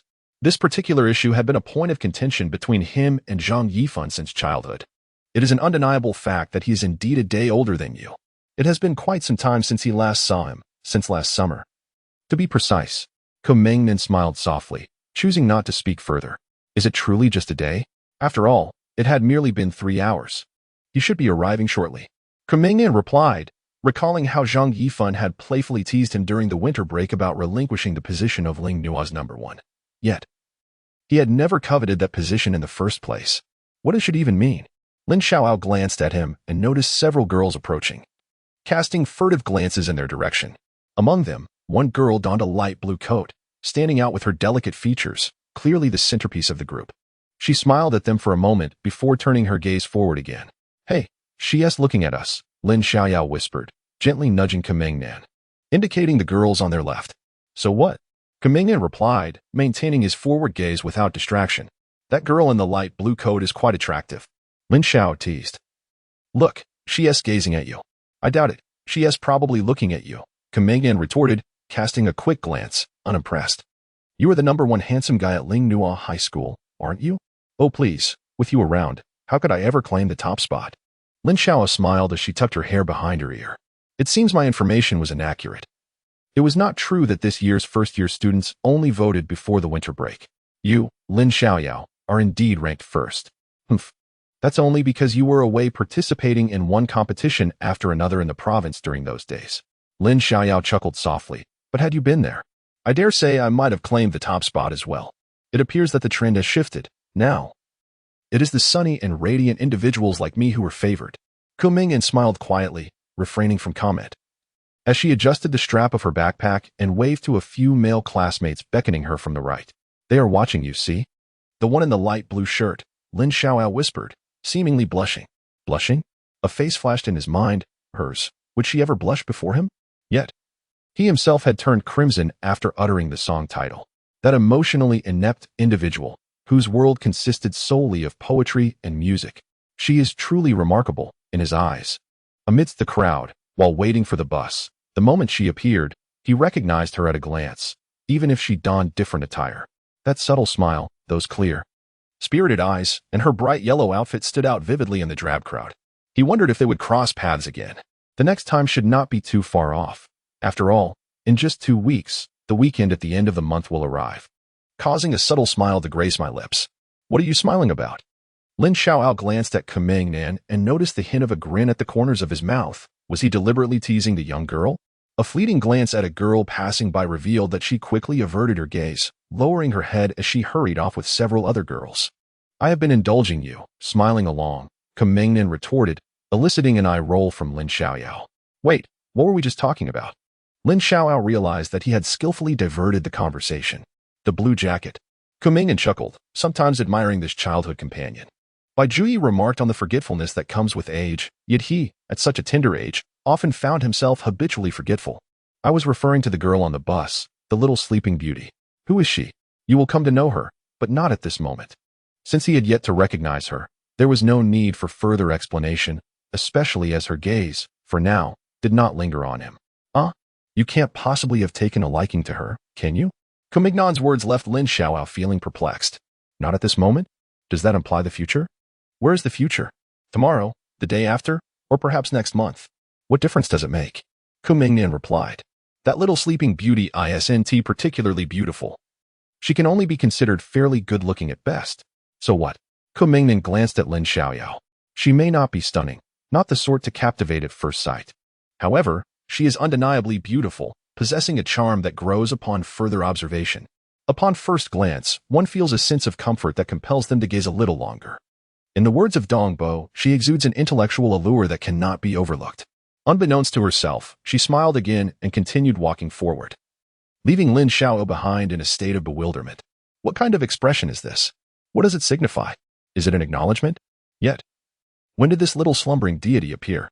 It has only been half a day, and it feels as though a century has passed. Moreover, he remains unaware of it. This little slumbering deity is not a paragon of beauty, astonishing in every regard, though he did not scrutinize closely. He is certain that she is not the quintessential beauty of first impressions. She pales in comparison to Chu Jingyan. When, pray tell? Did this little Nan ever acknowledge the existence of this slumbering deity? His gaze had always been fixated solely on Chu Jingyan, the campus belle and a talented scholar from the literature class. They are the true golden couple of the campus. It seems that the light blue outerwear will soon be overshadowed and forgotten. As for the softly spoken, blushing and ran, she can only remain quietly detached from their affairs. The bus halted once more, and new passengers boarded. Excuse me, how much longer until we reach the downtown terminal? Yunling inquired of the approaching ticket seller. Half an hour with traffic. Without traffic, 20 minutes. Thank you. Yunling glanced at her watch. It was currently 16:15, and the hour was still relatively early. 20 minutes more, perhaps I could indulge in a brief slumber. Suddenly reminded of that person's suggestion, I smiled and decided to gaze out at the scenery beyond the window. The landscape unfolding outside was distinct from the roads I had previously traversed. Instead of vast fields and crops, I beheld a winding path bordered by delicate willows, their pale yellow hues gently swaying in the breeze. Through the branches, orderly orchards emerged, presenting a harmonious sense of depth and structure. The view before me truly echoed the sentiments of Liu. The willow strands long, the spring rain fine, the sounds of blossoms drift afar. As the vehicle navigated this picturesque route, it occasionally halted to allow passengers to board. When the scenery shifted to a series of identical street lamps, the road outside gradually widened. The number of vehicles increased, yet the bus seemed to crawl forward, nearly inching along. It appeared we had left Yunling County and were approaching Jingyan City. Yunling glanced at her watch, 16:30. Slightly adjusting her posture, she surveyed the bus interior. The atmosphere was hushed, devoid of chatter or laughter. Everyone was quietly settled in their seats. Soft music flowed gently through the cabin, and upon listening intently to the melody, Yunling couldn't help but smile. It was the tune of high mountains and flowing water. Thoughts of a certain someone's warm smile at the station and the events of the morning flooded her mind, prompting her to glance to the left. To her surprise, she discovered that the seat beside her was already occupied. With her vermilion-framed glasses and waist-length, slightly curled brown hair elegantly swept back, revealing a smooth forehead. She possessed a porcelain complexion. A slender crimson strap from her bag extended gracefully from her shoulder to her knee. At that moment, she was deeply engrossed in a book resting on her lap. Yunling casually glanced over and was astonished to discover it was an English edition. Intrigued, she stole a few more glances at the pages. It was a rimy morning and very damp. I had seen the damp lying on the outside of my little window, as if some goblin had been crying there all night, and using the window for a pocket handkerchief. Great Expectations, Yunling murmured softly. It was Dickens' Great Expectations, a work she had just completed during the winter break with the aid of an Oxford bilingual dictionary. Have you read it? The young woman turned her head, her large eyes sparkling with a warm smile, exuding a friendly aura. I've read a bit. Yunling replied with a smile, feeling slightly embarrassed for intruding. Is it also in English? The woman inquired, gesturing towards the pages of her book. Yes, Yunling nodded. Oh, splendid. May we converse for a moment? The individual before him brightened up and smiled, saying, Not too good, you've spoiled it. The other person chuckled in response. I trust it won't dampen your enthusiasm for continuing?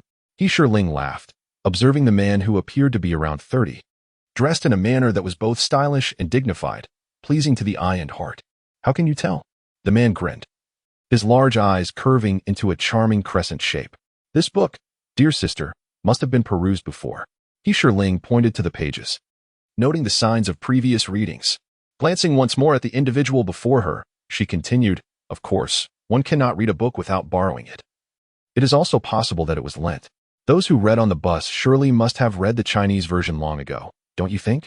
The man chuckled, raising the book to shield his face momentarily before setting it down again, gazing at Yunling. Very good, a remarkably intelligent young lady.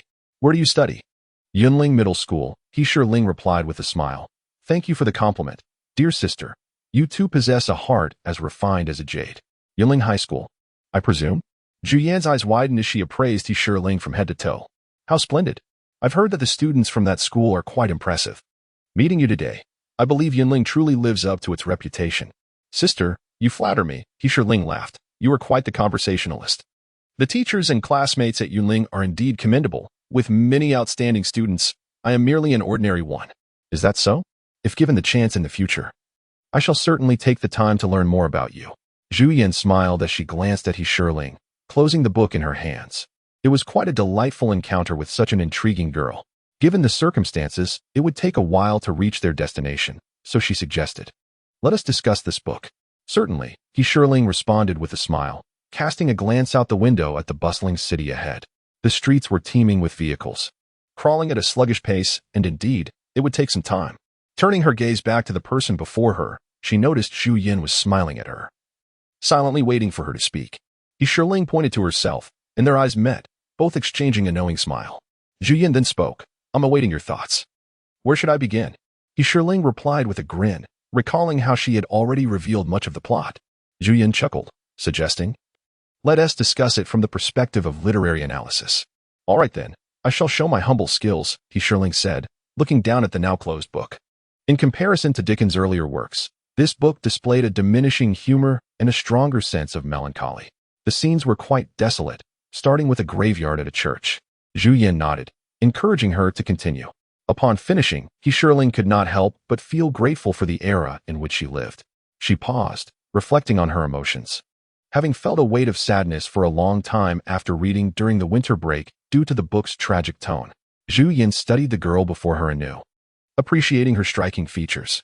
Yunling possessed clear, spirited eyes, a gentle smile gracing her face, and her pale yellow coat accentuated her refreshing elegance, making her presence all the more pleasant to behold. Her voice was clear and unhurried, imbued with a sense of composure and tranquility. Suddenly, a saying came to mind. By observing one's speech and actions, one can discern that they are no ordinary person. Could this truly be a mere ordinary student from Yunling? If so, then Yunling High School must indeed be a place teeming with hidden talents, poised to rival Lingnua High School. If not, then this girl, who humbly regards herself as an ordinary student, must surely possess an exceptional character within Yunling. Reflecting on this, Zhu Yan recalled a few students mentioned by her friend Ding Kaling, pondering what extraordinary qualities those students might possess. Yet, she was already en route to Yunling, where she would gradually uncover these hidden gems. Some say this book bears resemblance to Balzac's Ruse. What is your perspective? Zhu Yan inquired with a smile. There are indeed similarities, she replied thoughtfully. Both narratives depict the disillusionment of youth as they construct their idealized futures. However, this book places greater emphasis on the significant impact of social environments on individual consciousness and behavior. Had Estella grown up in a different setting, she would have been a kind and beautiful woman, leading a happy life, rather than falling victim to her adoptive mother's vengeful schemes. You have read quite a bit, Zhu Yin remarked with a smile, noticing that the girl before her had a remarkably objective and rational approach to issues, complemented by her own insights. Most notably, her ability to grasp concepts quickly was evident. With just a hint of guidance, she could easily comprehend deeper meanings. Zhu Yin realized she had somewhat underestimated this young girl. If it is indeed as this young girl claims, merely an ordinary student at Yunling, then she sincerely hopes to encounter a few more such ordinary students. Not many. Just enough? As you said, she has merely perused these 2 books during the winter break. Yunling also chuckled, acknowledging that she had indeed only read those 2 works. Zhu Yin gazed at the serene girl before her, recognizing the reflection of another person in her. Such confidence and determination. It was strikingly similar. I found that I have begun to like you. What should I do? Zhu Yin blurted out as the young girl successfully piqued her curiosity about Yunling. Me too. What should I do? They exchanged glances and laughed once more. What is the matter? Zhu Yin inquired, noticing Yuling's scrutinizing gaze, and she smiled. I am somewhat curious about your profession. Are you our gardener? Yuling asked, sensing a hint of familiarity in this person.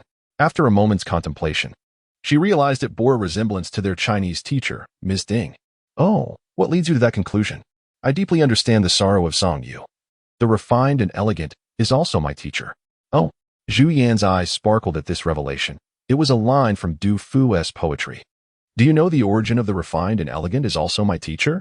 I know a bit. The refined and elegant borrows from Signs on the withered tree : Injiangwen, refined and elegant. Known throughout the land. Yuling paused momentarily, referencing the words of Wang Yi. Song Yu was a disciple of Chu Yuan. Men lamented the loyalty of his teacher, who was expelled, thus composing 9 discourses to express his aspirations. Excellent. I have discovered a little prodigy. Zhu Yin smiled, remarking that this young girl, both graceful and intelligent, is indeed well-read. In our class, there is a little talent, but it is not I. Yuling chuckled, wondering whether Xinyu and Xiafei had arrived at school yet. Oh, Zhu Yin raised an eyebrow. She possessed an elegance akin to orchids, her talents fragrant as immortals. Yuling smiled, adding that more importantly, she was always willing to help others. Oh, splendid. Zhu Yin laughed, recalling how Cao Shuichen praised Miao Yu. This young girl truly has a knack for poetry. I hope to engage in profound discussions with you all. I share the sentiment. Conversing with my sister is a delightful experience. Yuling smiled. Sister, are you my teacher? Indeed. Zhu Yin nodded, confirming her words. Yes, this young girl is correct. She is the English teacher at Jingyu No. 1 High School, temporarily assigned to Yunling Middle School this semester. Little did she expect that the first student she encountered at Yunling would be so intriguing, successfully piquing her curiosity about the school's outstanding students. The announcement from the conductor resonated through the carriage. The train is about to arrive at the station. Please gather your belongings and prepare to disembark. Yuling glanced out the window, realizing how swiftly time had passed. They had already reached the terminal and would need to change trains. I am Zhu Yin, the color of crimson. The individual smiled. May I inquire your name? Zhu Yin, slightly inebriated, concealed a fragrant smile behind her screen. There was a beautiful maiden, graceful and elegant. Yuling smiled, realizing that engaging in conversation with her was indeed a delightful experience. After such an extensive exchange, they had inadvertently forgotten to ask each other's names. Oh, I anticipated you would utter. The carved railings and jade structures should still be there. Only the rosy countenance has changed. Zhu Yin chuckled, growing fonder of this chatty young girl. I am particularly enamored with a line from Wang Guowei's Dai Lian Hua, having endured the sorrows of parting across the world. Yuling laughed, pausing, refraining from continuing, gazing at Zhu Yin, for she should know which line it was. Most fleeting is the human experience. Zhu Yin bids farewell to the mirror, flowers, and trees. Zhu Yin smiled. I too cherish this line. May I know your name? Yuling responded. Her name like poetry, Yuling, with sure denoting poetry, and ling symbolizing the lotus flower. A name befitting her essence. By the way, I recall a verse. When may I admire the lotus flowers by the stream, as I pluck the lilies and row the boat. Your name is indeed mentioned therein. Zhu Yin laughed. Yuling? She is none other than Yuling, the treasured student of Kai Ling, is she not? Zhu Yin recalled her student Lija from Jingyun No. One middle school, the two were certainly well-matched. With the upcoming biennial essay competition in Jingyun City this April, it was uncertain who would prevail. And she felt a tinge of anticipation. The bus had arrived at its destination. Please gather your belongings and prepare to disembark, the conductor's voice echoed. Indeed. Yunling raised her head to glance around the carriage. Noticing it was now empty, she exchanged a look with Zhu Yin. We must alight now. Let us go. Zhu Yin smiled as she rose, placing her books into her tote bag. With her left hand, she grasped a leather suitcase, draping a black wool coat over her shoulders. She waved her right hand at Yunling, hoping for the chance to meet again. Goodbye, Sister Zhu Yin, Yunling responded, waving back before closing the car window. She stood, adjusted her clothing, slung her backpack over her shoulder, picked up her handbag from the ground, and made her way towards the rear door of the carriage. The moment she stepped off the vehicle, a thought struck her. She had forgotten to inquire where Zhu Yin was teaching. Looking around, she realized that Sister Zhu Yin had already vanished from sight, merging into the bustling crowd. Yunling chuckled softly to herself. Indeed, confirming the saying, what is most ephemeral in this world cannot be held on to. Well, one can only cherish friendships across distances, as if they were close neighbors. The platform was crowded, a sea of dark figures. Yunling paused her steps in front of a small newsstand, situated a few meters away from the platform. She had always disliked crowded places, and besides, the next bus to school would arrive shortly, every 5 minutes. After 2 buses, the crowd on the platform thinned significantly. Yunling scanned the area before making her way forward. Casually, she noticed someone watching her, a girl with short hair. Standing about 4 meters away on the west side of the platform. The girl's neat bangs nearly concealed her eyebrows, presenting a very demure appearance. A student from Yunling, perhaps? Yunling nodded and smiled at the girl, though she could not recall having seen her before. The girl glanced at her twice before diverting her gaze. Yunling smiled again, checked her watch, and glanced toward the intersection to the west, anticipating the arrival of her bus. Noticing the absence of a vehicle, she observed that the girl was again glancing in her direction. Today has proven to be quite intriguing. Yunling chuckled softly, reflecting on her encounters from the morning with Kuming Nan to the noon meeting, and then just moments ago with Sister Zhu Yin in the car. The day had unfolded like a complex narrative, reminiscent of the sky, which had been drenched in torrential rain earlier, now revealing a bright expanse in the west. As if the remnants of the setting sun were attempting to pierce through the thin clouds, striving to leave behind a final trace of light. As the vehicle arrived at the station, Yunling remained still, waiting for everyone in front of the door to board before she approached. Upon entering the vehicle, she sought a seat by the window, settled down, placed her tote at her feet, and rested her backpack on her lap, gazing outside. Through the glass, she noticed that the girl was still standing there, peering about. It appeared that she was not a student of Yunling. Perhaps Yunling had overthought the matter. With a smile, she retrieved a disassembled collection of song poetry from her backpack and began to peruse it. Is this seat taken? A gentle voice inquired as someone approached her. Yunling lifted her gaze from the book to find that it was the girl with the short bob hairstyle who had spoken. Do you also appreciate song poetry? The girl asked as she settled down, placing her backpack on her lap. Is it common for many to enjoy song poetry? Yunling chuckled softly and nodded slightly in response, remaining silent. Is this a stitched edition of song poetry? The girl leaned closer to take a look, her tone tinged with regret. It seems as though it has been soaked in water. Yunling smiled quietly, closing the book and placing it into her bag. It seemed that reading would have to be set aside, as the girl appeared eager to engage her in conversation. Did I disturb you while you were reading? The girl smiled shyly and tucked her hair behind her ear. No, Yunling responded with a smile, waiting for her to continue. I am Anran, with a meaning quiet, Anran meaning serene. We attend the same school. I am in class 16. The girl smiled, a faint blush gracing her cheeks. Hello, Anran, Yunling replied, amused by the rarity of such bashful girls nowadays. She is Yunling, in the same class as Xiaofei. I wonder who she intends to inquire about. I recognize you. Yunling, Anran said with a slight grin, her voice rising a bit. You are our class leader, Yunling Fei's girlfriend. Oh, Yunling remarked, observing the girl she initially perceived as meek and shy. She chuckled softly, pondering if her acquaintance with Yunling Fei was not the sole connection she had. Among those familiar to you, might it be someone from class 5, or perhaps a few from class 16, like Chu Xiaoyuan? We were seated together on the 810 bus. Anran said cheerfully, entirely oblivious to the subtle shift in Yunling's expression. Oh, Yunling replied, recalling that Anren had indeed sat with Nan Kuyiming. Could there be a story that unfolded while she was asleep? I was unaware as I had dozed off. However, a boy switched seats with me, Anren continued, a slight flush returning to her face. I had only been on the bus for 10 minutes when he noticed I was feeling a bit carsick. Oh, that boy seems quite nice, Yunling observed, intrigued by Anren's bashful demeanor, wishing to learn more about Nan Kuyiming. So that's how it was, such coincidental seating. He inadvertently caught the attention of the young girl, didn't he? Indeed, he is quite handsome. Anren glanced at Yunling and smiled. He is a senior at Lingnua High School. Oh, Yunling responded, casting a glance out the window. In the midst of their casual conversation, the vehicle had already left the station. Surely, this girl does not think she is particularly familiar with Nan Kuyiming? Handsome? Recalling his striking features. Perhaps there is indeed a hint of charm. By the way, I don't believe I've seen you before. Do you reside in Lingi Town? No, I'm merely a visitor. Yunling looked at her and smiled. Do the people of Lingi Town always engage in such roundabout conversations? Or is there a preliminary context? Oh, Anren appeared contemplative, then began to smile subtly. Have you met the boy sitting next to you before? No. Yunling laughed. You should have, considering you live quite nearby. Oh.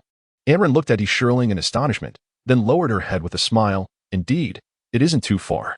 Lingi Town has 2 middle schools, doesn't it? Yunling speculated. Otherwise, by her current demeanor, she should have already known Nan Kuyiming. Yes, I attend the West Town Middle School. He is likely at the Central Middle School in Lingi Town, which is now the affiliated school of Lingnua. Anren appeared deep in thought. Oh, Yunling acknowledged. Recalling that Xiao Junjun mentioned she studies at Lingnua affiliated school. You are quite different from my expectations, Anren remarked with a smile, glancing at Yunling. Oh. Yunling cast a glance at Anren, who had suddenly shifted the topic. The girl's thoughts were intriguing. Previously, after hearing Anren speak several times at the school assembly, she had mistakenly presumed her to be quite loquacious. Anren paused for a moment, adding that everyone was aware of her connection with the class leader, leading her to believe that Anren must possess a vivacious and cheerful disposition. To her surprise, however, Yunling lowered her head and smiled quietly, choosing not to speak as she gazed out the window. The assumption was perhaps a common pitfall. We often project our own thoughts onto others, seeking answers that align with our desires, which inevitably leads to hope, disappointment, and resentment. What was Anren preparing to unravel within herself? What did she wish to comprehend? She had only encountered Nan Kuyiming once, or rather, twice, including the recent instance. Do you know him? Anren gently tapped Yunling's arm. The boy sitting next to me, the one you exchanged seats with. I was asleep and didn't pay attention. Yunling turned her head, observing Anren's slightly bashful demeanor. Ah, indeed. Anren seemed to recall something, saying, there was another boy with him. He mentioned they do not know you. Yunling nodded. And the other boy, is he the one in denim standing not far from Nan Kuyiming? I believe I saw him yesterday afternoon. Nan Kuyiming mentioned him. Perhaps his name is Xiao. Do you know his name? Anren glanced at Yunling, her cheeks slightly flushed. She was the one who had switched seats with me, concerned about my motion sickness. I fell asleep. Did you not inquire? Yunling looked at Anren, gently massaging her left temple while observing the dimming interior of the vehicle. Yes, I did ask. However, the boy sitting next to me said he was unacquainted with you. Anren chuckled lightly. How could that be possible? I am not a child of 3.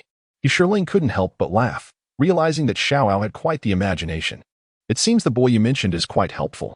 Since you are Anren, you should graciously accept his kindness. Is that so? Anren cast a doubtful glance at Yunling, then suppressed a smile. For a moment, she fell silent, no longer speaking. Yunling turned her head to gaze out the window, watching as the last remnants of daylight gradually faded. She raised her hand to check the time, smiling as familiar buildings flashed by, retreating swiftly into the distance. The vehicle sped along, mere minutes away from arriving at school. There were few passengers inside. Occasionally someone would disembark at a stop. However, their seats were situated in the middle of the carriage, flanked by fully occupied rows both in front and behind. I saw him. It seems he was speaking to you. Anren gently nudged Yunling's arm as they came to a halt at Lingnua Middle School station. As he exited, he left a book behind on the seat. Yunling scrutinized the person before her anew, realizing that Anren had inadvertently taken note of him during their seat exchange. What expression would he wear if he were to know? Would that somewhat smile grace his face? Oh, I see. In the next moment, Anren's voice brightened once more. Is his name inscribed in that book? Surely, it cannot be Boo or Boo, can it? His name, Boo or Boo. Such whimsical thoughts. The title page of the song CI bears no name. Yunling raised her right hand, resting it gently before her nose. For she was neither accustomed to nor skilled in prying into others' belongings or delving into their private matters.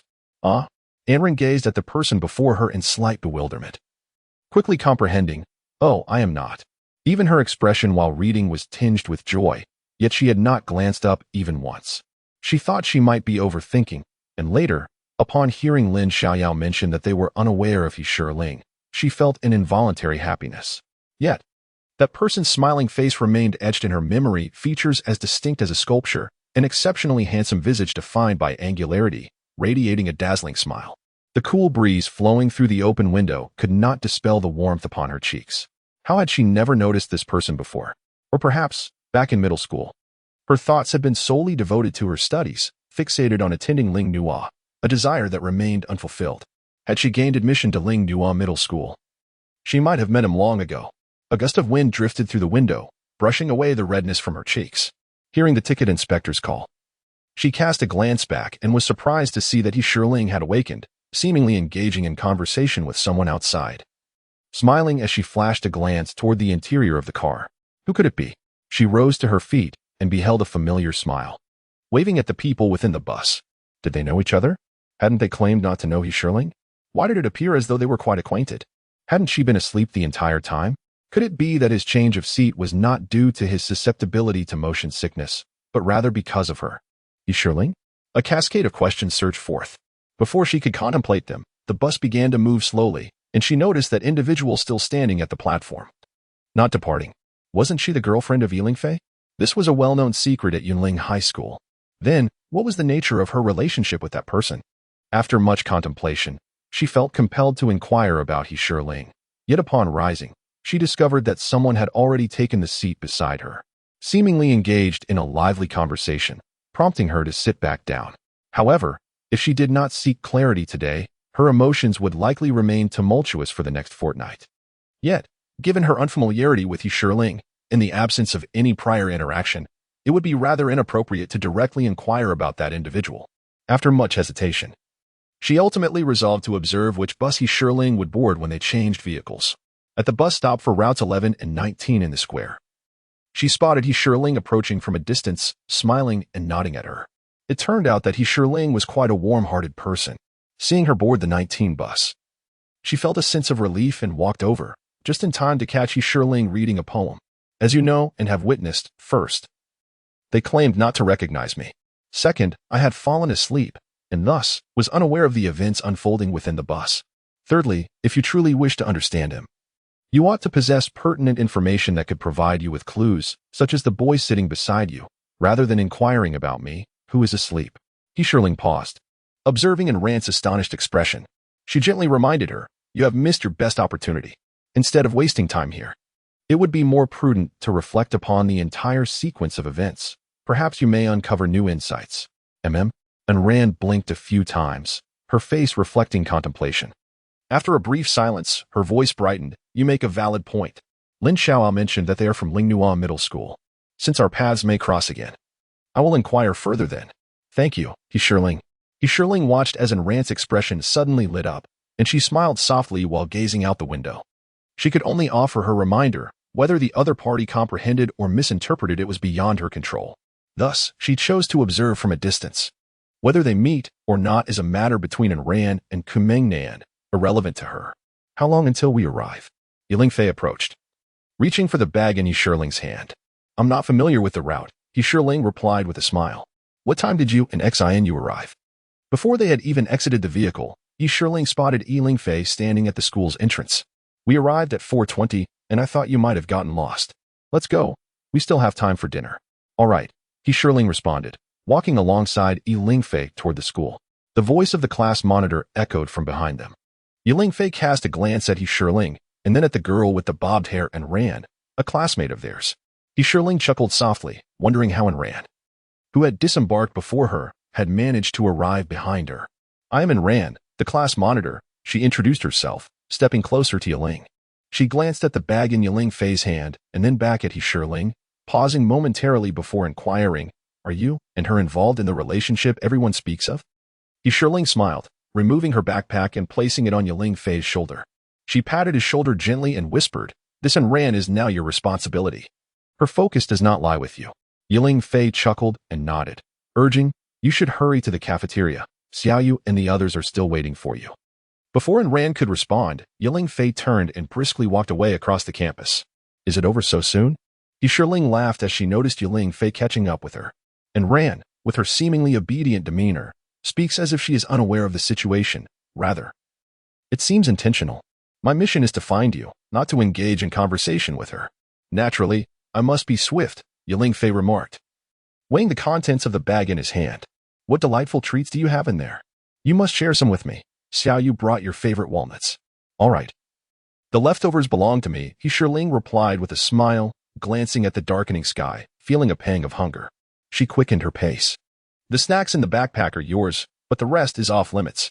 It seems like a coveted treasure. I shall take a good look at it soon." Yunling Fei smiled and pointed at Yunling's attire, noting her enduring fondness for white and off-white shades. Has her taste recently shifted? Or is she still ensnared by the shadows of the past? One must seek out a glimmer of brightness for oneself. In your absence, I must illuminate my own path. Yunling cast a glance at Yunling Fei, her imagination running wild. Merely a coincidence. Laughter erupted from Yunling Fei as she placed her hand on Yunling's shoulder, stealing a glance at the nearby basketball court on the small playground. "I have always been by your side. This is a universally acknowledged truth among the Yunling people." "Oh," Yunling chuckled, surveying her surroundings. To the right, approximately 10 meters away, stood a figure cradling a basketball, gazing towards them. Upon closer inspection, it was Ling Chuyang. What could he be observing? What sights could this path reveal? Yunling smiled and turned her head, walking straight ahead with Yunling Fei. Previously, they had only heard of this rare encounter. Witnessing these two together was indeed a delightful sight. Tang Ji gazed at the two familiar figures. Considering them the vibrant scenery of the campus, the Golden Boy and Jade Girl, it seemed, were indeed a fitting description. Ling Chuang glanced at Tang Ji but remained silent, watching the figures that had passed by, clutching the basketball as he made his way to the court. "When did you first notice him?" Yunling nudged Yunling Fei's arm away. "Just now," Yunling Fei replied with a smile, recalling that she had discovered him a few days prior. "On the first day of school, in the cafeteria." "Does it matter?" Yunling Fei inquired, having assumed she was unaware, but it appeared she was already well informed. "No, not at all," Yunling mused. This person held no relation to her, but rather to Class 5. The thought of that irate individual brought a smile to her face. Alas, it had ended so swiftly, lacking in amusement.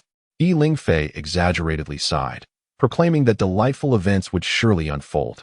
Yunling cast a glance at Yunling Fei, noting that the history teacher was to be replaced, hailing from Lingnua High School, reputed to possess significant credentials. Is the news reliable? Yunling Fei regarded Yunling, observing the unmistakable smile gracing her face. Had she obtained insider information about Teacher Song? Yet, it remained a mystery how Principal Cao managed to entice this individual. "This piques my curiosity," Yunling nodded in agreement, "for we are to share the blessings." Is Teacher Song unaware? He seems to have assumed the role of the vice group leader for the language department. Has he not mentioned it? He has not. The older brother appeared to be on the verge of revealing something, clearly in the know but opting to remain silent. By the way, regarding Zheng Yifan from senior year class 1, I would like to learn more about him. Zheng Yifan? Yunling Fei recalled the chocolate from their parting at the station. Are you perhaps infatuated with him? With you around, why would I need to be? Yunling shot a glance at Yunling Fei. Ha ha ha, Yunling Fei laughed heartily. Well, I understand now. One must not squander a piece of chocolate. As they conversed, they had traversed past the leisure area and were nearing the dormitory building. Yunling smiled, casually glancing to her right, her gaze lingering momentarily. At the junction where the classroom dormitory building met the central avenue, whom did she see? With cascading, slightly curled, waist-length brown hair elegantly swept back, and eyes that twinkled like crescent moons, the language teacher donned a deep-colored woolen coat as she approached, drawing considerable attention. What is the matter? Yunling Fei inquired, casting a glance at Yunling before looking towards the two individuals on her right. Look, the person next to Teacher Ding, do you recognize her? Yunling gestured to Yunling Fei. Why is she here? Teacher Zhu Yin. No wonder she seems familiar. Could she be Yunling's teacher, or perhaps a friend of Teacher Ding? I don't know her. I've never seen her before, Yunling Fei replied with a smile, tugging at Yunling to halt her steps. Do you know her? We encountered her in the car. Yunling's words were abruptly interrupted by Zhu Yan's approach. Little Shirling, we meet again. Indeed, Shirling smiled, greeting the two approaching figures. Hello, Sister Zhuyan. Hello, Teacher Ding. Hello, Teacher Ding, Lingfei remarked, observing the stylish teacher who was gradually drawing nearer. Hearing Shirling refer to her as Sister Zhuyan, he pondered whether this Zhu Yan was also an educator.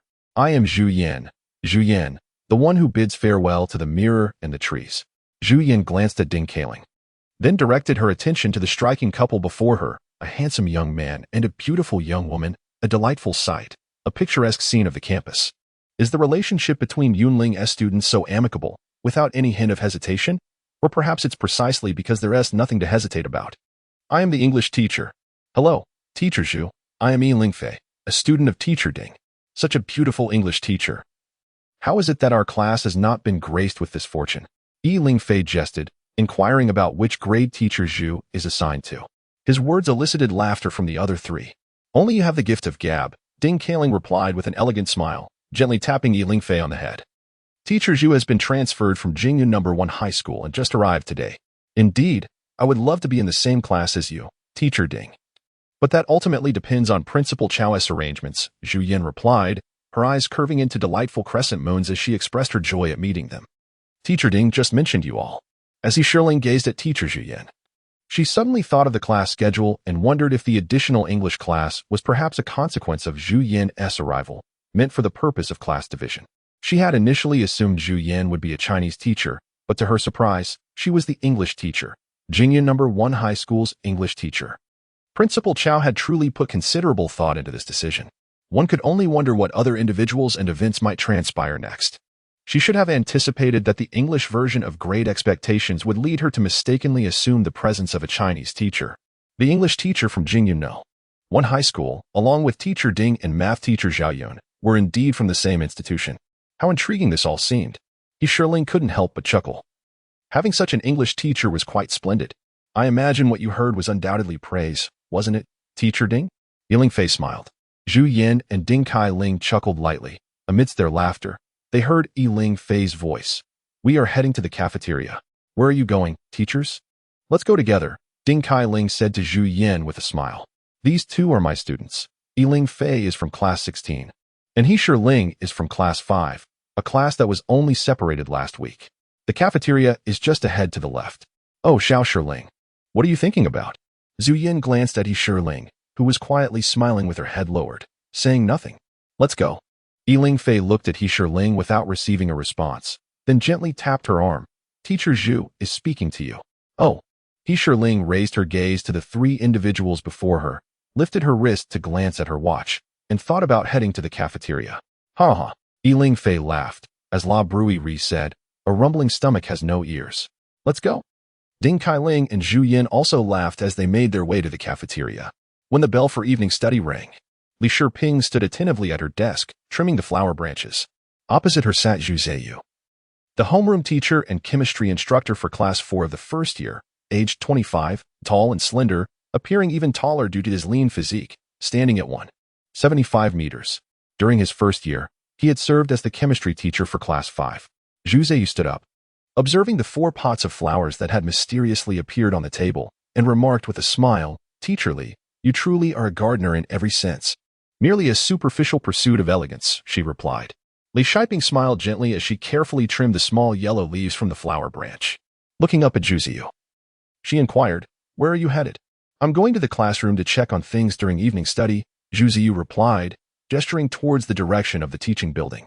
With the recent break, I suspect the students' minds have wandered. Aren't you going to take a look at the class? Go ahead, I'll stay here. Li Shiping waved her hand at Zhu Zheyu and continued to assess the flowers before her. I am currently tending to them. All right, then I'll be off. Zhu Zheyu chuckled and turned to leave. Unlike Li Shiping, who possessed a more relaxed demeanor, he couldn't shake the unease about not checking in on the students. As he reached the door, he glanced back one last time, pondering over Li Shiping's actions. He found her somewhat perplexing. While it was understandable that she had not been frequenting the classroom, the recent reorganization of the second-year classes had resulted in significant declines in the performance of Class 5. It had even been publicly criticized by Principal Cao at the recent school assembly, coupled with the rumors of students in Class 5 openly questioning Zhao Yun during class. It was evident that the atmosphere among the students remained unsettled. Yet here was Li Shiping, seemingly preoccupied with her flowers, when perhaps she ought to be focusing on the students' well-being. Shaking his head, Zhu Ziyu closed the door behind him and made his way to the stairwell. Li Shiping observed the figure disappearing from view, smiled softly, and set down her scissors. She picked up the small water incan from the table and proceeded towards the door. The potted flowers required attention, and it was time to check on those little blooms, as it had been 4 days since her last visit to the class, including the 2 days off. Descending from the 3rd floor, as I reached the corner of the staircase on the 2nd, I casually glanced outside. To my surprise, I paused and approached the window, where, illuminated by the glow of a dozen street lamps, I distinctly spotted the esteemed Principal Cao, surrounded by 4 or 5 admirers. Gesturing animatedly, it appeared that Principal Cao was in good spirits, even taking the time to appreciate the nocturnal scenery amidst the enveloping darkness. I glanced at the small water bottle in my hand, deciding against joining the lively gathering. It seemed that drawing water from the pond was not feasible. Instead, I resolved to fetch some tap water to tend to the flowers. As I turned to ascend to the 3rd floor, I noticed among the group a tall, slender figure who had turned around. Clad in a dark, knee-length coat over a white sweater and black trousers, the stark contrast of colors struck me as remarkably familiar. I halted and opened the window, only to be met with a gust of wind, prompting me to quickly shut it again, leaving just a crack to peer through. Squinting, I discerned that it was my junior, Tan Shieling.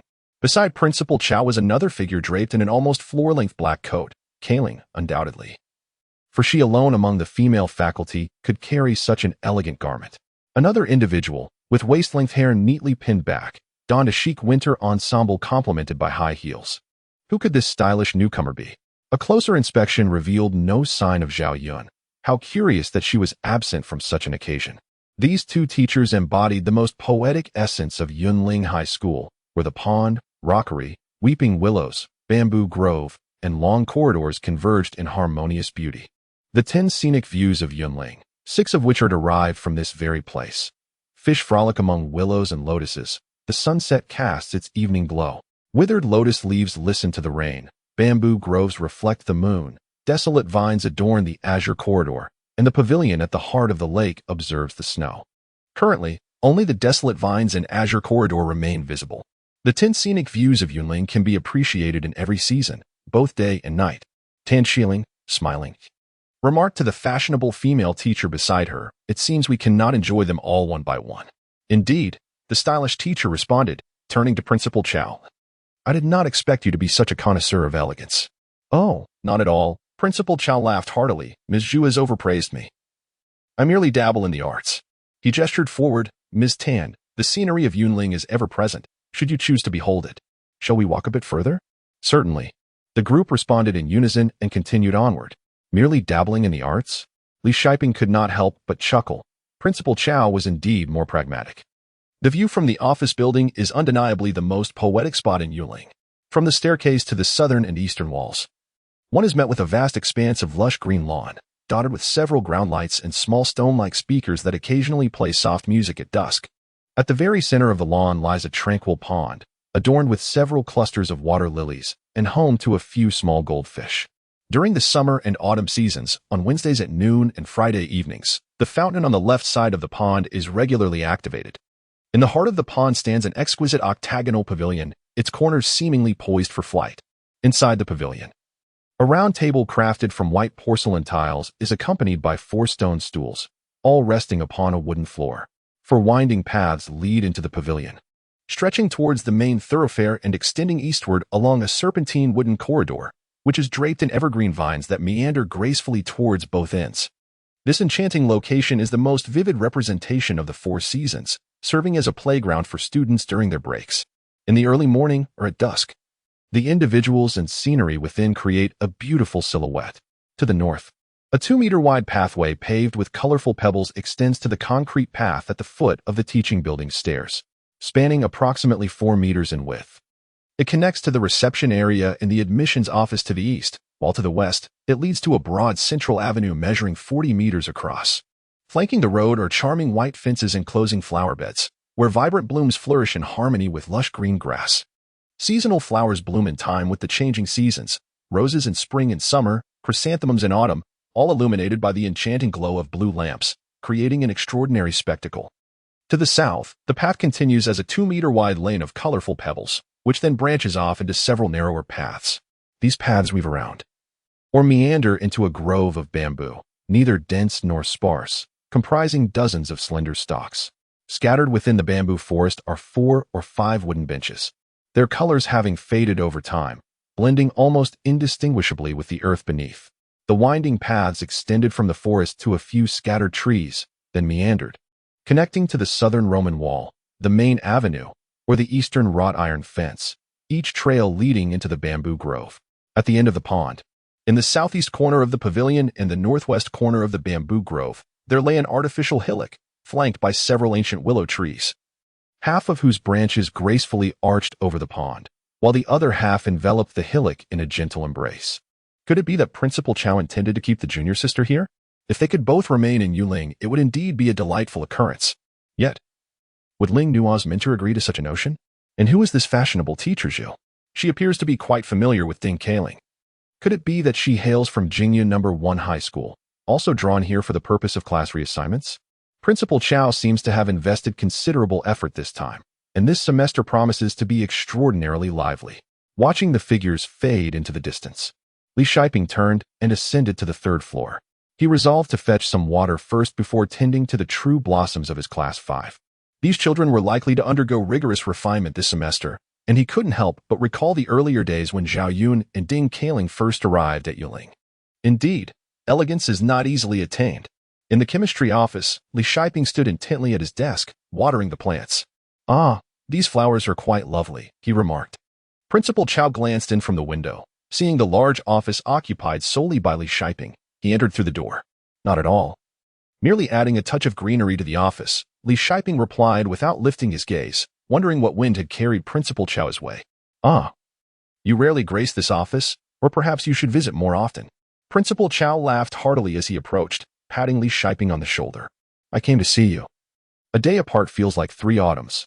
It has been several days since our last encounter. Well, if you need something, you could simply summon me to your office." "There is no need for the esteemed Principal Cao to deign to come here," Li Shiping retorted playfully, continuing to water the flowers without pause. "Deign? Nonsense. I simply adore the aroma of chemistry in your office," Principal Cao chuckled, deliberately inhaling as he remarked. "But why is there such a strong scent of acetic acid in this room?" Li Shiping glanced at Principal Cao but remained silent, continuing to tend to the flowers while contemplating the true reason for his visit, the matter of class assignments and the 2 teachers downstairs. A smile crept onto his face as he recalled what was said during last week's meeting. He would soon have his answers. "Well then, is this garlic?" "Clearly. It is a daffodil."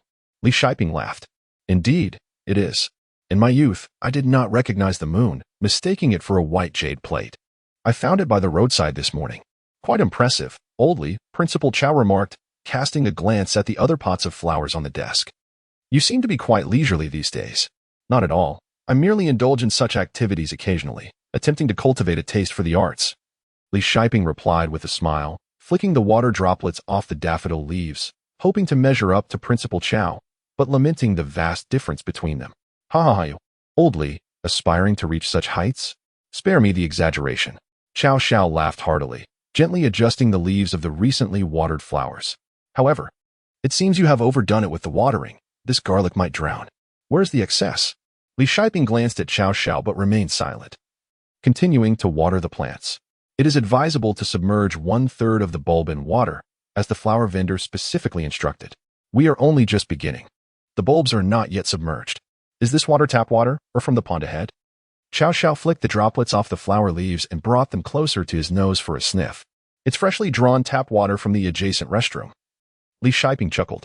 "There is indeed a method to this. The flower vendor mentioned that the water should be replaced daily for 2 weeks, and tap water is acceptable. Does it really matter which water is used for the garlic?" Li Shiping resumed watering with the kettle. "How can it be the same?" "Stubborn." Cao Xiao blocked the small watering can, explaining that if using tap water, it should be stored for 2 to 3 days to allow it to settle before using the upper layer for irrigation to prevent the harmful effects of chlorine. "Oh, is garlic really that particular?" Li Shiping set down the small watering can. Perhaps he had misheard the flower seller, or was Cao Xiao merely teasing him? Had he known it was daffodils? "This is precisely why you struggle to nurture even cacti." Cao Xiao glanced at the fluorescent light above, moving the flower pot from the right side of the desk to the left. Oh, what is this newfound obsession with aesthetics? Cao Xiao, are you now advocating for symmetry? Li Shiping laughed. Haven't you always favored symmetrical beauty? I now prefer a more harmonious beauty. Principal Cao chuckled, emphasizing the importance of providing ample sunlight during the water cultivation period. It is essential to place the plant in a sunlit location during the day and under artificial light at night. This practice prevents the stems and leaves from becoming elongated, resulting in short, broad, and robust foliage, a deep green hue, and fragrant blooms. Fragrant blooms indeed. Li Shiping laughed as he placed the watering can beneath the table, took a piece of paper to wipe his hands, and offered another to Principal Cao. I have never witnessed garlic flowers blooming. The melody of fragrance remains unparalleled. The blossoms are pure as the moonlight. The celestial beings do not tread the earth, yet they borrow the name of water. Principal Cao burst into hearty laughter, taking the paper to wipe his hands. I await the day your daffodils bloom. Let us go. Everyone is waiting for you. Where to? Li Shiping looked at Principal Cao, pondering whether it was concerning the two teachers downstairs. To my office. Principal Cao turned to face Li Shiping, saying, I have already prepared your favorite Inchiyulu tea. It awaits you. Oh, such an honor is not easily come by, Li Shiping replied with a smile, remaining seated in his chair. What purpose does your office serve? If I do not speak, will you not go? That is indeed my thought.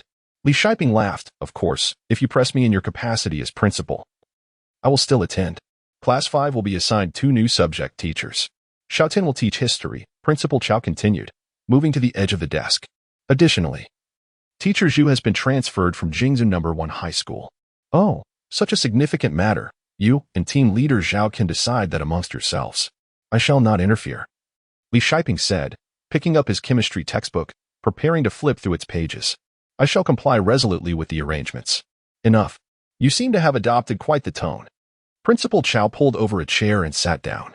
If I do not make myself clear today, it appears you have no intention of leaving. With your elevated status, you could easily intimidate, yet you are Principal Cao, and I am merely a humble chemistry teacher. Ha ha ha. Very well, I shall lay everything bare. Principal Cao chuckled, drawing the chair closer to Li Shiping, leaning in to whisper softly. Ha ha ha. Well, even Yunling is aware. Why didn't you say so earlier? Li Shiping laughed, stating that she certainly did not intend to openly confront you last week, causing you such discomfort, did she? It was merely due to staffing shortages and uncertainty. Principal Cao replied with a wave of his hand. That is a misjudgment. Yunling is also taking the blame. Ha ha ha. Li Shiping laughed. It truly is a burden for her. Yunling is far more perceptive than you. Her presence is akin to a lifeline, while yours is quite the opposite. Principal Cao chuckled, rising to his feet. Can we leave now, brother? Let us go. I do enjoy Yunling's tea artistry, though it is a pity you are rather stingy. Li Shiping laughed, standing up. Let us proceed, my esteemed principal. When have I ever been stingy? It is you who seldom graces the chemistry office, Principal Cao replied, gesturing at the droplets of water on the daffodil leaves, then turning towards the door. Let us go, or else the tea will grow cold. Very well. It is all my fault. Is that satisfactory? Li Shiping laughed, walking towards the door, and added, claiming not to be stingy. When have you ever visited my office thrice? Indeed, it is essential to give due regard to the principal's dignity at the appropriate moments. Principal Cao, smiling, observed as Li Shiping closed the door before making his way towards the staircase. What a delightful aroma!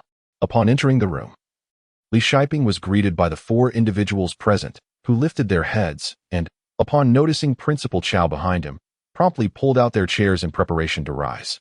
Please, do have a seat. There is no need for formality. Principal Cao gestured expansively, indicating that they were all familiar acquaintances. This is Teacher Li Shiping, the homeroom teacher of Class 5, whom I mentioned to the 2 of you earlier. Zhao Yun, smiling, lifted the lid from the tea wash with his left hand while using his right to pick up a teacup from the tray before him. This is Yunling's exceptionally outstanding teacher, the only one reluctant to teach the 3rd year, and also my mentor. Teacher Li, you have finally arrived.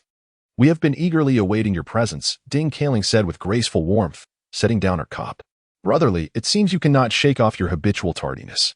Dressed in a striking black and white ensemble, Tan Shilling regarded Li Shiping and delicately sampled the tea before her. Indeed, Teacher Ding is correct. One's nature is difficult to alter. Do bear with us. The world belongs to the youth. As one approaching the age of understanding destiny, I find myself preferring a life of tranquility and ease, unable to endure extremes of joy and sorrow. Li Shiping chuckled softly as he took a seat to the right of Zhao Yun, facing Tin Xiling. With Ding Kailing diagonally across to his right and Zhu Yin diagonally across to his left, he extended his hand. I presume you are the esteemed teacher Zhu from Jingyun First High School, whom Principal Cao has recently invited. It is a pleasure to make your acquaintance. Class 5. I look forward to your continued guidance. Greetings, teacherly. It is a pleasure to finally meet you after having heard so much about you. Zhu Yin stood up slightly, shook hands with Li Shiping, and quickly assessed the person before her. With round eyes and a plump face, a full forehead, and features that were positioned low or small. Upturned nose and smooth, rounded chin created a gentle harmony among her facial lines, evoking a sense of mirth. Could one truly be nearing 50 while appearing so youthful? She seemed to be around the same age as them, perhaps just in her 30s at most, with a countenance so enviable, resembling that of a child. Teacherly. Your youthful visage defies age. I must learn your secrets. Zhu Yin chuckled, adjusted her attire, and took her seat. Ha ha ha, Teacher Zhu, Oldly has always enjoyed jesting. You will soon grow accustomed to it. Principal Cao laughed heartily as he took a seat beside Zhao Yun. At only 42. He had yet 8 years until reaching the age of discernment. The room filled with laughter. Amidst the mirth, Li Shiping noticed Zhao Yun had inverted his tea cup atop a fragrance cup. With a graceful, single-handed motion, he flipped the inverted cup right side up and gently poured the tea into the cup before him. The teacup gleamed with a lustrous sheen, crystal clear and pristine. What a splendid display of elegance!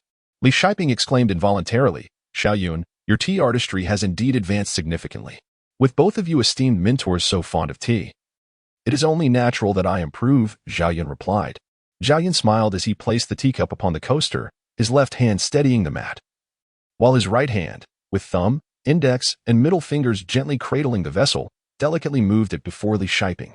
Esteemed mentor, your Enchiyulu. It is a labor of love. The tea from Cao School is not easily accessible. I owe this pleasure to the two esteemed teachers. Li Shiping lowered his gaze to the teacup, observing the tea within clear, verdant, and rich. With a gentle wave of his hand over the cup, an ethereal and elegant fragrance wafted into his nostrils, reminiscent of the breath of spring. Such fine tea, rich in flavor and aroma. Upon uttering this, Li Shiping grasped the rim of the teacup with his thumb and index finger, while his middle finger supported the base, taking a slight sip.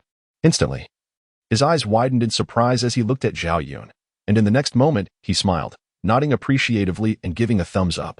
It was pure, sweet, and delicately flavorful, exuding clarity, richness, authenticity, and beauty in every sip. I am glad you enjoy it. Please, allow me to refill. Zhao Yun, still smiling, took another teapot and poured for the other 3 guests seated. Li Shiping, with a smile, sipped again from the cup. The tea flowed across his tongue, spreading to his taste buds, evoking a subtle, intricate essence of life that was ineffably fragrant. Gazing into the cup, he suddenly realized he was holding a Gukiln teapot, its green edges pristine, as clear as the northern ice, and green as the first light of spring water, while the coaster on the table was exquisitely crafted, with muted, profound hues. Li Shiping set down the teacup and picked up the tea mat, examining it closely. The black sandalwood, meticulously cut and polished, displayed intricate grains, complemented by hand-painted floral designs. The interplay of light and dark hues bestowed a distinctive elegance upon it. The 4 corners were equipped with non-slip pads, safeguarding the tabletop while ensuring durability. This mat undeniably elevated the art of tea appreciation, exuding an air of refined serenity. This tea mat is exquisite, adorned with the floral patterns of auspiciousness. Li Shiping remarked with a smile, glancing at Principal Cao and then at Zhao Yun. Zhao Yun had just placed a cerulean Luohan cup before Principal Cao, leaning in to observe it closely. The cup was a deep ocean blue, gleaming like a precious gem. Could it be a handcrafted porcelain piece from Qingdezhen? The name is quite lengthy, yet it undeniably exudes elegance. Zhu Yin lifted her teacup and examined the lake pink mat before turning to the others. Teacherly, you truly possess an expert's eye. We had not even noticed, she said. Oh, not at all. Teacher Zhu, you flatter me. I merely indulge in a bit of elegance.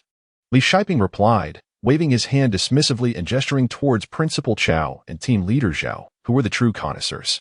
Mentor, allow me to pour you some more jade dew, Zhao Yun said with a smile as he refilled Li Shiping's cup. This is merely my small passion. Do feel free to visit my office for tea anytime. Principal Cao, we can occasionally drop by here. Is my office off limits? Principal Cao exclaimed, widening his eyes. Am I so petty as to begrudge a little tea? Indeed, sir, you are as generous as your cup, came the light-hearted reply. Zhao Yun, with a smile, pointed at the Luohan cup in front of her and remarked, however, I find it quite difficult to adapt to your wooden-hued by Futurepan and Tang poetry tea set. The cleaning is rather cumbersome. Which set do you possess, senior sister? Is there any particular significance to it? Zhu Yin playfully tucked a strand of her long hair behind her ear. Mine is the Pingbu Qingyan set, she replied. Xiao Xiao chuckled and gestured towards the tea tray. Doesn't this tea tray feature different Fu characters on the left and in the center? Oh. Zhu Yin and Ding Kailan exchanged knowing smiles. Now it makes sense. What about senior sister's Pingbu Qingyan? Where's the Pingbu Qingyan in that? Zhao Yun laughed. It cannot compare to Cao Zhao's refined elegance. It is merely a wooden-colored tea tray. As unremarkable as this tabletop, yet easy to clean. Tomorrow, if you have time, come over for tea. Are you not indeed enjoying the Pingbu Qingyun? Cao Xiao teased. You have only been at Yunling for a few years, yet you are already the head of your year group, a trusted aide of Cao Xiao. Li Shiping chuckled, playfully prodding. What a rare opportunity. Do share with us the secrets of your Pingbu Qingyan.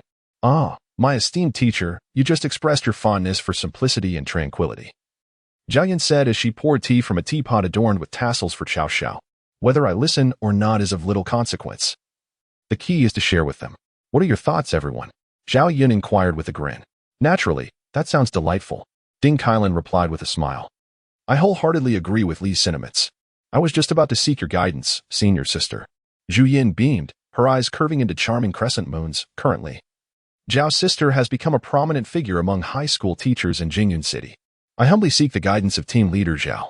Tin Shiling, beside him, gracefully lifted her teacup with a gentle smile. Very well, when time permits, let our team leader Zhao share his insights with everyone, Principal Cao remarked with a chuckle. But for now, let us enjoy our tea. Laughter filled the air, and amidst this cheerful ambience, Li Shiping noticed the distinctiveness of the teacups prepared by Zhao Yun for each guest. Principal Chao's cup was a serene blue Rowan cup, complemented by a lake blue rosewood tea mat. The Rowan cup exuded a sense of gravitas and stability, symbolizing a magnanimity capable of embracing the world's affairs. This harmonious pairing splendidly accentuated the user's composed demeanor, wisdom, and reliability. The cup showcased a deep, rich glaze, its color imbued with a jewel-like luster. Smooth to the touch, adorned with a delicate golden rim, crafted with ingenuity, blending tradition with modernity, where elegance and splendor intertwine like a serendipitous encounter. As vibrant as the spring waters of Jiangnan. Within the lustrous cup rested a rich, verdant tea, perfectly matched with the yellow-blue rosewood mat, creating a scene of exquisite grace that evoked a sense of tranquility, reminiscent of his usual style, serene and self-content. Li Shiping smiled, lifting his cup in satisfaction, savoring the delightful aroma, and glanced at Zhao Yun to his left. Before Zhao Yun lay a warm, yellow rosewood mat, upon which rested a jade-like porcelain cup, smooth and unadorned, with simple lines that outlined an elegant shape. The glaze was pure, harmoniously blending with the body, exuding a gentle warmth, transparent and smooth, comforting to the touch. This cup is quite remarkable, he mused. The empty cup, akin to exquisite jade, holds crimson tea within, its light and shadow dancing gracefully, faithfully revealing the true hue of the brew, a sight of unparalleled beauty. Its simple form, devoid of superfluous embellishments, exudes an air of elegance characteristic of a true tea connoisseur. This mirrors Zhao Yun, whose demeanor is gentle and grounded, possessing a serene yet commanding presence. Before her, the young apprentice Tan Shiling, smiling silently, has placed upon a blue and white sandalwood tea mat a set of Zen tea ware, featuring a white porcelain base adorned with the character for Zen and flowing script, accompanied by a long-stemmed, half-blooming lotus, and beneath, 4 or 5 whimsical fish elegantly illustrated. The design is exquisite, harmonizing beautifully with the monochrome attire of the young apprentice, perfectly accentuating her graceful and refined essence. Was it a premonition from Principal Cao, or has this Yun girl's discerning eye for character ascended to greater heights? Li Shiping pondered, reflecting on the apprentice's nature, which has always been one of simplicity and restraint, much like her enduring choice of black and white attire, embodying an intellectual grace akin to a gentle moon amidst fleeting clouds. Before Zhu Yin, on a lake pink sandalwood tea mat, rests a set of white porcelain fruit teaware. The ivory-hued cups are adorned with 2 vine leaves, 3 twisting stems, and 4 or 5 clusters of green grapes, lush and moist. They resemble the texture of creamy white jade, radiantly pure and translucent. This teacup perfectly complements Zhu Yan's fair complexion and exquisite makeup, embodying refinement without ostentation, youthful yet understated. Ding Kaling, clad in a black woolen coat, ties a warm-hued, sweet lemon silk scarf around her neck. Before her, on a purplish-red sandalwood tea mat, lies a set of Ding Kiln teaware with decorative borders. The white porcelain cups feature retro-edged rims, simple yet imbued with elegance, characterized by soft, flowing lines and a dignified, graceful silhouette, minimalist yet generous. No wonder she was absent during the scenic appreciation. It all makes sense now. The young girl, Yuni, is increasingly exhibiting grace and an impressive aura of composure in her endeavors. What a splendid sight to behold, like a phoenix nodding in acknowledgement. Li Shiping clapped his hands, exclaiming, "Today, I have truly gained insight. Brotherly, your tea artistry has reached remarkable heights." Beside them, the previously silent Tan Shieling delicately lifted her cup of Zin Xingxing tea, savored its essence, and placed it on the blue and white sandalwood tea mat before her. "Our group leader Zhao's tea skills are indeed extraordinary," Li Shiping remarked with a smile. "I merely observe. It is but a superficial elegance," Zhao Yun responded, echoing his sentiment. "Ah, master, you do seem to have aged, indulging in your penchant for lengthy discourse," Zhao Yun teased. "It's only been a brief moment, and you've repeated yourself twice." This remark seemed somewhat familiar. "Oh," Zhu Yin chuckled, raising her right hand to shield her nose, choosing silence. "What is the matter?" Zhao Yun inquired. Noticing the implications in Zhu Yin's expression, Zhu Yin smiled softly, remaining mute, while Ding Kaling also chose to smile without words, and Tan Shieling maintained a gentle smile, intent on her tea tasting. "What is happening here?" Zhao Yun observed the three women across from her, as if they shared an unspoken understanding. "Brotherly and Principal Cao truly exhibit remarkable synergy," Tan Shieling remarked, lifting her cup once more. "Oh?" Zhao Yun squinted slightly, glancing at those flanking her. "Are our esteemed mentors unveiling a new act today?" "It's nothing of consequence." Principal Cao merely echoed similar sentiments while enjoying the view downstairs, Ding Kaling replied, casting a glance at Zhao Yun and then at Li Shiping. Could it be that the fleeting shadow they saw from the second-floor window while admiring the scenery belonged to Teacher Li? At that moment, I pondered who possessed such leisure and grace to enjoy the breeze by the second-floor window, only to realize the truth. Elegance belongs to Zhao Yun, as well as to you all. With a wave of his hand, Principal Cao acknowledged that both Old Li and I were merely indulging in refined tastes. Which is indeed a fact. Yes, elegance is for the youth, chimed in Old Li. We two old men are but mere followers of sophistication. You two senior brothers, you are already quite elegant. To be modest is unnecessary. As for me, having only sipped tea twice this year, I can hardly claim to be even a mere shadow of such refinement, said Tan Shieling with a smile, setting down her teacup. As Zhao Yun leaned over to refill the communal teapot, she made a slight gesture of assistance. Laughter erupted among us, and the fragrant aroma of tea mingled with the joyous sounds, creating an atmosphere of harmony and lightheartedness. You? Zhu Yin, sitting nearby, swept his hand across the gathered company, as if beginning to grasp something. "As you can see, we are all kin," Zhao Yun proclaimed, lifting the delicate jade porcelain cup before him, surveying the attendees. "Teacher Li and Principal Cao are my mentors. Kai Ling and I share the same alma mater, Jingyun University. Teachers Tan and Li were classmates for several years, and as for the bond between Principal Cao and Teacher Li, it stretches back to their childhood." "Ah, I see." The other three exchanged glances and smiled. "Well, since we are all family, I shall refrain from formalities. The scenery has been admired, the tea savored, and the skies conversed. Let us now discuss matters of teaching." Principal Cao cleared his throat and scanned the room. "Very well," the five present responded in unison, leaning back comfortably in their chairs. This occasion graced us with the presence of two esteemed educators, a fortunate event for Yunling, as well as for the second-year classes 5 and 16. Principal Cao paused momentarily, as Zhao Yun, the head of Group 16, and Li Shiping, the homeroom teacher of Class 5, were introduced. Zhao would now elaborate on the ensuing arrangements. Li Shiping gazed at the several female teachers before her, a smile inadvertently gracing her lips. Class 5 was poised for an intriguing term ahead. It is often said that 3 women can create a spectacle, and indeed, each of the 4 female educators present could undoubtedly carry a performance of their own. The serene and composed Zhao Yun, capable of smoothing over any situation. The seemingly tranquil Tan Shieling, who, while appearing detached, subtly stirs the pot from the sidelines. The elegant Ding Kaling, who possesses the rare ability to transform flaws into strengths with her graceful demeanor. And the newly arrived, youthful and striking Zhu Yin, whose style remained yet to be revealed. As Li Shiping pondered these thoughts, she inadvertently caught the twinkling eyes of Principal Cao, igniting a flicker of doubt within her. Could it be that Principal Cao harbored undisclosed intentions, or was she merely overthinking? Time would tell. Nevertheless, as Principal Cao had remarked, the arrival of these two teachers indeed heralded a fortunate turn for Class 5. Inside, the aroma of tea wafted through the air. Outside, the campus was ablaze with light. And with the ringing of the bell marking the end of class, the surroundings erupted in lively chatter. Principal Cao, may I maintain my own teaching style? Rather than conforming to Yunling's current pedagogical approach, Zhu Yin inquired, her uncertainty evident as she glanced towards Principal Cao. Certainly, Yunling is not a mere factory for processing pebbles. You must preserve your individuality, Principal Cao replied, lifting the Luohan cup to take a delicate sip. As students of Yunling, we are also required to possess our own distinct characteristics and individuality as our academic performance improves.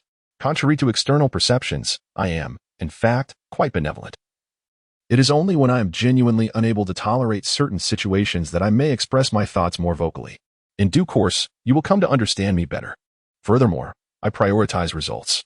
By the time of the midterm examinations, I expect the English scores of Class 16 to not just aim for the top position, but to secure at least a place among the top 3, as this would also reflect within the top 60 of our grade at Yunling. As for Class 5, my expectations are less stringent. A position within the top 5 will suffice. The student profiles for both Class 5 and Class 16 have already been reviewed by the teachers.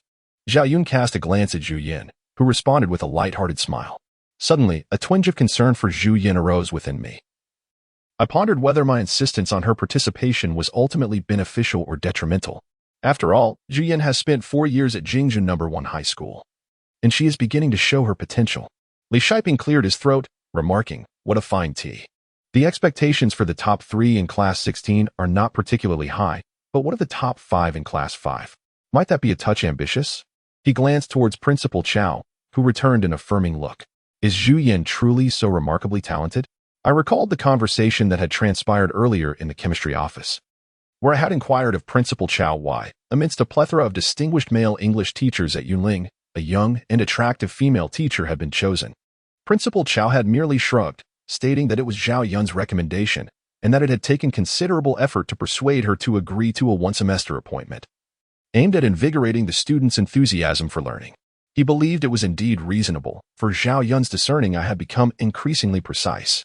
Last winter break, Ding Kailan was also temporarily assigned for a semester, and in the subsequent term, she successfully integrated into the class, elevating the average score of Class 5 from 4th place to the pinnacle, consistently maintaining a gap of 5 to 6 points from the 2nd place. It now seemed that Principal Cao had some reservations and was poised to employ the same strategy once more. However, did Zhu Yin possess any awareness of this? Li Shiping glanced at Zhu Yin opposite him. Her youthful visage radiated confidence, evoking both pleasure and conviction. Very well, I look forward to your splendid performance, Li Shiping mused. Lifting his cup once more, Zhu Yin, observing Zhao Yun's gaze and the uncertain look from Li Shiping across the table, felt a flicker of doubt regarding the target set by Principal Cao. With a smile, she raised her white porcelain cup. She had reviewed the student profiles of the two classes, and the goals were not excessively lofty.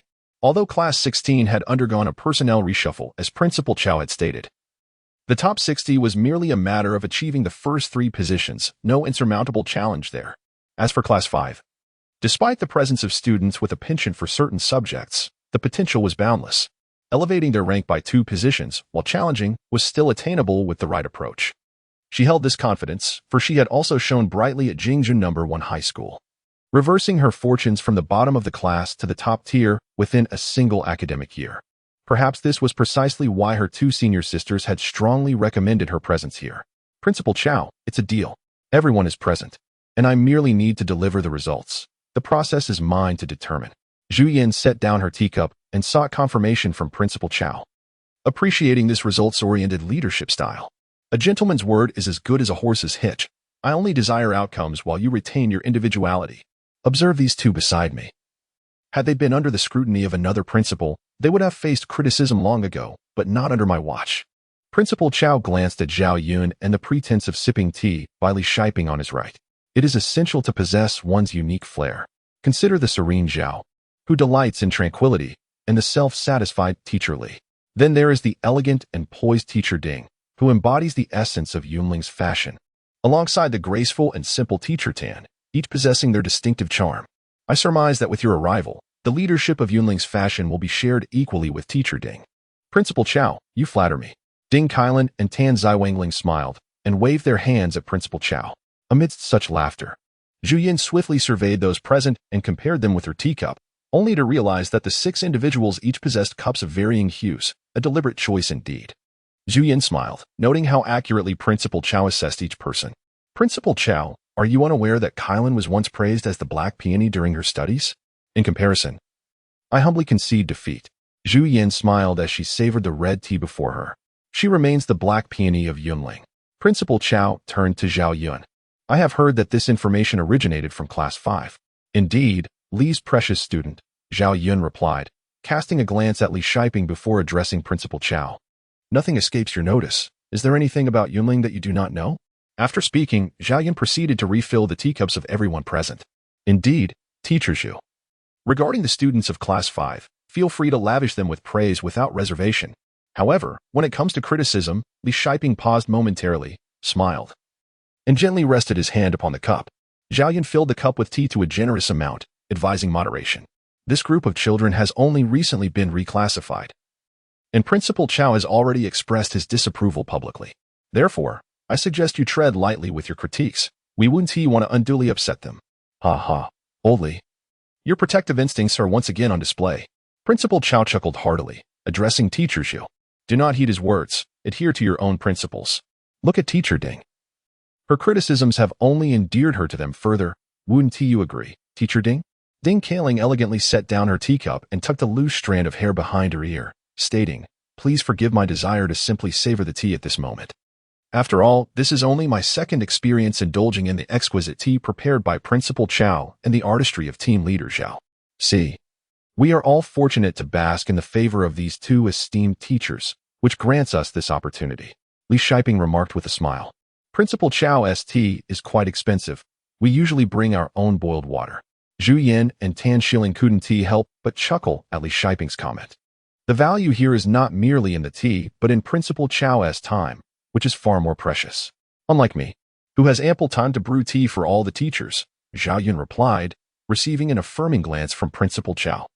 Zhu Yin smiled and glanced at Li Shiping across the table, recognizing her senior's effort to ease the tension. Look at our team leader Zhao, a trusted aide to Principal Cao. The reasons for this are well documented. Li Shiping let out an exaggerated sigh, expressing, I originally intended my heart to reach the bright moon. Yet alas, the moon only illuminates the ditches. Teacher Li, embodying the essence of a carefree cloud and a wild crane, exuded elegance and simplicity. Zhao Yun chuckled, remarking how unlike him, an ordinary individual who must align closely with the higher-ups. Ladies and gentlemen, this is a rare opportunity, so take note, said Principal Cao with a smile, gently tapping the rim of his cup, the crisp sound resonating in the air. Team leader Zhao was sharing the secrets to a meteoric rise in one's career. In the workplace, one must maintain a strong alignment with the higher management. There is no absolute right or wrong. One must even support the erroneous ideas until they transform into the correct ones. After acquiring the ability to do things right, one should only undertake actions that the higher-ups deem correct. Zhao Yun laughed, wondering if his flattery had been misplaced. His words prompted hearty laughter from the crowd. Do things right, or do the right things? Zhu Yin pondered. To do things right signifies possessing the ability to execute tasks efficiently, representing a person of strong execution. Conversely, to do the right things, as Zhao Yun suggested, involves clarifying one's goals and direction before undertaking any task. Zhu Yin glanced at Zhao Yun, who, with a calm demeanor, navigated effortlessly between Teacher Li and Principal Cao. Suddenly, she realized that the true protagonist of this tea gathering was Zhao Yun. 5 years hence, could she cultivate such a tranquil and composed presence as Zhao Yun? The relationship between Zhao Yun, Teacher Li, and Principal Cao embodies the essence of both mentorship and friendship, which is precisely what she yearns for. This inevitably brings to mind Jingyun No. 1 Middle School and Principal Zhang, whose stern and solemn visage has rarely graced a smile in the 4 years since her enrollment. The head of the grade and the leaders of the English Teaching Research Group further highlight that the leaders at Jingyun No. 1 are, in contrast to those present, exceedingly austere, Casting a glance at Kylan, she appeared ever more graceful and composed, with her right hand elegantly cradling a cup. Her thumb and index finger delicately pinching it while her middle finger supported the base. She unfurled her fingers like orchid petals. Her left hand was slightly raised, partially obscuring her face. After a brief moment, she set the cup down on the tea mat, a smile gracing her lips as she gazed at the person across from her. This demeanor perfectly aligned with Principal Cao's assessment of her, elegant and dignified, simple yet refined. In the exchanges over tea, the praises from Principal Cao for Kylan were evident, revealing that over the course of a year, Kylan's confidence had solidified, embodying the essence of Yunling's black peony. Another glance at Zhao Yun revealed that she too was smiling at her. Could this be the reason why her senior sister had repeatedly encouraged Kylan to transfer to Yunling for a semester? Zhu Yin discovered that she was beginning to harbor a fondness for this somewhat poetic Yunling. Indeed, your words resonate deeply with me.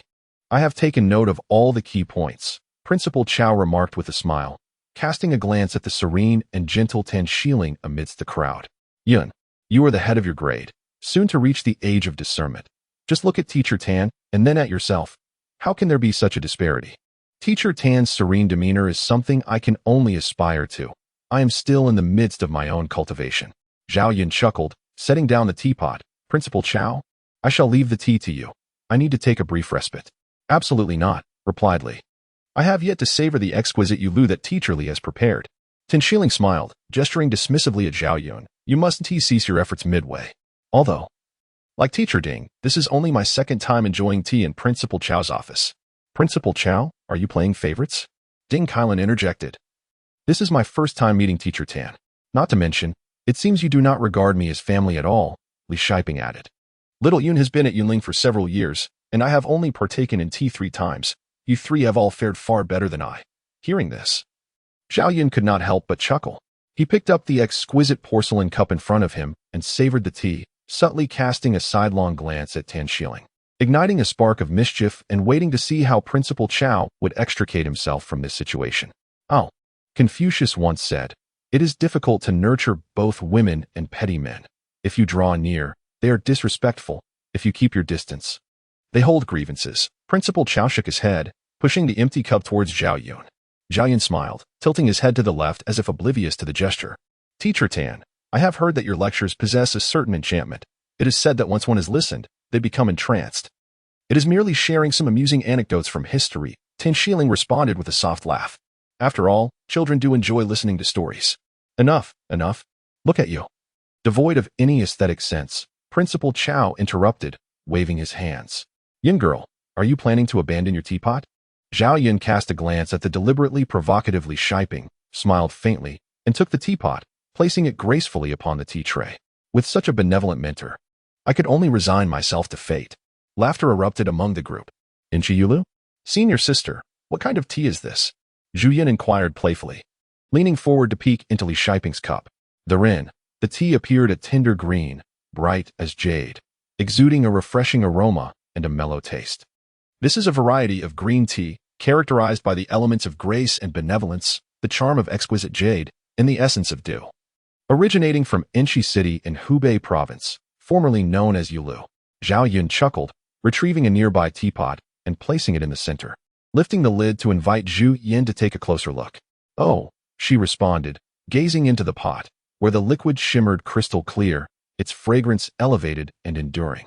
The leaves rested at the bottom of the cup, laid out in a harmonious, complete manner, a vivid green that was truly pleasing to the eye. Indeed, Yulu boasts distinctive features. The leaves, the brew, and the residue all exhibit a verdant hue. Over time, due to its lush, emerald brilliance and silken white tips, it was renamed Yulu. Zhao Yun replaced the lid and returned the teapot to its original position, noting that Enshi Yulu is also a traditional Chinese tea, with records of its cultivation dating back to the Tang dynasty. The Ming dynasty scholar Huang Yizheng's work, Shuiganzu, also documents the varieties of tea include Chongyang tea, Yuki tea, Qi tea, Jingzhou tea, and Shishou tea. At this moment, Cao, sitting nearby, chimed in, boldly. A single pot of your Enshi Yulu is worth 5 of my brews. If you were to visit a few more times each month, I might as well relinquish my position as principal. Ladies and gentlemen, have you noticed? The essence of frugality has revealed itself. Li Shiping smiled, raised his cup, drained it, and placed it before Zhao Yun. My goal today is to finish an entire pot. Everyone present erupted into laughter. Amidst the merriment, Zhao Yun remarked, "Dear mentor, feel free to drink today. This pot is exclusively yours.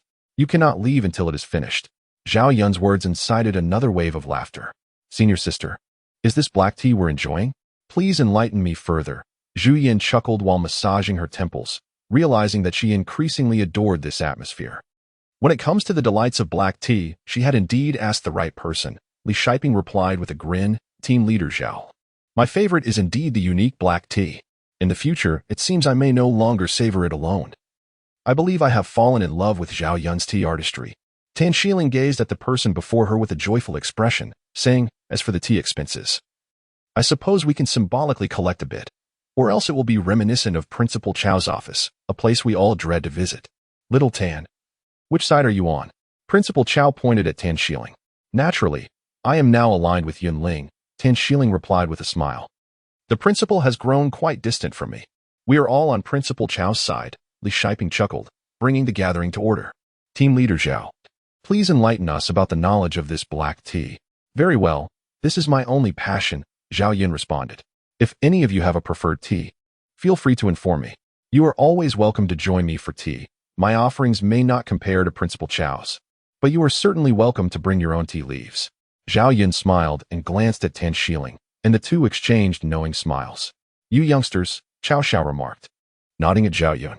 "All right, I shall be magnanimous and not hold it against you." "You are indeed the most generous one," came the reply. "Let us discuss black tea. There are numerous varieties of this red tea. What we are drinking is Chinese black tea, renowned for its fragrant aromas reminiscent of flowers, fruits, and honey, such as the rich, enduring aroma of Keemun tea, the plump, tightly rolled leaves and bright red liquor of Yunnan black tea, and the distinctly golden rim and tender, vibrant leaves of Ninghong tea." Zhao Yun elaborated. "Oh, everyone present seems to have gained a bit more knowledge." However, Zhao Yun continued with a smile. "The tea in our cups today is Sichuan red tea, originating from Sichuan province. The tea trees thrive on higher slopes, where the climate is mild and rainfall abundant. Thus, the dry leaves of Sichuan red tea are lustrous and beautifully uniform, adorned with tips, exuding a refreshing fragrance devoid of impurities, with a unique floral and fruity aroma. The tea liquor appears red with golden hues, possessing a sweet, honey-like essence. Ladies and esteemed teachers, do savor it once more, is it not so?" "Indeed, it is so." "Oh, I had thought it was fruit tea," Zhu Yan remarked with a smile. "Senior sister, I now feel enlightened." Laughter erupted once more, and amidst the joyous sounds, one could hear Ding Kailan's voice reciting, "Spring is not yet old, the wind is gentle, and the willows sway lightly. Let us ignite the new fire and embrace poetry and wine while we are young." From Sushi's Wang Jiangnan, how delightful. There is no worry that a pot of tea cannot resolve. If there is, then let us brew another pot. Principal Cao smiled and said to Zhao Yun, "Tea boy, please refill everyone's cups." I was reminded of Yuanjin's 7 regulations on tea. Zhao Yun picked up the various teapots on the table, pouring tea for each guest in turn. Tea, fragrant leaves, tender buds, the poet adores the monk's abode. Principal Cao interjected with a smile, gesturing towards Ding Kailan on his left, grinding jade and weaving red silk. Ding Kailan elegantly lifted her exquisite Ding Kiln white porcelain cup, smiling as she turned to Tan Xiling on her left, stir-frying the yellow chrysanthemum color, the bowl swirling with delicate floral dust. Tan Xiling smiled gently, adjusting her cup as she glanced at the beautiful Zhu Yin beside her, inviting companionship under the bright moon at night, alone facing the morning glow before dawn. Zhu Yin raised her porcelain tea set, savoring a sip, nodding in approval as she looked towards the diagonally opposite Li Shiping, cleansing the tiredness of ancient and modern souls. Who could boast after intoxication? Li Shiping raised his hand in a carefree and bold manner. "I am fortunate to bask in your elegance. Indeed, I have indulged in sophistication." With the water boiling and tea steaming, we savored the moment slowly, sharing a refined experience thanks to our 2 esteemed teachers. Principal Cao remarked with a smile, "Yun, your tea art is truly commendable." This last comment from Principal Cao brought me great solace. Zhao Yun glanced at her watch, then at Principal Cao, and finally at Li Shiping and Ding Kailan, saying, "We still have some time. Let's accompany our 2 teachers to the teaching building to familiarize ourselves with the environment." "Good," Li Shiping replied, rising to push his chair back a bit. "It's time for a change of scenery. Otherwise, one might easily become complacent. A remark elicited a piercing glare from Principal Cao, accompanied by the laughter of those present. Amidst such mirth, everyone gradually rose, preparing to depart. You all may go explore. But I shall remain. Principal Cao indicated the tea before him, asserting that while sharing is refined, savoring alone embodies true elegance. Principal Cao. Your Bai Luo Chun is in that pot with the tassel. To be careful not to confuse it, Zhao Yun reminded with a smile. Principal Cao nodded in acknowledgement, waved farewell to the departing group, and settled back down. He picked up the Luohan cup before him, rinsed it in the tea wash, and then slowly began to savor the unadorned Inshi Yulu. Oh, I just spotted a stunning female teacher at the staircase on the first floor. She was both fashionable and beautiful. Ling Mingqiu remarked as he approached the seats beside Geng Xinyu and He Shiling. Fashionable and beautiful. Geng Xinyu and He Shiling exchanged glances, then turned to Ling Mingqiu, echoing, more beautiful than the language teacher? Indeed, her waist-length hair was a soft brown and slightly curled, adorned in a winter dress. And she wore high heels. Her beauty was beyond mere words, Ling Mingqiu replied as he took his seat. How did I not notice her before? I wonder which class she belongs to. Such fortune to behold her. Yes, indeed, she is truly beautiful, Wang Xinyi leaned in, adding. We even paused for a moment to observe her, and I realized that not only was her attire exquisite, but her features were also striking a gentle beauty. Quite different from the bold allure of our language teacher. He Shiling smiled, remaining silent, her long, slightly curled brown hair indicating that it must be teacher Zhu Yan. It seems my speculation was accurate. She truly is the English teacher for Class 5. Now, Teacher Li can rest easy. He Shiling, with a smile, instinctively glanced out the window. Outside, the bright sunshine reflected off the opposite teaching building, still radiant and dazzling. The bell rang, signaling the start of class. Old Ning had arrived. The moment his class commenced, drowsiness would envelop me. Ling Mingqiu extracted the English textbook from the pile before her, accustomed to Teacher Ning's laid-back teaching style. After the bell ceased, it would take him 2 minutes before he would appear at the doorway. Here, have a piece of gum. In front of her, Guo Wenwen turned and placed 2 pieces of gum on the desks of Ling Mingqiu and He Shiling. Casting a glance at Geng Xinyu and Wang Xiaoxiao behind them, she whispered, Do you want some? Geng Xinyu smiled and waved her hand dismissively, while Wang Xiaoxiao reached out. He Shiling picked up 1 piece of gum and handed it over. Wow, who is that? Did she come to the wrong classroom? Such a beautiful teacher. A wave of gasps and chatter erupted in the classroom as a few students settled down, directing their gaze towards the entrance. Ah, it's her, it's her. Ling Mingqiu exclaimed, grabbing He Shiling's hand, which was spinning a pen, and said excitedly, I was just talking about her. How did she end up in our class? She must have taken a wrong turn. Isn't she stunning? Indeed, she is quite beautiful. He Shiling smiled, as she beheld the elegant figure approaching the doorway, confirming that it was indeed her fashionable and exquisite teacher Zhu Yan. Good morning, esteemed classmates. I am your English teacher, Zhu Yan. As she approached the podium, she set down her textbook and surveyed the classroom. This semester, I am your English teacher. The fluency and precision of her English left a lasting impression. Could she truly be our English teacher? Ling Mingqiu expressed her excitement, pondering if Lao Ning was to be replaced. She has already stated that she is our English teacher for this semester, came the voice of Geng Xinyu from behind. I fail to comprehend why you were so elated. What? Am I really that excited? Ling Mingqiu murmured, attempting to downplay her enthusiasm. Indeed, you do not appear overly excited, yet perhaps you could release my hand. He Shiling chuckled, gesturing to her right hand, which was being held by Ling Mingqiu. Fortunately, you are a girl, Geng Xinyu's soft laughter echoed from behind. Accompanying her laughter was Wang Xiaoxiao's giggle. It's merely a perfect tease, and it's only a matter of 5 points. He Shiling glanced around the classroom, acknowledging the validity of Geng Xinyu's remark, and turned back towards the podium, noticing that the speaker was looking in their direction. Let me first outline the rules for my class. Zhu Yan smiled, her eyes curving into charming crescents. First, my class will be conducted exclusively in English. The use of Chinese is strictly prohibited. Oh, surely you jest, dear teacher. Have mercy on us. How can such a beautiful teacher be so harsh towards us? Only English? I can barely manage an average score in my language class. This is unbearable. What if I can't understand? The classroom erupted into a cacophony of voices, filled with discussions and dissent. Our difficult days are about to begin. Tangji nudged Ling Chuang beside him, while he could barely scrape by in his language class. A score of 60 or 65 in English under a purely English-speaking environment felt insurmountable. Let it be, he thought. Ling Chuyang leaned against the wall with his English textbook in hand, surrounded by a chorus of murmurs, while the person at the podium smiled radiantly, declaring dissent futile.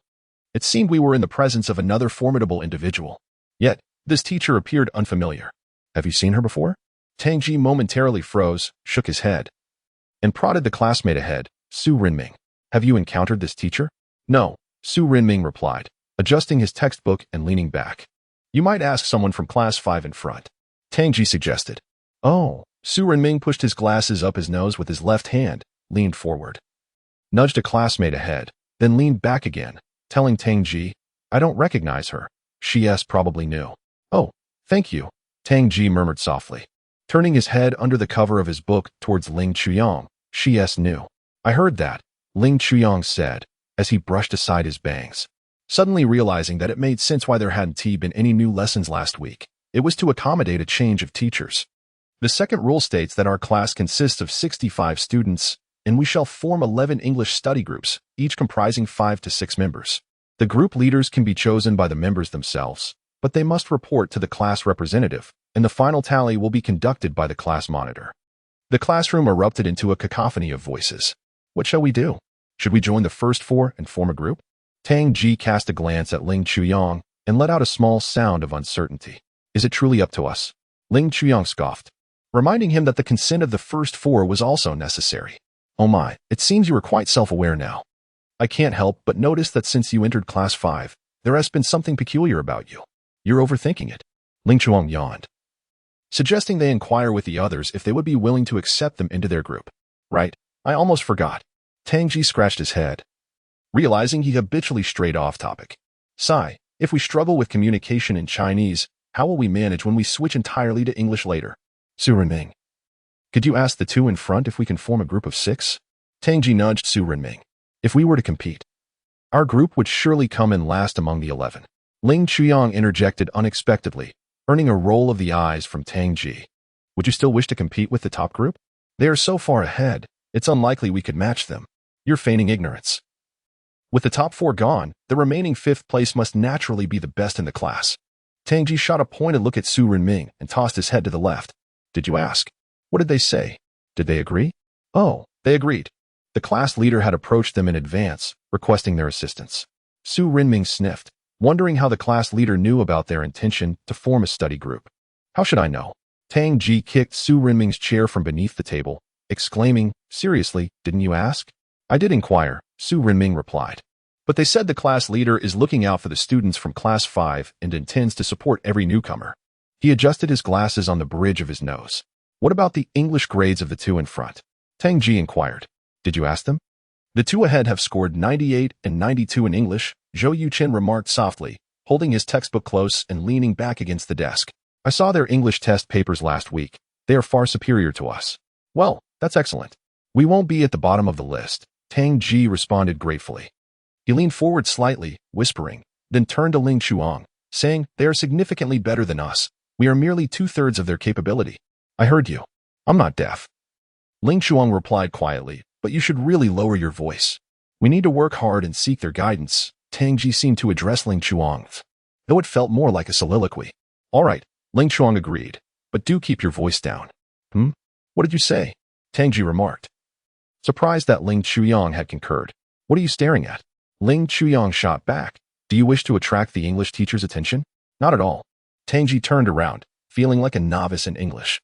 His efforts in learning the language seemed to yield minimal results. Everyone, he announced. The list of group assignments for our study session tonight will be provided to the class representative, who will then pass it on to me. As for the significance of forming these study groups, our sole task for now is to write a short essay of no less than 200 words daily. Each member of every group. The content is unrestricted, but plagiarism is strictly prohibited. Any instance of it will result in a penalty of writing an additional essay exceeding 500 words. My goodness. I can barely manage my Chinese essays, let alone English ones. This is unbearable. Who will come to our rescue? Why must a copy be given to the class representative? Is the teacher serious? Tang Ji gazed helplessly at Ling Chuyang. I can't even score 30 in my Chinese composition. Looking at me is of no use. We are equally matched, Ling Chuyang retorted, rolling her eyes at Tang Ji as she adjusted her hair with a pin, pondering where to find some English essays to peruse. Submit them to my office before the end of tonight's study session. I will select outstanding essays from each group to share with everyone before class the following day. Conversely, the least impressive works will also be shared. Grades will be recorded weekly, and at the end of each month, the group with the highest score will receive a gift, while the lowest will face appropriate penalties. Zhu Yin observed the expressions of the classmates in the classroom, pausing for effect. We will form groups today, and the essay submissions will commence tomorrow. This teacher is certainly a formidable character. Gongsun gently tapped Yunling on the back. Recalling what you mentioned earlier, was it that person you encountered yesterday? Yunling nodded softly, her mind drifting to the small wooden bucket. The Chinese teacher is adept at addressing weaknesses, yet she spares no attention to any single plank. Teacher Zhu Yin is remarkable, having once again reshaped my understanding of her. Her decisiveness and efficiency render this dose of reassurance both timely and appropriate. Encountered yesterday? When exactly? How did I miss it? Ling Mingchu shielded her face behind a book. Glancing at Yunling. You mentioned it in the cafeteria yesterday, didn't you? You must have selectively chosen to listen. Gongsun chuckled, leaning forward. When did I say that? I hardly chose to filter anything out. Ling Mingchu, hidden behind the textbook, turned to look at Gongsun. How clever to shift blame away from the crowd. You ought to keep your voice down. It seems our teacher is not preparing to introduce new material today. Gongsun gently tapped Yunling on the shoulder. Is she not quite like all our other teachers? Indeed, she is. Yunling nodded lightly. Having successfully misled me twice, we should maintain our silence. Oh. Ling Mingchu replied softly, inquiring, did you mention this teacher yesterday? I have no recollection at all. I did. While you and Xiao Fei were busy competing for snacks and fruits, Yunling said, covering her mouth with her right hand and chuckling quietly. All right then, Ling Mingchu responded. This Ling Fei must have done so intentionally, leaving me unprepared and filtering out such crucial information. Where did you encounter that yesterday? How were you misled? A classic? Which English version? Ling Mingchu glanced at Yunling and leaned closer to her. It was Dickens' Great Expectations. Gongsun voice gently drifted from behind. Is it true or false? That book. I couldn't even comprehend the Chinese version. Ling Mingchu gasped softly, looking at Yunling, and upon seeing her nod, asked, does this mean we are to endure some hardships ahead? You should be fine. After all, you hover around a score of 100. I am the one who is doomed, Wang Xiaoxiao, who had been silent, suddenly interjected. Your sudden remark startles people, you know? Ling Mingchu turned her head to glance at Wang Xiaoxiao and said, don't be so pessimistic. Your English isn't bad, hovering around 90. Besides, we are about to form a study group. Rest assured, we are in this together, sharing both hardships and blessings. Gongsun patted Wang Xiaoxiao's arm and reassured her. Even if the sky falls, our homeroom teacher will support us. If the homeroom teacher doesn't help, we still have our class monitor. What does that mean? Wang Xiaoxiao blinked. The list of group members, the teacher mentioned that it should first be submitted by the subject representative to the class monitor, and then to her. Gongsun smiled. It seems our lovely teacher has taken a liking to our class monitor at first sight. I suspect the class monitor will be favored more than the subject representative. Yunling smiled softly, remaining silent. While she did not feel particularly favored, she had a faint sense that this teacher would bring a transformative change to Class 5. A change that perhaps aligned with the aspirations of both the old teacher and Principal Cao. This might have been one of the objectives behind the class division. Contemplating this, Yunling instinctively raised her gaze towards the podium, only to find that the teacher was also looking in her direction. Chatting is delightful. I adore it, the teacher remarked. You should have mentioned it earlier. You nearly gave me a fright just now. Laughter and chatter filled the classroom, interspersed with the sounds of students organizing their books and preparing for small antics. Each student offered a brief self-introduction as Zhu Yin gracefully descended from the podium and approached Wang Xin's desk. For instance, my name is Zhu Yin. I was born in, and I currently reside in. My hobbies include, my most notable strength is, and my greatest weakness is. How have these strengths and weaknesses influenced my progress thus far? What are my goals for this semester? This is simple enough. What's so difficult about it? Both my birthplace and residence are in Sakura Town. My goal this semester is straightforward, to strive for a position among the top 20. My aim is to be within the top 50 in the entire school. Top 50. Just take a look at your scores in Chinese and English. Tangji playfully nudged Su Renming's chair. Everyone, please settle down, Zhu Yin instructed, palms facing downward. Our class is quite lively, which is wonderful. Now, let us commence with the self-introductions, and please do so in English. 2 minutes for preparation. The countdown begins now. A startled exclamation escapes Wang Xinyi's lips. Zhu Yin glances down to behold an adorable visage, lips pursed, with large, innocent eyes gazing at her. Wang Xinyi, is it? Do prepare, as the presentation will commence from your side shortly. The teacher's tactics are indeed quite profound. Ling Mingqiu hides behind her textbook, her right hand swiftly sketching notes on the paper. Zhu Yin observes that the speaker is a girl with a round face and round glasses, currently engrossed in drafting. She must be the representative for the Chinese subject.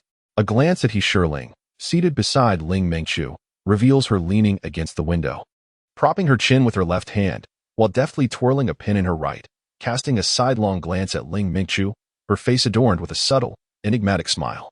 In that smile, Zhu Yin suddenly recalls Zhao Yun, whose gentle, carefree smile bears a striking resemblance. Seated in front of He Shiling is Geng Xinyu, whom she heard Zhao Yun mention yesterday as the little prodigy referred to by He Shiling, a girl with a high ponytail, ruby lips, and pearly teeth. Smiling as she surveys the classroom, only to lower her head and chuckle upon noticing her. What of the English representative? Where's Dong Huihui? Zhu Yin shifts her gaze to the two central rows, searching for the name on the seating chart, third from the left in the second row. A girl with short, thick, dark hair, single eyelids, and thin lips is presently advising her desk mate on their draft. Zhu Yin smiles. She is somewhat different from her imagination, yet evidently a well-behaved student, reputedly consistently ranking among the top 15 in the class overall.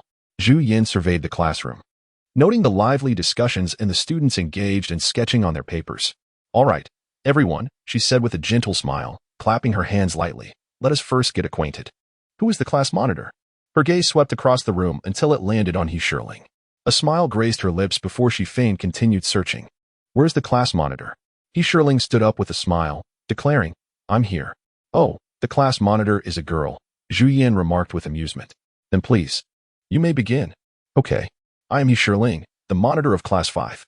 My birthplace and residence lie in Danfeng Town, a locale embraced by nature. It is said to be visible from great heights, with the town and river resembling the eyes of the mythical Danfeng, hence the name. I take pleasure in appreciating the scenery. My strength lies in my commitment to keeping my promises, while my weakness is that my goal for this semester is to diligently uphold my promises and embrace responsibility. The English spoken here is commendable, with precise pronunciation and fluent expression. Zhu Yin couldn't help but nod slightly, her voice resonating clearly, measured and soothing to the ears. What a composed Shiling. I grasped the meaning of the first two sentences, but what followed eludes me. Tang Ji cast a glance at Ling Chuang and inquired, Have you finished your writing? Ling Chuang, without lifting his head, replied, I don't know. Not yet. Tang Ji leaned over to take a look and chuckled. For before him lay a middle school English dictionary, with a draft yet to be completed. Hello everyone. I am Ling Chuyang, hailing from Dishi Town. This method is quite good, Tang Ji remarked with a smile, swiftly sketching on the paper himself. Very well, now please express it in Chinese, Zhu Yin suggested playfully, noticing that some seemed to have not heard clearly. All right, I am He Shiling, the class monitor of Class 5.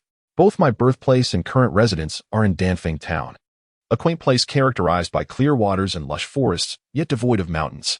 A river encircles the town, and it is said that when viewed from above, the town and the river resemble the eye of a phoenix, hence the name. My hobby is appreciating beautiful scenery. My strength lies in keeping promises, while my weakness is that my goal for this semester is to wholeheartedly fulfill my commitments and responsibly shoulder my duties. Everyone, did you notice? When introducing your birthplace, you should use come from. When referring to your current residence, use live. Zhu Yin signaled for He Shiling to take a seat. Understood. We were aware of this from the beginning. It's quite simple. When mentioning something for the first time, use a. For subsequent references, use the, Zhu Yin added with a smile. This is also understood. There is no need to reiterate this. Right? Teacher Zhu, we are already in our second year of high school, not second year of junior high. The classroom resonated with laughter and playful banter. When discussing hobbies, the phrase like doing was employed. Zhu Yin, smiling, spoke in a leisurely manner. The atmosphere was once again filled with a chorus of cheers. Amidst the clamor, Zhu Yin glanced around the room before directing her attention to the center, addressing the class monitor, He Shiling, whom she had already met. And where is my subject representative? In the midst of the discussions, Dong Huihui stood up and introduced herself in both Chinese and English. Hello everyone, I am Dong Huihui, hailing from Sakura Town, which was named after a magnificent cherry blossom garden that has sadly ceased to exist. My hobby is to focus solely on the sacred teachings, remaining oblivious to the affairs outside my window. My strengths and weaknesses are similarly aligned. My goal for this semester is to be among the top 10 in class. Thank you all. Greetings, I am Dong Wei, hailing from the town of Sakuro, which once boasted a magnificent cherry orchard bearing its name, though it has sadly vanished now. My pastime involves indulging in the wisdom of sages while gazing through a window with one eye closed, reflecting on my strengths and weaknesses. My ambition for this semester is to secure a place among the top 10 in my class. Thank you all. With one eye closed to the window. I was truly astounded by her. I initially thought that closing one eye to look out the window was a means to obscure one's vision, akin to seeing a mountain through a leaf. Wang Xiaoxiao whispered this to Gongxinyu, who merely smiled in response. I assumed it was divine intervention that closed a window for you, murmured Ling Mingqiu, drawing the attention of Zhu Yan. Quite right, students should be so. Zhu Yan said with a smile, gesturing for Dong Wei to take a seat. At that moment, as she settled down, I noticed her held high head, revealing a rather proud disposition. Next, you. Zhu Yan pointed at Ling Mingqiu before her, asking, Ling Mingqiu, right? Is it true or false? The teacher can call out names? Is this a capricious act? The casual roll call by Zhu Yan stirred a wave of commotion within the classroom, manifesting as doubt, surprise, and an inexplicable sense of concern upon the faces of the students. Oh, Ling Mingqiu exclaimed, glancing at the draft she had just completed and then at Yunling, who was smiling at her. She looked up at Zhu Yan, only to find her also gazing at her with a warm smile. Ling Mingqiu stood up, instinctively tugging at the hem of her clothing before beginning to read the draft laid out before her. Oh, you and Yunling are from the same place? Zhu Yan inquired, observing the newly introduced Ling Mingqiu. The girl from Danfeng town possessed quite an appealing appearance, and Zhu Yan noted her commendable academic performance as well. No need to pay excessive attention to that. Indeed, we were deskmates for 3 years in middle school and are now deskmates again, Ling Mingqiu replied, again instinctively adjusting the back of her shirt. Oh, 5 years as classmates then. Zhu Yan continued. Are there others from your middle school in this class? There are 26 classmates from Yunling Middle School, and approximately. How many were there? Ling Mingqiu mused, looking down at Yunling. Oh, 145 individuals. But in class 5, only Yunling and I are from the same school. Oh, splendid. Please take your seat. Zhu Yan gently raised her right hand and smiled, signaling Ling Mingqiu to take a seat. These two girls, hailing from the same locale, were remarkably different in temperament. One was rather reticent, while the other was somewhat loquacious.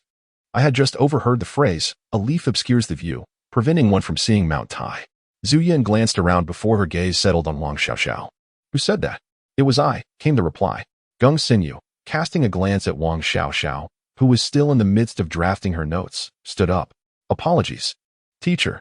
Our class representative, with her excellent command of English, quoted a famous saying for the introduction, but I momentarily misunderstood its meaning. Oh, I see. The ability to recognize and correct one's mistakes is commendable. Very well, Zhu Yan remarked as she observed Wang Xiaoxiao, who was fervently writing, and then turned her attention back to the now standing Gongxinyu. Truly, she was eager to assist. And who might you be? I am Gongxinyu, the Youth League Secretary of Class 5. I hail from Lingyuan Town, which is merely a 20-minute drive from Lingnua Middle School, nestled amidst picturesque mountains and waters. My hobbies align with those of a certain individual, as I too enjoy admiring scenic views. My strengths include a willingness to help others, while my weakness lies in my focus on the present, lacking foresight. My goal for this semester is to wholeheartedly support the class leader and diligently fulfill my responsibilities. Ah, splendid. Gongxinyu, the little prodigy of Class 5, Zhu Yan remarked with a smile. Since you were so eager to assist, how about sharing your English learning methods? Given that Jiyun Town and Lingyuan Town are in such close proximity? What? Learning methods? Isn't this meant to be an introduction? What is this about? Is it merely because we live nearby? The classroom was once again filled with a cacophony of voices. My approach consists of 3 fundamental principles: memorizing vocabulary, mastering grammar, and diligently practicing exercises. This cycle of repetition is unending. There are no shortcuts, only the virtue of perseverance. Gongxinyu paused momentarily, asserting that if one is to memorize, one must do so audibly. English necessitates a sense of rhythm, which can only be cultivated through vocalization, not silent reading. Indeed, that makes sense. My pronunciation is poor, and I dislike reading. I had thought there might be some shortcut. It turns out we are all in the same boat. The classroom erupted once more into discussion. How can we all be the same? They are among the top 5 in class, and within the top 20 in the school, Du Xiaofeng remarked, casting a glance at Tang Ji. Overall grades do not necessarily reflect one's English proficiency, Tang Ji retorted, placing the notebook, which he had intended to use for note-taking, onto the desk before him. That is a fallacy. Do you truly believe the English teacher calls names at random? Du Xiaofeng whispered with a smile, shielding his face with the English textbook. Of course. What other explanation could there be? Tang Ji mimicked Du Xiaofeng, shifting his textbook to the left side of the desk. Names are called according to performance. Du Xiaofeng chuckled. Among these 4, who has poor grades? Is that true? Tang Ji responded, his face a mask of uncertainty. Is the teacher truly that astute? He has only just arrived and already knows our standings. If that is the case, then he must have fallen into a deep abyss from the very start. Climbing back up would be akin to scaling the heavens. Well said. Zhu Yin observed Gongxinyu with admiration. This girl is quite clever. Her points are succinct and incisive. These 3 principles are impeccable. She glanced around the classroom and concluded. Please take your seats. There is a saying in English, repetition is the mother of skill. Continuous practice, coupled with perseverance, is invaluable. Gongxinyu sat down with a smile. And upon noticing Yunling turn her head, she observed the familiar expression on her face, a subtle smile that was almost imperceptible. Upon closer inspection, Gung noticed a piece of paper tucked within the textbook propped up on the table, inscribed with 4 words, "Beware of fire." Were you just warning me? Gongxinyu's eyes widened as she gazed at Yunling. Yunling set her book down to scribble something on the paper, only to lift the book again an instant later. Gongxinyu read the note inside the book, written before you stood up. Fortunately, you were quite astute. Gongxinyu chuckled at Yunling, who quickly returned to her book. Was this a compliment or a jest? The teacher, residing in Juyun town, was indeed quite close. However, would this proximity remain, or would it need to be adjusted in the future? Gongxinyu glanced once more at the teacher, only to find her fixated on Wang Xiaoxiao. A brief look to the side revealed that Xiaoxiao had completed her draft and was now quietly reciting it to herself. Good desk mate, Gongxinyu thought. Yunling raised her right hand slightly, gesturing towards Wang Xiaoxiao. Having a good desk mate is beneficial, yet one should not become complacent. Wang Xiaoxiao stood up and began to read her draft laid out before her. Very well, please take a seat. Yunling signaled for Wang Xiaoxiao to sit down.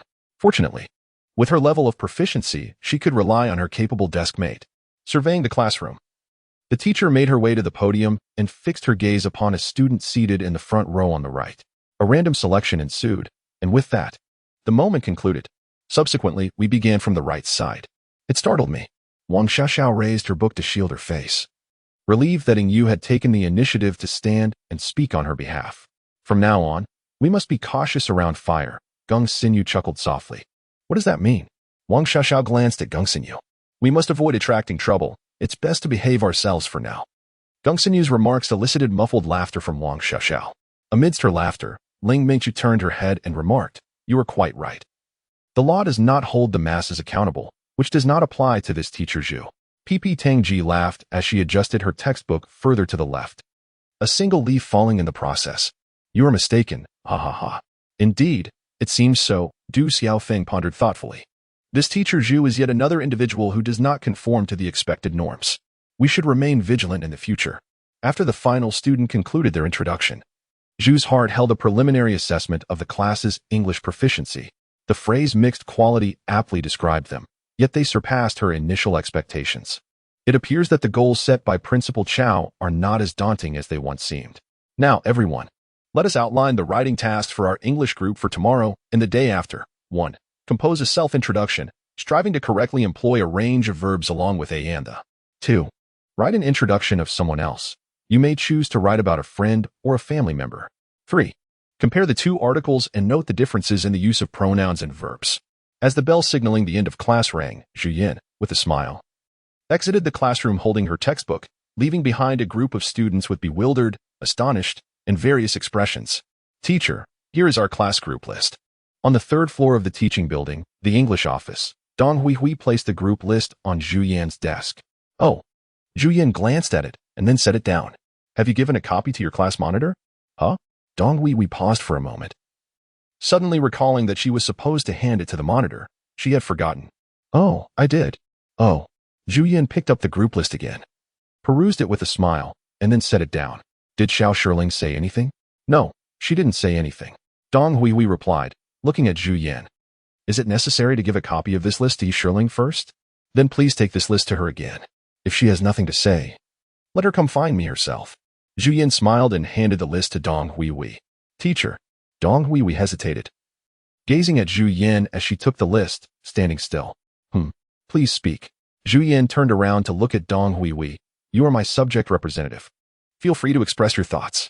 Teacher Zhu, does that mean that from now on, everything you assign will need to go through the class monitor before reaching you? No. Zhu Yan, observing Dong Huihui's somewhat puzzled expression, chuckled. Except for what I specifically require to be given to the monitor, the rest is not necessary. Why must this list be given to Yunling? If you hand the list to her, you will grasp the answer. Zhu Yan smiled and turned away, stating that while you possess your own thoughts and opinions, which is commendable, I expect my class representative not only to excel academically, but also to actively collaborate with me towards the common goal of enhancing the English performance of Class 5. What is happening? Lin Yijie approached at the foot of the stairs on the first floor of the office, noticing Dong Huihui's displeasure at the list in her hand. Why has the list been submitted? The teacher said it should be given to the class monitor first. Dong Huihui strode forward irritably. It seems that was indeed mentioned. Didn't you pass it to her before bringing it here? Lin Yijie caught up, walking alongside her. I did not. Dong Huihui glanced at Lin Yijie, pondering why the teacher would think this way. As the English class representative, I report to the English teacher. Why is there suddenly another Yunling involved? You make a valid point, but the teacher did mention in class that it should be submitted to the class monitor first. Lin Yijie replied with a smile. Dong Huihui is usually quite obedient. Last week in math class, she even praised Yunling, saying that the class monitor is someone who may be silent but makes a significant impact when she speaks. What has changed now that she holds such strong opinions about Yunling? Do you have issues with Yunling? Do I have issues with her? Dong Huihui looked at Lin Yijie, questioning when she ever had grievances against Yunling. Your demeanor is quite charged. It's nearly ignited.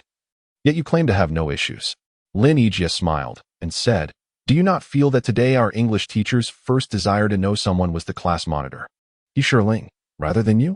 Is that why you are feeling troubled? How could that be? Dong Huihui retorted, her thoughts laid bare. Leaving Lin Yijie to continue on her way.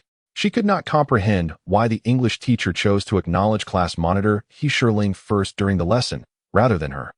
The English representative. And what of Gongsun? Did the teacher have such an acquaintance with her? To openly state in class that they lived in close proximity and to invite her to share her study methods. What of her own dignity as a subject representative? Was it merely because their grades surpassed hers? Yet, in terms of English scores, if she were to rank third in Class 5, none would dare claim the second position. Save for Yunling. All right, do not be upset. I believe whether or not the class monitor is Yunling is inconsequential. The crux lies in the fact that the English teacher wishes to know her. After all, she has always been a renowned figure at Yunling High School. Lin Yijie smiled as she approached and grasped Dong Huihui's hand, stating, I remain an impartial observer. What sort of look is that? Lin Yijie continued playfully. Consider last week when new students arrived in our class, including myself, wasn't the first inquiry about the whereabouts of Yunling? Why have we not seen her? That does seem to be the case, Dong Huihui replied thoughtfully, recalling the moment she first met Lin Yijie, when her first question had been, isn't Yunling still in Class 5? Why have I not encountered her? At that time, when I inquired about the reason, you mentioned having heard that her grades had declined and that she had not been transferred, leaving the truth uncertain. Indeed, I had previously asked her, as it seemed a few boys in our class were rather fond of her. Whether this is true or not, who are they? Dong Huihui looked at Lin Yijie in surprise, asking why she hadn't mentioned it then. Naturally, it is false. Lin Yijie laughed heartily, teasing you, and you took it seriously. Are there indeed boys in your class who like her? I thought it was true. Dong Huihui pouted slightly, acknowledging that she is quite well liked. Whether it is genuine affection or not, I cannot say, but the boys in our class certainly listen to her. Is the matter regarding the class leader of Class 16? Yunling Fei true? Lin Yijie inquired. What do you think? Dong Huihui retorted with a hum. I am unsure. Everyone claims it to be true. And I observe that they appear quite close. You see it as such then? Dong Huihui replied, indicating that she typically does not concern herself with such matters. Moreover, since the homeroom teacher, Mr. Cao, does not inquire into it, it is naturally beyond her purview. Furthermore, the relationships between the boys and girls in Class 5 have always been quite amicable. It seems you possess no insider information either. Lin Yijie playfully shook Dong Hui's hand, questioning whether it was a lack of observational skill or simply a lack of interest. Certainly, there have been inquiries regarding Yunling. My curiosity has been piqued, especially considering the myriad events that unfolded last week. It is only natural for the newly appointed teacher to seek understanding. Lin Yijie grasped Dong Hui's hand, urging her not to overthink. The English teacher commended you in class, didn't she? Students ought to behave accordingly. Dong Hui chuckled, finding wisdom in Lin Yijie's words. It seemed that after the class division, Yunling had suddenly become a figure of considerable interest. How did I not notice before that you are so articulate? Class monitor. Here's the list for the English group that the teacher requires from you. As Dong Hui handed over the list, Yunling was engaged in a discussion with Gong Xinyu, her head tilted in concentration. The teacher mentioned that this list needs to be submitted before the evening study session concludes, she added. The teacher said your input on the groupings is necessary. If you have no objections, you may deliver it yourself. Are you not going to take a look at it now? Dong Hui queried, perplexed by the situation. What could possibly take precedence over the teacher's directives? You are still chatting. When do you intend to review it? Yunling, previously an enigma, had become increasingly inscrutable. Descending from the podium, she noticed Fong Di in the classroom, seated and engrossed in sketching comics, and approached him. Fong Di, may I ask you something? Go ahead. He replied without lifting his gaze. When you converse with the class monitor, Gong Xinyu, do you also speak in 2 or 3 words? Not at all. Fong Di glanced at Dong Hui, pondering what had prompted her unusual behavior today. Dong Hui's gaze had been steadfastly averted from their group, as she often claimed to be wholly devoted to her studies, perceiving her classmates as somewhat immature. Why, then, did she suddenly inquire about this? Was she becoming more talkative? Dong Hui cast a sidelong glance at Fong Di before returning her focus to the sketch on her drawing pad, which depicted the outline of a male face, a portrait in its nascent stages. Your artistic skills have evidently improved, Fong Di remarked. Thank you for the compliment. I have been practicing diligently, she replied, pondering the notion of being overly chatty. In truth, she rarely spoke much. However, Dong Hui pointed out, look, they seem to be enjoying their conversation. Hee, do you wish to join them? Fong Di chuckled, rising to wave at Yunling and Gong Xinyu. Hello, you too. Over here. The 7 or 8 individuals in the classroom turned their attention toward the front entrance. Who called out? One of them inquired. I was merely asking. Dong Hui responded, shifting to stand beside Fong Di. The collective gaze of her classmates was somewhat disconcerting, especially with a few new faces among them. Why be apprehensive? They've seen you now, Fong Di reassured her with a smile, as she typically preferred listening over speaking. Oh, Dong Hui replied thoughtfully. Hui, you seem a bit off today, Fong Di observed. Back when we were deskmates, you mentioned that we talked too much and should learn from you. What has changed? In the absence of any particular situation, Dong Hui found herself at a loss for words. She felt that the self-introduction of the class monitor during today's English lesson revealed her limited understanding of him, prompting her desire to learn more. Lin Yijie, who was nearby, took the opportunity to join the conversation. Dong Hui smiled at Lin Yijie and said, Yes, thank you. Please continue with your drawing. Fong Di glanced at the two of them, who were engaging in a light-hearted exchange, smiled, and returned to his artwork. Thank you. Dong Hui said as she settled into her seat, opening her English homework book, ready to prepare the assignment, due tomorrow. There's no need to be so formal with me. Lin Yijie replied with a smile. We are good friends. Dong Hui nodded in agreement. That's true. The English teacher mentioned the assignment should be completed before the evening study session ends, so I suppose it's better to start early, Lin Yijie added with a grin. You needn't worry, just focus on your work. I'll draft something first, and you can review it before I copy it into my homework book. All right, no problem. Dong Hui responded with a smile. Thank you, class representative. Lin Yijie mimicked Dong Hui's tone. You really don't need to be so formal with me. We are good friends. The two of them shared a laugh. Meanwhile, Fong Di, who was immersed in his drawing, glanced at them and thought to himself that the seating arrangement was indeed fortuitous. These two seemed to get along splendidly. Lin Yijie had certainly won Dong Hui's affection, which was delightful given that one was a new student and the other often pretended to be mature and aloof, lacking friends, a mutual appreciation, indeed. What are you laughing at? Yunling inquired. Are you referring to yourself? Yunling retorted. During English class, the teacher openly expressed her fondness for you. My talented little girl. For the first time in my life, I found myself somewhat intimidated by this teacher. Gong Xinyu chuckled and pointed at the list. Are there times when you are afraid? He Shirling handed it over, yet you responded with such eloquence. You have received high praise. Do indulge me with a few more compliments. Gongsun smiled as she took the list. Earlier, I asked you, why was this list given to you? Can I simply say I don't know? He Shirling replied with a smile, casually surveying the classroom. Upon noticing Dong Hui's gaze directed towards them, Sinyu remarked, you are right. Ever since English class ended, Dong Hui has been harboring some inner turmoil, and this time, it must weigh even heavier. That cannot be allowed. Gongsun followed He Shirling's line of sight and saw that Dong Hui had just turned her head away. You have gained yet another observer. Oh? Could it be that Dong Hui's inner turmoil is deepening? Gongsun laughed. Is our teachers you trying to incite discord? First, take a look at the groups assigned. Then consider the dynamics of the classmates. He Shirling smiled as she turned around, instinctively glancing out the window. All right, Gongsun grinned. I shall review the list while you enjoy the scenery. Setting down the list, Gongsun focused on the individuals in front of her. Having finished examining the list, she gently tapped He Shirling on the shoulder. What are you pondering? What is your perspective? He Shirling leaned back, turning her head slightly. It's merely a matter of grouping together. Gongsun chuckled. Public opinion dictates so. He Shirling chuckled softly, remaining silent as she took the list, glancing at it briefly before shifting her gaze to Gongsun. Is there a problem? Gongsun asked, studying He Shirling before retrieving the list for herself. What do you think? He Shirling's eyes lingered on the group roster for a moment. It was clear that teachers you had reviewed it. So, what's the reason for showing you the list now? Can we discuss it? Gongsun replied with a smile. Noting that the English group was merely a matter of the English subject, the class monitor was not the academic committee member. So there ought to be a reasonable explanation for any favoritism or other considerations. Is it a centralization of power? Centralization? He Shirling laughed lightly, admitting, I have spoken too freely. Are you implying? Gongsun paused, recalling the self-introduction from the English class that morning, and placed the list before He Shirling, stating, that is your responsibility now. It is no longer my concern. It's too late to discuss this. With a smile, He Shirling took the list, realizing only then why it had been given to her. Based solely on the introductions in class and their brief exchanges, could one truly grasp the underlying intention?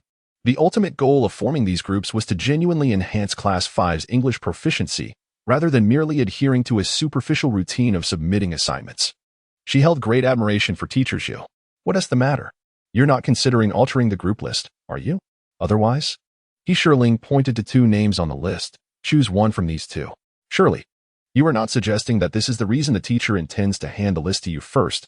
Is it not the responsibility of the class representative? Gongsun glanced at He Shirling. You do not plan to assist every academically challenged student entering the new class, do you? How will you manage your own time? Let us not forget, you have a wager with Xiaofei. Noticing He Shirling's silence, Gongsun continued, I placed my bet on your victory. My esteemed class monitor and mathematics representative. Are there not others who can assist? He Shirling chuckled. To help each and every one? It is quite impressive that you could conceive such an idea. I, however, am not that magnanimous and must prioritize. Are you attempting to morally bind me? No. You are the one who proclaimed your full cooperation with the class monitor. He Shirling laughed, handing the list to Gongsun. Choose one from these two. Have I unwittingly fallen into your trap from the very beginning? Gongsun reflected on He Shirling's self-introduction. Must I select one from the two of you? Is it permissible to exchange for another? No, I have not concealed anything from you. He Shirling smiled. Casting a glance at the vacant seats by the back door of the classroom, it appears I must select from these two students. The bottom performers in both Chinese and English from Class 5. Very well, I concede your cleverness. Gongsun took a pencil, marked a point beside Ling Chuyang's name, then hesitated, smiling. Is it possible to bring one person along? Certainly, He Shirling replied, observing her pause, and returned her smile. Gongsun crossed out Su Renming's name and inscribed her own in its place, while striking through Tang Ji's name and writing Ling Mingchu beside it. That's settled, she declared with a smile, taking the list and seating herself next to He Shirling in Ling Mingchu's spot. Now, with Xiaoming swapped for Su Renming and Tang Ji. Are you satisfied? Quite to my liking, He Shirling replied, casting a glance at Sinyu, amused by her playful spirit. It's settled then. As for Xiaoming, you'll have to handle that yourself. Gongsun gestured towards Ling Mingchu's name. Understood, He Shirling responded. And what about her? Gongsun pointed her pen at Dong Hui's name. She must naturally bear her share of responsibility. He Shirling stated as she picked up the physics textbook before her and began to flip through its pages. You can divide the work. Break up the close pairings to facilitate new and old cross-learning opportunities. This task is quite extensive. Do you expect me to compile the grades from all subjects? Do you take me for the class monitor? Gung Sinyu laughed. How do you intend to compensate me? This is a time-consuming endeavor. The project is indeed substantial. But we should primarily focus on the new and old cross pairings, as well as the core subjects of language, mathematics, and English, Yunling suggested. Flipping through a few pages of the textbook before leaning in to whisper, I have another piece of news for you. Old Ning is being replaced. Is that true? Our history teacher from class 16? Gung Sinyu inquired, upon seeing Yunling nod. Does Xiaofei know about this? Yes, we'll meet the new teacher tomorrow afternoon. Yunling replied, pointing at the list. Let us start by amending this roster. At your command, Captain, Gung Sinyu replied with a smile, as she began to sketch on the list with a pencil. Why are you delving into physics? There is no class tomorrow. I made a mistake, Yunling chuckled. Flipping the page of her book. Mission accomplished. Gung Sinyu slid the list in front of Yunling. Take a look. Should we make any further adjustments? Yunling set her book aside and examined the list with great seriousness. These two individuals need some adjustments, she paused, but everything else is fine. When it comes to your work, I have the utmost confidence in you. Thank you for the compliment, Captain. I shall continue to strive for excellence. Gung Sinyu's words prompted a smile from Yunling as well. Just then, the bell rang, signaling the start of class, and Ling Meichu, along with two others, entered the classroom. What is this? Ling Meichu inquired, noticing Gung Sinyu and Yunling poring over a sheet of paper filled with names. She approached with curiosity. Is this the list of the English group members? What are you studying it for? Ling Meichu asked, her face a picture of confusion. Haven't we already confirmed our group? Has something changed? What has changed? Wang Xiaoxiao, who had just settled into her seat, joined the conversation, as did Guo Wenwen and Wang Xini from the front. The English group members? How do you have this? Wang Xiaoxiao questioned. You seem a bit disoriented. The teacher mentioned in class that this list was to be given to Xiaoling, Ling Meichu clarified. Ling Meichu reached out and took the paper. Observing the corrections made in pencil. Surely, they wouldn't actually change it, she thought, hastily glancing at her own name, only to discover that it had indeed been crossed out. Next to it was the name Tang Ji. She found her name, astonishingly written in the place originally designated for Tang Ji, alongside that of Ling Chuang, who shared a strikingly similar name. What was going on? Why had she and Xinu been assigned to different groups? Ling Meichu glanced at Gung Sinyu. Then towards Yunling. How could everything have changed after just a 10-minute delay? Weren't they supposed to be in a group of 6? It was now evening study time, and the voices needed to be hushed. Yunling smiled. You arrived late. You'll have to copy this list along with Wang Xiaoxiao. I still need it later. Fine. But first tell me why the changes were made, Ling Meichu retorted, taking a seat in Gung Sinyu's place. You have an opportunity for some personal vendetta? Shouldn't you be thanking me? Yunling handed Ling Meichu a marker from the table. That seemed reasonable, and Ling Meichu blinked, accepting the pen. Why aren't you present? This is where I can assist you no further, Yunling replied, placing 2 sheets of paper in front of Wang Xiaoxiao and Ling Meichu. I hope he can help share the responsibilities of the math representative. Oh, Ling Meichu blinked again, pondering for a moment. Indeed, he should contribute a bit. Then I'll copy it for you shortly. Good, Yunling replied, casting a couple of glances at Wang Xiaoxiao. Hurry up, I need it soon. All right, Wang Xiaoxiao responded, beginning to transcribe the group list. You are impressive. Gung Sinyu gave Yunling a thumbs up, initially anticipating a fierce protest from Ling Meichu. To her surprise, within mere moments, the tension dissipated, yielding to a serene compliance as Yunling dutifully began copying the list. Yunling remained silent, continuing to leaf through her physics textbook. Have you completed your English composition? Gung Sinyu inquired, retrieving her own English assignment notebook from her seat. Yes, Yunling replied. That was remarkably quick. When did you manage that? Gung Sinyu opened Ling Mingchu's pencil case, meticulously selecting a pen adorned with delicate blue flowers. Before I started chatting with you, Yunling responded, still engrossed in her physics book. Oh, Gung Sinyu remarked, glancing at Yunling before diligently focusing on her English composition. As Gung Sinyu closed her mathematics workbook and extracted her chemistry textbook from the pile, she noticed Yunling still engrossed in her physics studies. You aren't just reviewing, are you? Gung Sinyu asked, uncertainty flickering in her gaze. The speed at which Yunling was turning the pages did not suggest mere preparation. You're overthinking it. Yunling paused in her reading, gesturing towards the various assignments before Gung Sinyu. Have you finished all your homework? Then let me share something with you, Yunling whispered, leaning closer to Gung Sinyu. All right, Gung Sinyu leaned in. Really? Is that permissible? It may not necessarily succeed, but if we don't try, it is certain to fail. Yunling closed her book, instinctively leaning against the window. All right, Gung Sinyu pondered for a moment. Should we perhaps give Du Xiaofeng a heads up? Now is not the right moment. Yunling gently shook her head, suggesting they discuss it after the class meeting when the subject representative would be elected. All right. But you must ensure he is competent. We cannot afford any surprises, Gung Sinyu said, a hint of uncertainty in her voice. After all, their knowledge of the new students in Class 5 was limited to the information on paper, and they had yet to engage with them directly. Rest assured, Yunling replied, her gaze drifting from Gung Sinyu as she surveyed the classroom, where everyone was quietly bent over their desks. Here you go, Ling Minchu said, passing the neatly copied list to Yunling in a hushed tone. Quickly, give some praise. Such speed. Your handwriting is exquisite. You truly are an extraordinary little helper. Gung Sinyu remarked with a smile. Which assignments are you preparing to write? Both math and English, please. The left stack, the third and fourth books, Ling Minchu replied. Then turned to Yunling, adding, Sinyu's compliments don't count.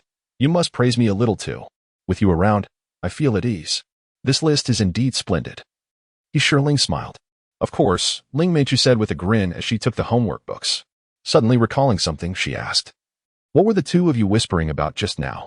We were guessing who would finish first between you and Xiao Xiao, Gung Sinyu said quietly, glancing at Yunling. And the result? Who was right? Ling Minchu asked with an animated expression. Naturally, it was her, Gung Sinyu pointed to Yunling. She said you would finish first and would receive praise. Ah, little Yunling knows me best. Our 5 years as desk mates have not been in vain. We do share a certain understanding. Ling Minchu opened her English workbook and inquired if everyone had completed their assignments. Upon receiving nods from two individuals, she lowered her head and focused on her work. Task accomplished. Wang Xiaoxiao handed over 2 sheets of paper inscribed with a list, glancing at Ling Minchu beside her. I'm unlike some. I merely toil without seeking accolades. Well, you cannot expect otherwise, Ling Minchu replied without lifting her gaze, especially since you were paired with Xiaoling. Thank you for your efforts, Gung Sinyu said as she accepted the papers. Xiao Xiao's handwriting. Have you been practicing over the winter break? It's increasingly artistic. Hee. Just a little practice over a few days, and you noticed it, Wang Xiaoxiao chuckled, spreading out her workbook in preparation to begin her assignments. All right, Gung Sinyu responded, placing the list before Yunling. How shall we handle this? I'll keep one copy, Yunling replied, taking Wang Xiaoxiao's list and placing it beneath her pencil case. Then pointed to Ling Minchu's copy. One for teachers, you. This one is written in pencil. Should we have Dong Hui transcribe it? Gung Sinyu asked uncertainly. Knowing Dong Hui's tendency to engage in lengthy discussions. Yes, Yunling affirmed, continuing to flip through her physics textbook. Well then, what if she throws a tantrum and refuses to cooperate? Gung Sinyu expressed her concern. Are you suggesting that everyone should rise against me? Gung Sinyu pushed the list in front of her towards Yunling. Last week, she had already faced numerous criticisms for acting in the capacity of class leader. And she certainly did not wish to become the target of scrutiny once more. Fear not, Yunling replied, placing the list atop her books. Her gaze light-hearted as she remarked, you shall be the moon embraced by the stars. It was indeed a moment of confusion, Yunling chuckled. Oh? Gung Sinyu exaggeratedly nodded her head. It seems that is no longer the case. Aside from the selection for the physics representative, what other reasons could there be? The biennial Jingzhen Cup Physics Knowledge Competition was set to commence in March. I am aware. And then? Gung Sinyu inquired, observing the cheerful expression on Yunling's face. How many from our class do you wish to participate? She recalled Yunling's previous admonitions. Yunling glanced over Gung Sinyu and surveyed the classroom, stating, it is not merely a question of how many will participate, but rather how many can secure a place. These new arrivals possess commendable academic prowess in the sciences. Are you preparing to claim victory? Gung Sinyu laughed, finding the notion amusing. It had been nearly 3 years since their last contest, and she had always enjoyed watching the rivalry between these two. However, she acknowledged that there was still a disparity between their class and Class 16. Isn't it true that you all are part of the equation? Oh. So, last week. Gung Sinyu lowered her voice. Last week. The data you requested from us regarding the personnel situation and the new student information from the homeroom teacher was not solely for this purpose, was it? It was not just for this. Yunling burst into laughter, recalling her elder brother's words. Every scene has its protagonist. We must excel in our own roles while harmoniously supporting others. Yet what more is there? Gung Sinyu appeared perplexed. The individual before her, whom she had always believed she understood, now seemed distant. A winter break, or rather, a class division had rendered her somewhat unfamiliar. What occupies your mind now? I find myself struggling to comprehend you. I remain unchanged, Yunling replied with a smile. Just like you, I relish the scenery and enjoy the performance. Do you harbor any other secrets? I have not concealed anything from you, yet. Yunling chuckled. When might you share your little secret with me? I have no secrets, Gongsun mused. I have not concealed anything from you either. Ah, Yunling nodded. Then I shall await our exchange of little secrets. In your presence, I am merely a supporting character. What secrets could I possibly possess? Gongsun laughed. Do you perhaps have a little secret? In Class 5's drama, we are all supporting characters, yet even they must be proactive, for only then will the performance truly shine. Yunling scanned the classroom. Outside, a figure fleetingly passed by. The old teacher has not entered the classroom since yesterday. It seems today he has no intention of coming. Qin Yunling Shui expressed gratitude to all the partners who have consistently read, collected, and voted for her work, stating that their support and encouragement serve as her motivation for writing. Love you all. What are you observing? Gongsun glanced out of the right window, finding nothing amiss. Then swept her gaze toward the back door of the classroom, observing the same tranquility. The old class monitor is now a rare sight, Yunling remarked with a smile. Instinctively leaning against the window. You wouldn't have just seen him, would you? Gongsun peered outside once more, feeling that even a fleeting glimpse seemed extravagant. A flash passed outside. Yunling chuckled. Extravagant? That term is aptly used, as she pointed to the list before them. Shall we participate in the physics competition together? Participation is possible, yet my aspirations lie elsewhere, Gongsun replied with a smile. Are you planning to assume the role of the academic monitor as well? No. As class president, I am due for re-election by Thursday, Yunling responded playfully, revealing her lack of interest in juggling both responsibilities. Re-election of the class president? Or is it the election of class committee members? Gongsun questioned, puzzled by Yunling's words. It was clear that everything had been predetermined, and last week, Teacher Zhao Yun had mentioned that the class president would remain unchanged. How could it be that after just 2 days off, a re-election was suddenly required? Had she missed something? Did the old class monitor agree to this? The election of the class committee, including the president, excludes you, Yunling replied with a smile. I spoke to the old class monitor last week. Should I then express my gratitude to you? Gongsun asked as she gathered the 2 lists before her, stacking them neatly aside. What's wrong? Yunling inquired, noticing the smile fade from Gongsun face. With the class president up for re-election, whether it be the physics competition or the English group, it no longer concerns us. I shall quietly observe the scenery and focus on my studies. Gongsun spread the book before her, falling silent. Just moments ago, she had been animatedly discussing the election of the class representative, the physics teacher, and the reorganization of groups. In hindsight, it all seemed rather superfluous. Are you upset? Yunling gently tapped Gongsun's left arm with her right hand, watching as Gung moved her hand aside and then broke into a smile. What has you bothered? I merely wish to be a quiet student. Is that permissible? Gongsun shot Yunling a glance, recalling her previous denial of any secrets regarding the class representative election, a matter of such significance that it was only now being mentioned. That is fine, I don't oppose it. But what is troubling you? Yunling playfully tousled Gongsun's high ponytail, teasing. Oh, your little temper is flaring up. What you laugh at is precisely what I'm upset about, is that all right? Gongsun reached up to smooth her hair. I only mentioned the election. I never said I would be eliminated. Yunling leaned in closer, fixing Gongsun's ponytail, noting, the ends are a bit split, they could use a trim. How about I help you cut it after breakfast tomorrow? Yunling's suggestion elicited laughter from Gongsun. You? When did you learn to cut hair? Just now. If you agree, you would be my very first customer, Yunling replied with a grin. Complimentary service, of course. Now, don't be upset. And what about the election you mentioned earlier? Gongsun pressed on, unwilling to let it go.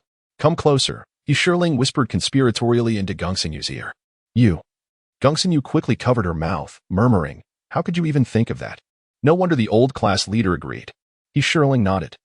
Perhaps this was precisely what he wished to see. Then I shall earnestly cooperate with your performance. I find myself once again morally coerced by you. Gongsun shook her head. When will you allow me to observe the play from a distance? Carnegie once stated that a mere ounce of participation outweighs a ton of mere observation. That was your assertion, was it not? Gongsun smiled. Clearly a ton of admonition is far less effective. Shall we participate in the physics competition together? Yunling revisited the old topic.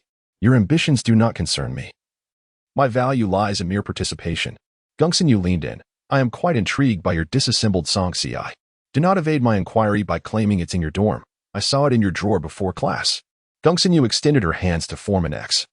I am particularly interested in the essay competition for the Jingyun Cup this April. I hope you will spare me your mercy then.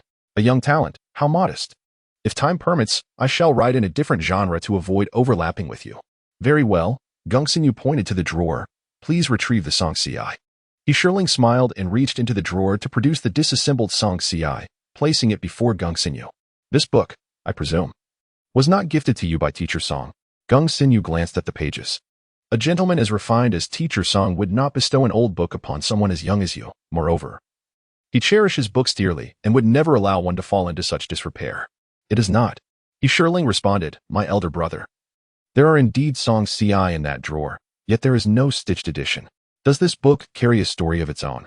Gongsun surveyed the pages of the book, which, despite their exquisite binding, were far from smooth, bearing the unmistakable marks of water damage. The left side, where one would expect to find stitching, was devoid of any such embellishment. Instead, a folder clamped the top left corner. Yunling chuckled softly, remarking, a story? It resembles more of an accident, per song CI. She wondered aloud, is this book owned by some young man? Gongsun inspected the cover, title page, and back cover. Finding no indication of ownership, not even a single mark made by a pen. Could it be that this was originally a brand new book? Yunling turned to Gongsun, confirming her suspicion. Oh, Gongsun leaned in with a smile. What did Mr. Qian say? That love often begins with borrowing a book. Whose book is it? You're overthinking it. Yunling replied playfully, pinching Gongsun's cheek. This is one I purchased. Goodness, this young man seems utterly devoid of romantic sensibility. Gongsun remarked, pondering whether the owner might be a rather elderly gentleman. An uncle? Yunling couldn't help but laugh, recalling the charming smile of Nanku from A Dream of Nanku. Indeed, a somewhat hard-of-hearing uncle. Very well, let us disregard that, Gongsun said.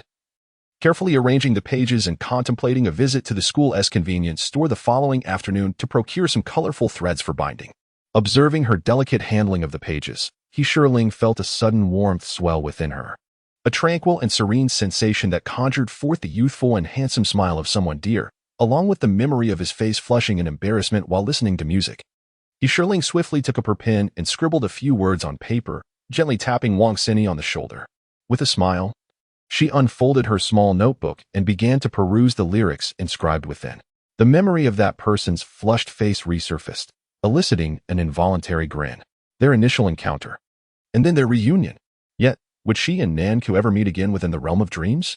Perhaps there was no longer any intersection between their lives. Nonetheless, that individual spoke of the future with such unwavering certainty, as if everything lay within his grasp. What might he be doing now? What thoughts occupied his mind? Yunling chuckled softly, shaking her head, as she handed the notebook to Gongsun, tucking a note inside. No need for that. Turning her gaze towards the window, she observed the scattered stars outside, harmonizing with the brightly lit classroom within the campus. Curiosity piqued. She pondered who it was that made her smile when she glimpsed the lyrics. What are you doing? Tang Ji entered the classroom, spotting Ling Chuyang diligently writing at her desk. He reached out to seize her work. What are you writing? Let me see. Wow, when did you become so earnest? Already tackling the English assignment due tomorrow? Give it to me. Ling Chuang snatched her English notebook back from Tang Ji. Little Yang, are you preparing to study hard and strive for excellence every day? Tang Ji teased playfully. Ling Chuyang cast a sidelong glance at Tang Ji, remaining silent as she continued to flip through her English dictionary, composing her essay. Was it the magnetic pull of the English teacher, or? Tang Ji's words were abruptly interrupted by a louder commotion within the classroom. This is a group formed voluntarily by everyone. You've made such changes. This is hardly in accordance with public sentiment. If you wish to announce something, then do so. Dong Wei crossed the podium from the left side of the classroom and approached her seat. What is happening here? Whose displeasure is being expressed? What just occurred? Tang Ji gently nudged Ling Chuang. What? Ling Chuang merely grunted without lifting her head. They're arguing. Does it concern you or me? It seems relevant, yet perhaps not. Tang Ji cast an uncertain glance at Dong Wei, who was seated while Lin Jie consoled her. A voice resounded in the classroom, asserting that loudness does not equate to righteousness. You submitted this list yourself for feedback.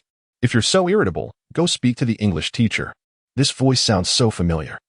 Tang Ji turned to the left side of the classroom and noticed Ling Mingchu standing, shouting at Dong Huihui. Enough, let us remain calm. Gongsun Yu tugged at Ling Mingchu's sleeve from behind.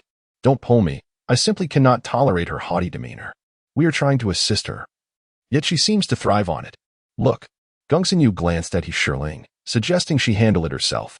Oh, when did they change seats? What is going on? Tang Ji nudged Ling Chuyang again. Whether they change seats or not is of no concern to us. Help me see if this sentence flows well, Ling Chuyang said. Pulling Tang Ji's sleeve, her temper flares up instantly. Oh, it seems as if you truly know her well, as if she were your sister. Tang Ji chuckled as she settled down. Enough with the chatter. Ling Chuang tossed the notebook aside and directed his gaze toward the front left of the classroom. Everyone was present, leaving no cause for their concern. Look at this. You and I are equally matched. Tang Ji responded, instinctively preparing to poke Su Renming. Only to realize he was absent, along with his deskmate, Zhou Yuchen. Where could he be? I have no idea, Ling Chuang replied, maintaining his focus on his English homework. How could he possibly know where the two had gone? Dong Huihui, let me ask you once more. Will you announce this list, or not? Will you deliver it, or not? Ling Mingchu shouted at Dong Huihui. Whoever made the changes must take responsibility. Do not shift the blame onto me. Dong Huihui stood up, only to be gently pressed back into her seat by Lin Yijia. Xiaomeng, he Shirling said, pushing Ling Mingchu back down into her chair, playfully smoothing out her short hair. Look at you. Your hairstyle is a complete mess from all this fuss. She is far too irresponsible, Ling Mingchu huffed. She is merely a messenger. Indeed, that is why our class consistently ranks first in Chinese, rather than English, he Shirling chuckled. Taking the list and handing it to Xinu. We shall not relinquish this credit. What do you mean? Ling Mingchu glanced at the two in front of her. But she is the English representative. Why should we assist her? Because we are all part of Class 5. And besides, one must first ensure internal stability before addressing external matters, he Shirling smiled. Our homeroom teacher has already been burdened by us. Huh? What external matters do we need to address? Ling Mingchu looked at Shirling. Your words are becoming increasingly incomprehensible to me. You have forgotten that our class was publicly reprimanded by Principal Cao during the school assembly. How can we possibly engage in internal strife? Gongsun Yu, supporting her, suddenly realized that being the class leader of Class 5, facing such criticism, is indeed no easy task. Indeed, our old teacher has not been coming to the classroom lately. Ling Mingchu sighed gently. During lessons, he was no longer seen with a smile, the teacher who once radiated joy. Well, I shall not hold it against her. This is the demeanor that Ling Mingchu ought to possess. Gongsun Yu glanced at Shirling, playfully poking Ling Mingchu's round face, urging her to smile. Oh. Ling Mingchu pouted at Gongsun Yu, then turned to Shirling. Xiaolingzi, you've set me up again. What you said before class was not about helping them improve their English grades. Well, that is not what I meant, Shirling chuckled. Improving their English grades is Sinyu's responsibility. Your role is merely to tease them. All right, I can get on board with that, Ling Mingchu nodded, looking at Gongsun Yu. Rest assured, when I'm in a good mood, I shall assist you as well, haha. What is going on? Is there going to be a change in our groups? Tang Ji looked over at Ling Chuyang. How would I know? Ling Chuyang tossed his pen aside, leaning against the wall, observing the front left of the classroom. There. The previously tense Ling Mingchu was now all smiles, seemingly engaged in cheerful conversation. Meanwhile, she sat by the window as usual. Oh, is she looking this way? No. Ling Chuang lowered her head and brushed her long hair away from her forehead. Suddenly, she felt it was time to tidy her hair, just as she prepared to rise. The class bell rang. Where have you been, Lao Su? Tang Ji seized Ling Chuyang's notebook, blocking Su Renming at the edge of his seat. To the restroom. Did you think I want to play basketball? Su Renming adjusted his small black glasses perched on his nose and reached out for the notebook. What is this? 2 English essays assigned by the teacher. Can you check for any misspelled words or grammatical errors? Tang Ji inquired. Oh, Su Renming replied, settling into his seat while examining the pages intently. Your usage of the that structure seems incorrect. Su Renming turned to Tang Ji and whispered, this is not mine. You should tell him. Tang Ji pointed at Ling Chuang. Hey, wait, Lao Su, are you sure it's wrong? It seems like it could be right, Su Renming said. Slightly unsure. I'm not completely certain. I'll ask the classmates in front. He adjusted his glasses again. Go ahead, ask, Tang Ji said, scratching his head and shrugging.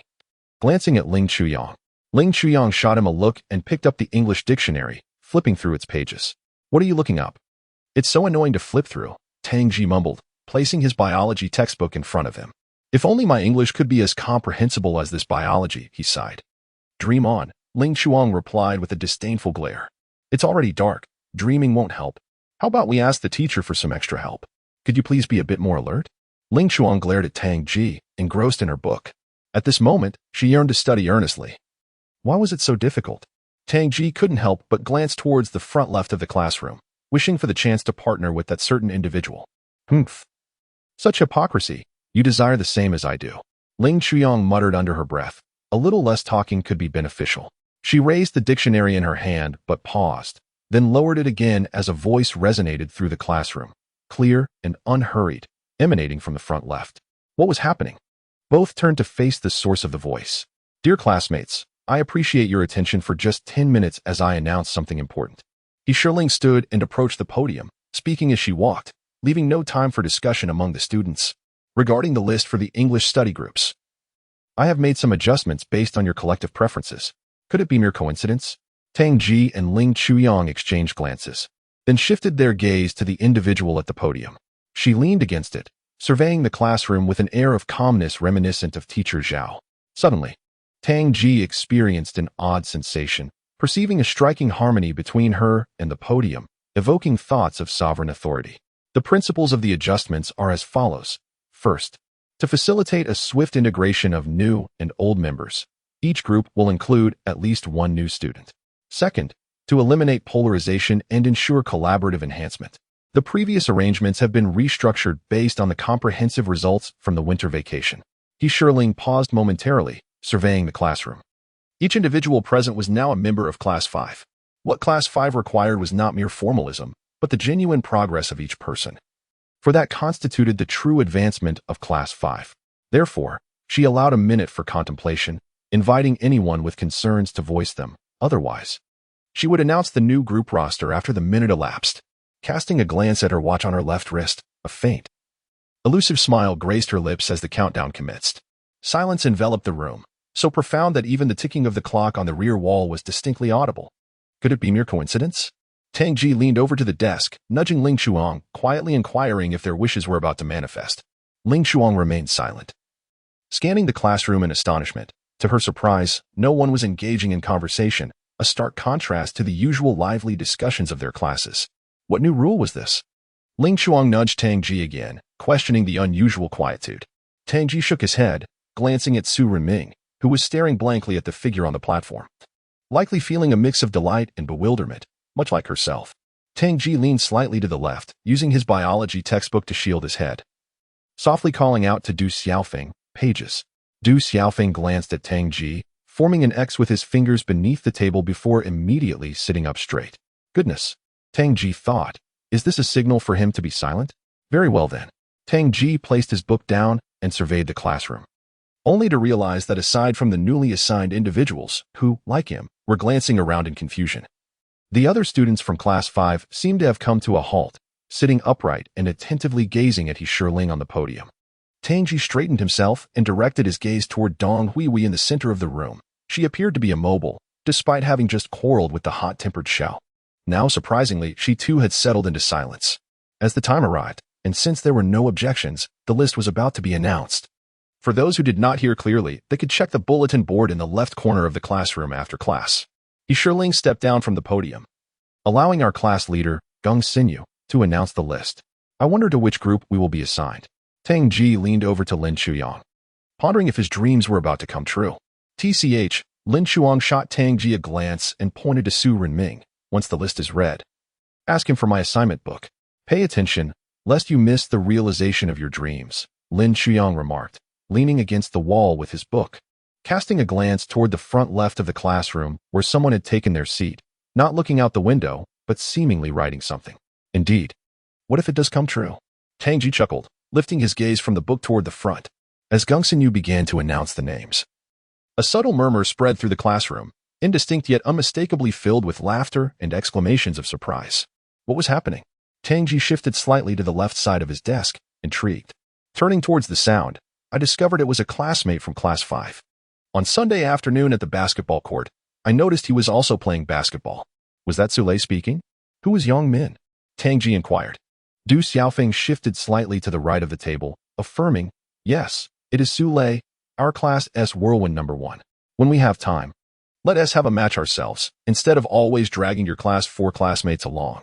Yang Min is our representative for political studies. Suit yourself, replied Ling Chuang, twirling a pen, as the list was nearly halfway revealed, yet he had not heard his name.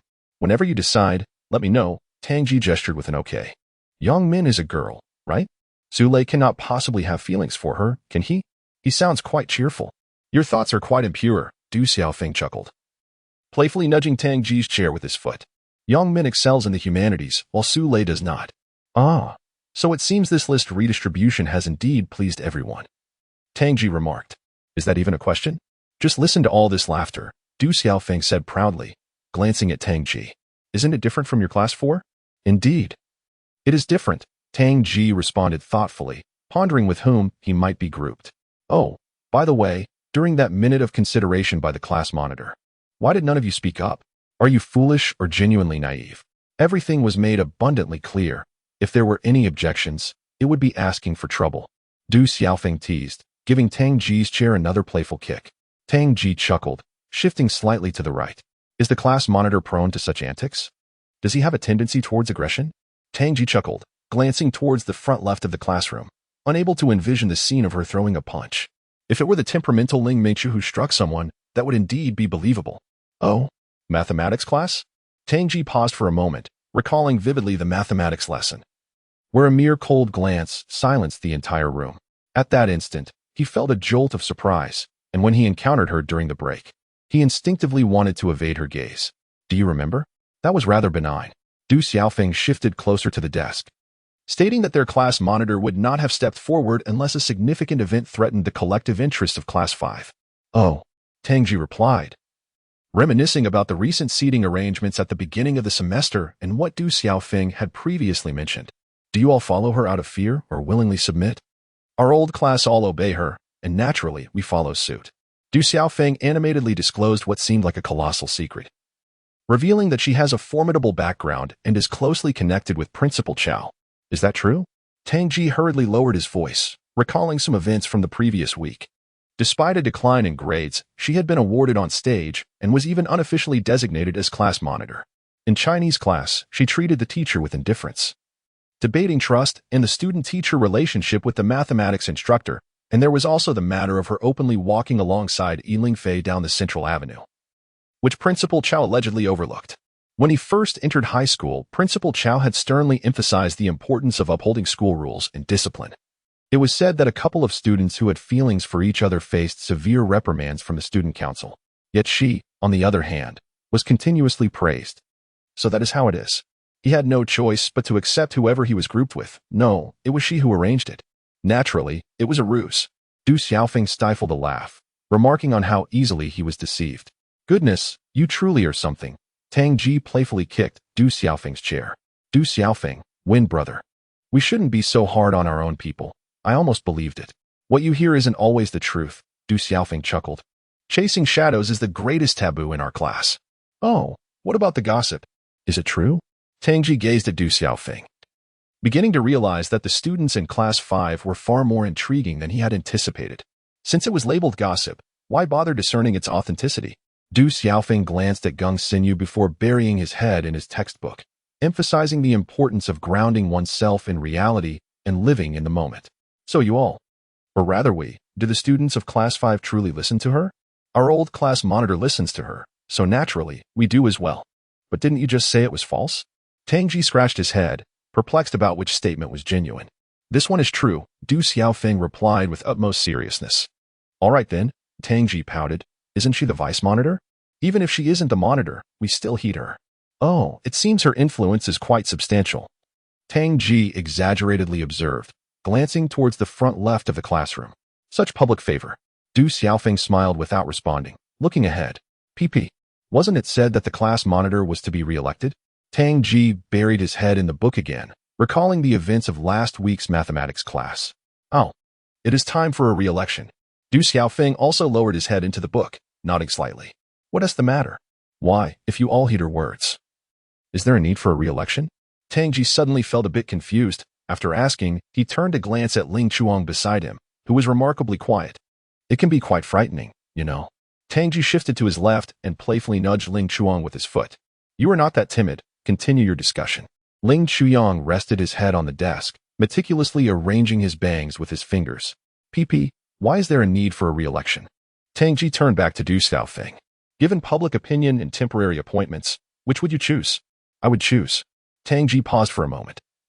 Realizing the distinction, one is the will of the people, and the other is the favor of the old class leader.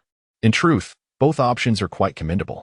Indeed, they are quite good, but circumstances differ, and different approaches are required. Du Xiaofeng set her textbook down and sat up a little straighter. Not everyone can assume the role of class leader. Ah? Tang Ji looked at Du Xiaofeng, momentarily taken aback. It is not merely high grades that qualify one for the position of class leader, nor can every class leader excel academically, while also being willing to share. Zheng Yiprong, Du Xiaofeng's deskmate, interjected, stating that not everyone who does good deeds receives recognition for their virtues. The role of class leader entails more than just honor. Du Xiaofeng gave Zhang Yiping a thumbs up. Zhang Yiping waved to Tang Ji, pointing at the podium where Geng Xinyu had been gazing at them for quite some time, likely signaling that their turn was approaching. Now that you are part of Class 5, you will gradually come to understand, he remarked. Du Xiaofeng smiled at Tang Ji, turning her attention to the front and lapsing into silence. Oh, Tang Ji responded, turning to gently nudge Ling Chuang towards the wall. Straightening his posture with a book in hand, embodying the demeanor of a dutiful student as he regarded the speaker at the podium. Very well, take your time to comprehend. He thought. Du Xiaofeng, Zhang Yiping, Guo Xiaoxiao, Li Wenwei, Gu Yu, and Tin Lin were all present. Wonderful. Let's listen once more to reconfirm, came a voice. Tang Ji observed as Zhang Yiping and Du Xiaofeng exchanged cheerful handshakes, wondering at their apparent glee. It seemed they had been assigned a group with 4 girls. Was this truly the case? Tang Ji pondered, retrieving his textbook and shuffling slightly to the left, only to be startled by the mention of his name. He quickly looked up, responding instinctively, here. You seem a bit distracted, Geng Xinyu remarked with a smile, indicating that a response was unnecessary, merely listening would suffice. A gentle ripple of laughter spread through the classroom, prompting some to glance around. Tang Ji sheepishly smiled, scratching his head. Tang Ji, Su Renming, Wang Xiaoxiao. Old Su is still here, but Wang Xiaoxiao? What is she doing here? The seating arrangement was peculiar, one from the southwest and the other from the northeast. The distance confused Tang Ji as he cast a quizzical look at Geng Xinyu, recalling the soft cough from last week during the cleaning duty. Guo Wenwen, Wang Xinyi. He Shirling. The 10th group list, read it once more. PP, you are indeed fortunate. The class monitor has favored you again. Du Xiaofeng lightly kicked Tang Ji's chair. Is this for real? Tang Ji suddenly found himself in a daze. Was this a dream come true? He stared blankly ahead, awaiting the announcement of the second round. What's wrong? Is there a problem? Observing Tang Ji's bewildered expression, Geng Xinyu repeated the announcement and then asked with a smile. Everything was as expected, yet the surprise was precise and striking. No, nothing. Tang Ji was momentarily at a loss for where to place his hands. Scratching the back of his head, he noticed Su Renming wearing an equally astonished expression. A wave of soft laughter and teasing remarks filled the classroom. Son of the Tang dynasty, if you have objections, I would like to switch with you. Little son, let us trade. I need to be in a group with the class monitor. My English is too poor. Laughter erupted once again in the classroom, and amidst that mirth, Tang Ji perceived the kindness in the eyes of the students from Class 5 and saw Geng Xinyu smiling at them from the podium. That smile was bright and pure, evoking trust. In that moment, he realized that the sense of distance between him and Class 5 was gradually melting away. Finally, the last group list was announced. Ling Chuyang, Zhou Yuchen, Ning Haoren, Zheng Xiao, Ling Mingchu, Geng Xinyu. What is going on? Geng Xinyu, you are too biased. Who compiled this list? I protest. Why are all the good things allocated to those two? After the final group list was announced, the classroom erupted into a cacophony of voices. Protests were in vain. Geng Xinyu smiled as she descended from the podium, acknowledging that the time for dissent had elapsed, and now there was only compliance. Team leader, do not leave. Please clarify.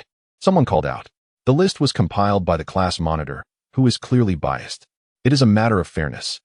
The lively atmosphere in the classroom starkly contrasted with the earlier hushed murmurs. Tang Ji chuckled softly, glancing at Geng Xinyu as she stepped down, nudging Lin Chuang beside her. Look, your dream has come true.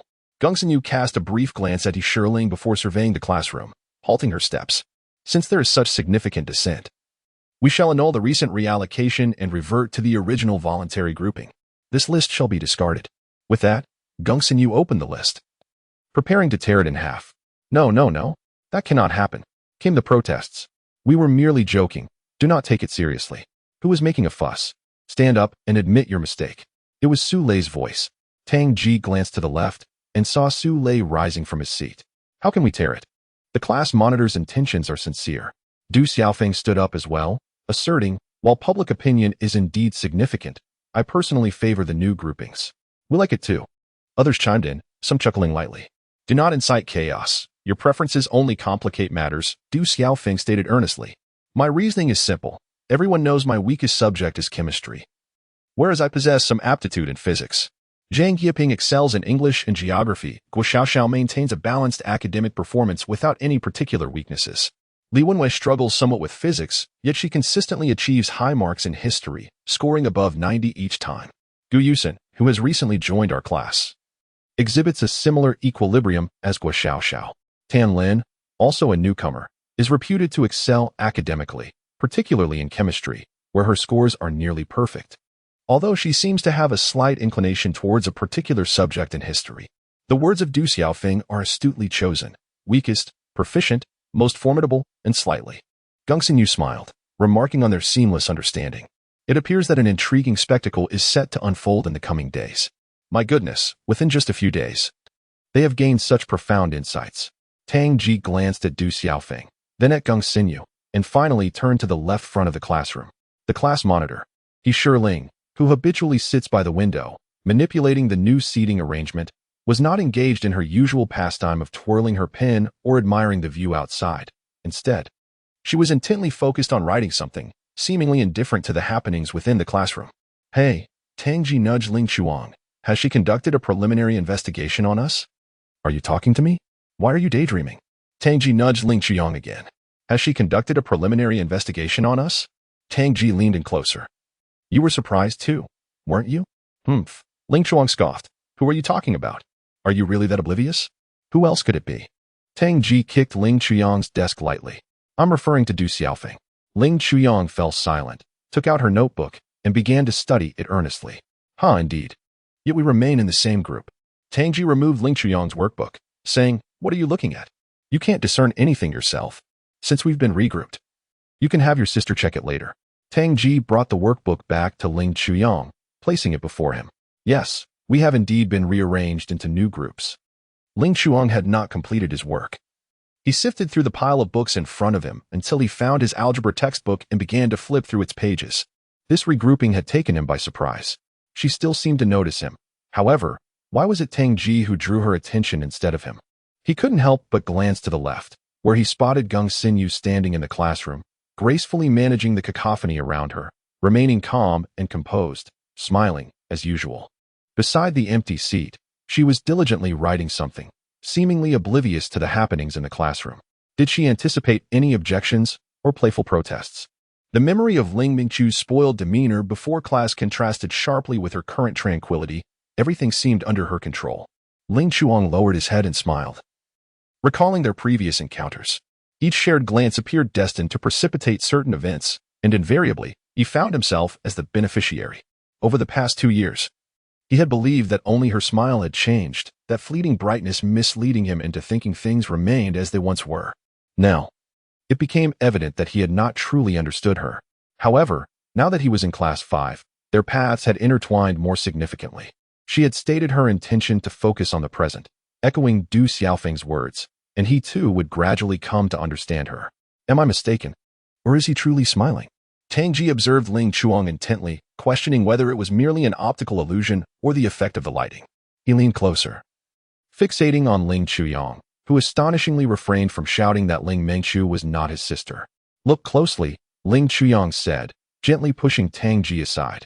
Do not disturb me while I read. Oh, are you indeed smiling?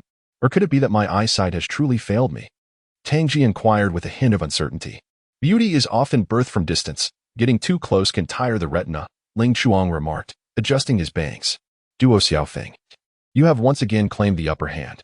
All the glory has fallen to you, he added. The commotion in the classroom once more seized Tang Ji's attention. I am merely speaking the truth, Duo Xiaofeng replied with a smile. Our English teacher hardly knows us, and our homeroom teacher is too occupied to intervene. Given the dedication of our class monitor and the youth league secretary, I cannot let their efforts go unappreciated. Ha ha ha, indeed, came the chorus of agreement. You make a valid point. This is common knowledge among us all. Well, it seems you are the sole one who is aware, came the retort. And you all are simply adding to the chaos. Look at the class monitor. She's so upset she has fallen silent. Duo Xiaofeng's words elicited another wave of laughter from their classmates. Where are we causing trouble? We merely feel that the class monitor shows undue favoritism towards the newcomers. It seems she is enamored with the new arrivals. Class monitor, you are exceedingly biased. The classroom's collective voice suddenly converged upon He Shirling. Class monitor. Geng Xinyu cheerfully called out to He Shirling, remarking, This Du Xiaofeng. What a remarkable instigator. The integration of the new and the old has accelerated once more. You are now the focus of attention. Why not say a few words to address the collective opinion? All right, He Shirling replied, setting down her pen. She stood up and surveyed the classroom. Anyone who wishes to form a group with me, please raise your hand. I. A chorus of enthusiastic voices erupted throughout the classroom, hands shooting up in a flurry, followed by a wave of laughter. Was this a protest? It was evidently a playful display of affection and good-natured teasing. Amidst the commotion, Du Xiaofeng chuckled and took a seat, while Ling Chuang and Tang Ji also straightened up, casting their gazes to the front left of the classroom. Very well, He Shirling raised her left hand. There is still half an hour until class ends. Please submit 10 English short essays of 300 words each before the bell. If they are error-free, you may join my group. Let us forget it then. 10 essays? That requirement is rather excessive. It's quite evident that this is favoritism. No, I still prefer the current group arrangement. It is indeed favoritism. Are you dissatisfied? Geng Xinyu directed her comment at a boy seated towards the middle back of the classroom. Absolutely. For the sake of those 10 300-word essays, I must concede. Laughter erupted across the classroom. All right, the previous group assignments will now take effect, He Shirling announced to the class. What suits you best is indeed the best choice. Indeed. Thank you for your hard work, class monitor. Thank you, class committee member. You flatter her quite swiftly. Even Xiaofeng must concede to your flattery. Haha. The reason the list needs to be given to the class leader is revealed here. Lin Yijie glanced at Dong Huihui and remarked, Listen, there is also gratitude for you in everyone's voices. She has bestowed the credit upon you.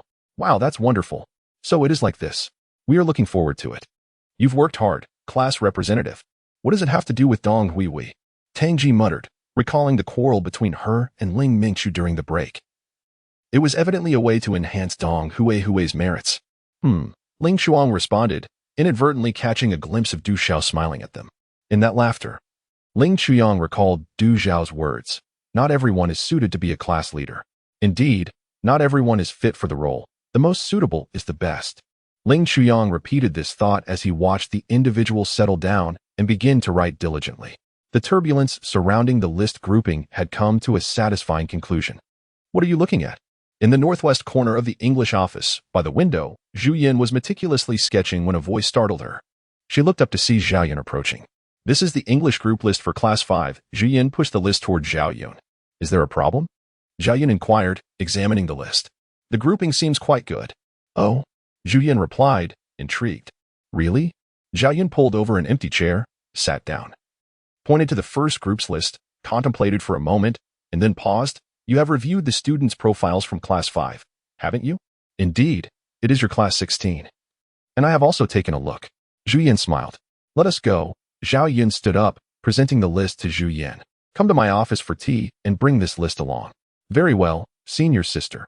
I am eager to witness your remarkable ascent this time. Zhu Yin replied with a smile as she stood up, taking the list and leaving the English office with Zhao Yun. Oh, everyone is here. Zhu Yin exclaimed as she pushed the door open, discovering Ding Kailan and Tan Shiling seated within, enjoying tea. I thought I was the only guest. The two inside laughed, for they too believed they were the sole visitors upon their arrival. Senior sister, did you summon us for a particular reason? Zhu Yin inquired as she settled beside Ding Kailan, glancing at Zhao Yun who was closing the door. Fearing the long winter night may stretch too far and finding myself with idle time, I sought your company for a chat, Zhao Yun replied with a smile. taking a seat beside Tan Shieling. "This cup is for you. Do savor it." Zhu Yin accepted the cup, observing the tea's vibrant red hue, the leaves glimmering beneath. She took a gentle sip, inhaling its sweet, pure aroma and relishing its fresh, rich flavor, which was quite distinct from the last time in Principal Cao's office. "Indeed. It is quite different," she remarked. "This time it is Yihong Gongfu tea," Zhao Yun explained with a smile. "There is but this small box, and I have dedicated it entirely to you all." "When did you become as stingy as Principal Cao?" Tan Shieling teased. "Truly, a distinguished teacher produces exceptional students." "Principal Cao's tea is expensive. I merely speak the truth," Zhao Yun chuckled. "Here, the tea is plentiful and satisfying. Your tea is the one I am most hesitant to drink." Ding Kailan chuckled and inquired, "So, what brings you here today? Do you have any instructions for us?" Zhao Yun laughed. "Today is simply for casual conversation." "All right, that's your word," Ding Kailan replied, rising from her seat and retreating into the sofa, abandoning her usual elegance. "This tea, I'll let it cool for now." Zhu Yin burst into laughter. "Kailan, are you letting yourself go?" Observing Ding Kailan nestled adorably in the sofa. Tan Shieling smiled. "Now, this is true relaxation." "Xiaoyan, show them your list," Zhao Yun suggested. "What list?" Tan Shieling took the paper and glanced at it. "The English study group for class 5? "What list?" Ding Kailan asked, momentarily perplexed. "The list for the English study group of class 5, Tan Shieling reiterated, handing over the document. "Oh, this list." Ding Kailan examined it, pausing thoughtfully. "This group has some caliber." "What do you mean?" Zhu Yin set down her teacup and turned to Ding Kailan, recalling Zhao Yun's expression upon seeing the group list earlier. "Let me guess." Ding Kailan said with a smile as she sat up. "Isn't this list provided by Teacher Li?" "No," Zhu Yin nodded. "This list isn't the first draft." "Surely. This list isn't your own arrangement?" "No," Zhu Yin replied with a grin. "You've guessed correctly. Is there anything else?" Having realized this, Ding Kailan shook the paper in her hand, recognizing the handwriting all too well. It belonged to Ling Mengqiu. She glanced at Zhao Yun and remarked, "This is the work of your prized disciple." Zhao Yun smiled, lifting his teacup to savor a small sip. "Oh," Zhu Yin chuckled, remaining silent. Rather than being well acquainted with Xiao Shiling, it would be more accurate to say they had a profound understanding of the students in Class 5. When Dong Huihui had delivered the list yesterday, she mentioned that it was reorganized by He Shiling, receiving unanimous approval from the entire class, aimed at fostering collective progress. Upon taking a quick glance, Ding Kailan noticed the discrepancies from the previous list. The two students with the lowest English scores had been assigned to herself and that talented girl. Indeed, Xiao Shiling was astute and had captured their hearts. "How remarkable this group is," Tan Shieling remarked as she took the list for her perusal. "Sister Tan, this perfectly illustrates your saying great teachers produce exceptional students." Ding Kailan teased Zhao Yun. "If I recall correctly, this is a complete rearrangement of the class. Rather than merely adhering to proximity, Ding Kailan explained to Tan Shieling, pointing to the list. "These two are situated in the northeast corner near the back door of the classroom, while the other 4 are in the southwest corner." Observing this group, it forms a neat line of 6 individuals, with another group comprising 2 in the southeast corner and 4 in the middle, perfectly diagonal. Tan Shieling laughed. "The students in this grouping must excel in mathematics, right?" Zhao Yun smiled, choosing not to respond, instead pouring tea for everyone present. "Not only is Ding Kailing exceptional in mathematics, but she also excels in history," she remarked with a smile as she glanced at Tan Shieling. "If she ranks second, no one in Class 5 could possibly achieve first place." "Oh," Tan Shieling looked at Ding Kailing, expressing her fondness for such a student. "I too admire this student." Zhu Yin chimed in, regardless of her academic standing. "At present, we can only envy from the sidelines." Ding Kailing chuckled. "She is the beloved disciple of our group leader Zhao, so she is beyond our reach, not only in Class 5. But she is also regarded as an outstanding student throughout the entire school, exhibiting commendable performance across all subjects and demonstrating well-rounded academic development." Zhao Yun smiled, setting down his teacup and pausing for a moment. "However, I can't shake the feeling that she has not fully showcased her capabilities in her studies. Or perhaps she simply does not prioritize rankings. This year's second-year students give me the same impression, as the fluctuations among the top 100 are quite unstable. She has done remarkably well. Had it not been for your oversight this time, she would have securely maintained her position as 5th in the entire school." Ding Kailing cast a sidelong glance at Zhao Yun, pondering whether her lack of effort was unintentional or deliberate. "Oh, such excellent results?" Zhu Yin and Tan Shieling exchanged glances. The information provided only included her grades from the recent winter break, lacking prior performance records. They turned their attention back to Zhao Yun, who noted, "She merely considers herself an ordinary student at Yunling. Yunling does not place importance on rankings," Ding Kaling interjected, looking at Zhao Yun. "Isn't that right, senior? Doesn't prioritize rankings?" Tan Shieling echoed, turning to Ding Kaling. "Kaling, did you say she has consistently ranked 5th in all previous exams?" "Indeed, apart from this incident. We were cunningly orchestrated by our leader Zhao, resulting in a slip to the 61st position." Ding Kaling chuckled, thinking that perhaps our leader Zhao intended to fortify her resolve. Yet, she remained unfazed as usual. "Oh." Tan Shieling glanced towards Zhao Yun, inquiring whether he had sought an explanation. "I did." Zhao Yun recalled the moment when he Shirling approached him, and he couldn't help but smile. "I informed her that the top student in the entire school only scored 78 points, and since the outcome was already determined, she took her leave." This explanation seemed rather tenuous, yet it served as a convenient excuse.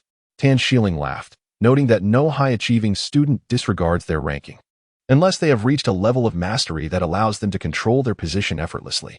She found herself rather looking forward to the history class scheduled for tomorrow afternoon. "Xiaoyan, what occupies your thoughts?" Zhao Yun inquired, glancing at the temporarily silent Zhu Yan. "Nothing in particular," Zhu Yan replied, revealing that this little Shirling was even more intriguing than she had initially assumed. "Have you met before?" Tan Shieling directed her question at Zhu Yan, who, until now, had only formed her impressions of the students from Class 5 and Class 16 based on the written materials from Principal Cao's office 2 days ago. "I encountered them on the bus last Sunday and exchanged a few words," Zhu Yan recounted, adding that she had been curious at the time. "Now, it seems Class 5 differs quite significantly from what Principal Cao described. Xiaoyun, what is the nature of your oversight?" Tan Shieling gazed at Zhao Yun before her, and given her understanding of the latter, she knew that there would be no room for negligence. "Our arrival is to help you make amends or to jointly guide this group of students." Naturally, Zhao Yun chuckled.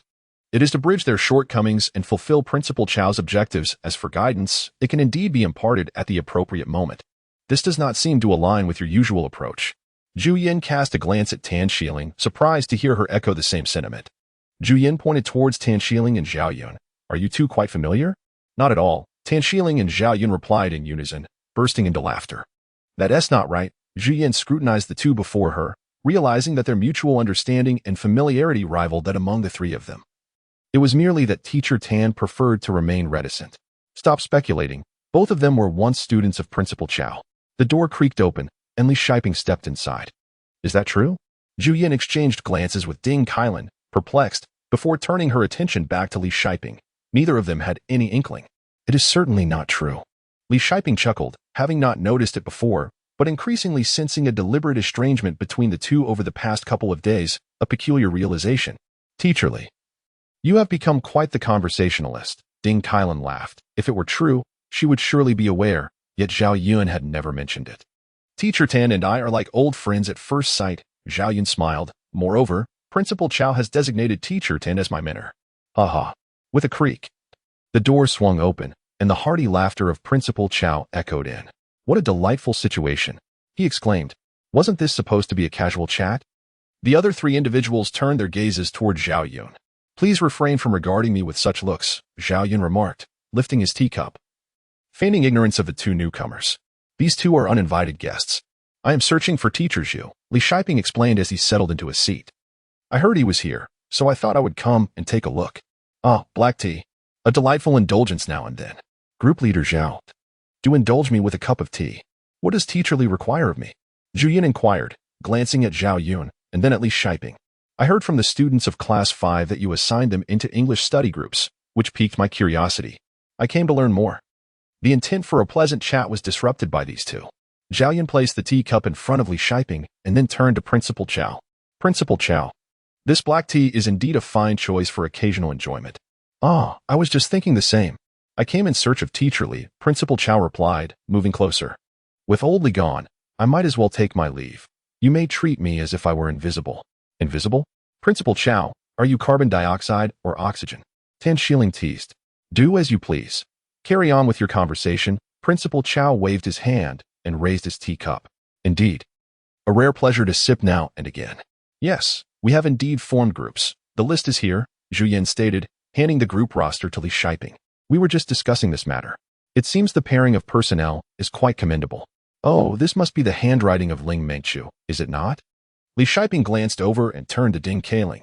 Teacher Li has a keen eye. Ding Kaling nodded, impressed that she could discern so much with just a glance. Haha. After all, she is my student, Li Shiping replied with a proud smile, shifting her gaze to the roster in her hands.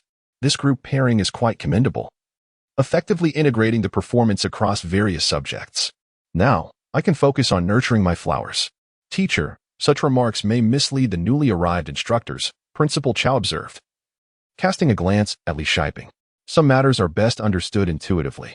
The two were certainly no mere children. Li Shiping pointed at Zhu Yin and Tan Xiling. If there is any influence, it would be from them affecting me. See, I have come here seeking guidance. Laughter erupted in the room. Teacher Zhu, your method of dividing groups for study is excellent, Li Shiping remarked. This division has truly invigorated the entire class. Are you complimenting me or your students? Zhu Yin inquired with a smile. Naturally, I am praising you, Li Shiping replied, gesturing to the list. Isn't this roster your handiwork? If not, whose is it? Brother, please stop acting. Your performance is rather unconvincing. Tan Xiling chuckled at Li Shiping's exaggerated demeanor. Tell me, from this list, whose history is poor and whose is commendable? Well, you have seen through me. Li Shiping placed the roster on the table and began to enumerate. Oh, upon closer inspection, it indeed looks promising. Tan Xiling nodded in agreement. Teacher Zhu, your group method is genuinely effective. Thanks to the adjustments made by Teacher Li's treasured students, Zhu Yin smiled and remarked that while the group's approach was commendable, the arrangement of personnel was equally crucial. Otherwise, it would either become a mere formality or lead to polarization. Zhu Yin could not help but recall her English class representative, Li Zhe, from Jingyun's class, and how he was indeed a worthy opponent to this particular Shirling. She wondered what the scene would be like when the two of them met. Zhu Yin, it seems your minor goal will soon be realized, Ding Kaling chuckled. But have you implemented group learning in Class 16? No, Zhu Yin replied, momentarily taken aback. Isn't Class 16 a particularly strong class? I believe they will perform well even without my intervention. Such favoritism towards Class May 5th not bode well. Especially in front of the head teacher and grade leader of Class 16, Ding Kaling teased, casually retrieving a small cushion from the sofa behind her. Have you established a Chinese interest group in Class 16? Zhu Yin countered, timing her question perfectly, reflecting the camaraderie and rivalry typical of close friends. Fortunately, she teaches English. I have entrusted the class representative, Gu Yinshi, with its organization, Ding Kaling replied, raising an eyebrow, clearly prepared for this exchange. I maintain a balance. And which class comes first is ultimately up to them. Zhu Yin sighed, lifting her teacup. I am particularly fond of your candidness. Zhao Yun remarked with a smile as he glanced over the list, his pride evident. He Liang's strategic perspective is increasingly astute. This grouping is quite ingenious, facilitating a harmonious blend of both new and seasoned members while adeptly considering each individual's strengths and weaknesses. It is indeed conducive to collective advancement. Xiaoyan, your method of organizing study groups is commendable. Class 5 will serve as a pilot. If it proves effective, we can implement it school-wide. Excellent. It is settled then. Principal Cao approached from behind, giving Li Shiping a reassuring pat on the shoulder before addressing Zhu Yin, stating, during the midterm examinations, we shall observe the results. I have faith that you will not disappoint me. Turning to Tan Xiling, he continued, I eagerly await your surprise tomorrow. The principal then glanced at Li Shiping. As for us two old fellows, it is time to depart. Let us not intrude upon their endeavors. Very well, Li Shiping replied, rising to bid farewell to everyone as she exited. As she watched their figures recede, Ding Kailin inquired, what were they here for? Zhu Yin shook her head. They came for the group trial. It embodies both affirmation and hope. Tan Xiling smiled but remained silent, conveying that as long as the aim is to achieve the goal, any innovations they undertake are permissible. They were merely a brief interlude. Now, where were we in our discussion? Zhao Yun lifted his cup, feeling encouraged by Principal Cao's approval, bringing him one step closer to his objective. Just as the bell rang for class, a new figure entered through the front door of the classroom. The individual appeared in a striking ensemble of black and white, a white sweater paired with black trousers and short hair, with a few wisps neatly tucked behind the ears, revealing a full forehead and a delicate visage. Is this the history teacher transferred from Lingnua High School that you mentioned? Gongsin Yu gently tapped He Shiling's shoulder, remarking on the refreshing and capable demeanor. Indeed, He Shiling, seated by the window, softly acknowledged, her gaze following the teacher as she approached the podium, placing down her books and surveying the classroom. This marked the first teacher temporarily assigned from Lingnua High School, Ms. Tan Xiling. Accustomed to female teachers with flowing locks, the sudden appearance of this short-haired instructor evoked a sense of spirited elegance. The classic black and white attire exuded a beauty and wisdom honed by the passage of time, embodying what one might call intellectual grace. "Good afternoon, students. Let us commence the lesson," resonated the melodious contralto through the classroom. "Stand up. Good day, teacher. Good day, classmates. Please be seated." Amidst the rustle of settling down, Yunling caught the murmured remarks of Ling Mengchu, who noted, "We are all high school students now. This standing to greet is a custom for elementary and middle school students, you know." "That makes sense," Gongsinyu's laughter echoed from the back, yet added, "Without rules, there can be no order." "This is yet another distinctive teacher," Wang Xiaoxiao whispered from the side, opening her history textbook before her. "I heard she has quite an impressive background." Gongsinyu chuckled lightly, holding her history book before her, uncertain of what surprises this teacher might bring. I cast another glance at Yunling, who was seated by the window, hoping she would not be singled out again. "I am Tan Xiling, your history teacher for this semester," she declared with a smile, picking up a piece of chalk and turning to inscribe her surname on the blackboard. "Oh, Tan. As in Tan Ci?" someone remarked, recognizing the name of a notable figure. "Is old one retired now?" speculated another. "It seems so. His hair has turned completely white." "Who is this teacher Tan?" came the inquiry. "I have never seen her before. Perhaps she just transferred here from somewhere else," another voice chimed in. A gentle murmur of conversation filled the classroom, interspersed with the voices of Guo Wenwen and Wang Sini. "The teacher's hair is quite short," Wang observed. "From the back, she almost resembles a boy." "Personality?" Wang Sini retorted. "Are you suggesting it resembles your own hairstyle?" Birds of a feather flock together. Wang Sini held her textbook in front of her, glancing back with curiosity. "Indeed, that side-swept fringe is far more appealing than mine," Ling Mingchu mused. "I think I shall let my bangs grow a bit longer." "You? Perhaps not. Your round face, commonly referred to as a pancake face, is not suited for that style." Wang Sini chuckled, "Whereas the teacher possesses a classic oval face. Is it appropriate for you to speak so?" Ling Mingchu retorted, "I am clearly a peach-shaped face." She gently poked Wang Sini's back with the corner of her textbook and continued, "If I say it, it must be true. And no amount of action will alter that fact. However, Sinyu might consider trying that hairstyle." After a prolonged silence, the woman sat sideways, gazing towards the podium. Stealing a glance behind her, she raised her hand to shield her face and softly uttered, "Good suggestion." Yunling, sitting nearby, chuckled in agreement, but halted her pen's motion upon noticing Tan Xiling's gaze directed towards them, gesturing towards the podium with a shushing sound. Wang Sini promptly turned away, while Guo Wenwen continued to sit sideways, her eyes fixed on the podium. Ling Mingchu slightly adjusted her posture, lifting her head from her textbook. "Indeed, we speak of Tan Xitong. Since Tan Xiling has mentioned Tan Xitong, let us delve into a discussion about this individual. Shall we chat, teacher?" Du Xiaofeng's voice resonated from the back of the classroom. "Are we to engage in conversation, teacher?" "We adore chatting." Several voices in the classroom echoed in agreement. Engaging in conversation before class was a cherished custom among the instructors of Class 5. Tang Ji glanced at Ling Chuang before turning his attention to Du Xiaofeng. "Pages." Du Xiaofeng looked at Tang Ji, questioning, "Oh, this history teacher enjoys chatting as well?" Tang Ji shifted her textbook towards the left corner of her desk. "I am unsure." Du Xiaofeng replied, moving her textbook to the right corner. "I have not encountered this before. I am unfamiliar." "Oh." Tang Ji turned to Ling Chuang, who was engrossed in flipping through the history textbook. "Yes, let us converse about Tan Xitong." Tan Xiling descended from the podium, approaching Fang Di. Tan Xitong was one of the 6 gentlemen of the Wuxi reform. The classroom replied in unison. "Indeed. Excellent. What more?"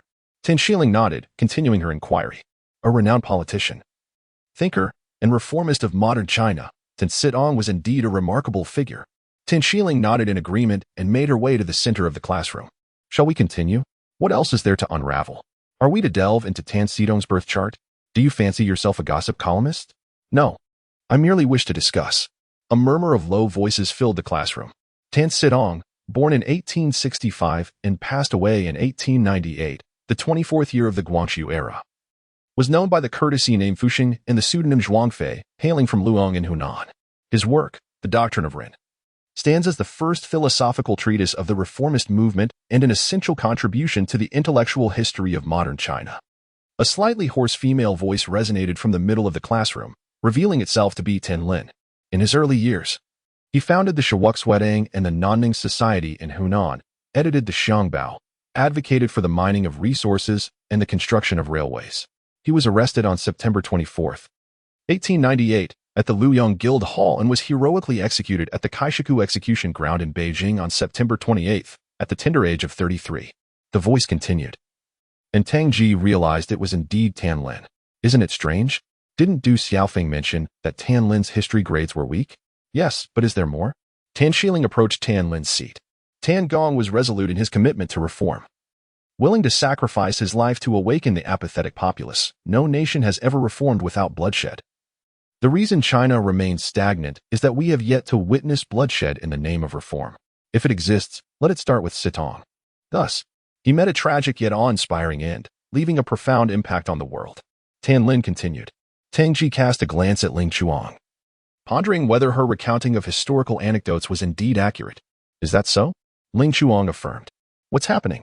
Tang Ji inquired, taking up a book and directing his gaze towards Du Xiaofeng. Is your information erroneous? Du Xiaofeng blinked, glancing at Tang Ji, then at the front left of the classroom, lowering her head slightly as she brought the book closer. Perhaps. Before embarking on his noble quest, Lord Tan composed a poem, gazing at the door. I yearn to emulate Zhang Jian, enduring death for a moment to await due general. I brandish my sword toward the heavens, laughing heartily. Life and death are but two Kunlun mountains. Another female voice resonated within the classroom, seemingly that of Li Wenyue, Tan Lin's deskmate. Excellent, Tan Xiling remarked, nodding at the two. Well said. Amidst the praises, Ling Mingchu murmured, wasn't it said that Tan Lin's history grades were poor? This is evidently quite good, isn't it? Did we misremember? Gongxinyu tapped He Shiling's shoulder. Not at all, He Shiling responded, casting her gaze towards the center of the classroom where Tan Xiling wore a smile. How do we explain this? Gongxinyu queried. Tin Lin shares the same surname. After all, He Shiling chuckled. Oh.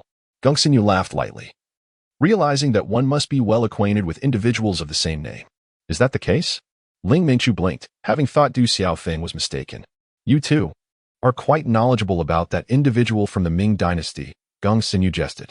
Don't turn your head. Be cautious lest the history teacher fixate on you. Thus, the trio of Tans had convened.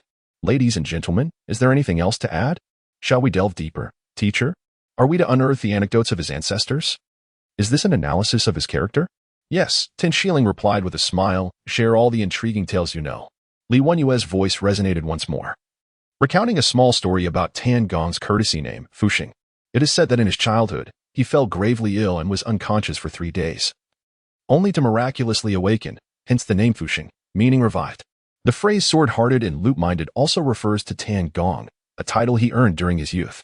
It is said that within his dedicated shrine, there exists a photograph taken in Nanjing, where he is donned in a moonlight long gown, one hand on his hip and the other wielding a sword, with thick brows and striking eyes, exuding a dignified aura that seems to defy death itself. Li Wenwei continued. Throughout his brief life, 2 swords and 3 lutes accompanied him through many desolate years. Oh, I see. Each individual harbors a small story within. The lute and sword are indeed essential possessions for the affluent. It appears his family was quite well off, if only impoverished youth could afford an education, not to mention acquire knowledge and bring about reform. The classroom buzzed with subtle discussions. The Tan family was indeed a noble lineage. Tan's father, as a high-ranking official, boasted an illustrious heritage, if not wealth rivaling nations, at least a prosperous background. Tan Lin's voice chimed in. Oh? Tan Xiling turned towards Tan Lin. Is that so? Please, go on. Tan Jishuan, a prominent official of the late Qing dynasty, served in the Ministry of Revenue in the capital for 16 years before being appointed to supervise the grain office in Tongzhou. Within a year, he was reassigned to Gansu as the governor of the Qin and Xiong regions in 1877. After 6 years, he was promoted to the provincial inspector and 2 years later to the governor of finance and taxation, overseeing the fiscal and personnel affairs of the province. He remained in Gansu for 12 years. In the 15th year of Guangxu's reign, he was appointed governor of Hubei, having twice concurrently served as the governor of Huguang. Attaining the esteemed rank of first-class provincial official, with the title of Grand Master of the Imperial Granary bestowed upon him posthumously. As Tan Lin concluded her remarks, a murmur of astonishment filled the classroom. What are these titles like Governor of the Qin and Qiang regions and Provincial Inspector? I cannot discern their meanings. Came the voice of Zhou Yuchen from the front. What is happening here? Tang Ji glanced at Du Xiaofeng, then turned to Ling Chuyang, questioning whether her assertions were accurate. Indeed, Ling Chuang affirmed, Tan Lin is truly unexpected. Well, Tang Ji exclaimed, turning to Du Xiaofeng, your intelligence has proven rather faulty. It appears so, Du Xiaofeng replied, nodding thoughtfully, then added with a smile, no one is infallible. Very well, Tang Ji responded, shifting her gaze toward the front of the classroom. Excellent. You have demonstrated a commendable understanding of modern history. Please share your name with the class. Tan Xiling gestured toward Tan Lin and smiled. Tan Lin. Sharing the same surname as the teacher, she stood up, saying, I am not particularly strong in history, but I am quite familiar with Tan Gong. Oh, so that's the case. Another wave of astonishment swept through the classroom. A good student is always modest. I believe this semester will witness a remarkable leap in your historical studies. Please take your seat. Tan Xiling smiled and asked, and you, classmate? Li Wenwei stood up and replied, my history grades are quite good. Not bad at all. Not bad? It's actually excellent, Tan Xiling remarked. As she is our representative for the history subject, consistently achieving scores over 90. The students in Class 5 are all very modest. Tan Xiling continued with a smile. She is indeed my representative. Very well done. Please take a seat. Won't you say a few words? Tang Ji turned to Ling Chuyang. It's a rare opportunity to showcase your abilities. You're almost done, Ling Chuyang responded, adjusting her bangs. Think again. Surely there's more you haven't mentioned. Tang Ji said with a hint of dissatisfaction, noticing Ling Chuang had paused her gesture. Have you thought of something? Ling Chuang chuckled warmly. Tan Gong is also revered as the Buddhism star of wisdom. Oh? Tan Xiling glanced toward the back door of the classroom and stepped forward. Could you elaborate? He practices Buddhism and believes in its spirit of universal salvation, advocating an active engagement with the world. This philosophy is reflected in his book, Rinxue. He harbored a deep disdain for the rigid literary style of the past, famously inscribing the words how absurd. Later, he sought education to instigate reform, wielding the sword of Buddhist teachings to clear obstacles and courageously forge a path that leads to societal enlightenment. Quite impressive. This touches upon cultural thought, Tan Xiling remarked with a smile. Indeed, what is your name? Ling Chuyang, she replied. Very well, please take a seat. Through the insights shared by these individuals, have we not gained a deeper understanding of Tan Gong? Tan Xiling inquired. Yes, came the unanimous reply. The atmosphere was vibrant. It turned out that he was not only a literary figure but also a scholar of Buddhism, a man skilled in both the pen and the sword. The classroom resonated with laughter. All right. Let us take 2 minutes to reflect on our understanding of this individual and ponder a question. Why did Kong and Liang flee in haste after the failed coup? While Tan Sidong actively sought to rescue the Guangxu emperor and ultimately met his noble fate. Kong and Liang. Why? Kong Yue and Liang Qichao. Oh, why? How should I know? How did you study history? Didn't you study it as well? The classroom erupted into further discussion. Amidst the lively chatter, Tan Xiling ascended the podium and inscribed the second character, she. What are you laughing at? Ling Mingchu glanced at He Ling, feeling overshadowed by their presence. A single flower blooming does not herald spring. It is a garden full of blossoms that brings forth the season. Gung Sinyu's laughter echoed from behind. You're overthinking it. He Ling smiled, agreeing with Sinyu. A multitude of flowers in bloom brings forth a vibrant spring. Do you know what they have added to the discussion? I do not. Ling Mingchu shook his head. However, you should be aware. The answer was evident. He Ling paused her pen, gazing at the character she on the blackboard, retrieved a notebook from her drawer, and began to write. Ling Mingchu was momentarily perplexed. Where's the answer? The answer lies within the contributions made by those few earlier. Gung Sinyu quietly reminded that her father, being a high-ranking official, naturally opposed reforms. Should he fail and avoid martyrdom, the loss of his position would be trivial compared to the potential punishment of his entire family. Moreover, since his childhood, he had been frail and sickly, and records indicated that he was already in poor health when captured. Additionally, he felt profound gratitude for Emperor Guangxu's appreciation of his talents, assisting in the reforms while holding the rank of a fourth-grade minister alongside the prime minister. Furthermore, as a devout Buddhist, he aspired to save all beings. and achieving his ideals through Guangxu's influence was a mutually beneficial endeavor. Was it thus that they had just spoken? Ling Mengqiu found herself momentarily stunned. She had been engrossed in the story, preoccupied with their splendor, unaware that the essence lay therein. Ling Mengqiu paused, rose to her feet, tugged at the hem of her garment, and quickly organized her thoughts. The reasons were as follows. 1. To repay Guangxu's kindness. 2. To uphold her beliefs. Testing the law to save all beings. 3. To consider her family, preventing repercussions. 4. To acknowledge that she was already in poor health at the time of her capture. Hence, she chose to make a noble sacrifice, transforming her blood into the essence of reform, with her heart and soul devoted to the cause. Very well. The reasoning is clear and the expression succinct. Tan Shilling descended from the podium and approached Wang Sini. Who are you? I am Ling Mengqiu, she replied. Oh, Ling Mengqiu. Tan Shilling echoed. Your name bears a striking resemblance to Ling Chuyang. Please take a seat. They are siblings. Brother and sister, someone teased, eliciting a wave of laughter in the classroom. It's just the two characters, Ling Mengqiu replied, casting a glance towards the back door of the classroom before taking a seat. Whether they were siblings or not mattered little. All present were, in essence, a familial unit, akin to brothers and sisters. Tan Shilling, with a smile, gestured around the classroom, glanced at Ling Chuang by the back door, and then looked at the short-haired girl beside Ling Mengqiu who was diligently writing, before turning back to the podium. Everyone. Upon seeing this character, what comes to mind? Tan Shilling inquired, pointing at the character she on the blackboard. Hope, expectation, grease, the peculiar, rare, as in the character with beside it. The classroom erupted in a chorus of words associated with she, while Tan Shilling stood at the front, smiling in silence. Suddenly, someone blurted out Hitler, which sparked a wave of commotion and laughter throughout the room. Hitler? Ha ha ha. What about Hitler? Someone chuckled. Who is so witty? The German Führer, the instigator of World War II, who persecuted and slaughtered 6 million Jews. Amidst such discussions, Tan Shilling chuckled. All right, let us delve into this individual. But how do we discuss him? Someone questioned. What is there to say? We just covered it all. He was a war fanatic, Sule interjected, who proclaimed that even if only one German remained, the war would persist.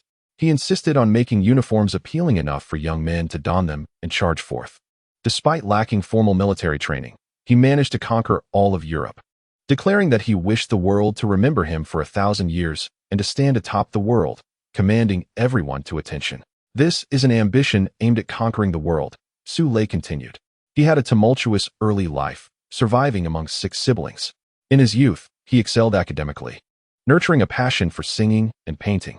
It is said that his initial dream was to become a pastor. In 1905, at the age of 16, he developed a fervent interest in politics, becoming an ardent German nationalist. He faced rejection from the Vienna Academy of Fine Arts and, after the loss of his parents, made a living by selling his artwork, occasionally shoveling snow or carrying luggage. Ling Qiang remarked, is that true? Such a fervent and arrogant person has such a troubled past. Behind every criminal lies an unfortunate childhood. How do you know this? Where did you see it? Du Xiaofeng turned to Ling Chuang, surprised by his depth of knowledge. Aside from basketball, this was his only interest. Tang Ji chuckled softly, picking up a textbook. He participated in the First World War in 1914, bravely rising to the rank of private first class. Yet he nearly lost his sight and sustained a leg injury from artillery fire during the conflict. There is no such thing as a free lunch. This private first class has had his struggles. Not every soldier becomes a general, yet every soldier is valuable. As Ling Chuang finished speaking, a wave of discussion erupted in the classroom. Tan Shilling smiled, remaining silent, seemingly awaiting the next development. In 1919, he was dispatched to investigate a minor political faction of the German Workers' Party. Interestingly, just 2 days later, while participating under the guise of an undercover agent, he received an invitation to join, becoming the 96th member and serving as the 7th member of the executive committee. This small political group later evolved into the party. Ling Chuyang stood up, leaning against the wall, and continued, this step proved to be a momentous turning point in life. How amusing it is to have been assimilated. Ha ha ha. Fortune favors only those who are prepared. One must possess the capability to seize such opportunities. His remarkable oratory skills and linguistic talents, coupled with his compelling arguments, swiftly garnered him a substantial following. The chairman of the party, defying opposition, appointed him as the Minister of Propaganda. This individual, devoid of wealth or political background, ascended to become the leader of a global superpower in less than 14 years. It is akin to the narrative of a commoner rising to royalty, a true underdog triumph. This can certainly be deemed a miracle.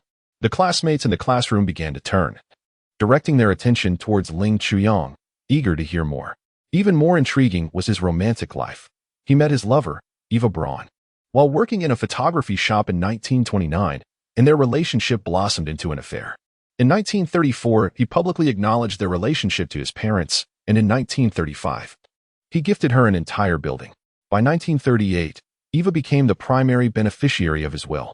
Ling Chuyang remarked, interrupted by the murmurs in the classroom. This was a first love, a rather singular emotion. Every man possesses a pure side behind the facade. Is there truly a commitment that lasts a lifetime? Are you married? Someone inquired, prompting a ripple of laughter throughout the classroom. Indeed, the wedding was held from midnight on April 28, 1945, to the early hours of April 29. However, on the afternoon of April 30, 1945, just a day after their nuptials, they both took their own lives in the bunker, their bodies subsequently consumed by flames. Ling Chuyang concluded his narrative, glancing at the majority of the classroom who were now fixated on him, before casting a look towards the front left of the room where an individual was engrossed in writing something on paper, and then turned his gaze toward the history teacher before taking his seat. Is that the end? How unfortunate. Unfortunate? That was a demon. Is there still sympathy to be had? I lament the lost love, not the individuals themselves, if you please. All right, everyone, having listened to Ling Chuyang's vivid recounting, have we not refreshed our understanding of the characters involved? Indeed. Teacher, have we now transitioned from modern Chinese history to modern world history? Haha. Teacher, how many characters are there in your name? Tan Shilling chuckled. 3. Teacher, I hope your name doesn't encompass modern Chinese history, ancient Chinese history, and world history altogether. It seems to summarize the entirety of high school history. Ha ha ha. Indeed, a true history teacher. What is the third character? Someone began to inquire.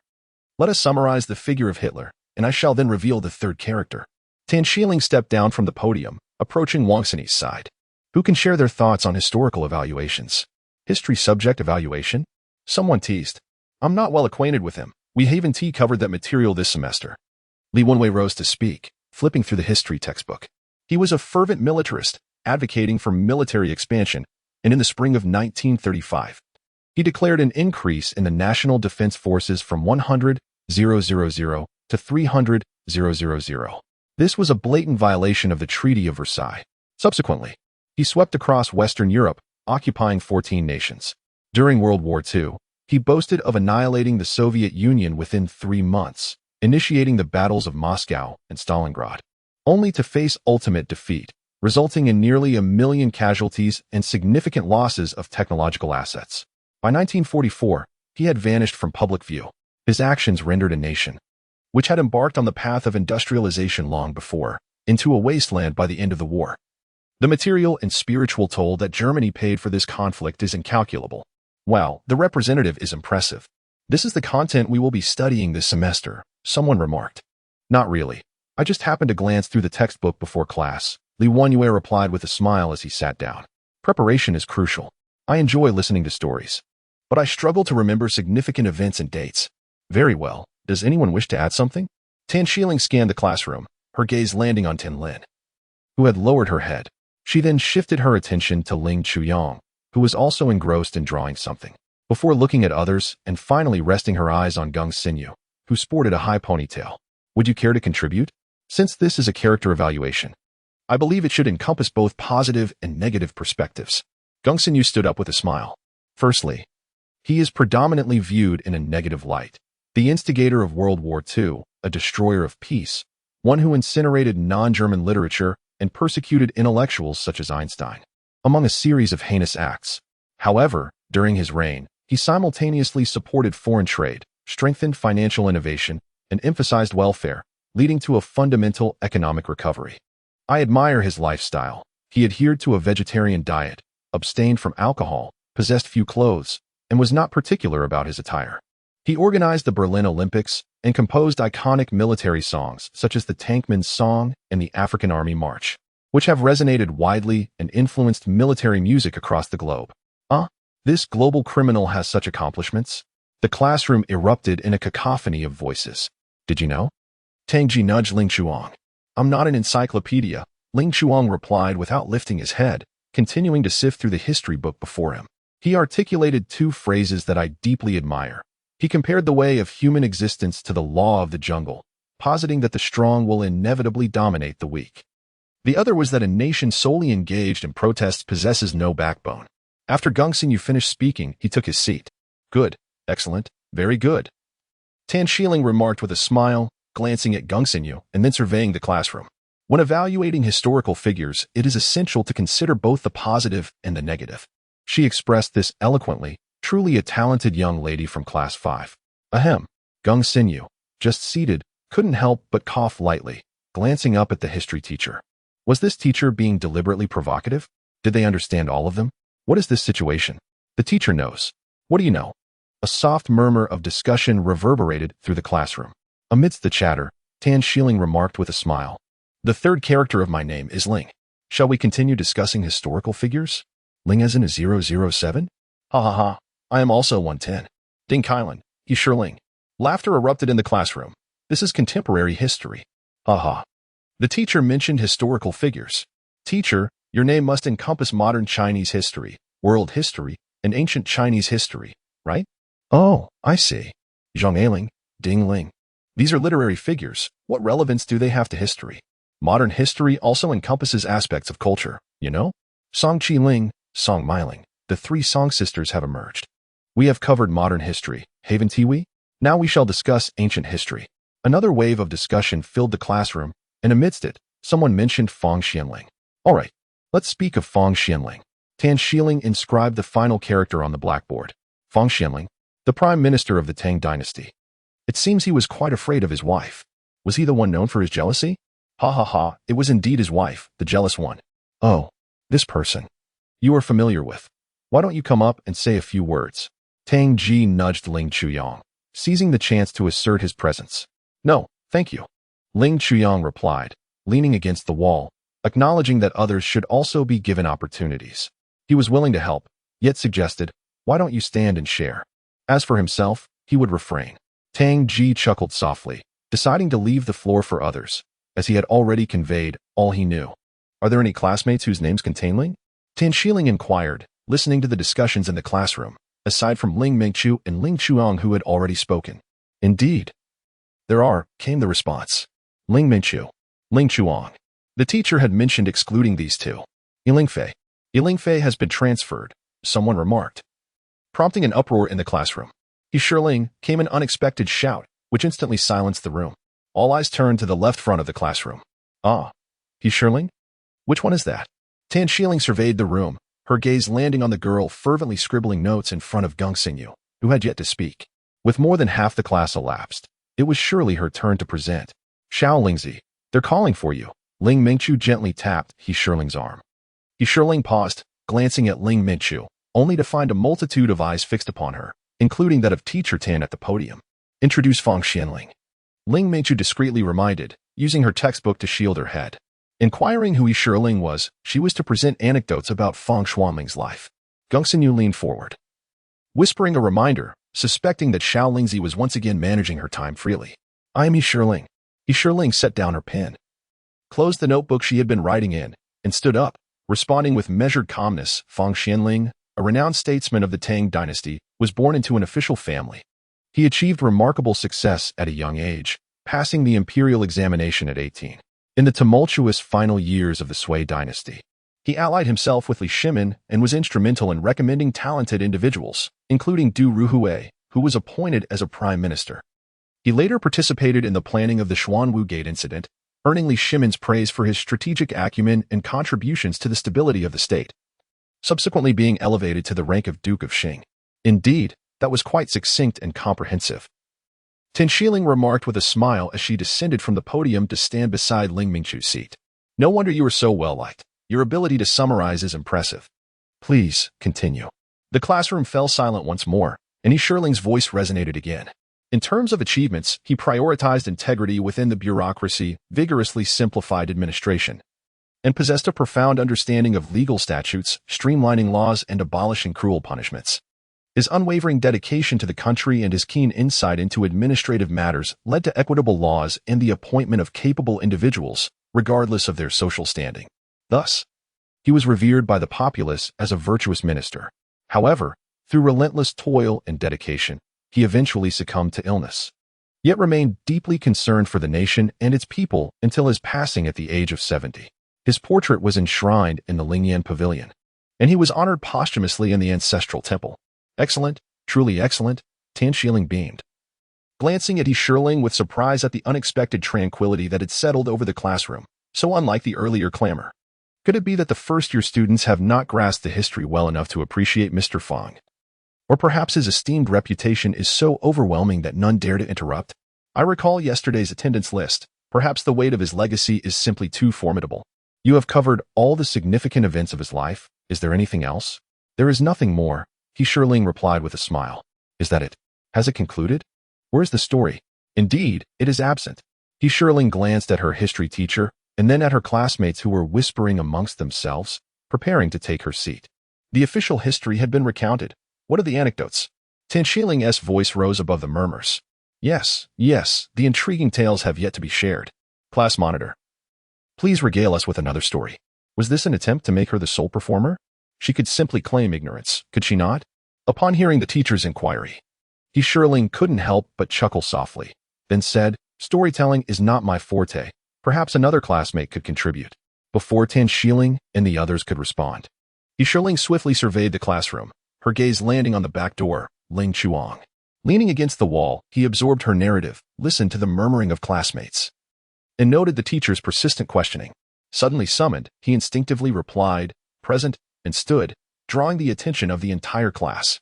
Realizing he might have misstepped, he wished to sit down but heard his name again. Ling Chuang. Shilling smiled, looking at the person who had stood only to sit once more. Ling Chuang paused, turning towards the sound, only to find that she was indeed calling him, her face aglow with a radiant smile, harmonizing with the azure sky beyond the window, creating a fleeting illusion of enchantment. In the warmth of that smile, he heard her clear, unhurried voice. Intriguing tales are your strong suit. This story of jealousy, or perhaps others, I would be grateful if you could narrate them. Indeed, Ling Chuyang responded promptly, as if to remind him that, aside from the widely known matter of jealousy, there were other topics to discuss. Ling Chuyang found himself momentarily taken aback, watching her smile as she turned away and resumed writing, seemingly lost in her thoughts. Did you not say that opportunities are meant for others? Tang Ji cast a glance at the now standing Ling Chuang, who was now basking in the limelight. This is not something I wish to address. Ling Chuyang cleared his throat and murmured softly. Very well, Ling Chuyang, why don't you share your thoughts? Tan Shilling observed Shilling, who was engrossed in her writing, then turned her gaze back to Ling Chuang. Is she merely managing her own time, or is she skillfully showcasing her classmates' talents? Her actions have certainly piqued curiosity. Well, Ling Chuang acquiesced. There's no need to delve into the well-known tale of jealousy. Let us explore other matters. Oh, come now, do share. I'm not well versed in the details. What happened next? Did they end up drinking a barrel of vinegar? Haha. In truth, Ling Chuang continued, Fong Xianling, aware of his wife's fiery temperament, feared she might consume poison. Thus, he hastily knelt in supplication. The Emperor Taizong, infuriated, retorted, as the Prime Minister, you defy the imperial decree and still dare to plead for mercy. Witnessing this scene, Fang Xuanling's wife thought to herself that rather than contravening the imperial will, or suffering indignities upon the arrival of two beautiful women into the palace, she would prefer the swift release of drinking the poison. Without waiting for the emperor's response, she seized the barrel and drank deeply, leaving Fong Xianling in a state of despair, weeping profusely as he embraced his wife. The profound bond between couples is truly remarkable, exemplifying the essence of deep affection. Historically, the love of great individuals has often been characterized by unwavering fidelity. And then, the classroom erupted with a chorus of discussions. Oh, so that is how it is. Ling Chuyang, you seem quite knowledgeable about historical figures. Your brother, Ling Mengchu, must excel in history, doesn't he? Laughter filled the classroom. This boy seems to enjoy being cool, thought Tan Shilling, amused. He possesses a certain charm, demonstrating considerable knowledge of anecdotes concerning famous personalities. Ling Chuang, is it true that the descendants of the Fong family met a tragic fate? Is it not the case that the Fong family was related to the princess and the prince? Which princess are we speaking of? Princess Pingyang, perhaps? Or Princess Taiping? Princess Pingyang was indeed from the Han Dynasty, while Princess Taiping belonged to the era of Wuzetian. It seems you have watched too many dramas. The classroom erupted again with a wave of playful banter. Indeed, it was Princess Gaoyang who married Fang Yai, their son. Later, they were accused of treason. Fang Yai was executed, and the princess was compelled to take her own life. All their sons were implicated and exiled, and the privileges of Fang Xianling were also revoked. Ling Chuyang brushed his bangs aside. Your fringe is too long. It needs a trim, someone suddenly remarked. Your hair could be styled into little braids now. Ha. This hairstyle is currently in vogue, you know. Ling Chuang, would you dare to sweep your bangs aside for us to see? Ling Chuang found himself momentarily at a loss for words. Pu Tongji could not suppress a chuckle as he glanced at the somewhat awkward Ling Chuang beside him. You ought to be mindful of your image. Appearance is of great significance. Indeed, your image matters greatly. You were quite handsome before, but this hairstyle is dragging you down. Interjected Du Xiaofeng. Your hair is even longer than your sister's. Your sister? Why are you resorting to insults? Du Xiaofeng retorted. We must maintain decorum in class, all right? Huh? I didn't mean that. I was merely saying it's shorter than Ling Mingchu's. Oh. A ripple of laughter escaped from Tan Xiling, who couldn't help but join in. What a lively bunch you all are. Ling Chuang turned to Tan Xiling and inquired, Teacher, may I take my seat now? Ah. Yes, Tan Xiling replied, glancing at Yi Shiling, who had ceased her writing, neatly closing her notebook. Yi Shiling, please stand up. You might as well ask her. Has the story reached its conclusion? Class monitor, I. Ling Chuang looked towards Yi Shiling, realizing the tale was still unfinished. Yet, the atmosphere had shifted abruptly. Fame can be a burden. He struggled to continue. Should he share the story or engage in a debate about hairstyles? Since the story remained untold, he decided to let it go.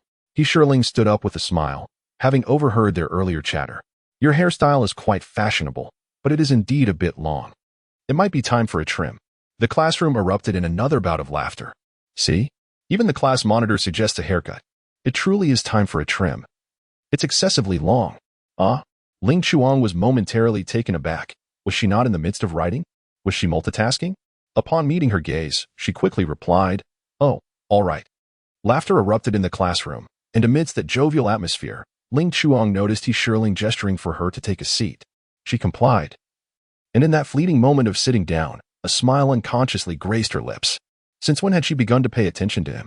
Oh, had the story concluded? But the tale had not yet reached its end. What about it? Was the story truly to be abandoned? Class monitor, are we to discuss fashionable hairstyles next? Or shall we delve into music? Those tales still lingered unfinished. How strangely familiar such words sounded. Tang Ji repeated them. What?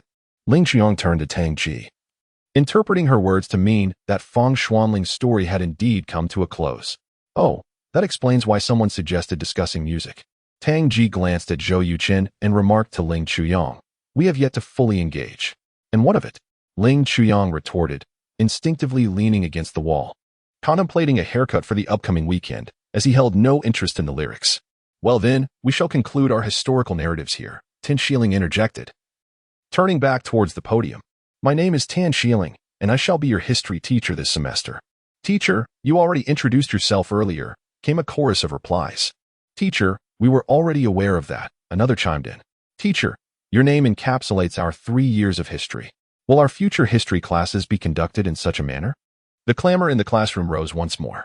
How would you like to conduct our history lesson? Inquired Tan Xiling from the podium. Of course. We would prefer to listen to stories. However, I only wish to listen. Please do not ask me to speak. Then our history class shall transform into a storytelling session. Tan Xiling responded with a smile. Now, let us summarize these 3 historical figures. What is there to summarize about these 3 individuals? Haven't we already heard their stories in full? Are you foolish, or merely acting the fool? Once the stories are told, it is only natural to discuss the lessons they impart. Let us first examine this figure from modern Chinese history, Tan Xiling said, as she drew a thick horizontal line 2/3 of the way across the right side of the blackboard. From this thick line, she extended several finer lines, writing Tan Xidong's name on one of the upper lines. Class, what was the era he lived in? What was the web of interpersonal relationships and the significant historical events surrounding him? What is his historical significance? During the Guangxu period, with figures such as Emperor Guangxu, Empress Dowager Cixi, Kong Yue, Liang Qichao, and the other members of the 100 Days Reform, came the responses from the classroom in a lively chorus. The Opium War was led by Lin Zexu. The invasion by Western capitalist nations ensued. The Taiping Rebellion arose, with key figures like Hong Shouchuan.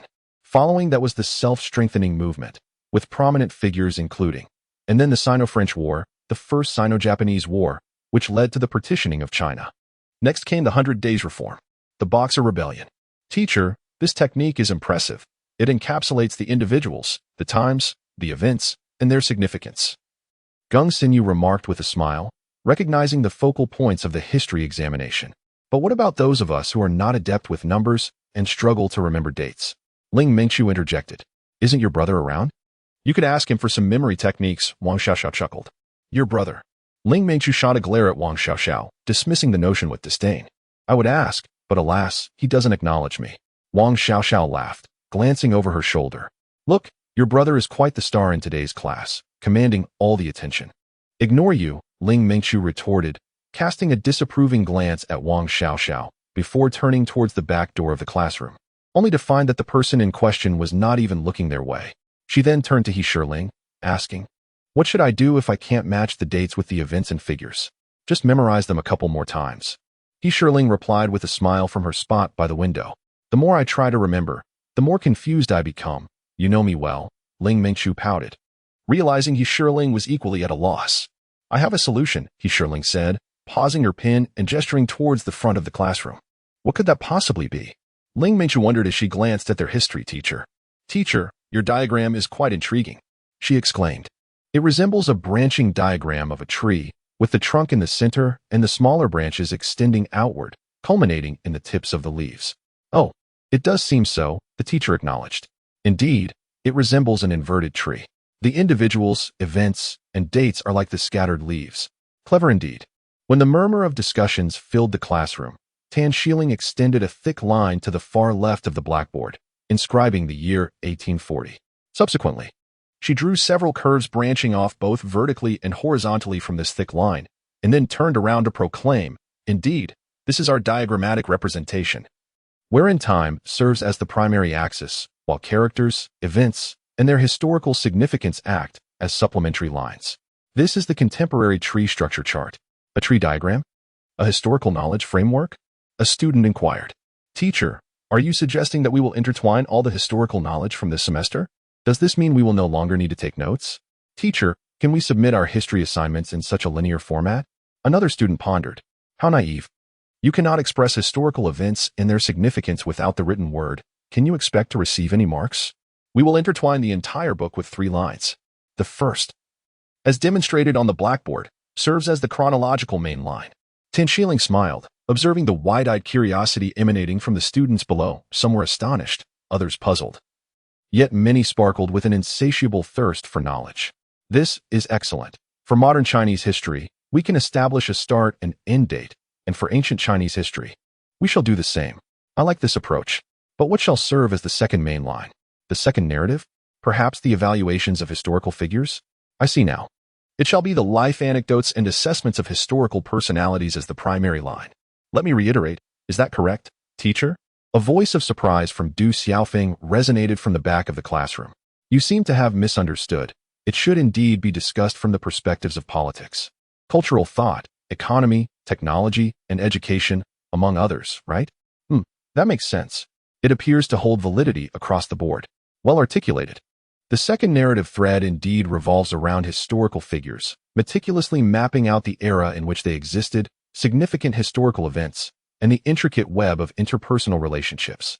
Tan Shieling remarked that regarding the classmate who suggested discussing aspects such as politics and cultural thought, that is also correct. It constitutes our third narrative thread. However, teacher, what shall we do if we cannot remember these dates? Come, let us examine a few phrases. Tan Shieling chuckled as she inscribed 4 lines in the center of the blackboard. For 142, Lin Girl discards the nasal sign, a fragrant parrot, separated by a barrier, gazes longingly. Among the common folk, half and half. What is this? What does this even mean? The classroom was filled with bewildered expressions. It resembles poetry, yet lacks poetic form. And when read aloud, it even rhymes. A remark from Ling Mingqiu elicited laughter from several classmates. This is a mnemonic device. He Shirling smiled, finding this method quite practical. Ling Mingchu gazed at Yunling in astonishment before turning his attention back to the podium. Goodness. Is this some sort of cryptic text? Tangji scratched his head in confusion, blinking in disbelief. Ling Chuang, Tan Shilin said with a smile, could you share your interpretation? I assumed it was. Tangji glanced at Ling Chuang, only to find him scribbling a few words on his paper. This pertains to historical events. What does that mean? Is he attempting to remind himself? He spoke slowly, emphasizing each word. This should refer to several historical events, I presume. Significant events from 1840 to 1842. Oh, which events might those be? Pray, enlighten me. With an encouraging gaze, Tan Shilin looked towards Tang Ji, descending from the podium. Was this notion conceived by him alone, or was there assistance involved? Lin Zexu, the Opium War, Qishan signing the treaty. Yishan's surrender leading to the signing of the Treaty of Nanking, ceding Hong Kong, agreeing on tariffs, and compensating 100 taels. From that moment forth, China embarked on the path of a semi-colonial, semi-feudal society. Is that truly so? Or what do you suppose? I had thought history class had transformed into a language class, where we would be composing poetry.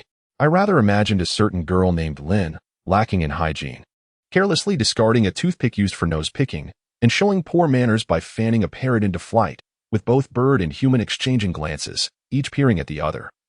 Half in wonder, Su Lei's voice incited a chorus of laughter throughout the classroom. Quite the talent. I shared the same thought. Impressive, Su Lei. It can be approached in such a manner? How novel. However, I do find amusement in the tale of Lin discarding her toothpick. Silence, please. Look. The teacher is writing again. New annotations are appearing.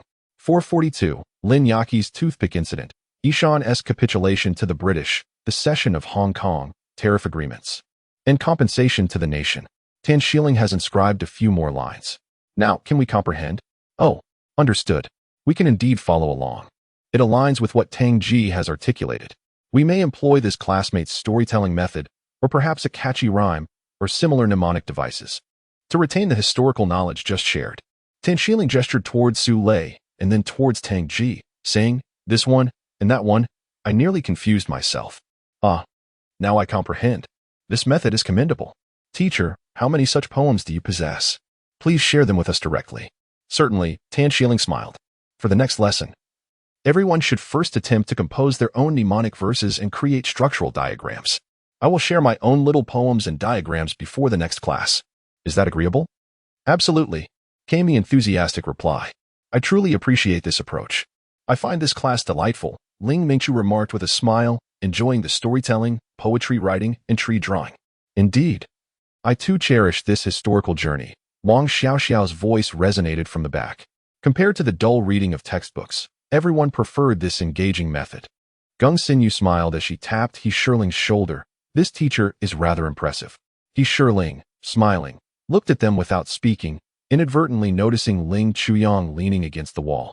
Observing. The school bell rang, signaling the end of class. So soon? It feels as if we have just begun. See you all on Saturday. I look forward to your masterpieces, the poems and drawings, Tan Shilin said cheerfully as she descended from the podium. Where is the class monitor? Aren't we supposed to select class committee members today? Is it a selection or an election? Weren't we supposed to re-elect the committee members? The classroom buzzed with chatter. Where's the class monitor? Ling Mingchu lightly tapped the edge of the table, the sound of the bell having resonated for 3 or 4 minutes now. He was certainly not one to be tardy. Whether you choose or not, you are the class committee member, Wang Xini remarked, swaying her head. Indeed, Wang Shisha chimed in. That has nothing to do with you. There are several empty seats now, aren't there? I have no interest in the class committee, especially since my individual scores are not outstanding enough to qualify me as a representative. Wang Xini pointed at Ling Mingchu. What are you doing over there? Counting sheep? You are quite self-aware. Wang Xiaoxiao laughed. Thank you for the compliment. I have always been this way. Wang Xini glanced at Wang Xiaoxiao and poked Ling Mingchu again. How tedious. Why not hum a tune? Ling Mingchu replied, that's a splendid suggestion. Guo Wenwen and Wang Xiaoxiao echoed in agreement. What shall we sing? Wang Xini inquired, suddenly recalling an incident from the day before. How about Qing Fei Di? Great choice. That song is delightful and currently quite popular, several voices chimed in. Is that all right? Wang Xini glanced at Yulin. Of course, sing the lyrics. Yulin smiled, shifting closer to the wall, instinctively propping up her left hand while her right hand tapped Gung Xinyu behind her. Gung Xinyu lifted her head, looking at Wang Xini. Are we about to hold a concert? Yes, indeed. Pay attention. Wang Xini nodded with a smile and began to softly hum a tune. Difficult to forget the first time I saw you, a pair of enchanting eyes. Your figure lingers in my mind, unfading. Holding your hands, feeling your tenderness, it truly leaves me slightly breathless. Your innocence I wish to cherish. As the familiar melody filled the air, Yunling was transported back to that rainy day beneath the eaves. Recalling the moment they listened to music together and the sudden blush that adorned that person's face, which made her smile involuntarily. The lyrics were indeed beautiful. Gongsinyu, with a playful grin, leaned slightly to the right to glance at Yunling, wondering if her sudden smile was sparked by a fond memory. Wow, how lovely. As the song concluded, a few of them softly clapped their hands. Another one, please. Wang Xiaoxiao exclaimed, can we request a song? I want to hear Falling Flakes. Is that all right? Wang Xini turned to Yunling, pondering whether their teacher would arrive today. Of course, Yunling replied, glancing out the classroom window and at the back door. The teacher is here. I'll give you a heads up. All right, Wang Xini acknowledged, now presenting for Wang Xiaoxiao, Su Huayu's Falling Flakes. Great. I'm listening intently. Wang Xiaoxiao responded, Xiaoming. Could you shift a bit? You're blocking my view, Xini. Sing a little louder. Raindrops falling, cascading in the sky like my tears, tears drooping. Resting in my palms like your lingering essence. Wang Xini's voice rose a notch. The sudden emergence of the song successfully captured the attention of her classmates in the classroom. Gongsinyu and Yunling exchanged a knowing smile and glanced into the classroom. Turning to Wang Xini and remarked, your singing is truly delightful. But could you project a bit more? I can hardly hear you. Wow, what a lovely voice. Are we having a concert? Wang Xini, it seems, hasn't sung in quite a while. Shall we request a song? The murmurs in the classroom successfully shifted the focus onto Wang Xini's melodious voice. Is that possible? Wang Xini inquired of Yunling, as the class committee election unexpectedly morphed into a music lesson. Of course, Yunling replied with a smile, glancing at Gongsinyu, who reciprocated with an understanding grin. Rising to her feet, Gongsinyu called for silence, declaring, we have only 2 opportunities to make song requests. Let us begin. I want to hear you Quan's Rainbow. I want to hear, I haven't decided yet. I wish to hear Uncontrollable Love. I want Overfire. I desire Faith. A hush fell over the room as the song requests concluded with Uncontrollable Love and Rainbow. Gongsinyu beamed, then turned to Wang Xini, stating, now, let our little songbird present her talents. Let us welcome her with a round of applause. All right, let the songbird begin. The classroom erupted in applause and cheers. We've just heard Uncontrollable Love, protested Ling Mengqiu. But others haven't heard it yet. Gongsinyu laughed as she settled down, adding, let's listen. Xini sings beautifully. Very well, Ling Mengqiu pouted, lightly drumming her fingers on the desk edge once more. My world has been enriched by your presence. Each day unfolds like a theatrical performance. When Wang Xini's melodious voice resonated once again within the classroom, Gongsinyu noticed Yunling chuckling softly, her hand brushing her forehead. Curiosity piqued, she leaned closer. Have you recently developed a fondness for these songs? No. Yunling paused momentarily, smiling. It just so happens that I happen to hear these 2 songs. She retrieved a collection of Song Dynasty poetry from her drawer. Originally disorganized, the verses were now meticulously strung together by sinew with vibrant ribbons, adding an exquisite touch to their presentation. Thank you, she said appreciatively. Gongsinyu smiled in response, remaining silent as she gazed at the poetry laid out on the desk. Suddenly intrigued by the identity of the book's original owner. Your singing is truly remarkable. Such enchanting melodies. These are the latest hits, aren't they? As Wang Xini concluded her performance, the classroom erupted with discussions and applause once more. The echoes linger in the air for days. Someone exclaimed, I wish to hear another song. Remember, we are in a class meeting, not a music lesson. 2 songs suffice. What if the homeroom teacher arrives? A voice chimed in, stirring a wave of commotion. Is our teacher not coming? It's been over 10 minutes since class started. Are we even having our meeting? PP. Tang Ji glanced towards Du Xiaofeng. What is going on? Are we still electing class representatives? I have no idea, came the response. Du Xiaofeng shrugged and glanced at Yunling. Was Wang Xini's melodious voice merely to liven up the atmosphere, or was it a precursor to nominations for the cultural committee? In previous class meetings, the old monitor would often be present, wouldn't he? Tang Ji interrupted Du Xiaofeng's train of thought with a question. Huh? Tang Ji looked at Du Xiaofeng, pondering whether their situation mirrored the past, perhaps being overshadowed by the academic subjects once again. Not at all. Our old monitor has always placed trust in the class committee, Du Xiaofeng replied. In class meetings, the committee typically discusses the theme first, and then deliberates on the division of tasks for execution during the meeting. Oh, Tang Ji touched his ear, noting the difference from before. Weren't you the sports representative? So today, what is this?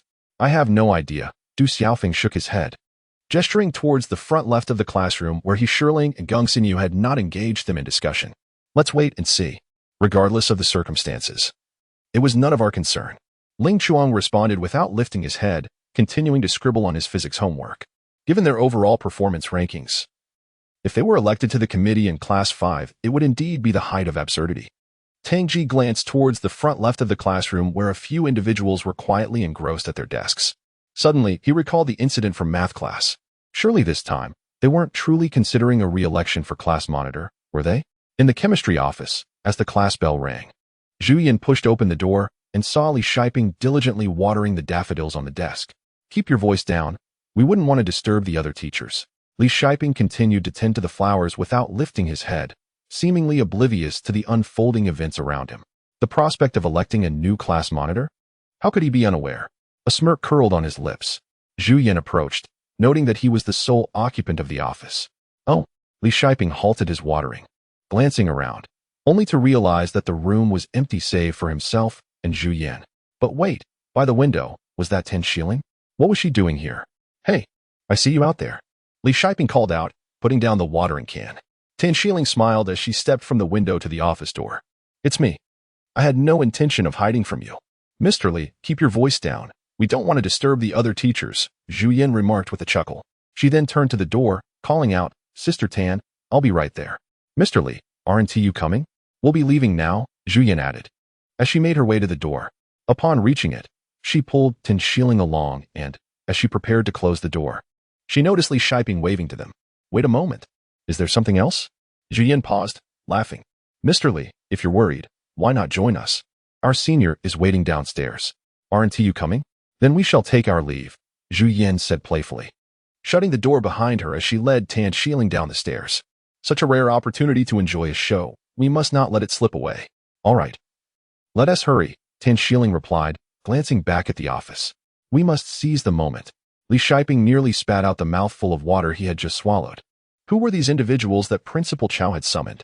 How could that typically serious junior sister find herself attending a performance?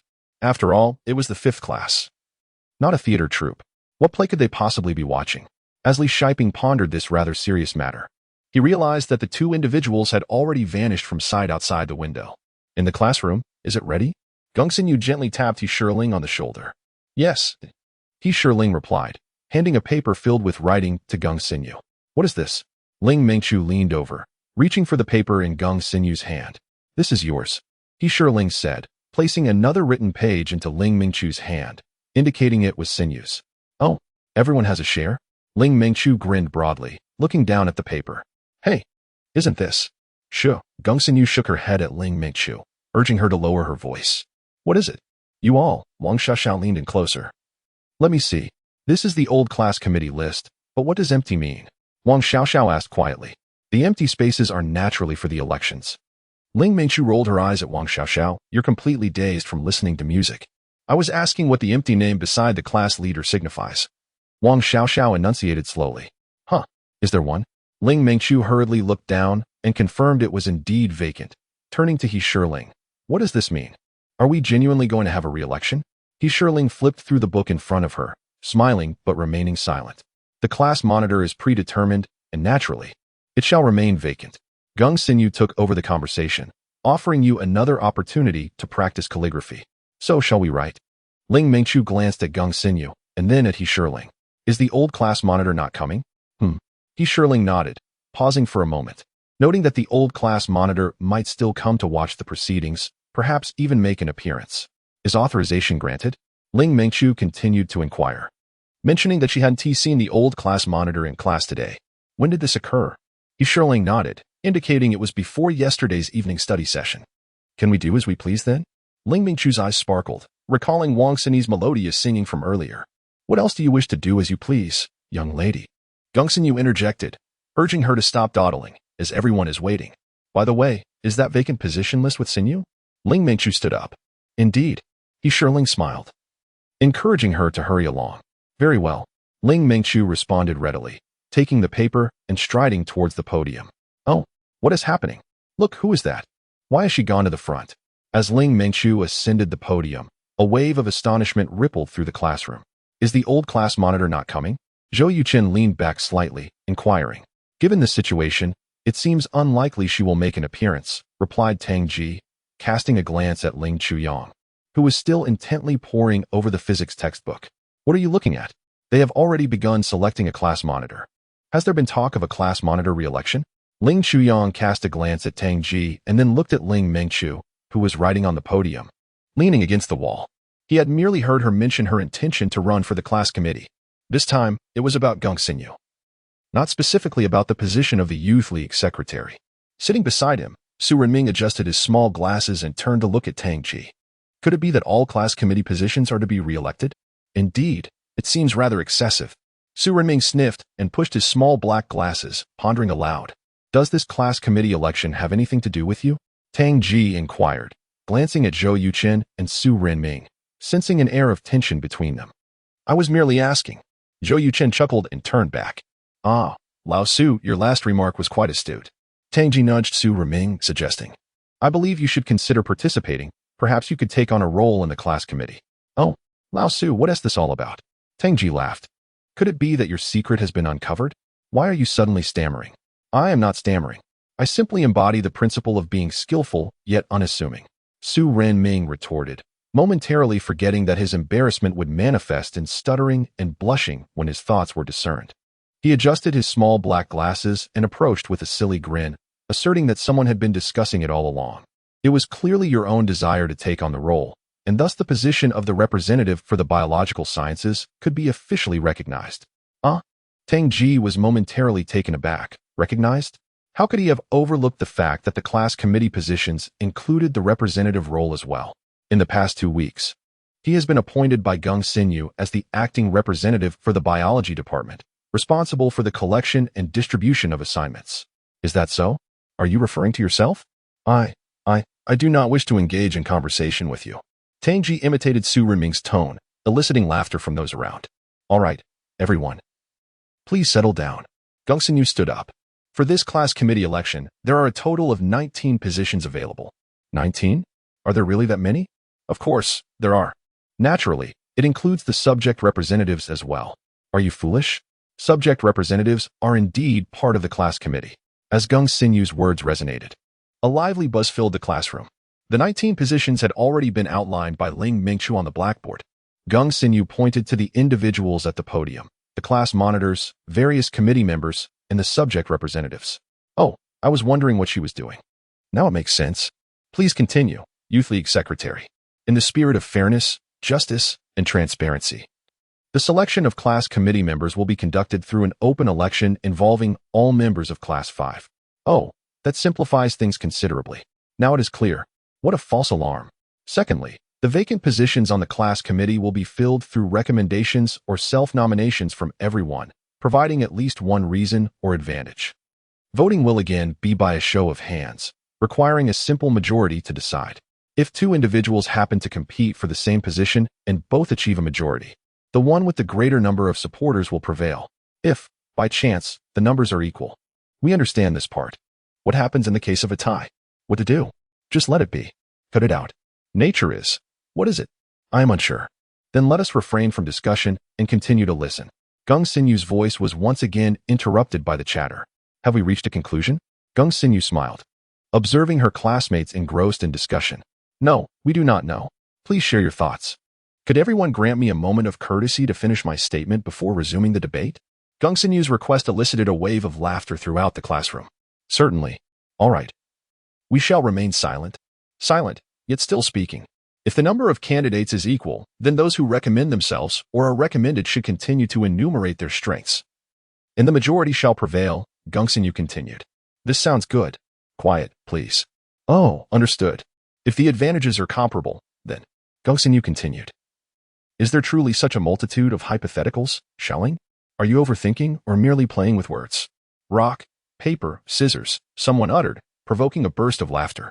Congratulations. You've spoken wisely. Thus, we shall play best 2 out of 3 in rock, paper, scissors. Geng Xinyu smiled. noting that this outcome truly reflects the efforts of man and the will of heaven. Upon closer inspection, there remains yet another hypothetical. What if all 3 rounds result in a tie? You talk too much. What if? That would require quite the synergy, wouldn't it? How about we try it first? Test it. We are not candidates for class committee positions. You could self-nominate, or perhaps I could recommend you. Spare me. I am well aware of my own limitations. In the classroom, a flurry of discussions arose. Gongxinyu glanced at Yunling and remarked, "It's quite lively. Perhaps you should take the floor?" Yunling chuckled. "No need to mind them." Gongxinyu paused, stifling a laugh. "If there are 3 draws, then we shall resort to drawing lots." "That sounds splendid." Ha ha. Laughter erupted once more in the classroom. Is that truly permissible?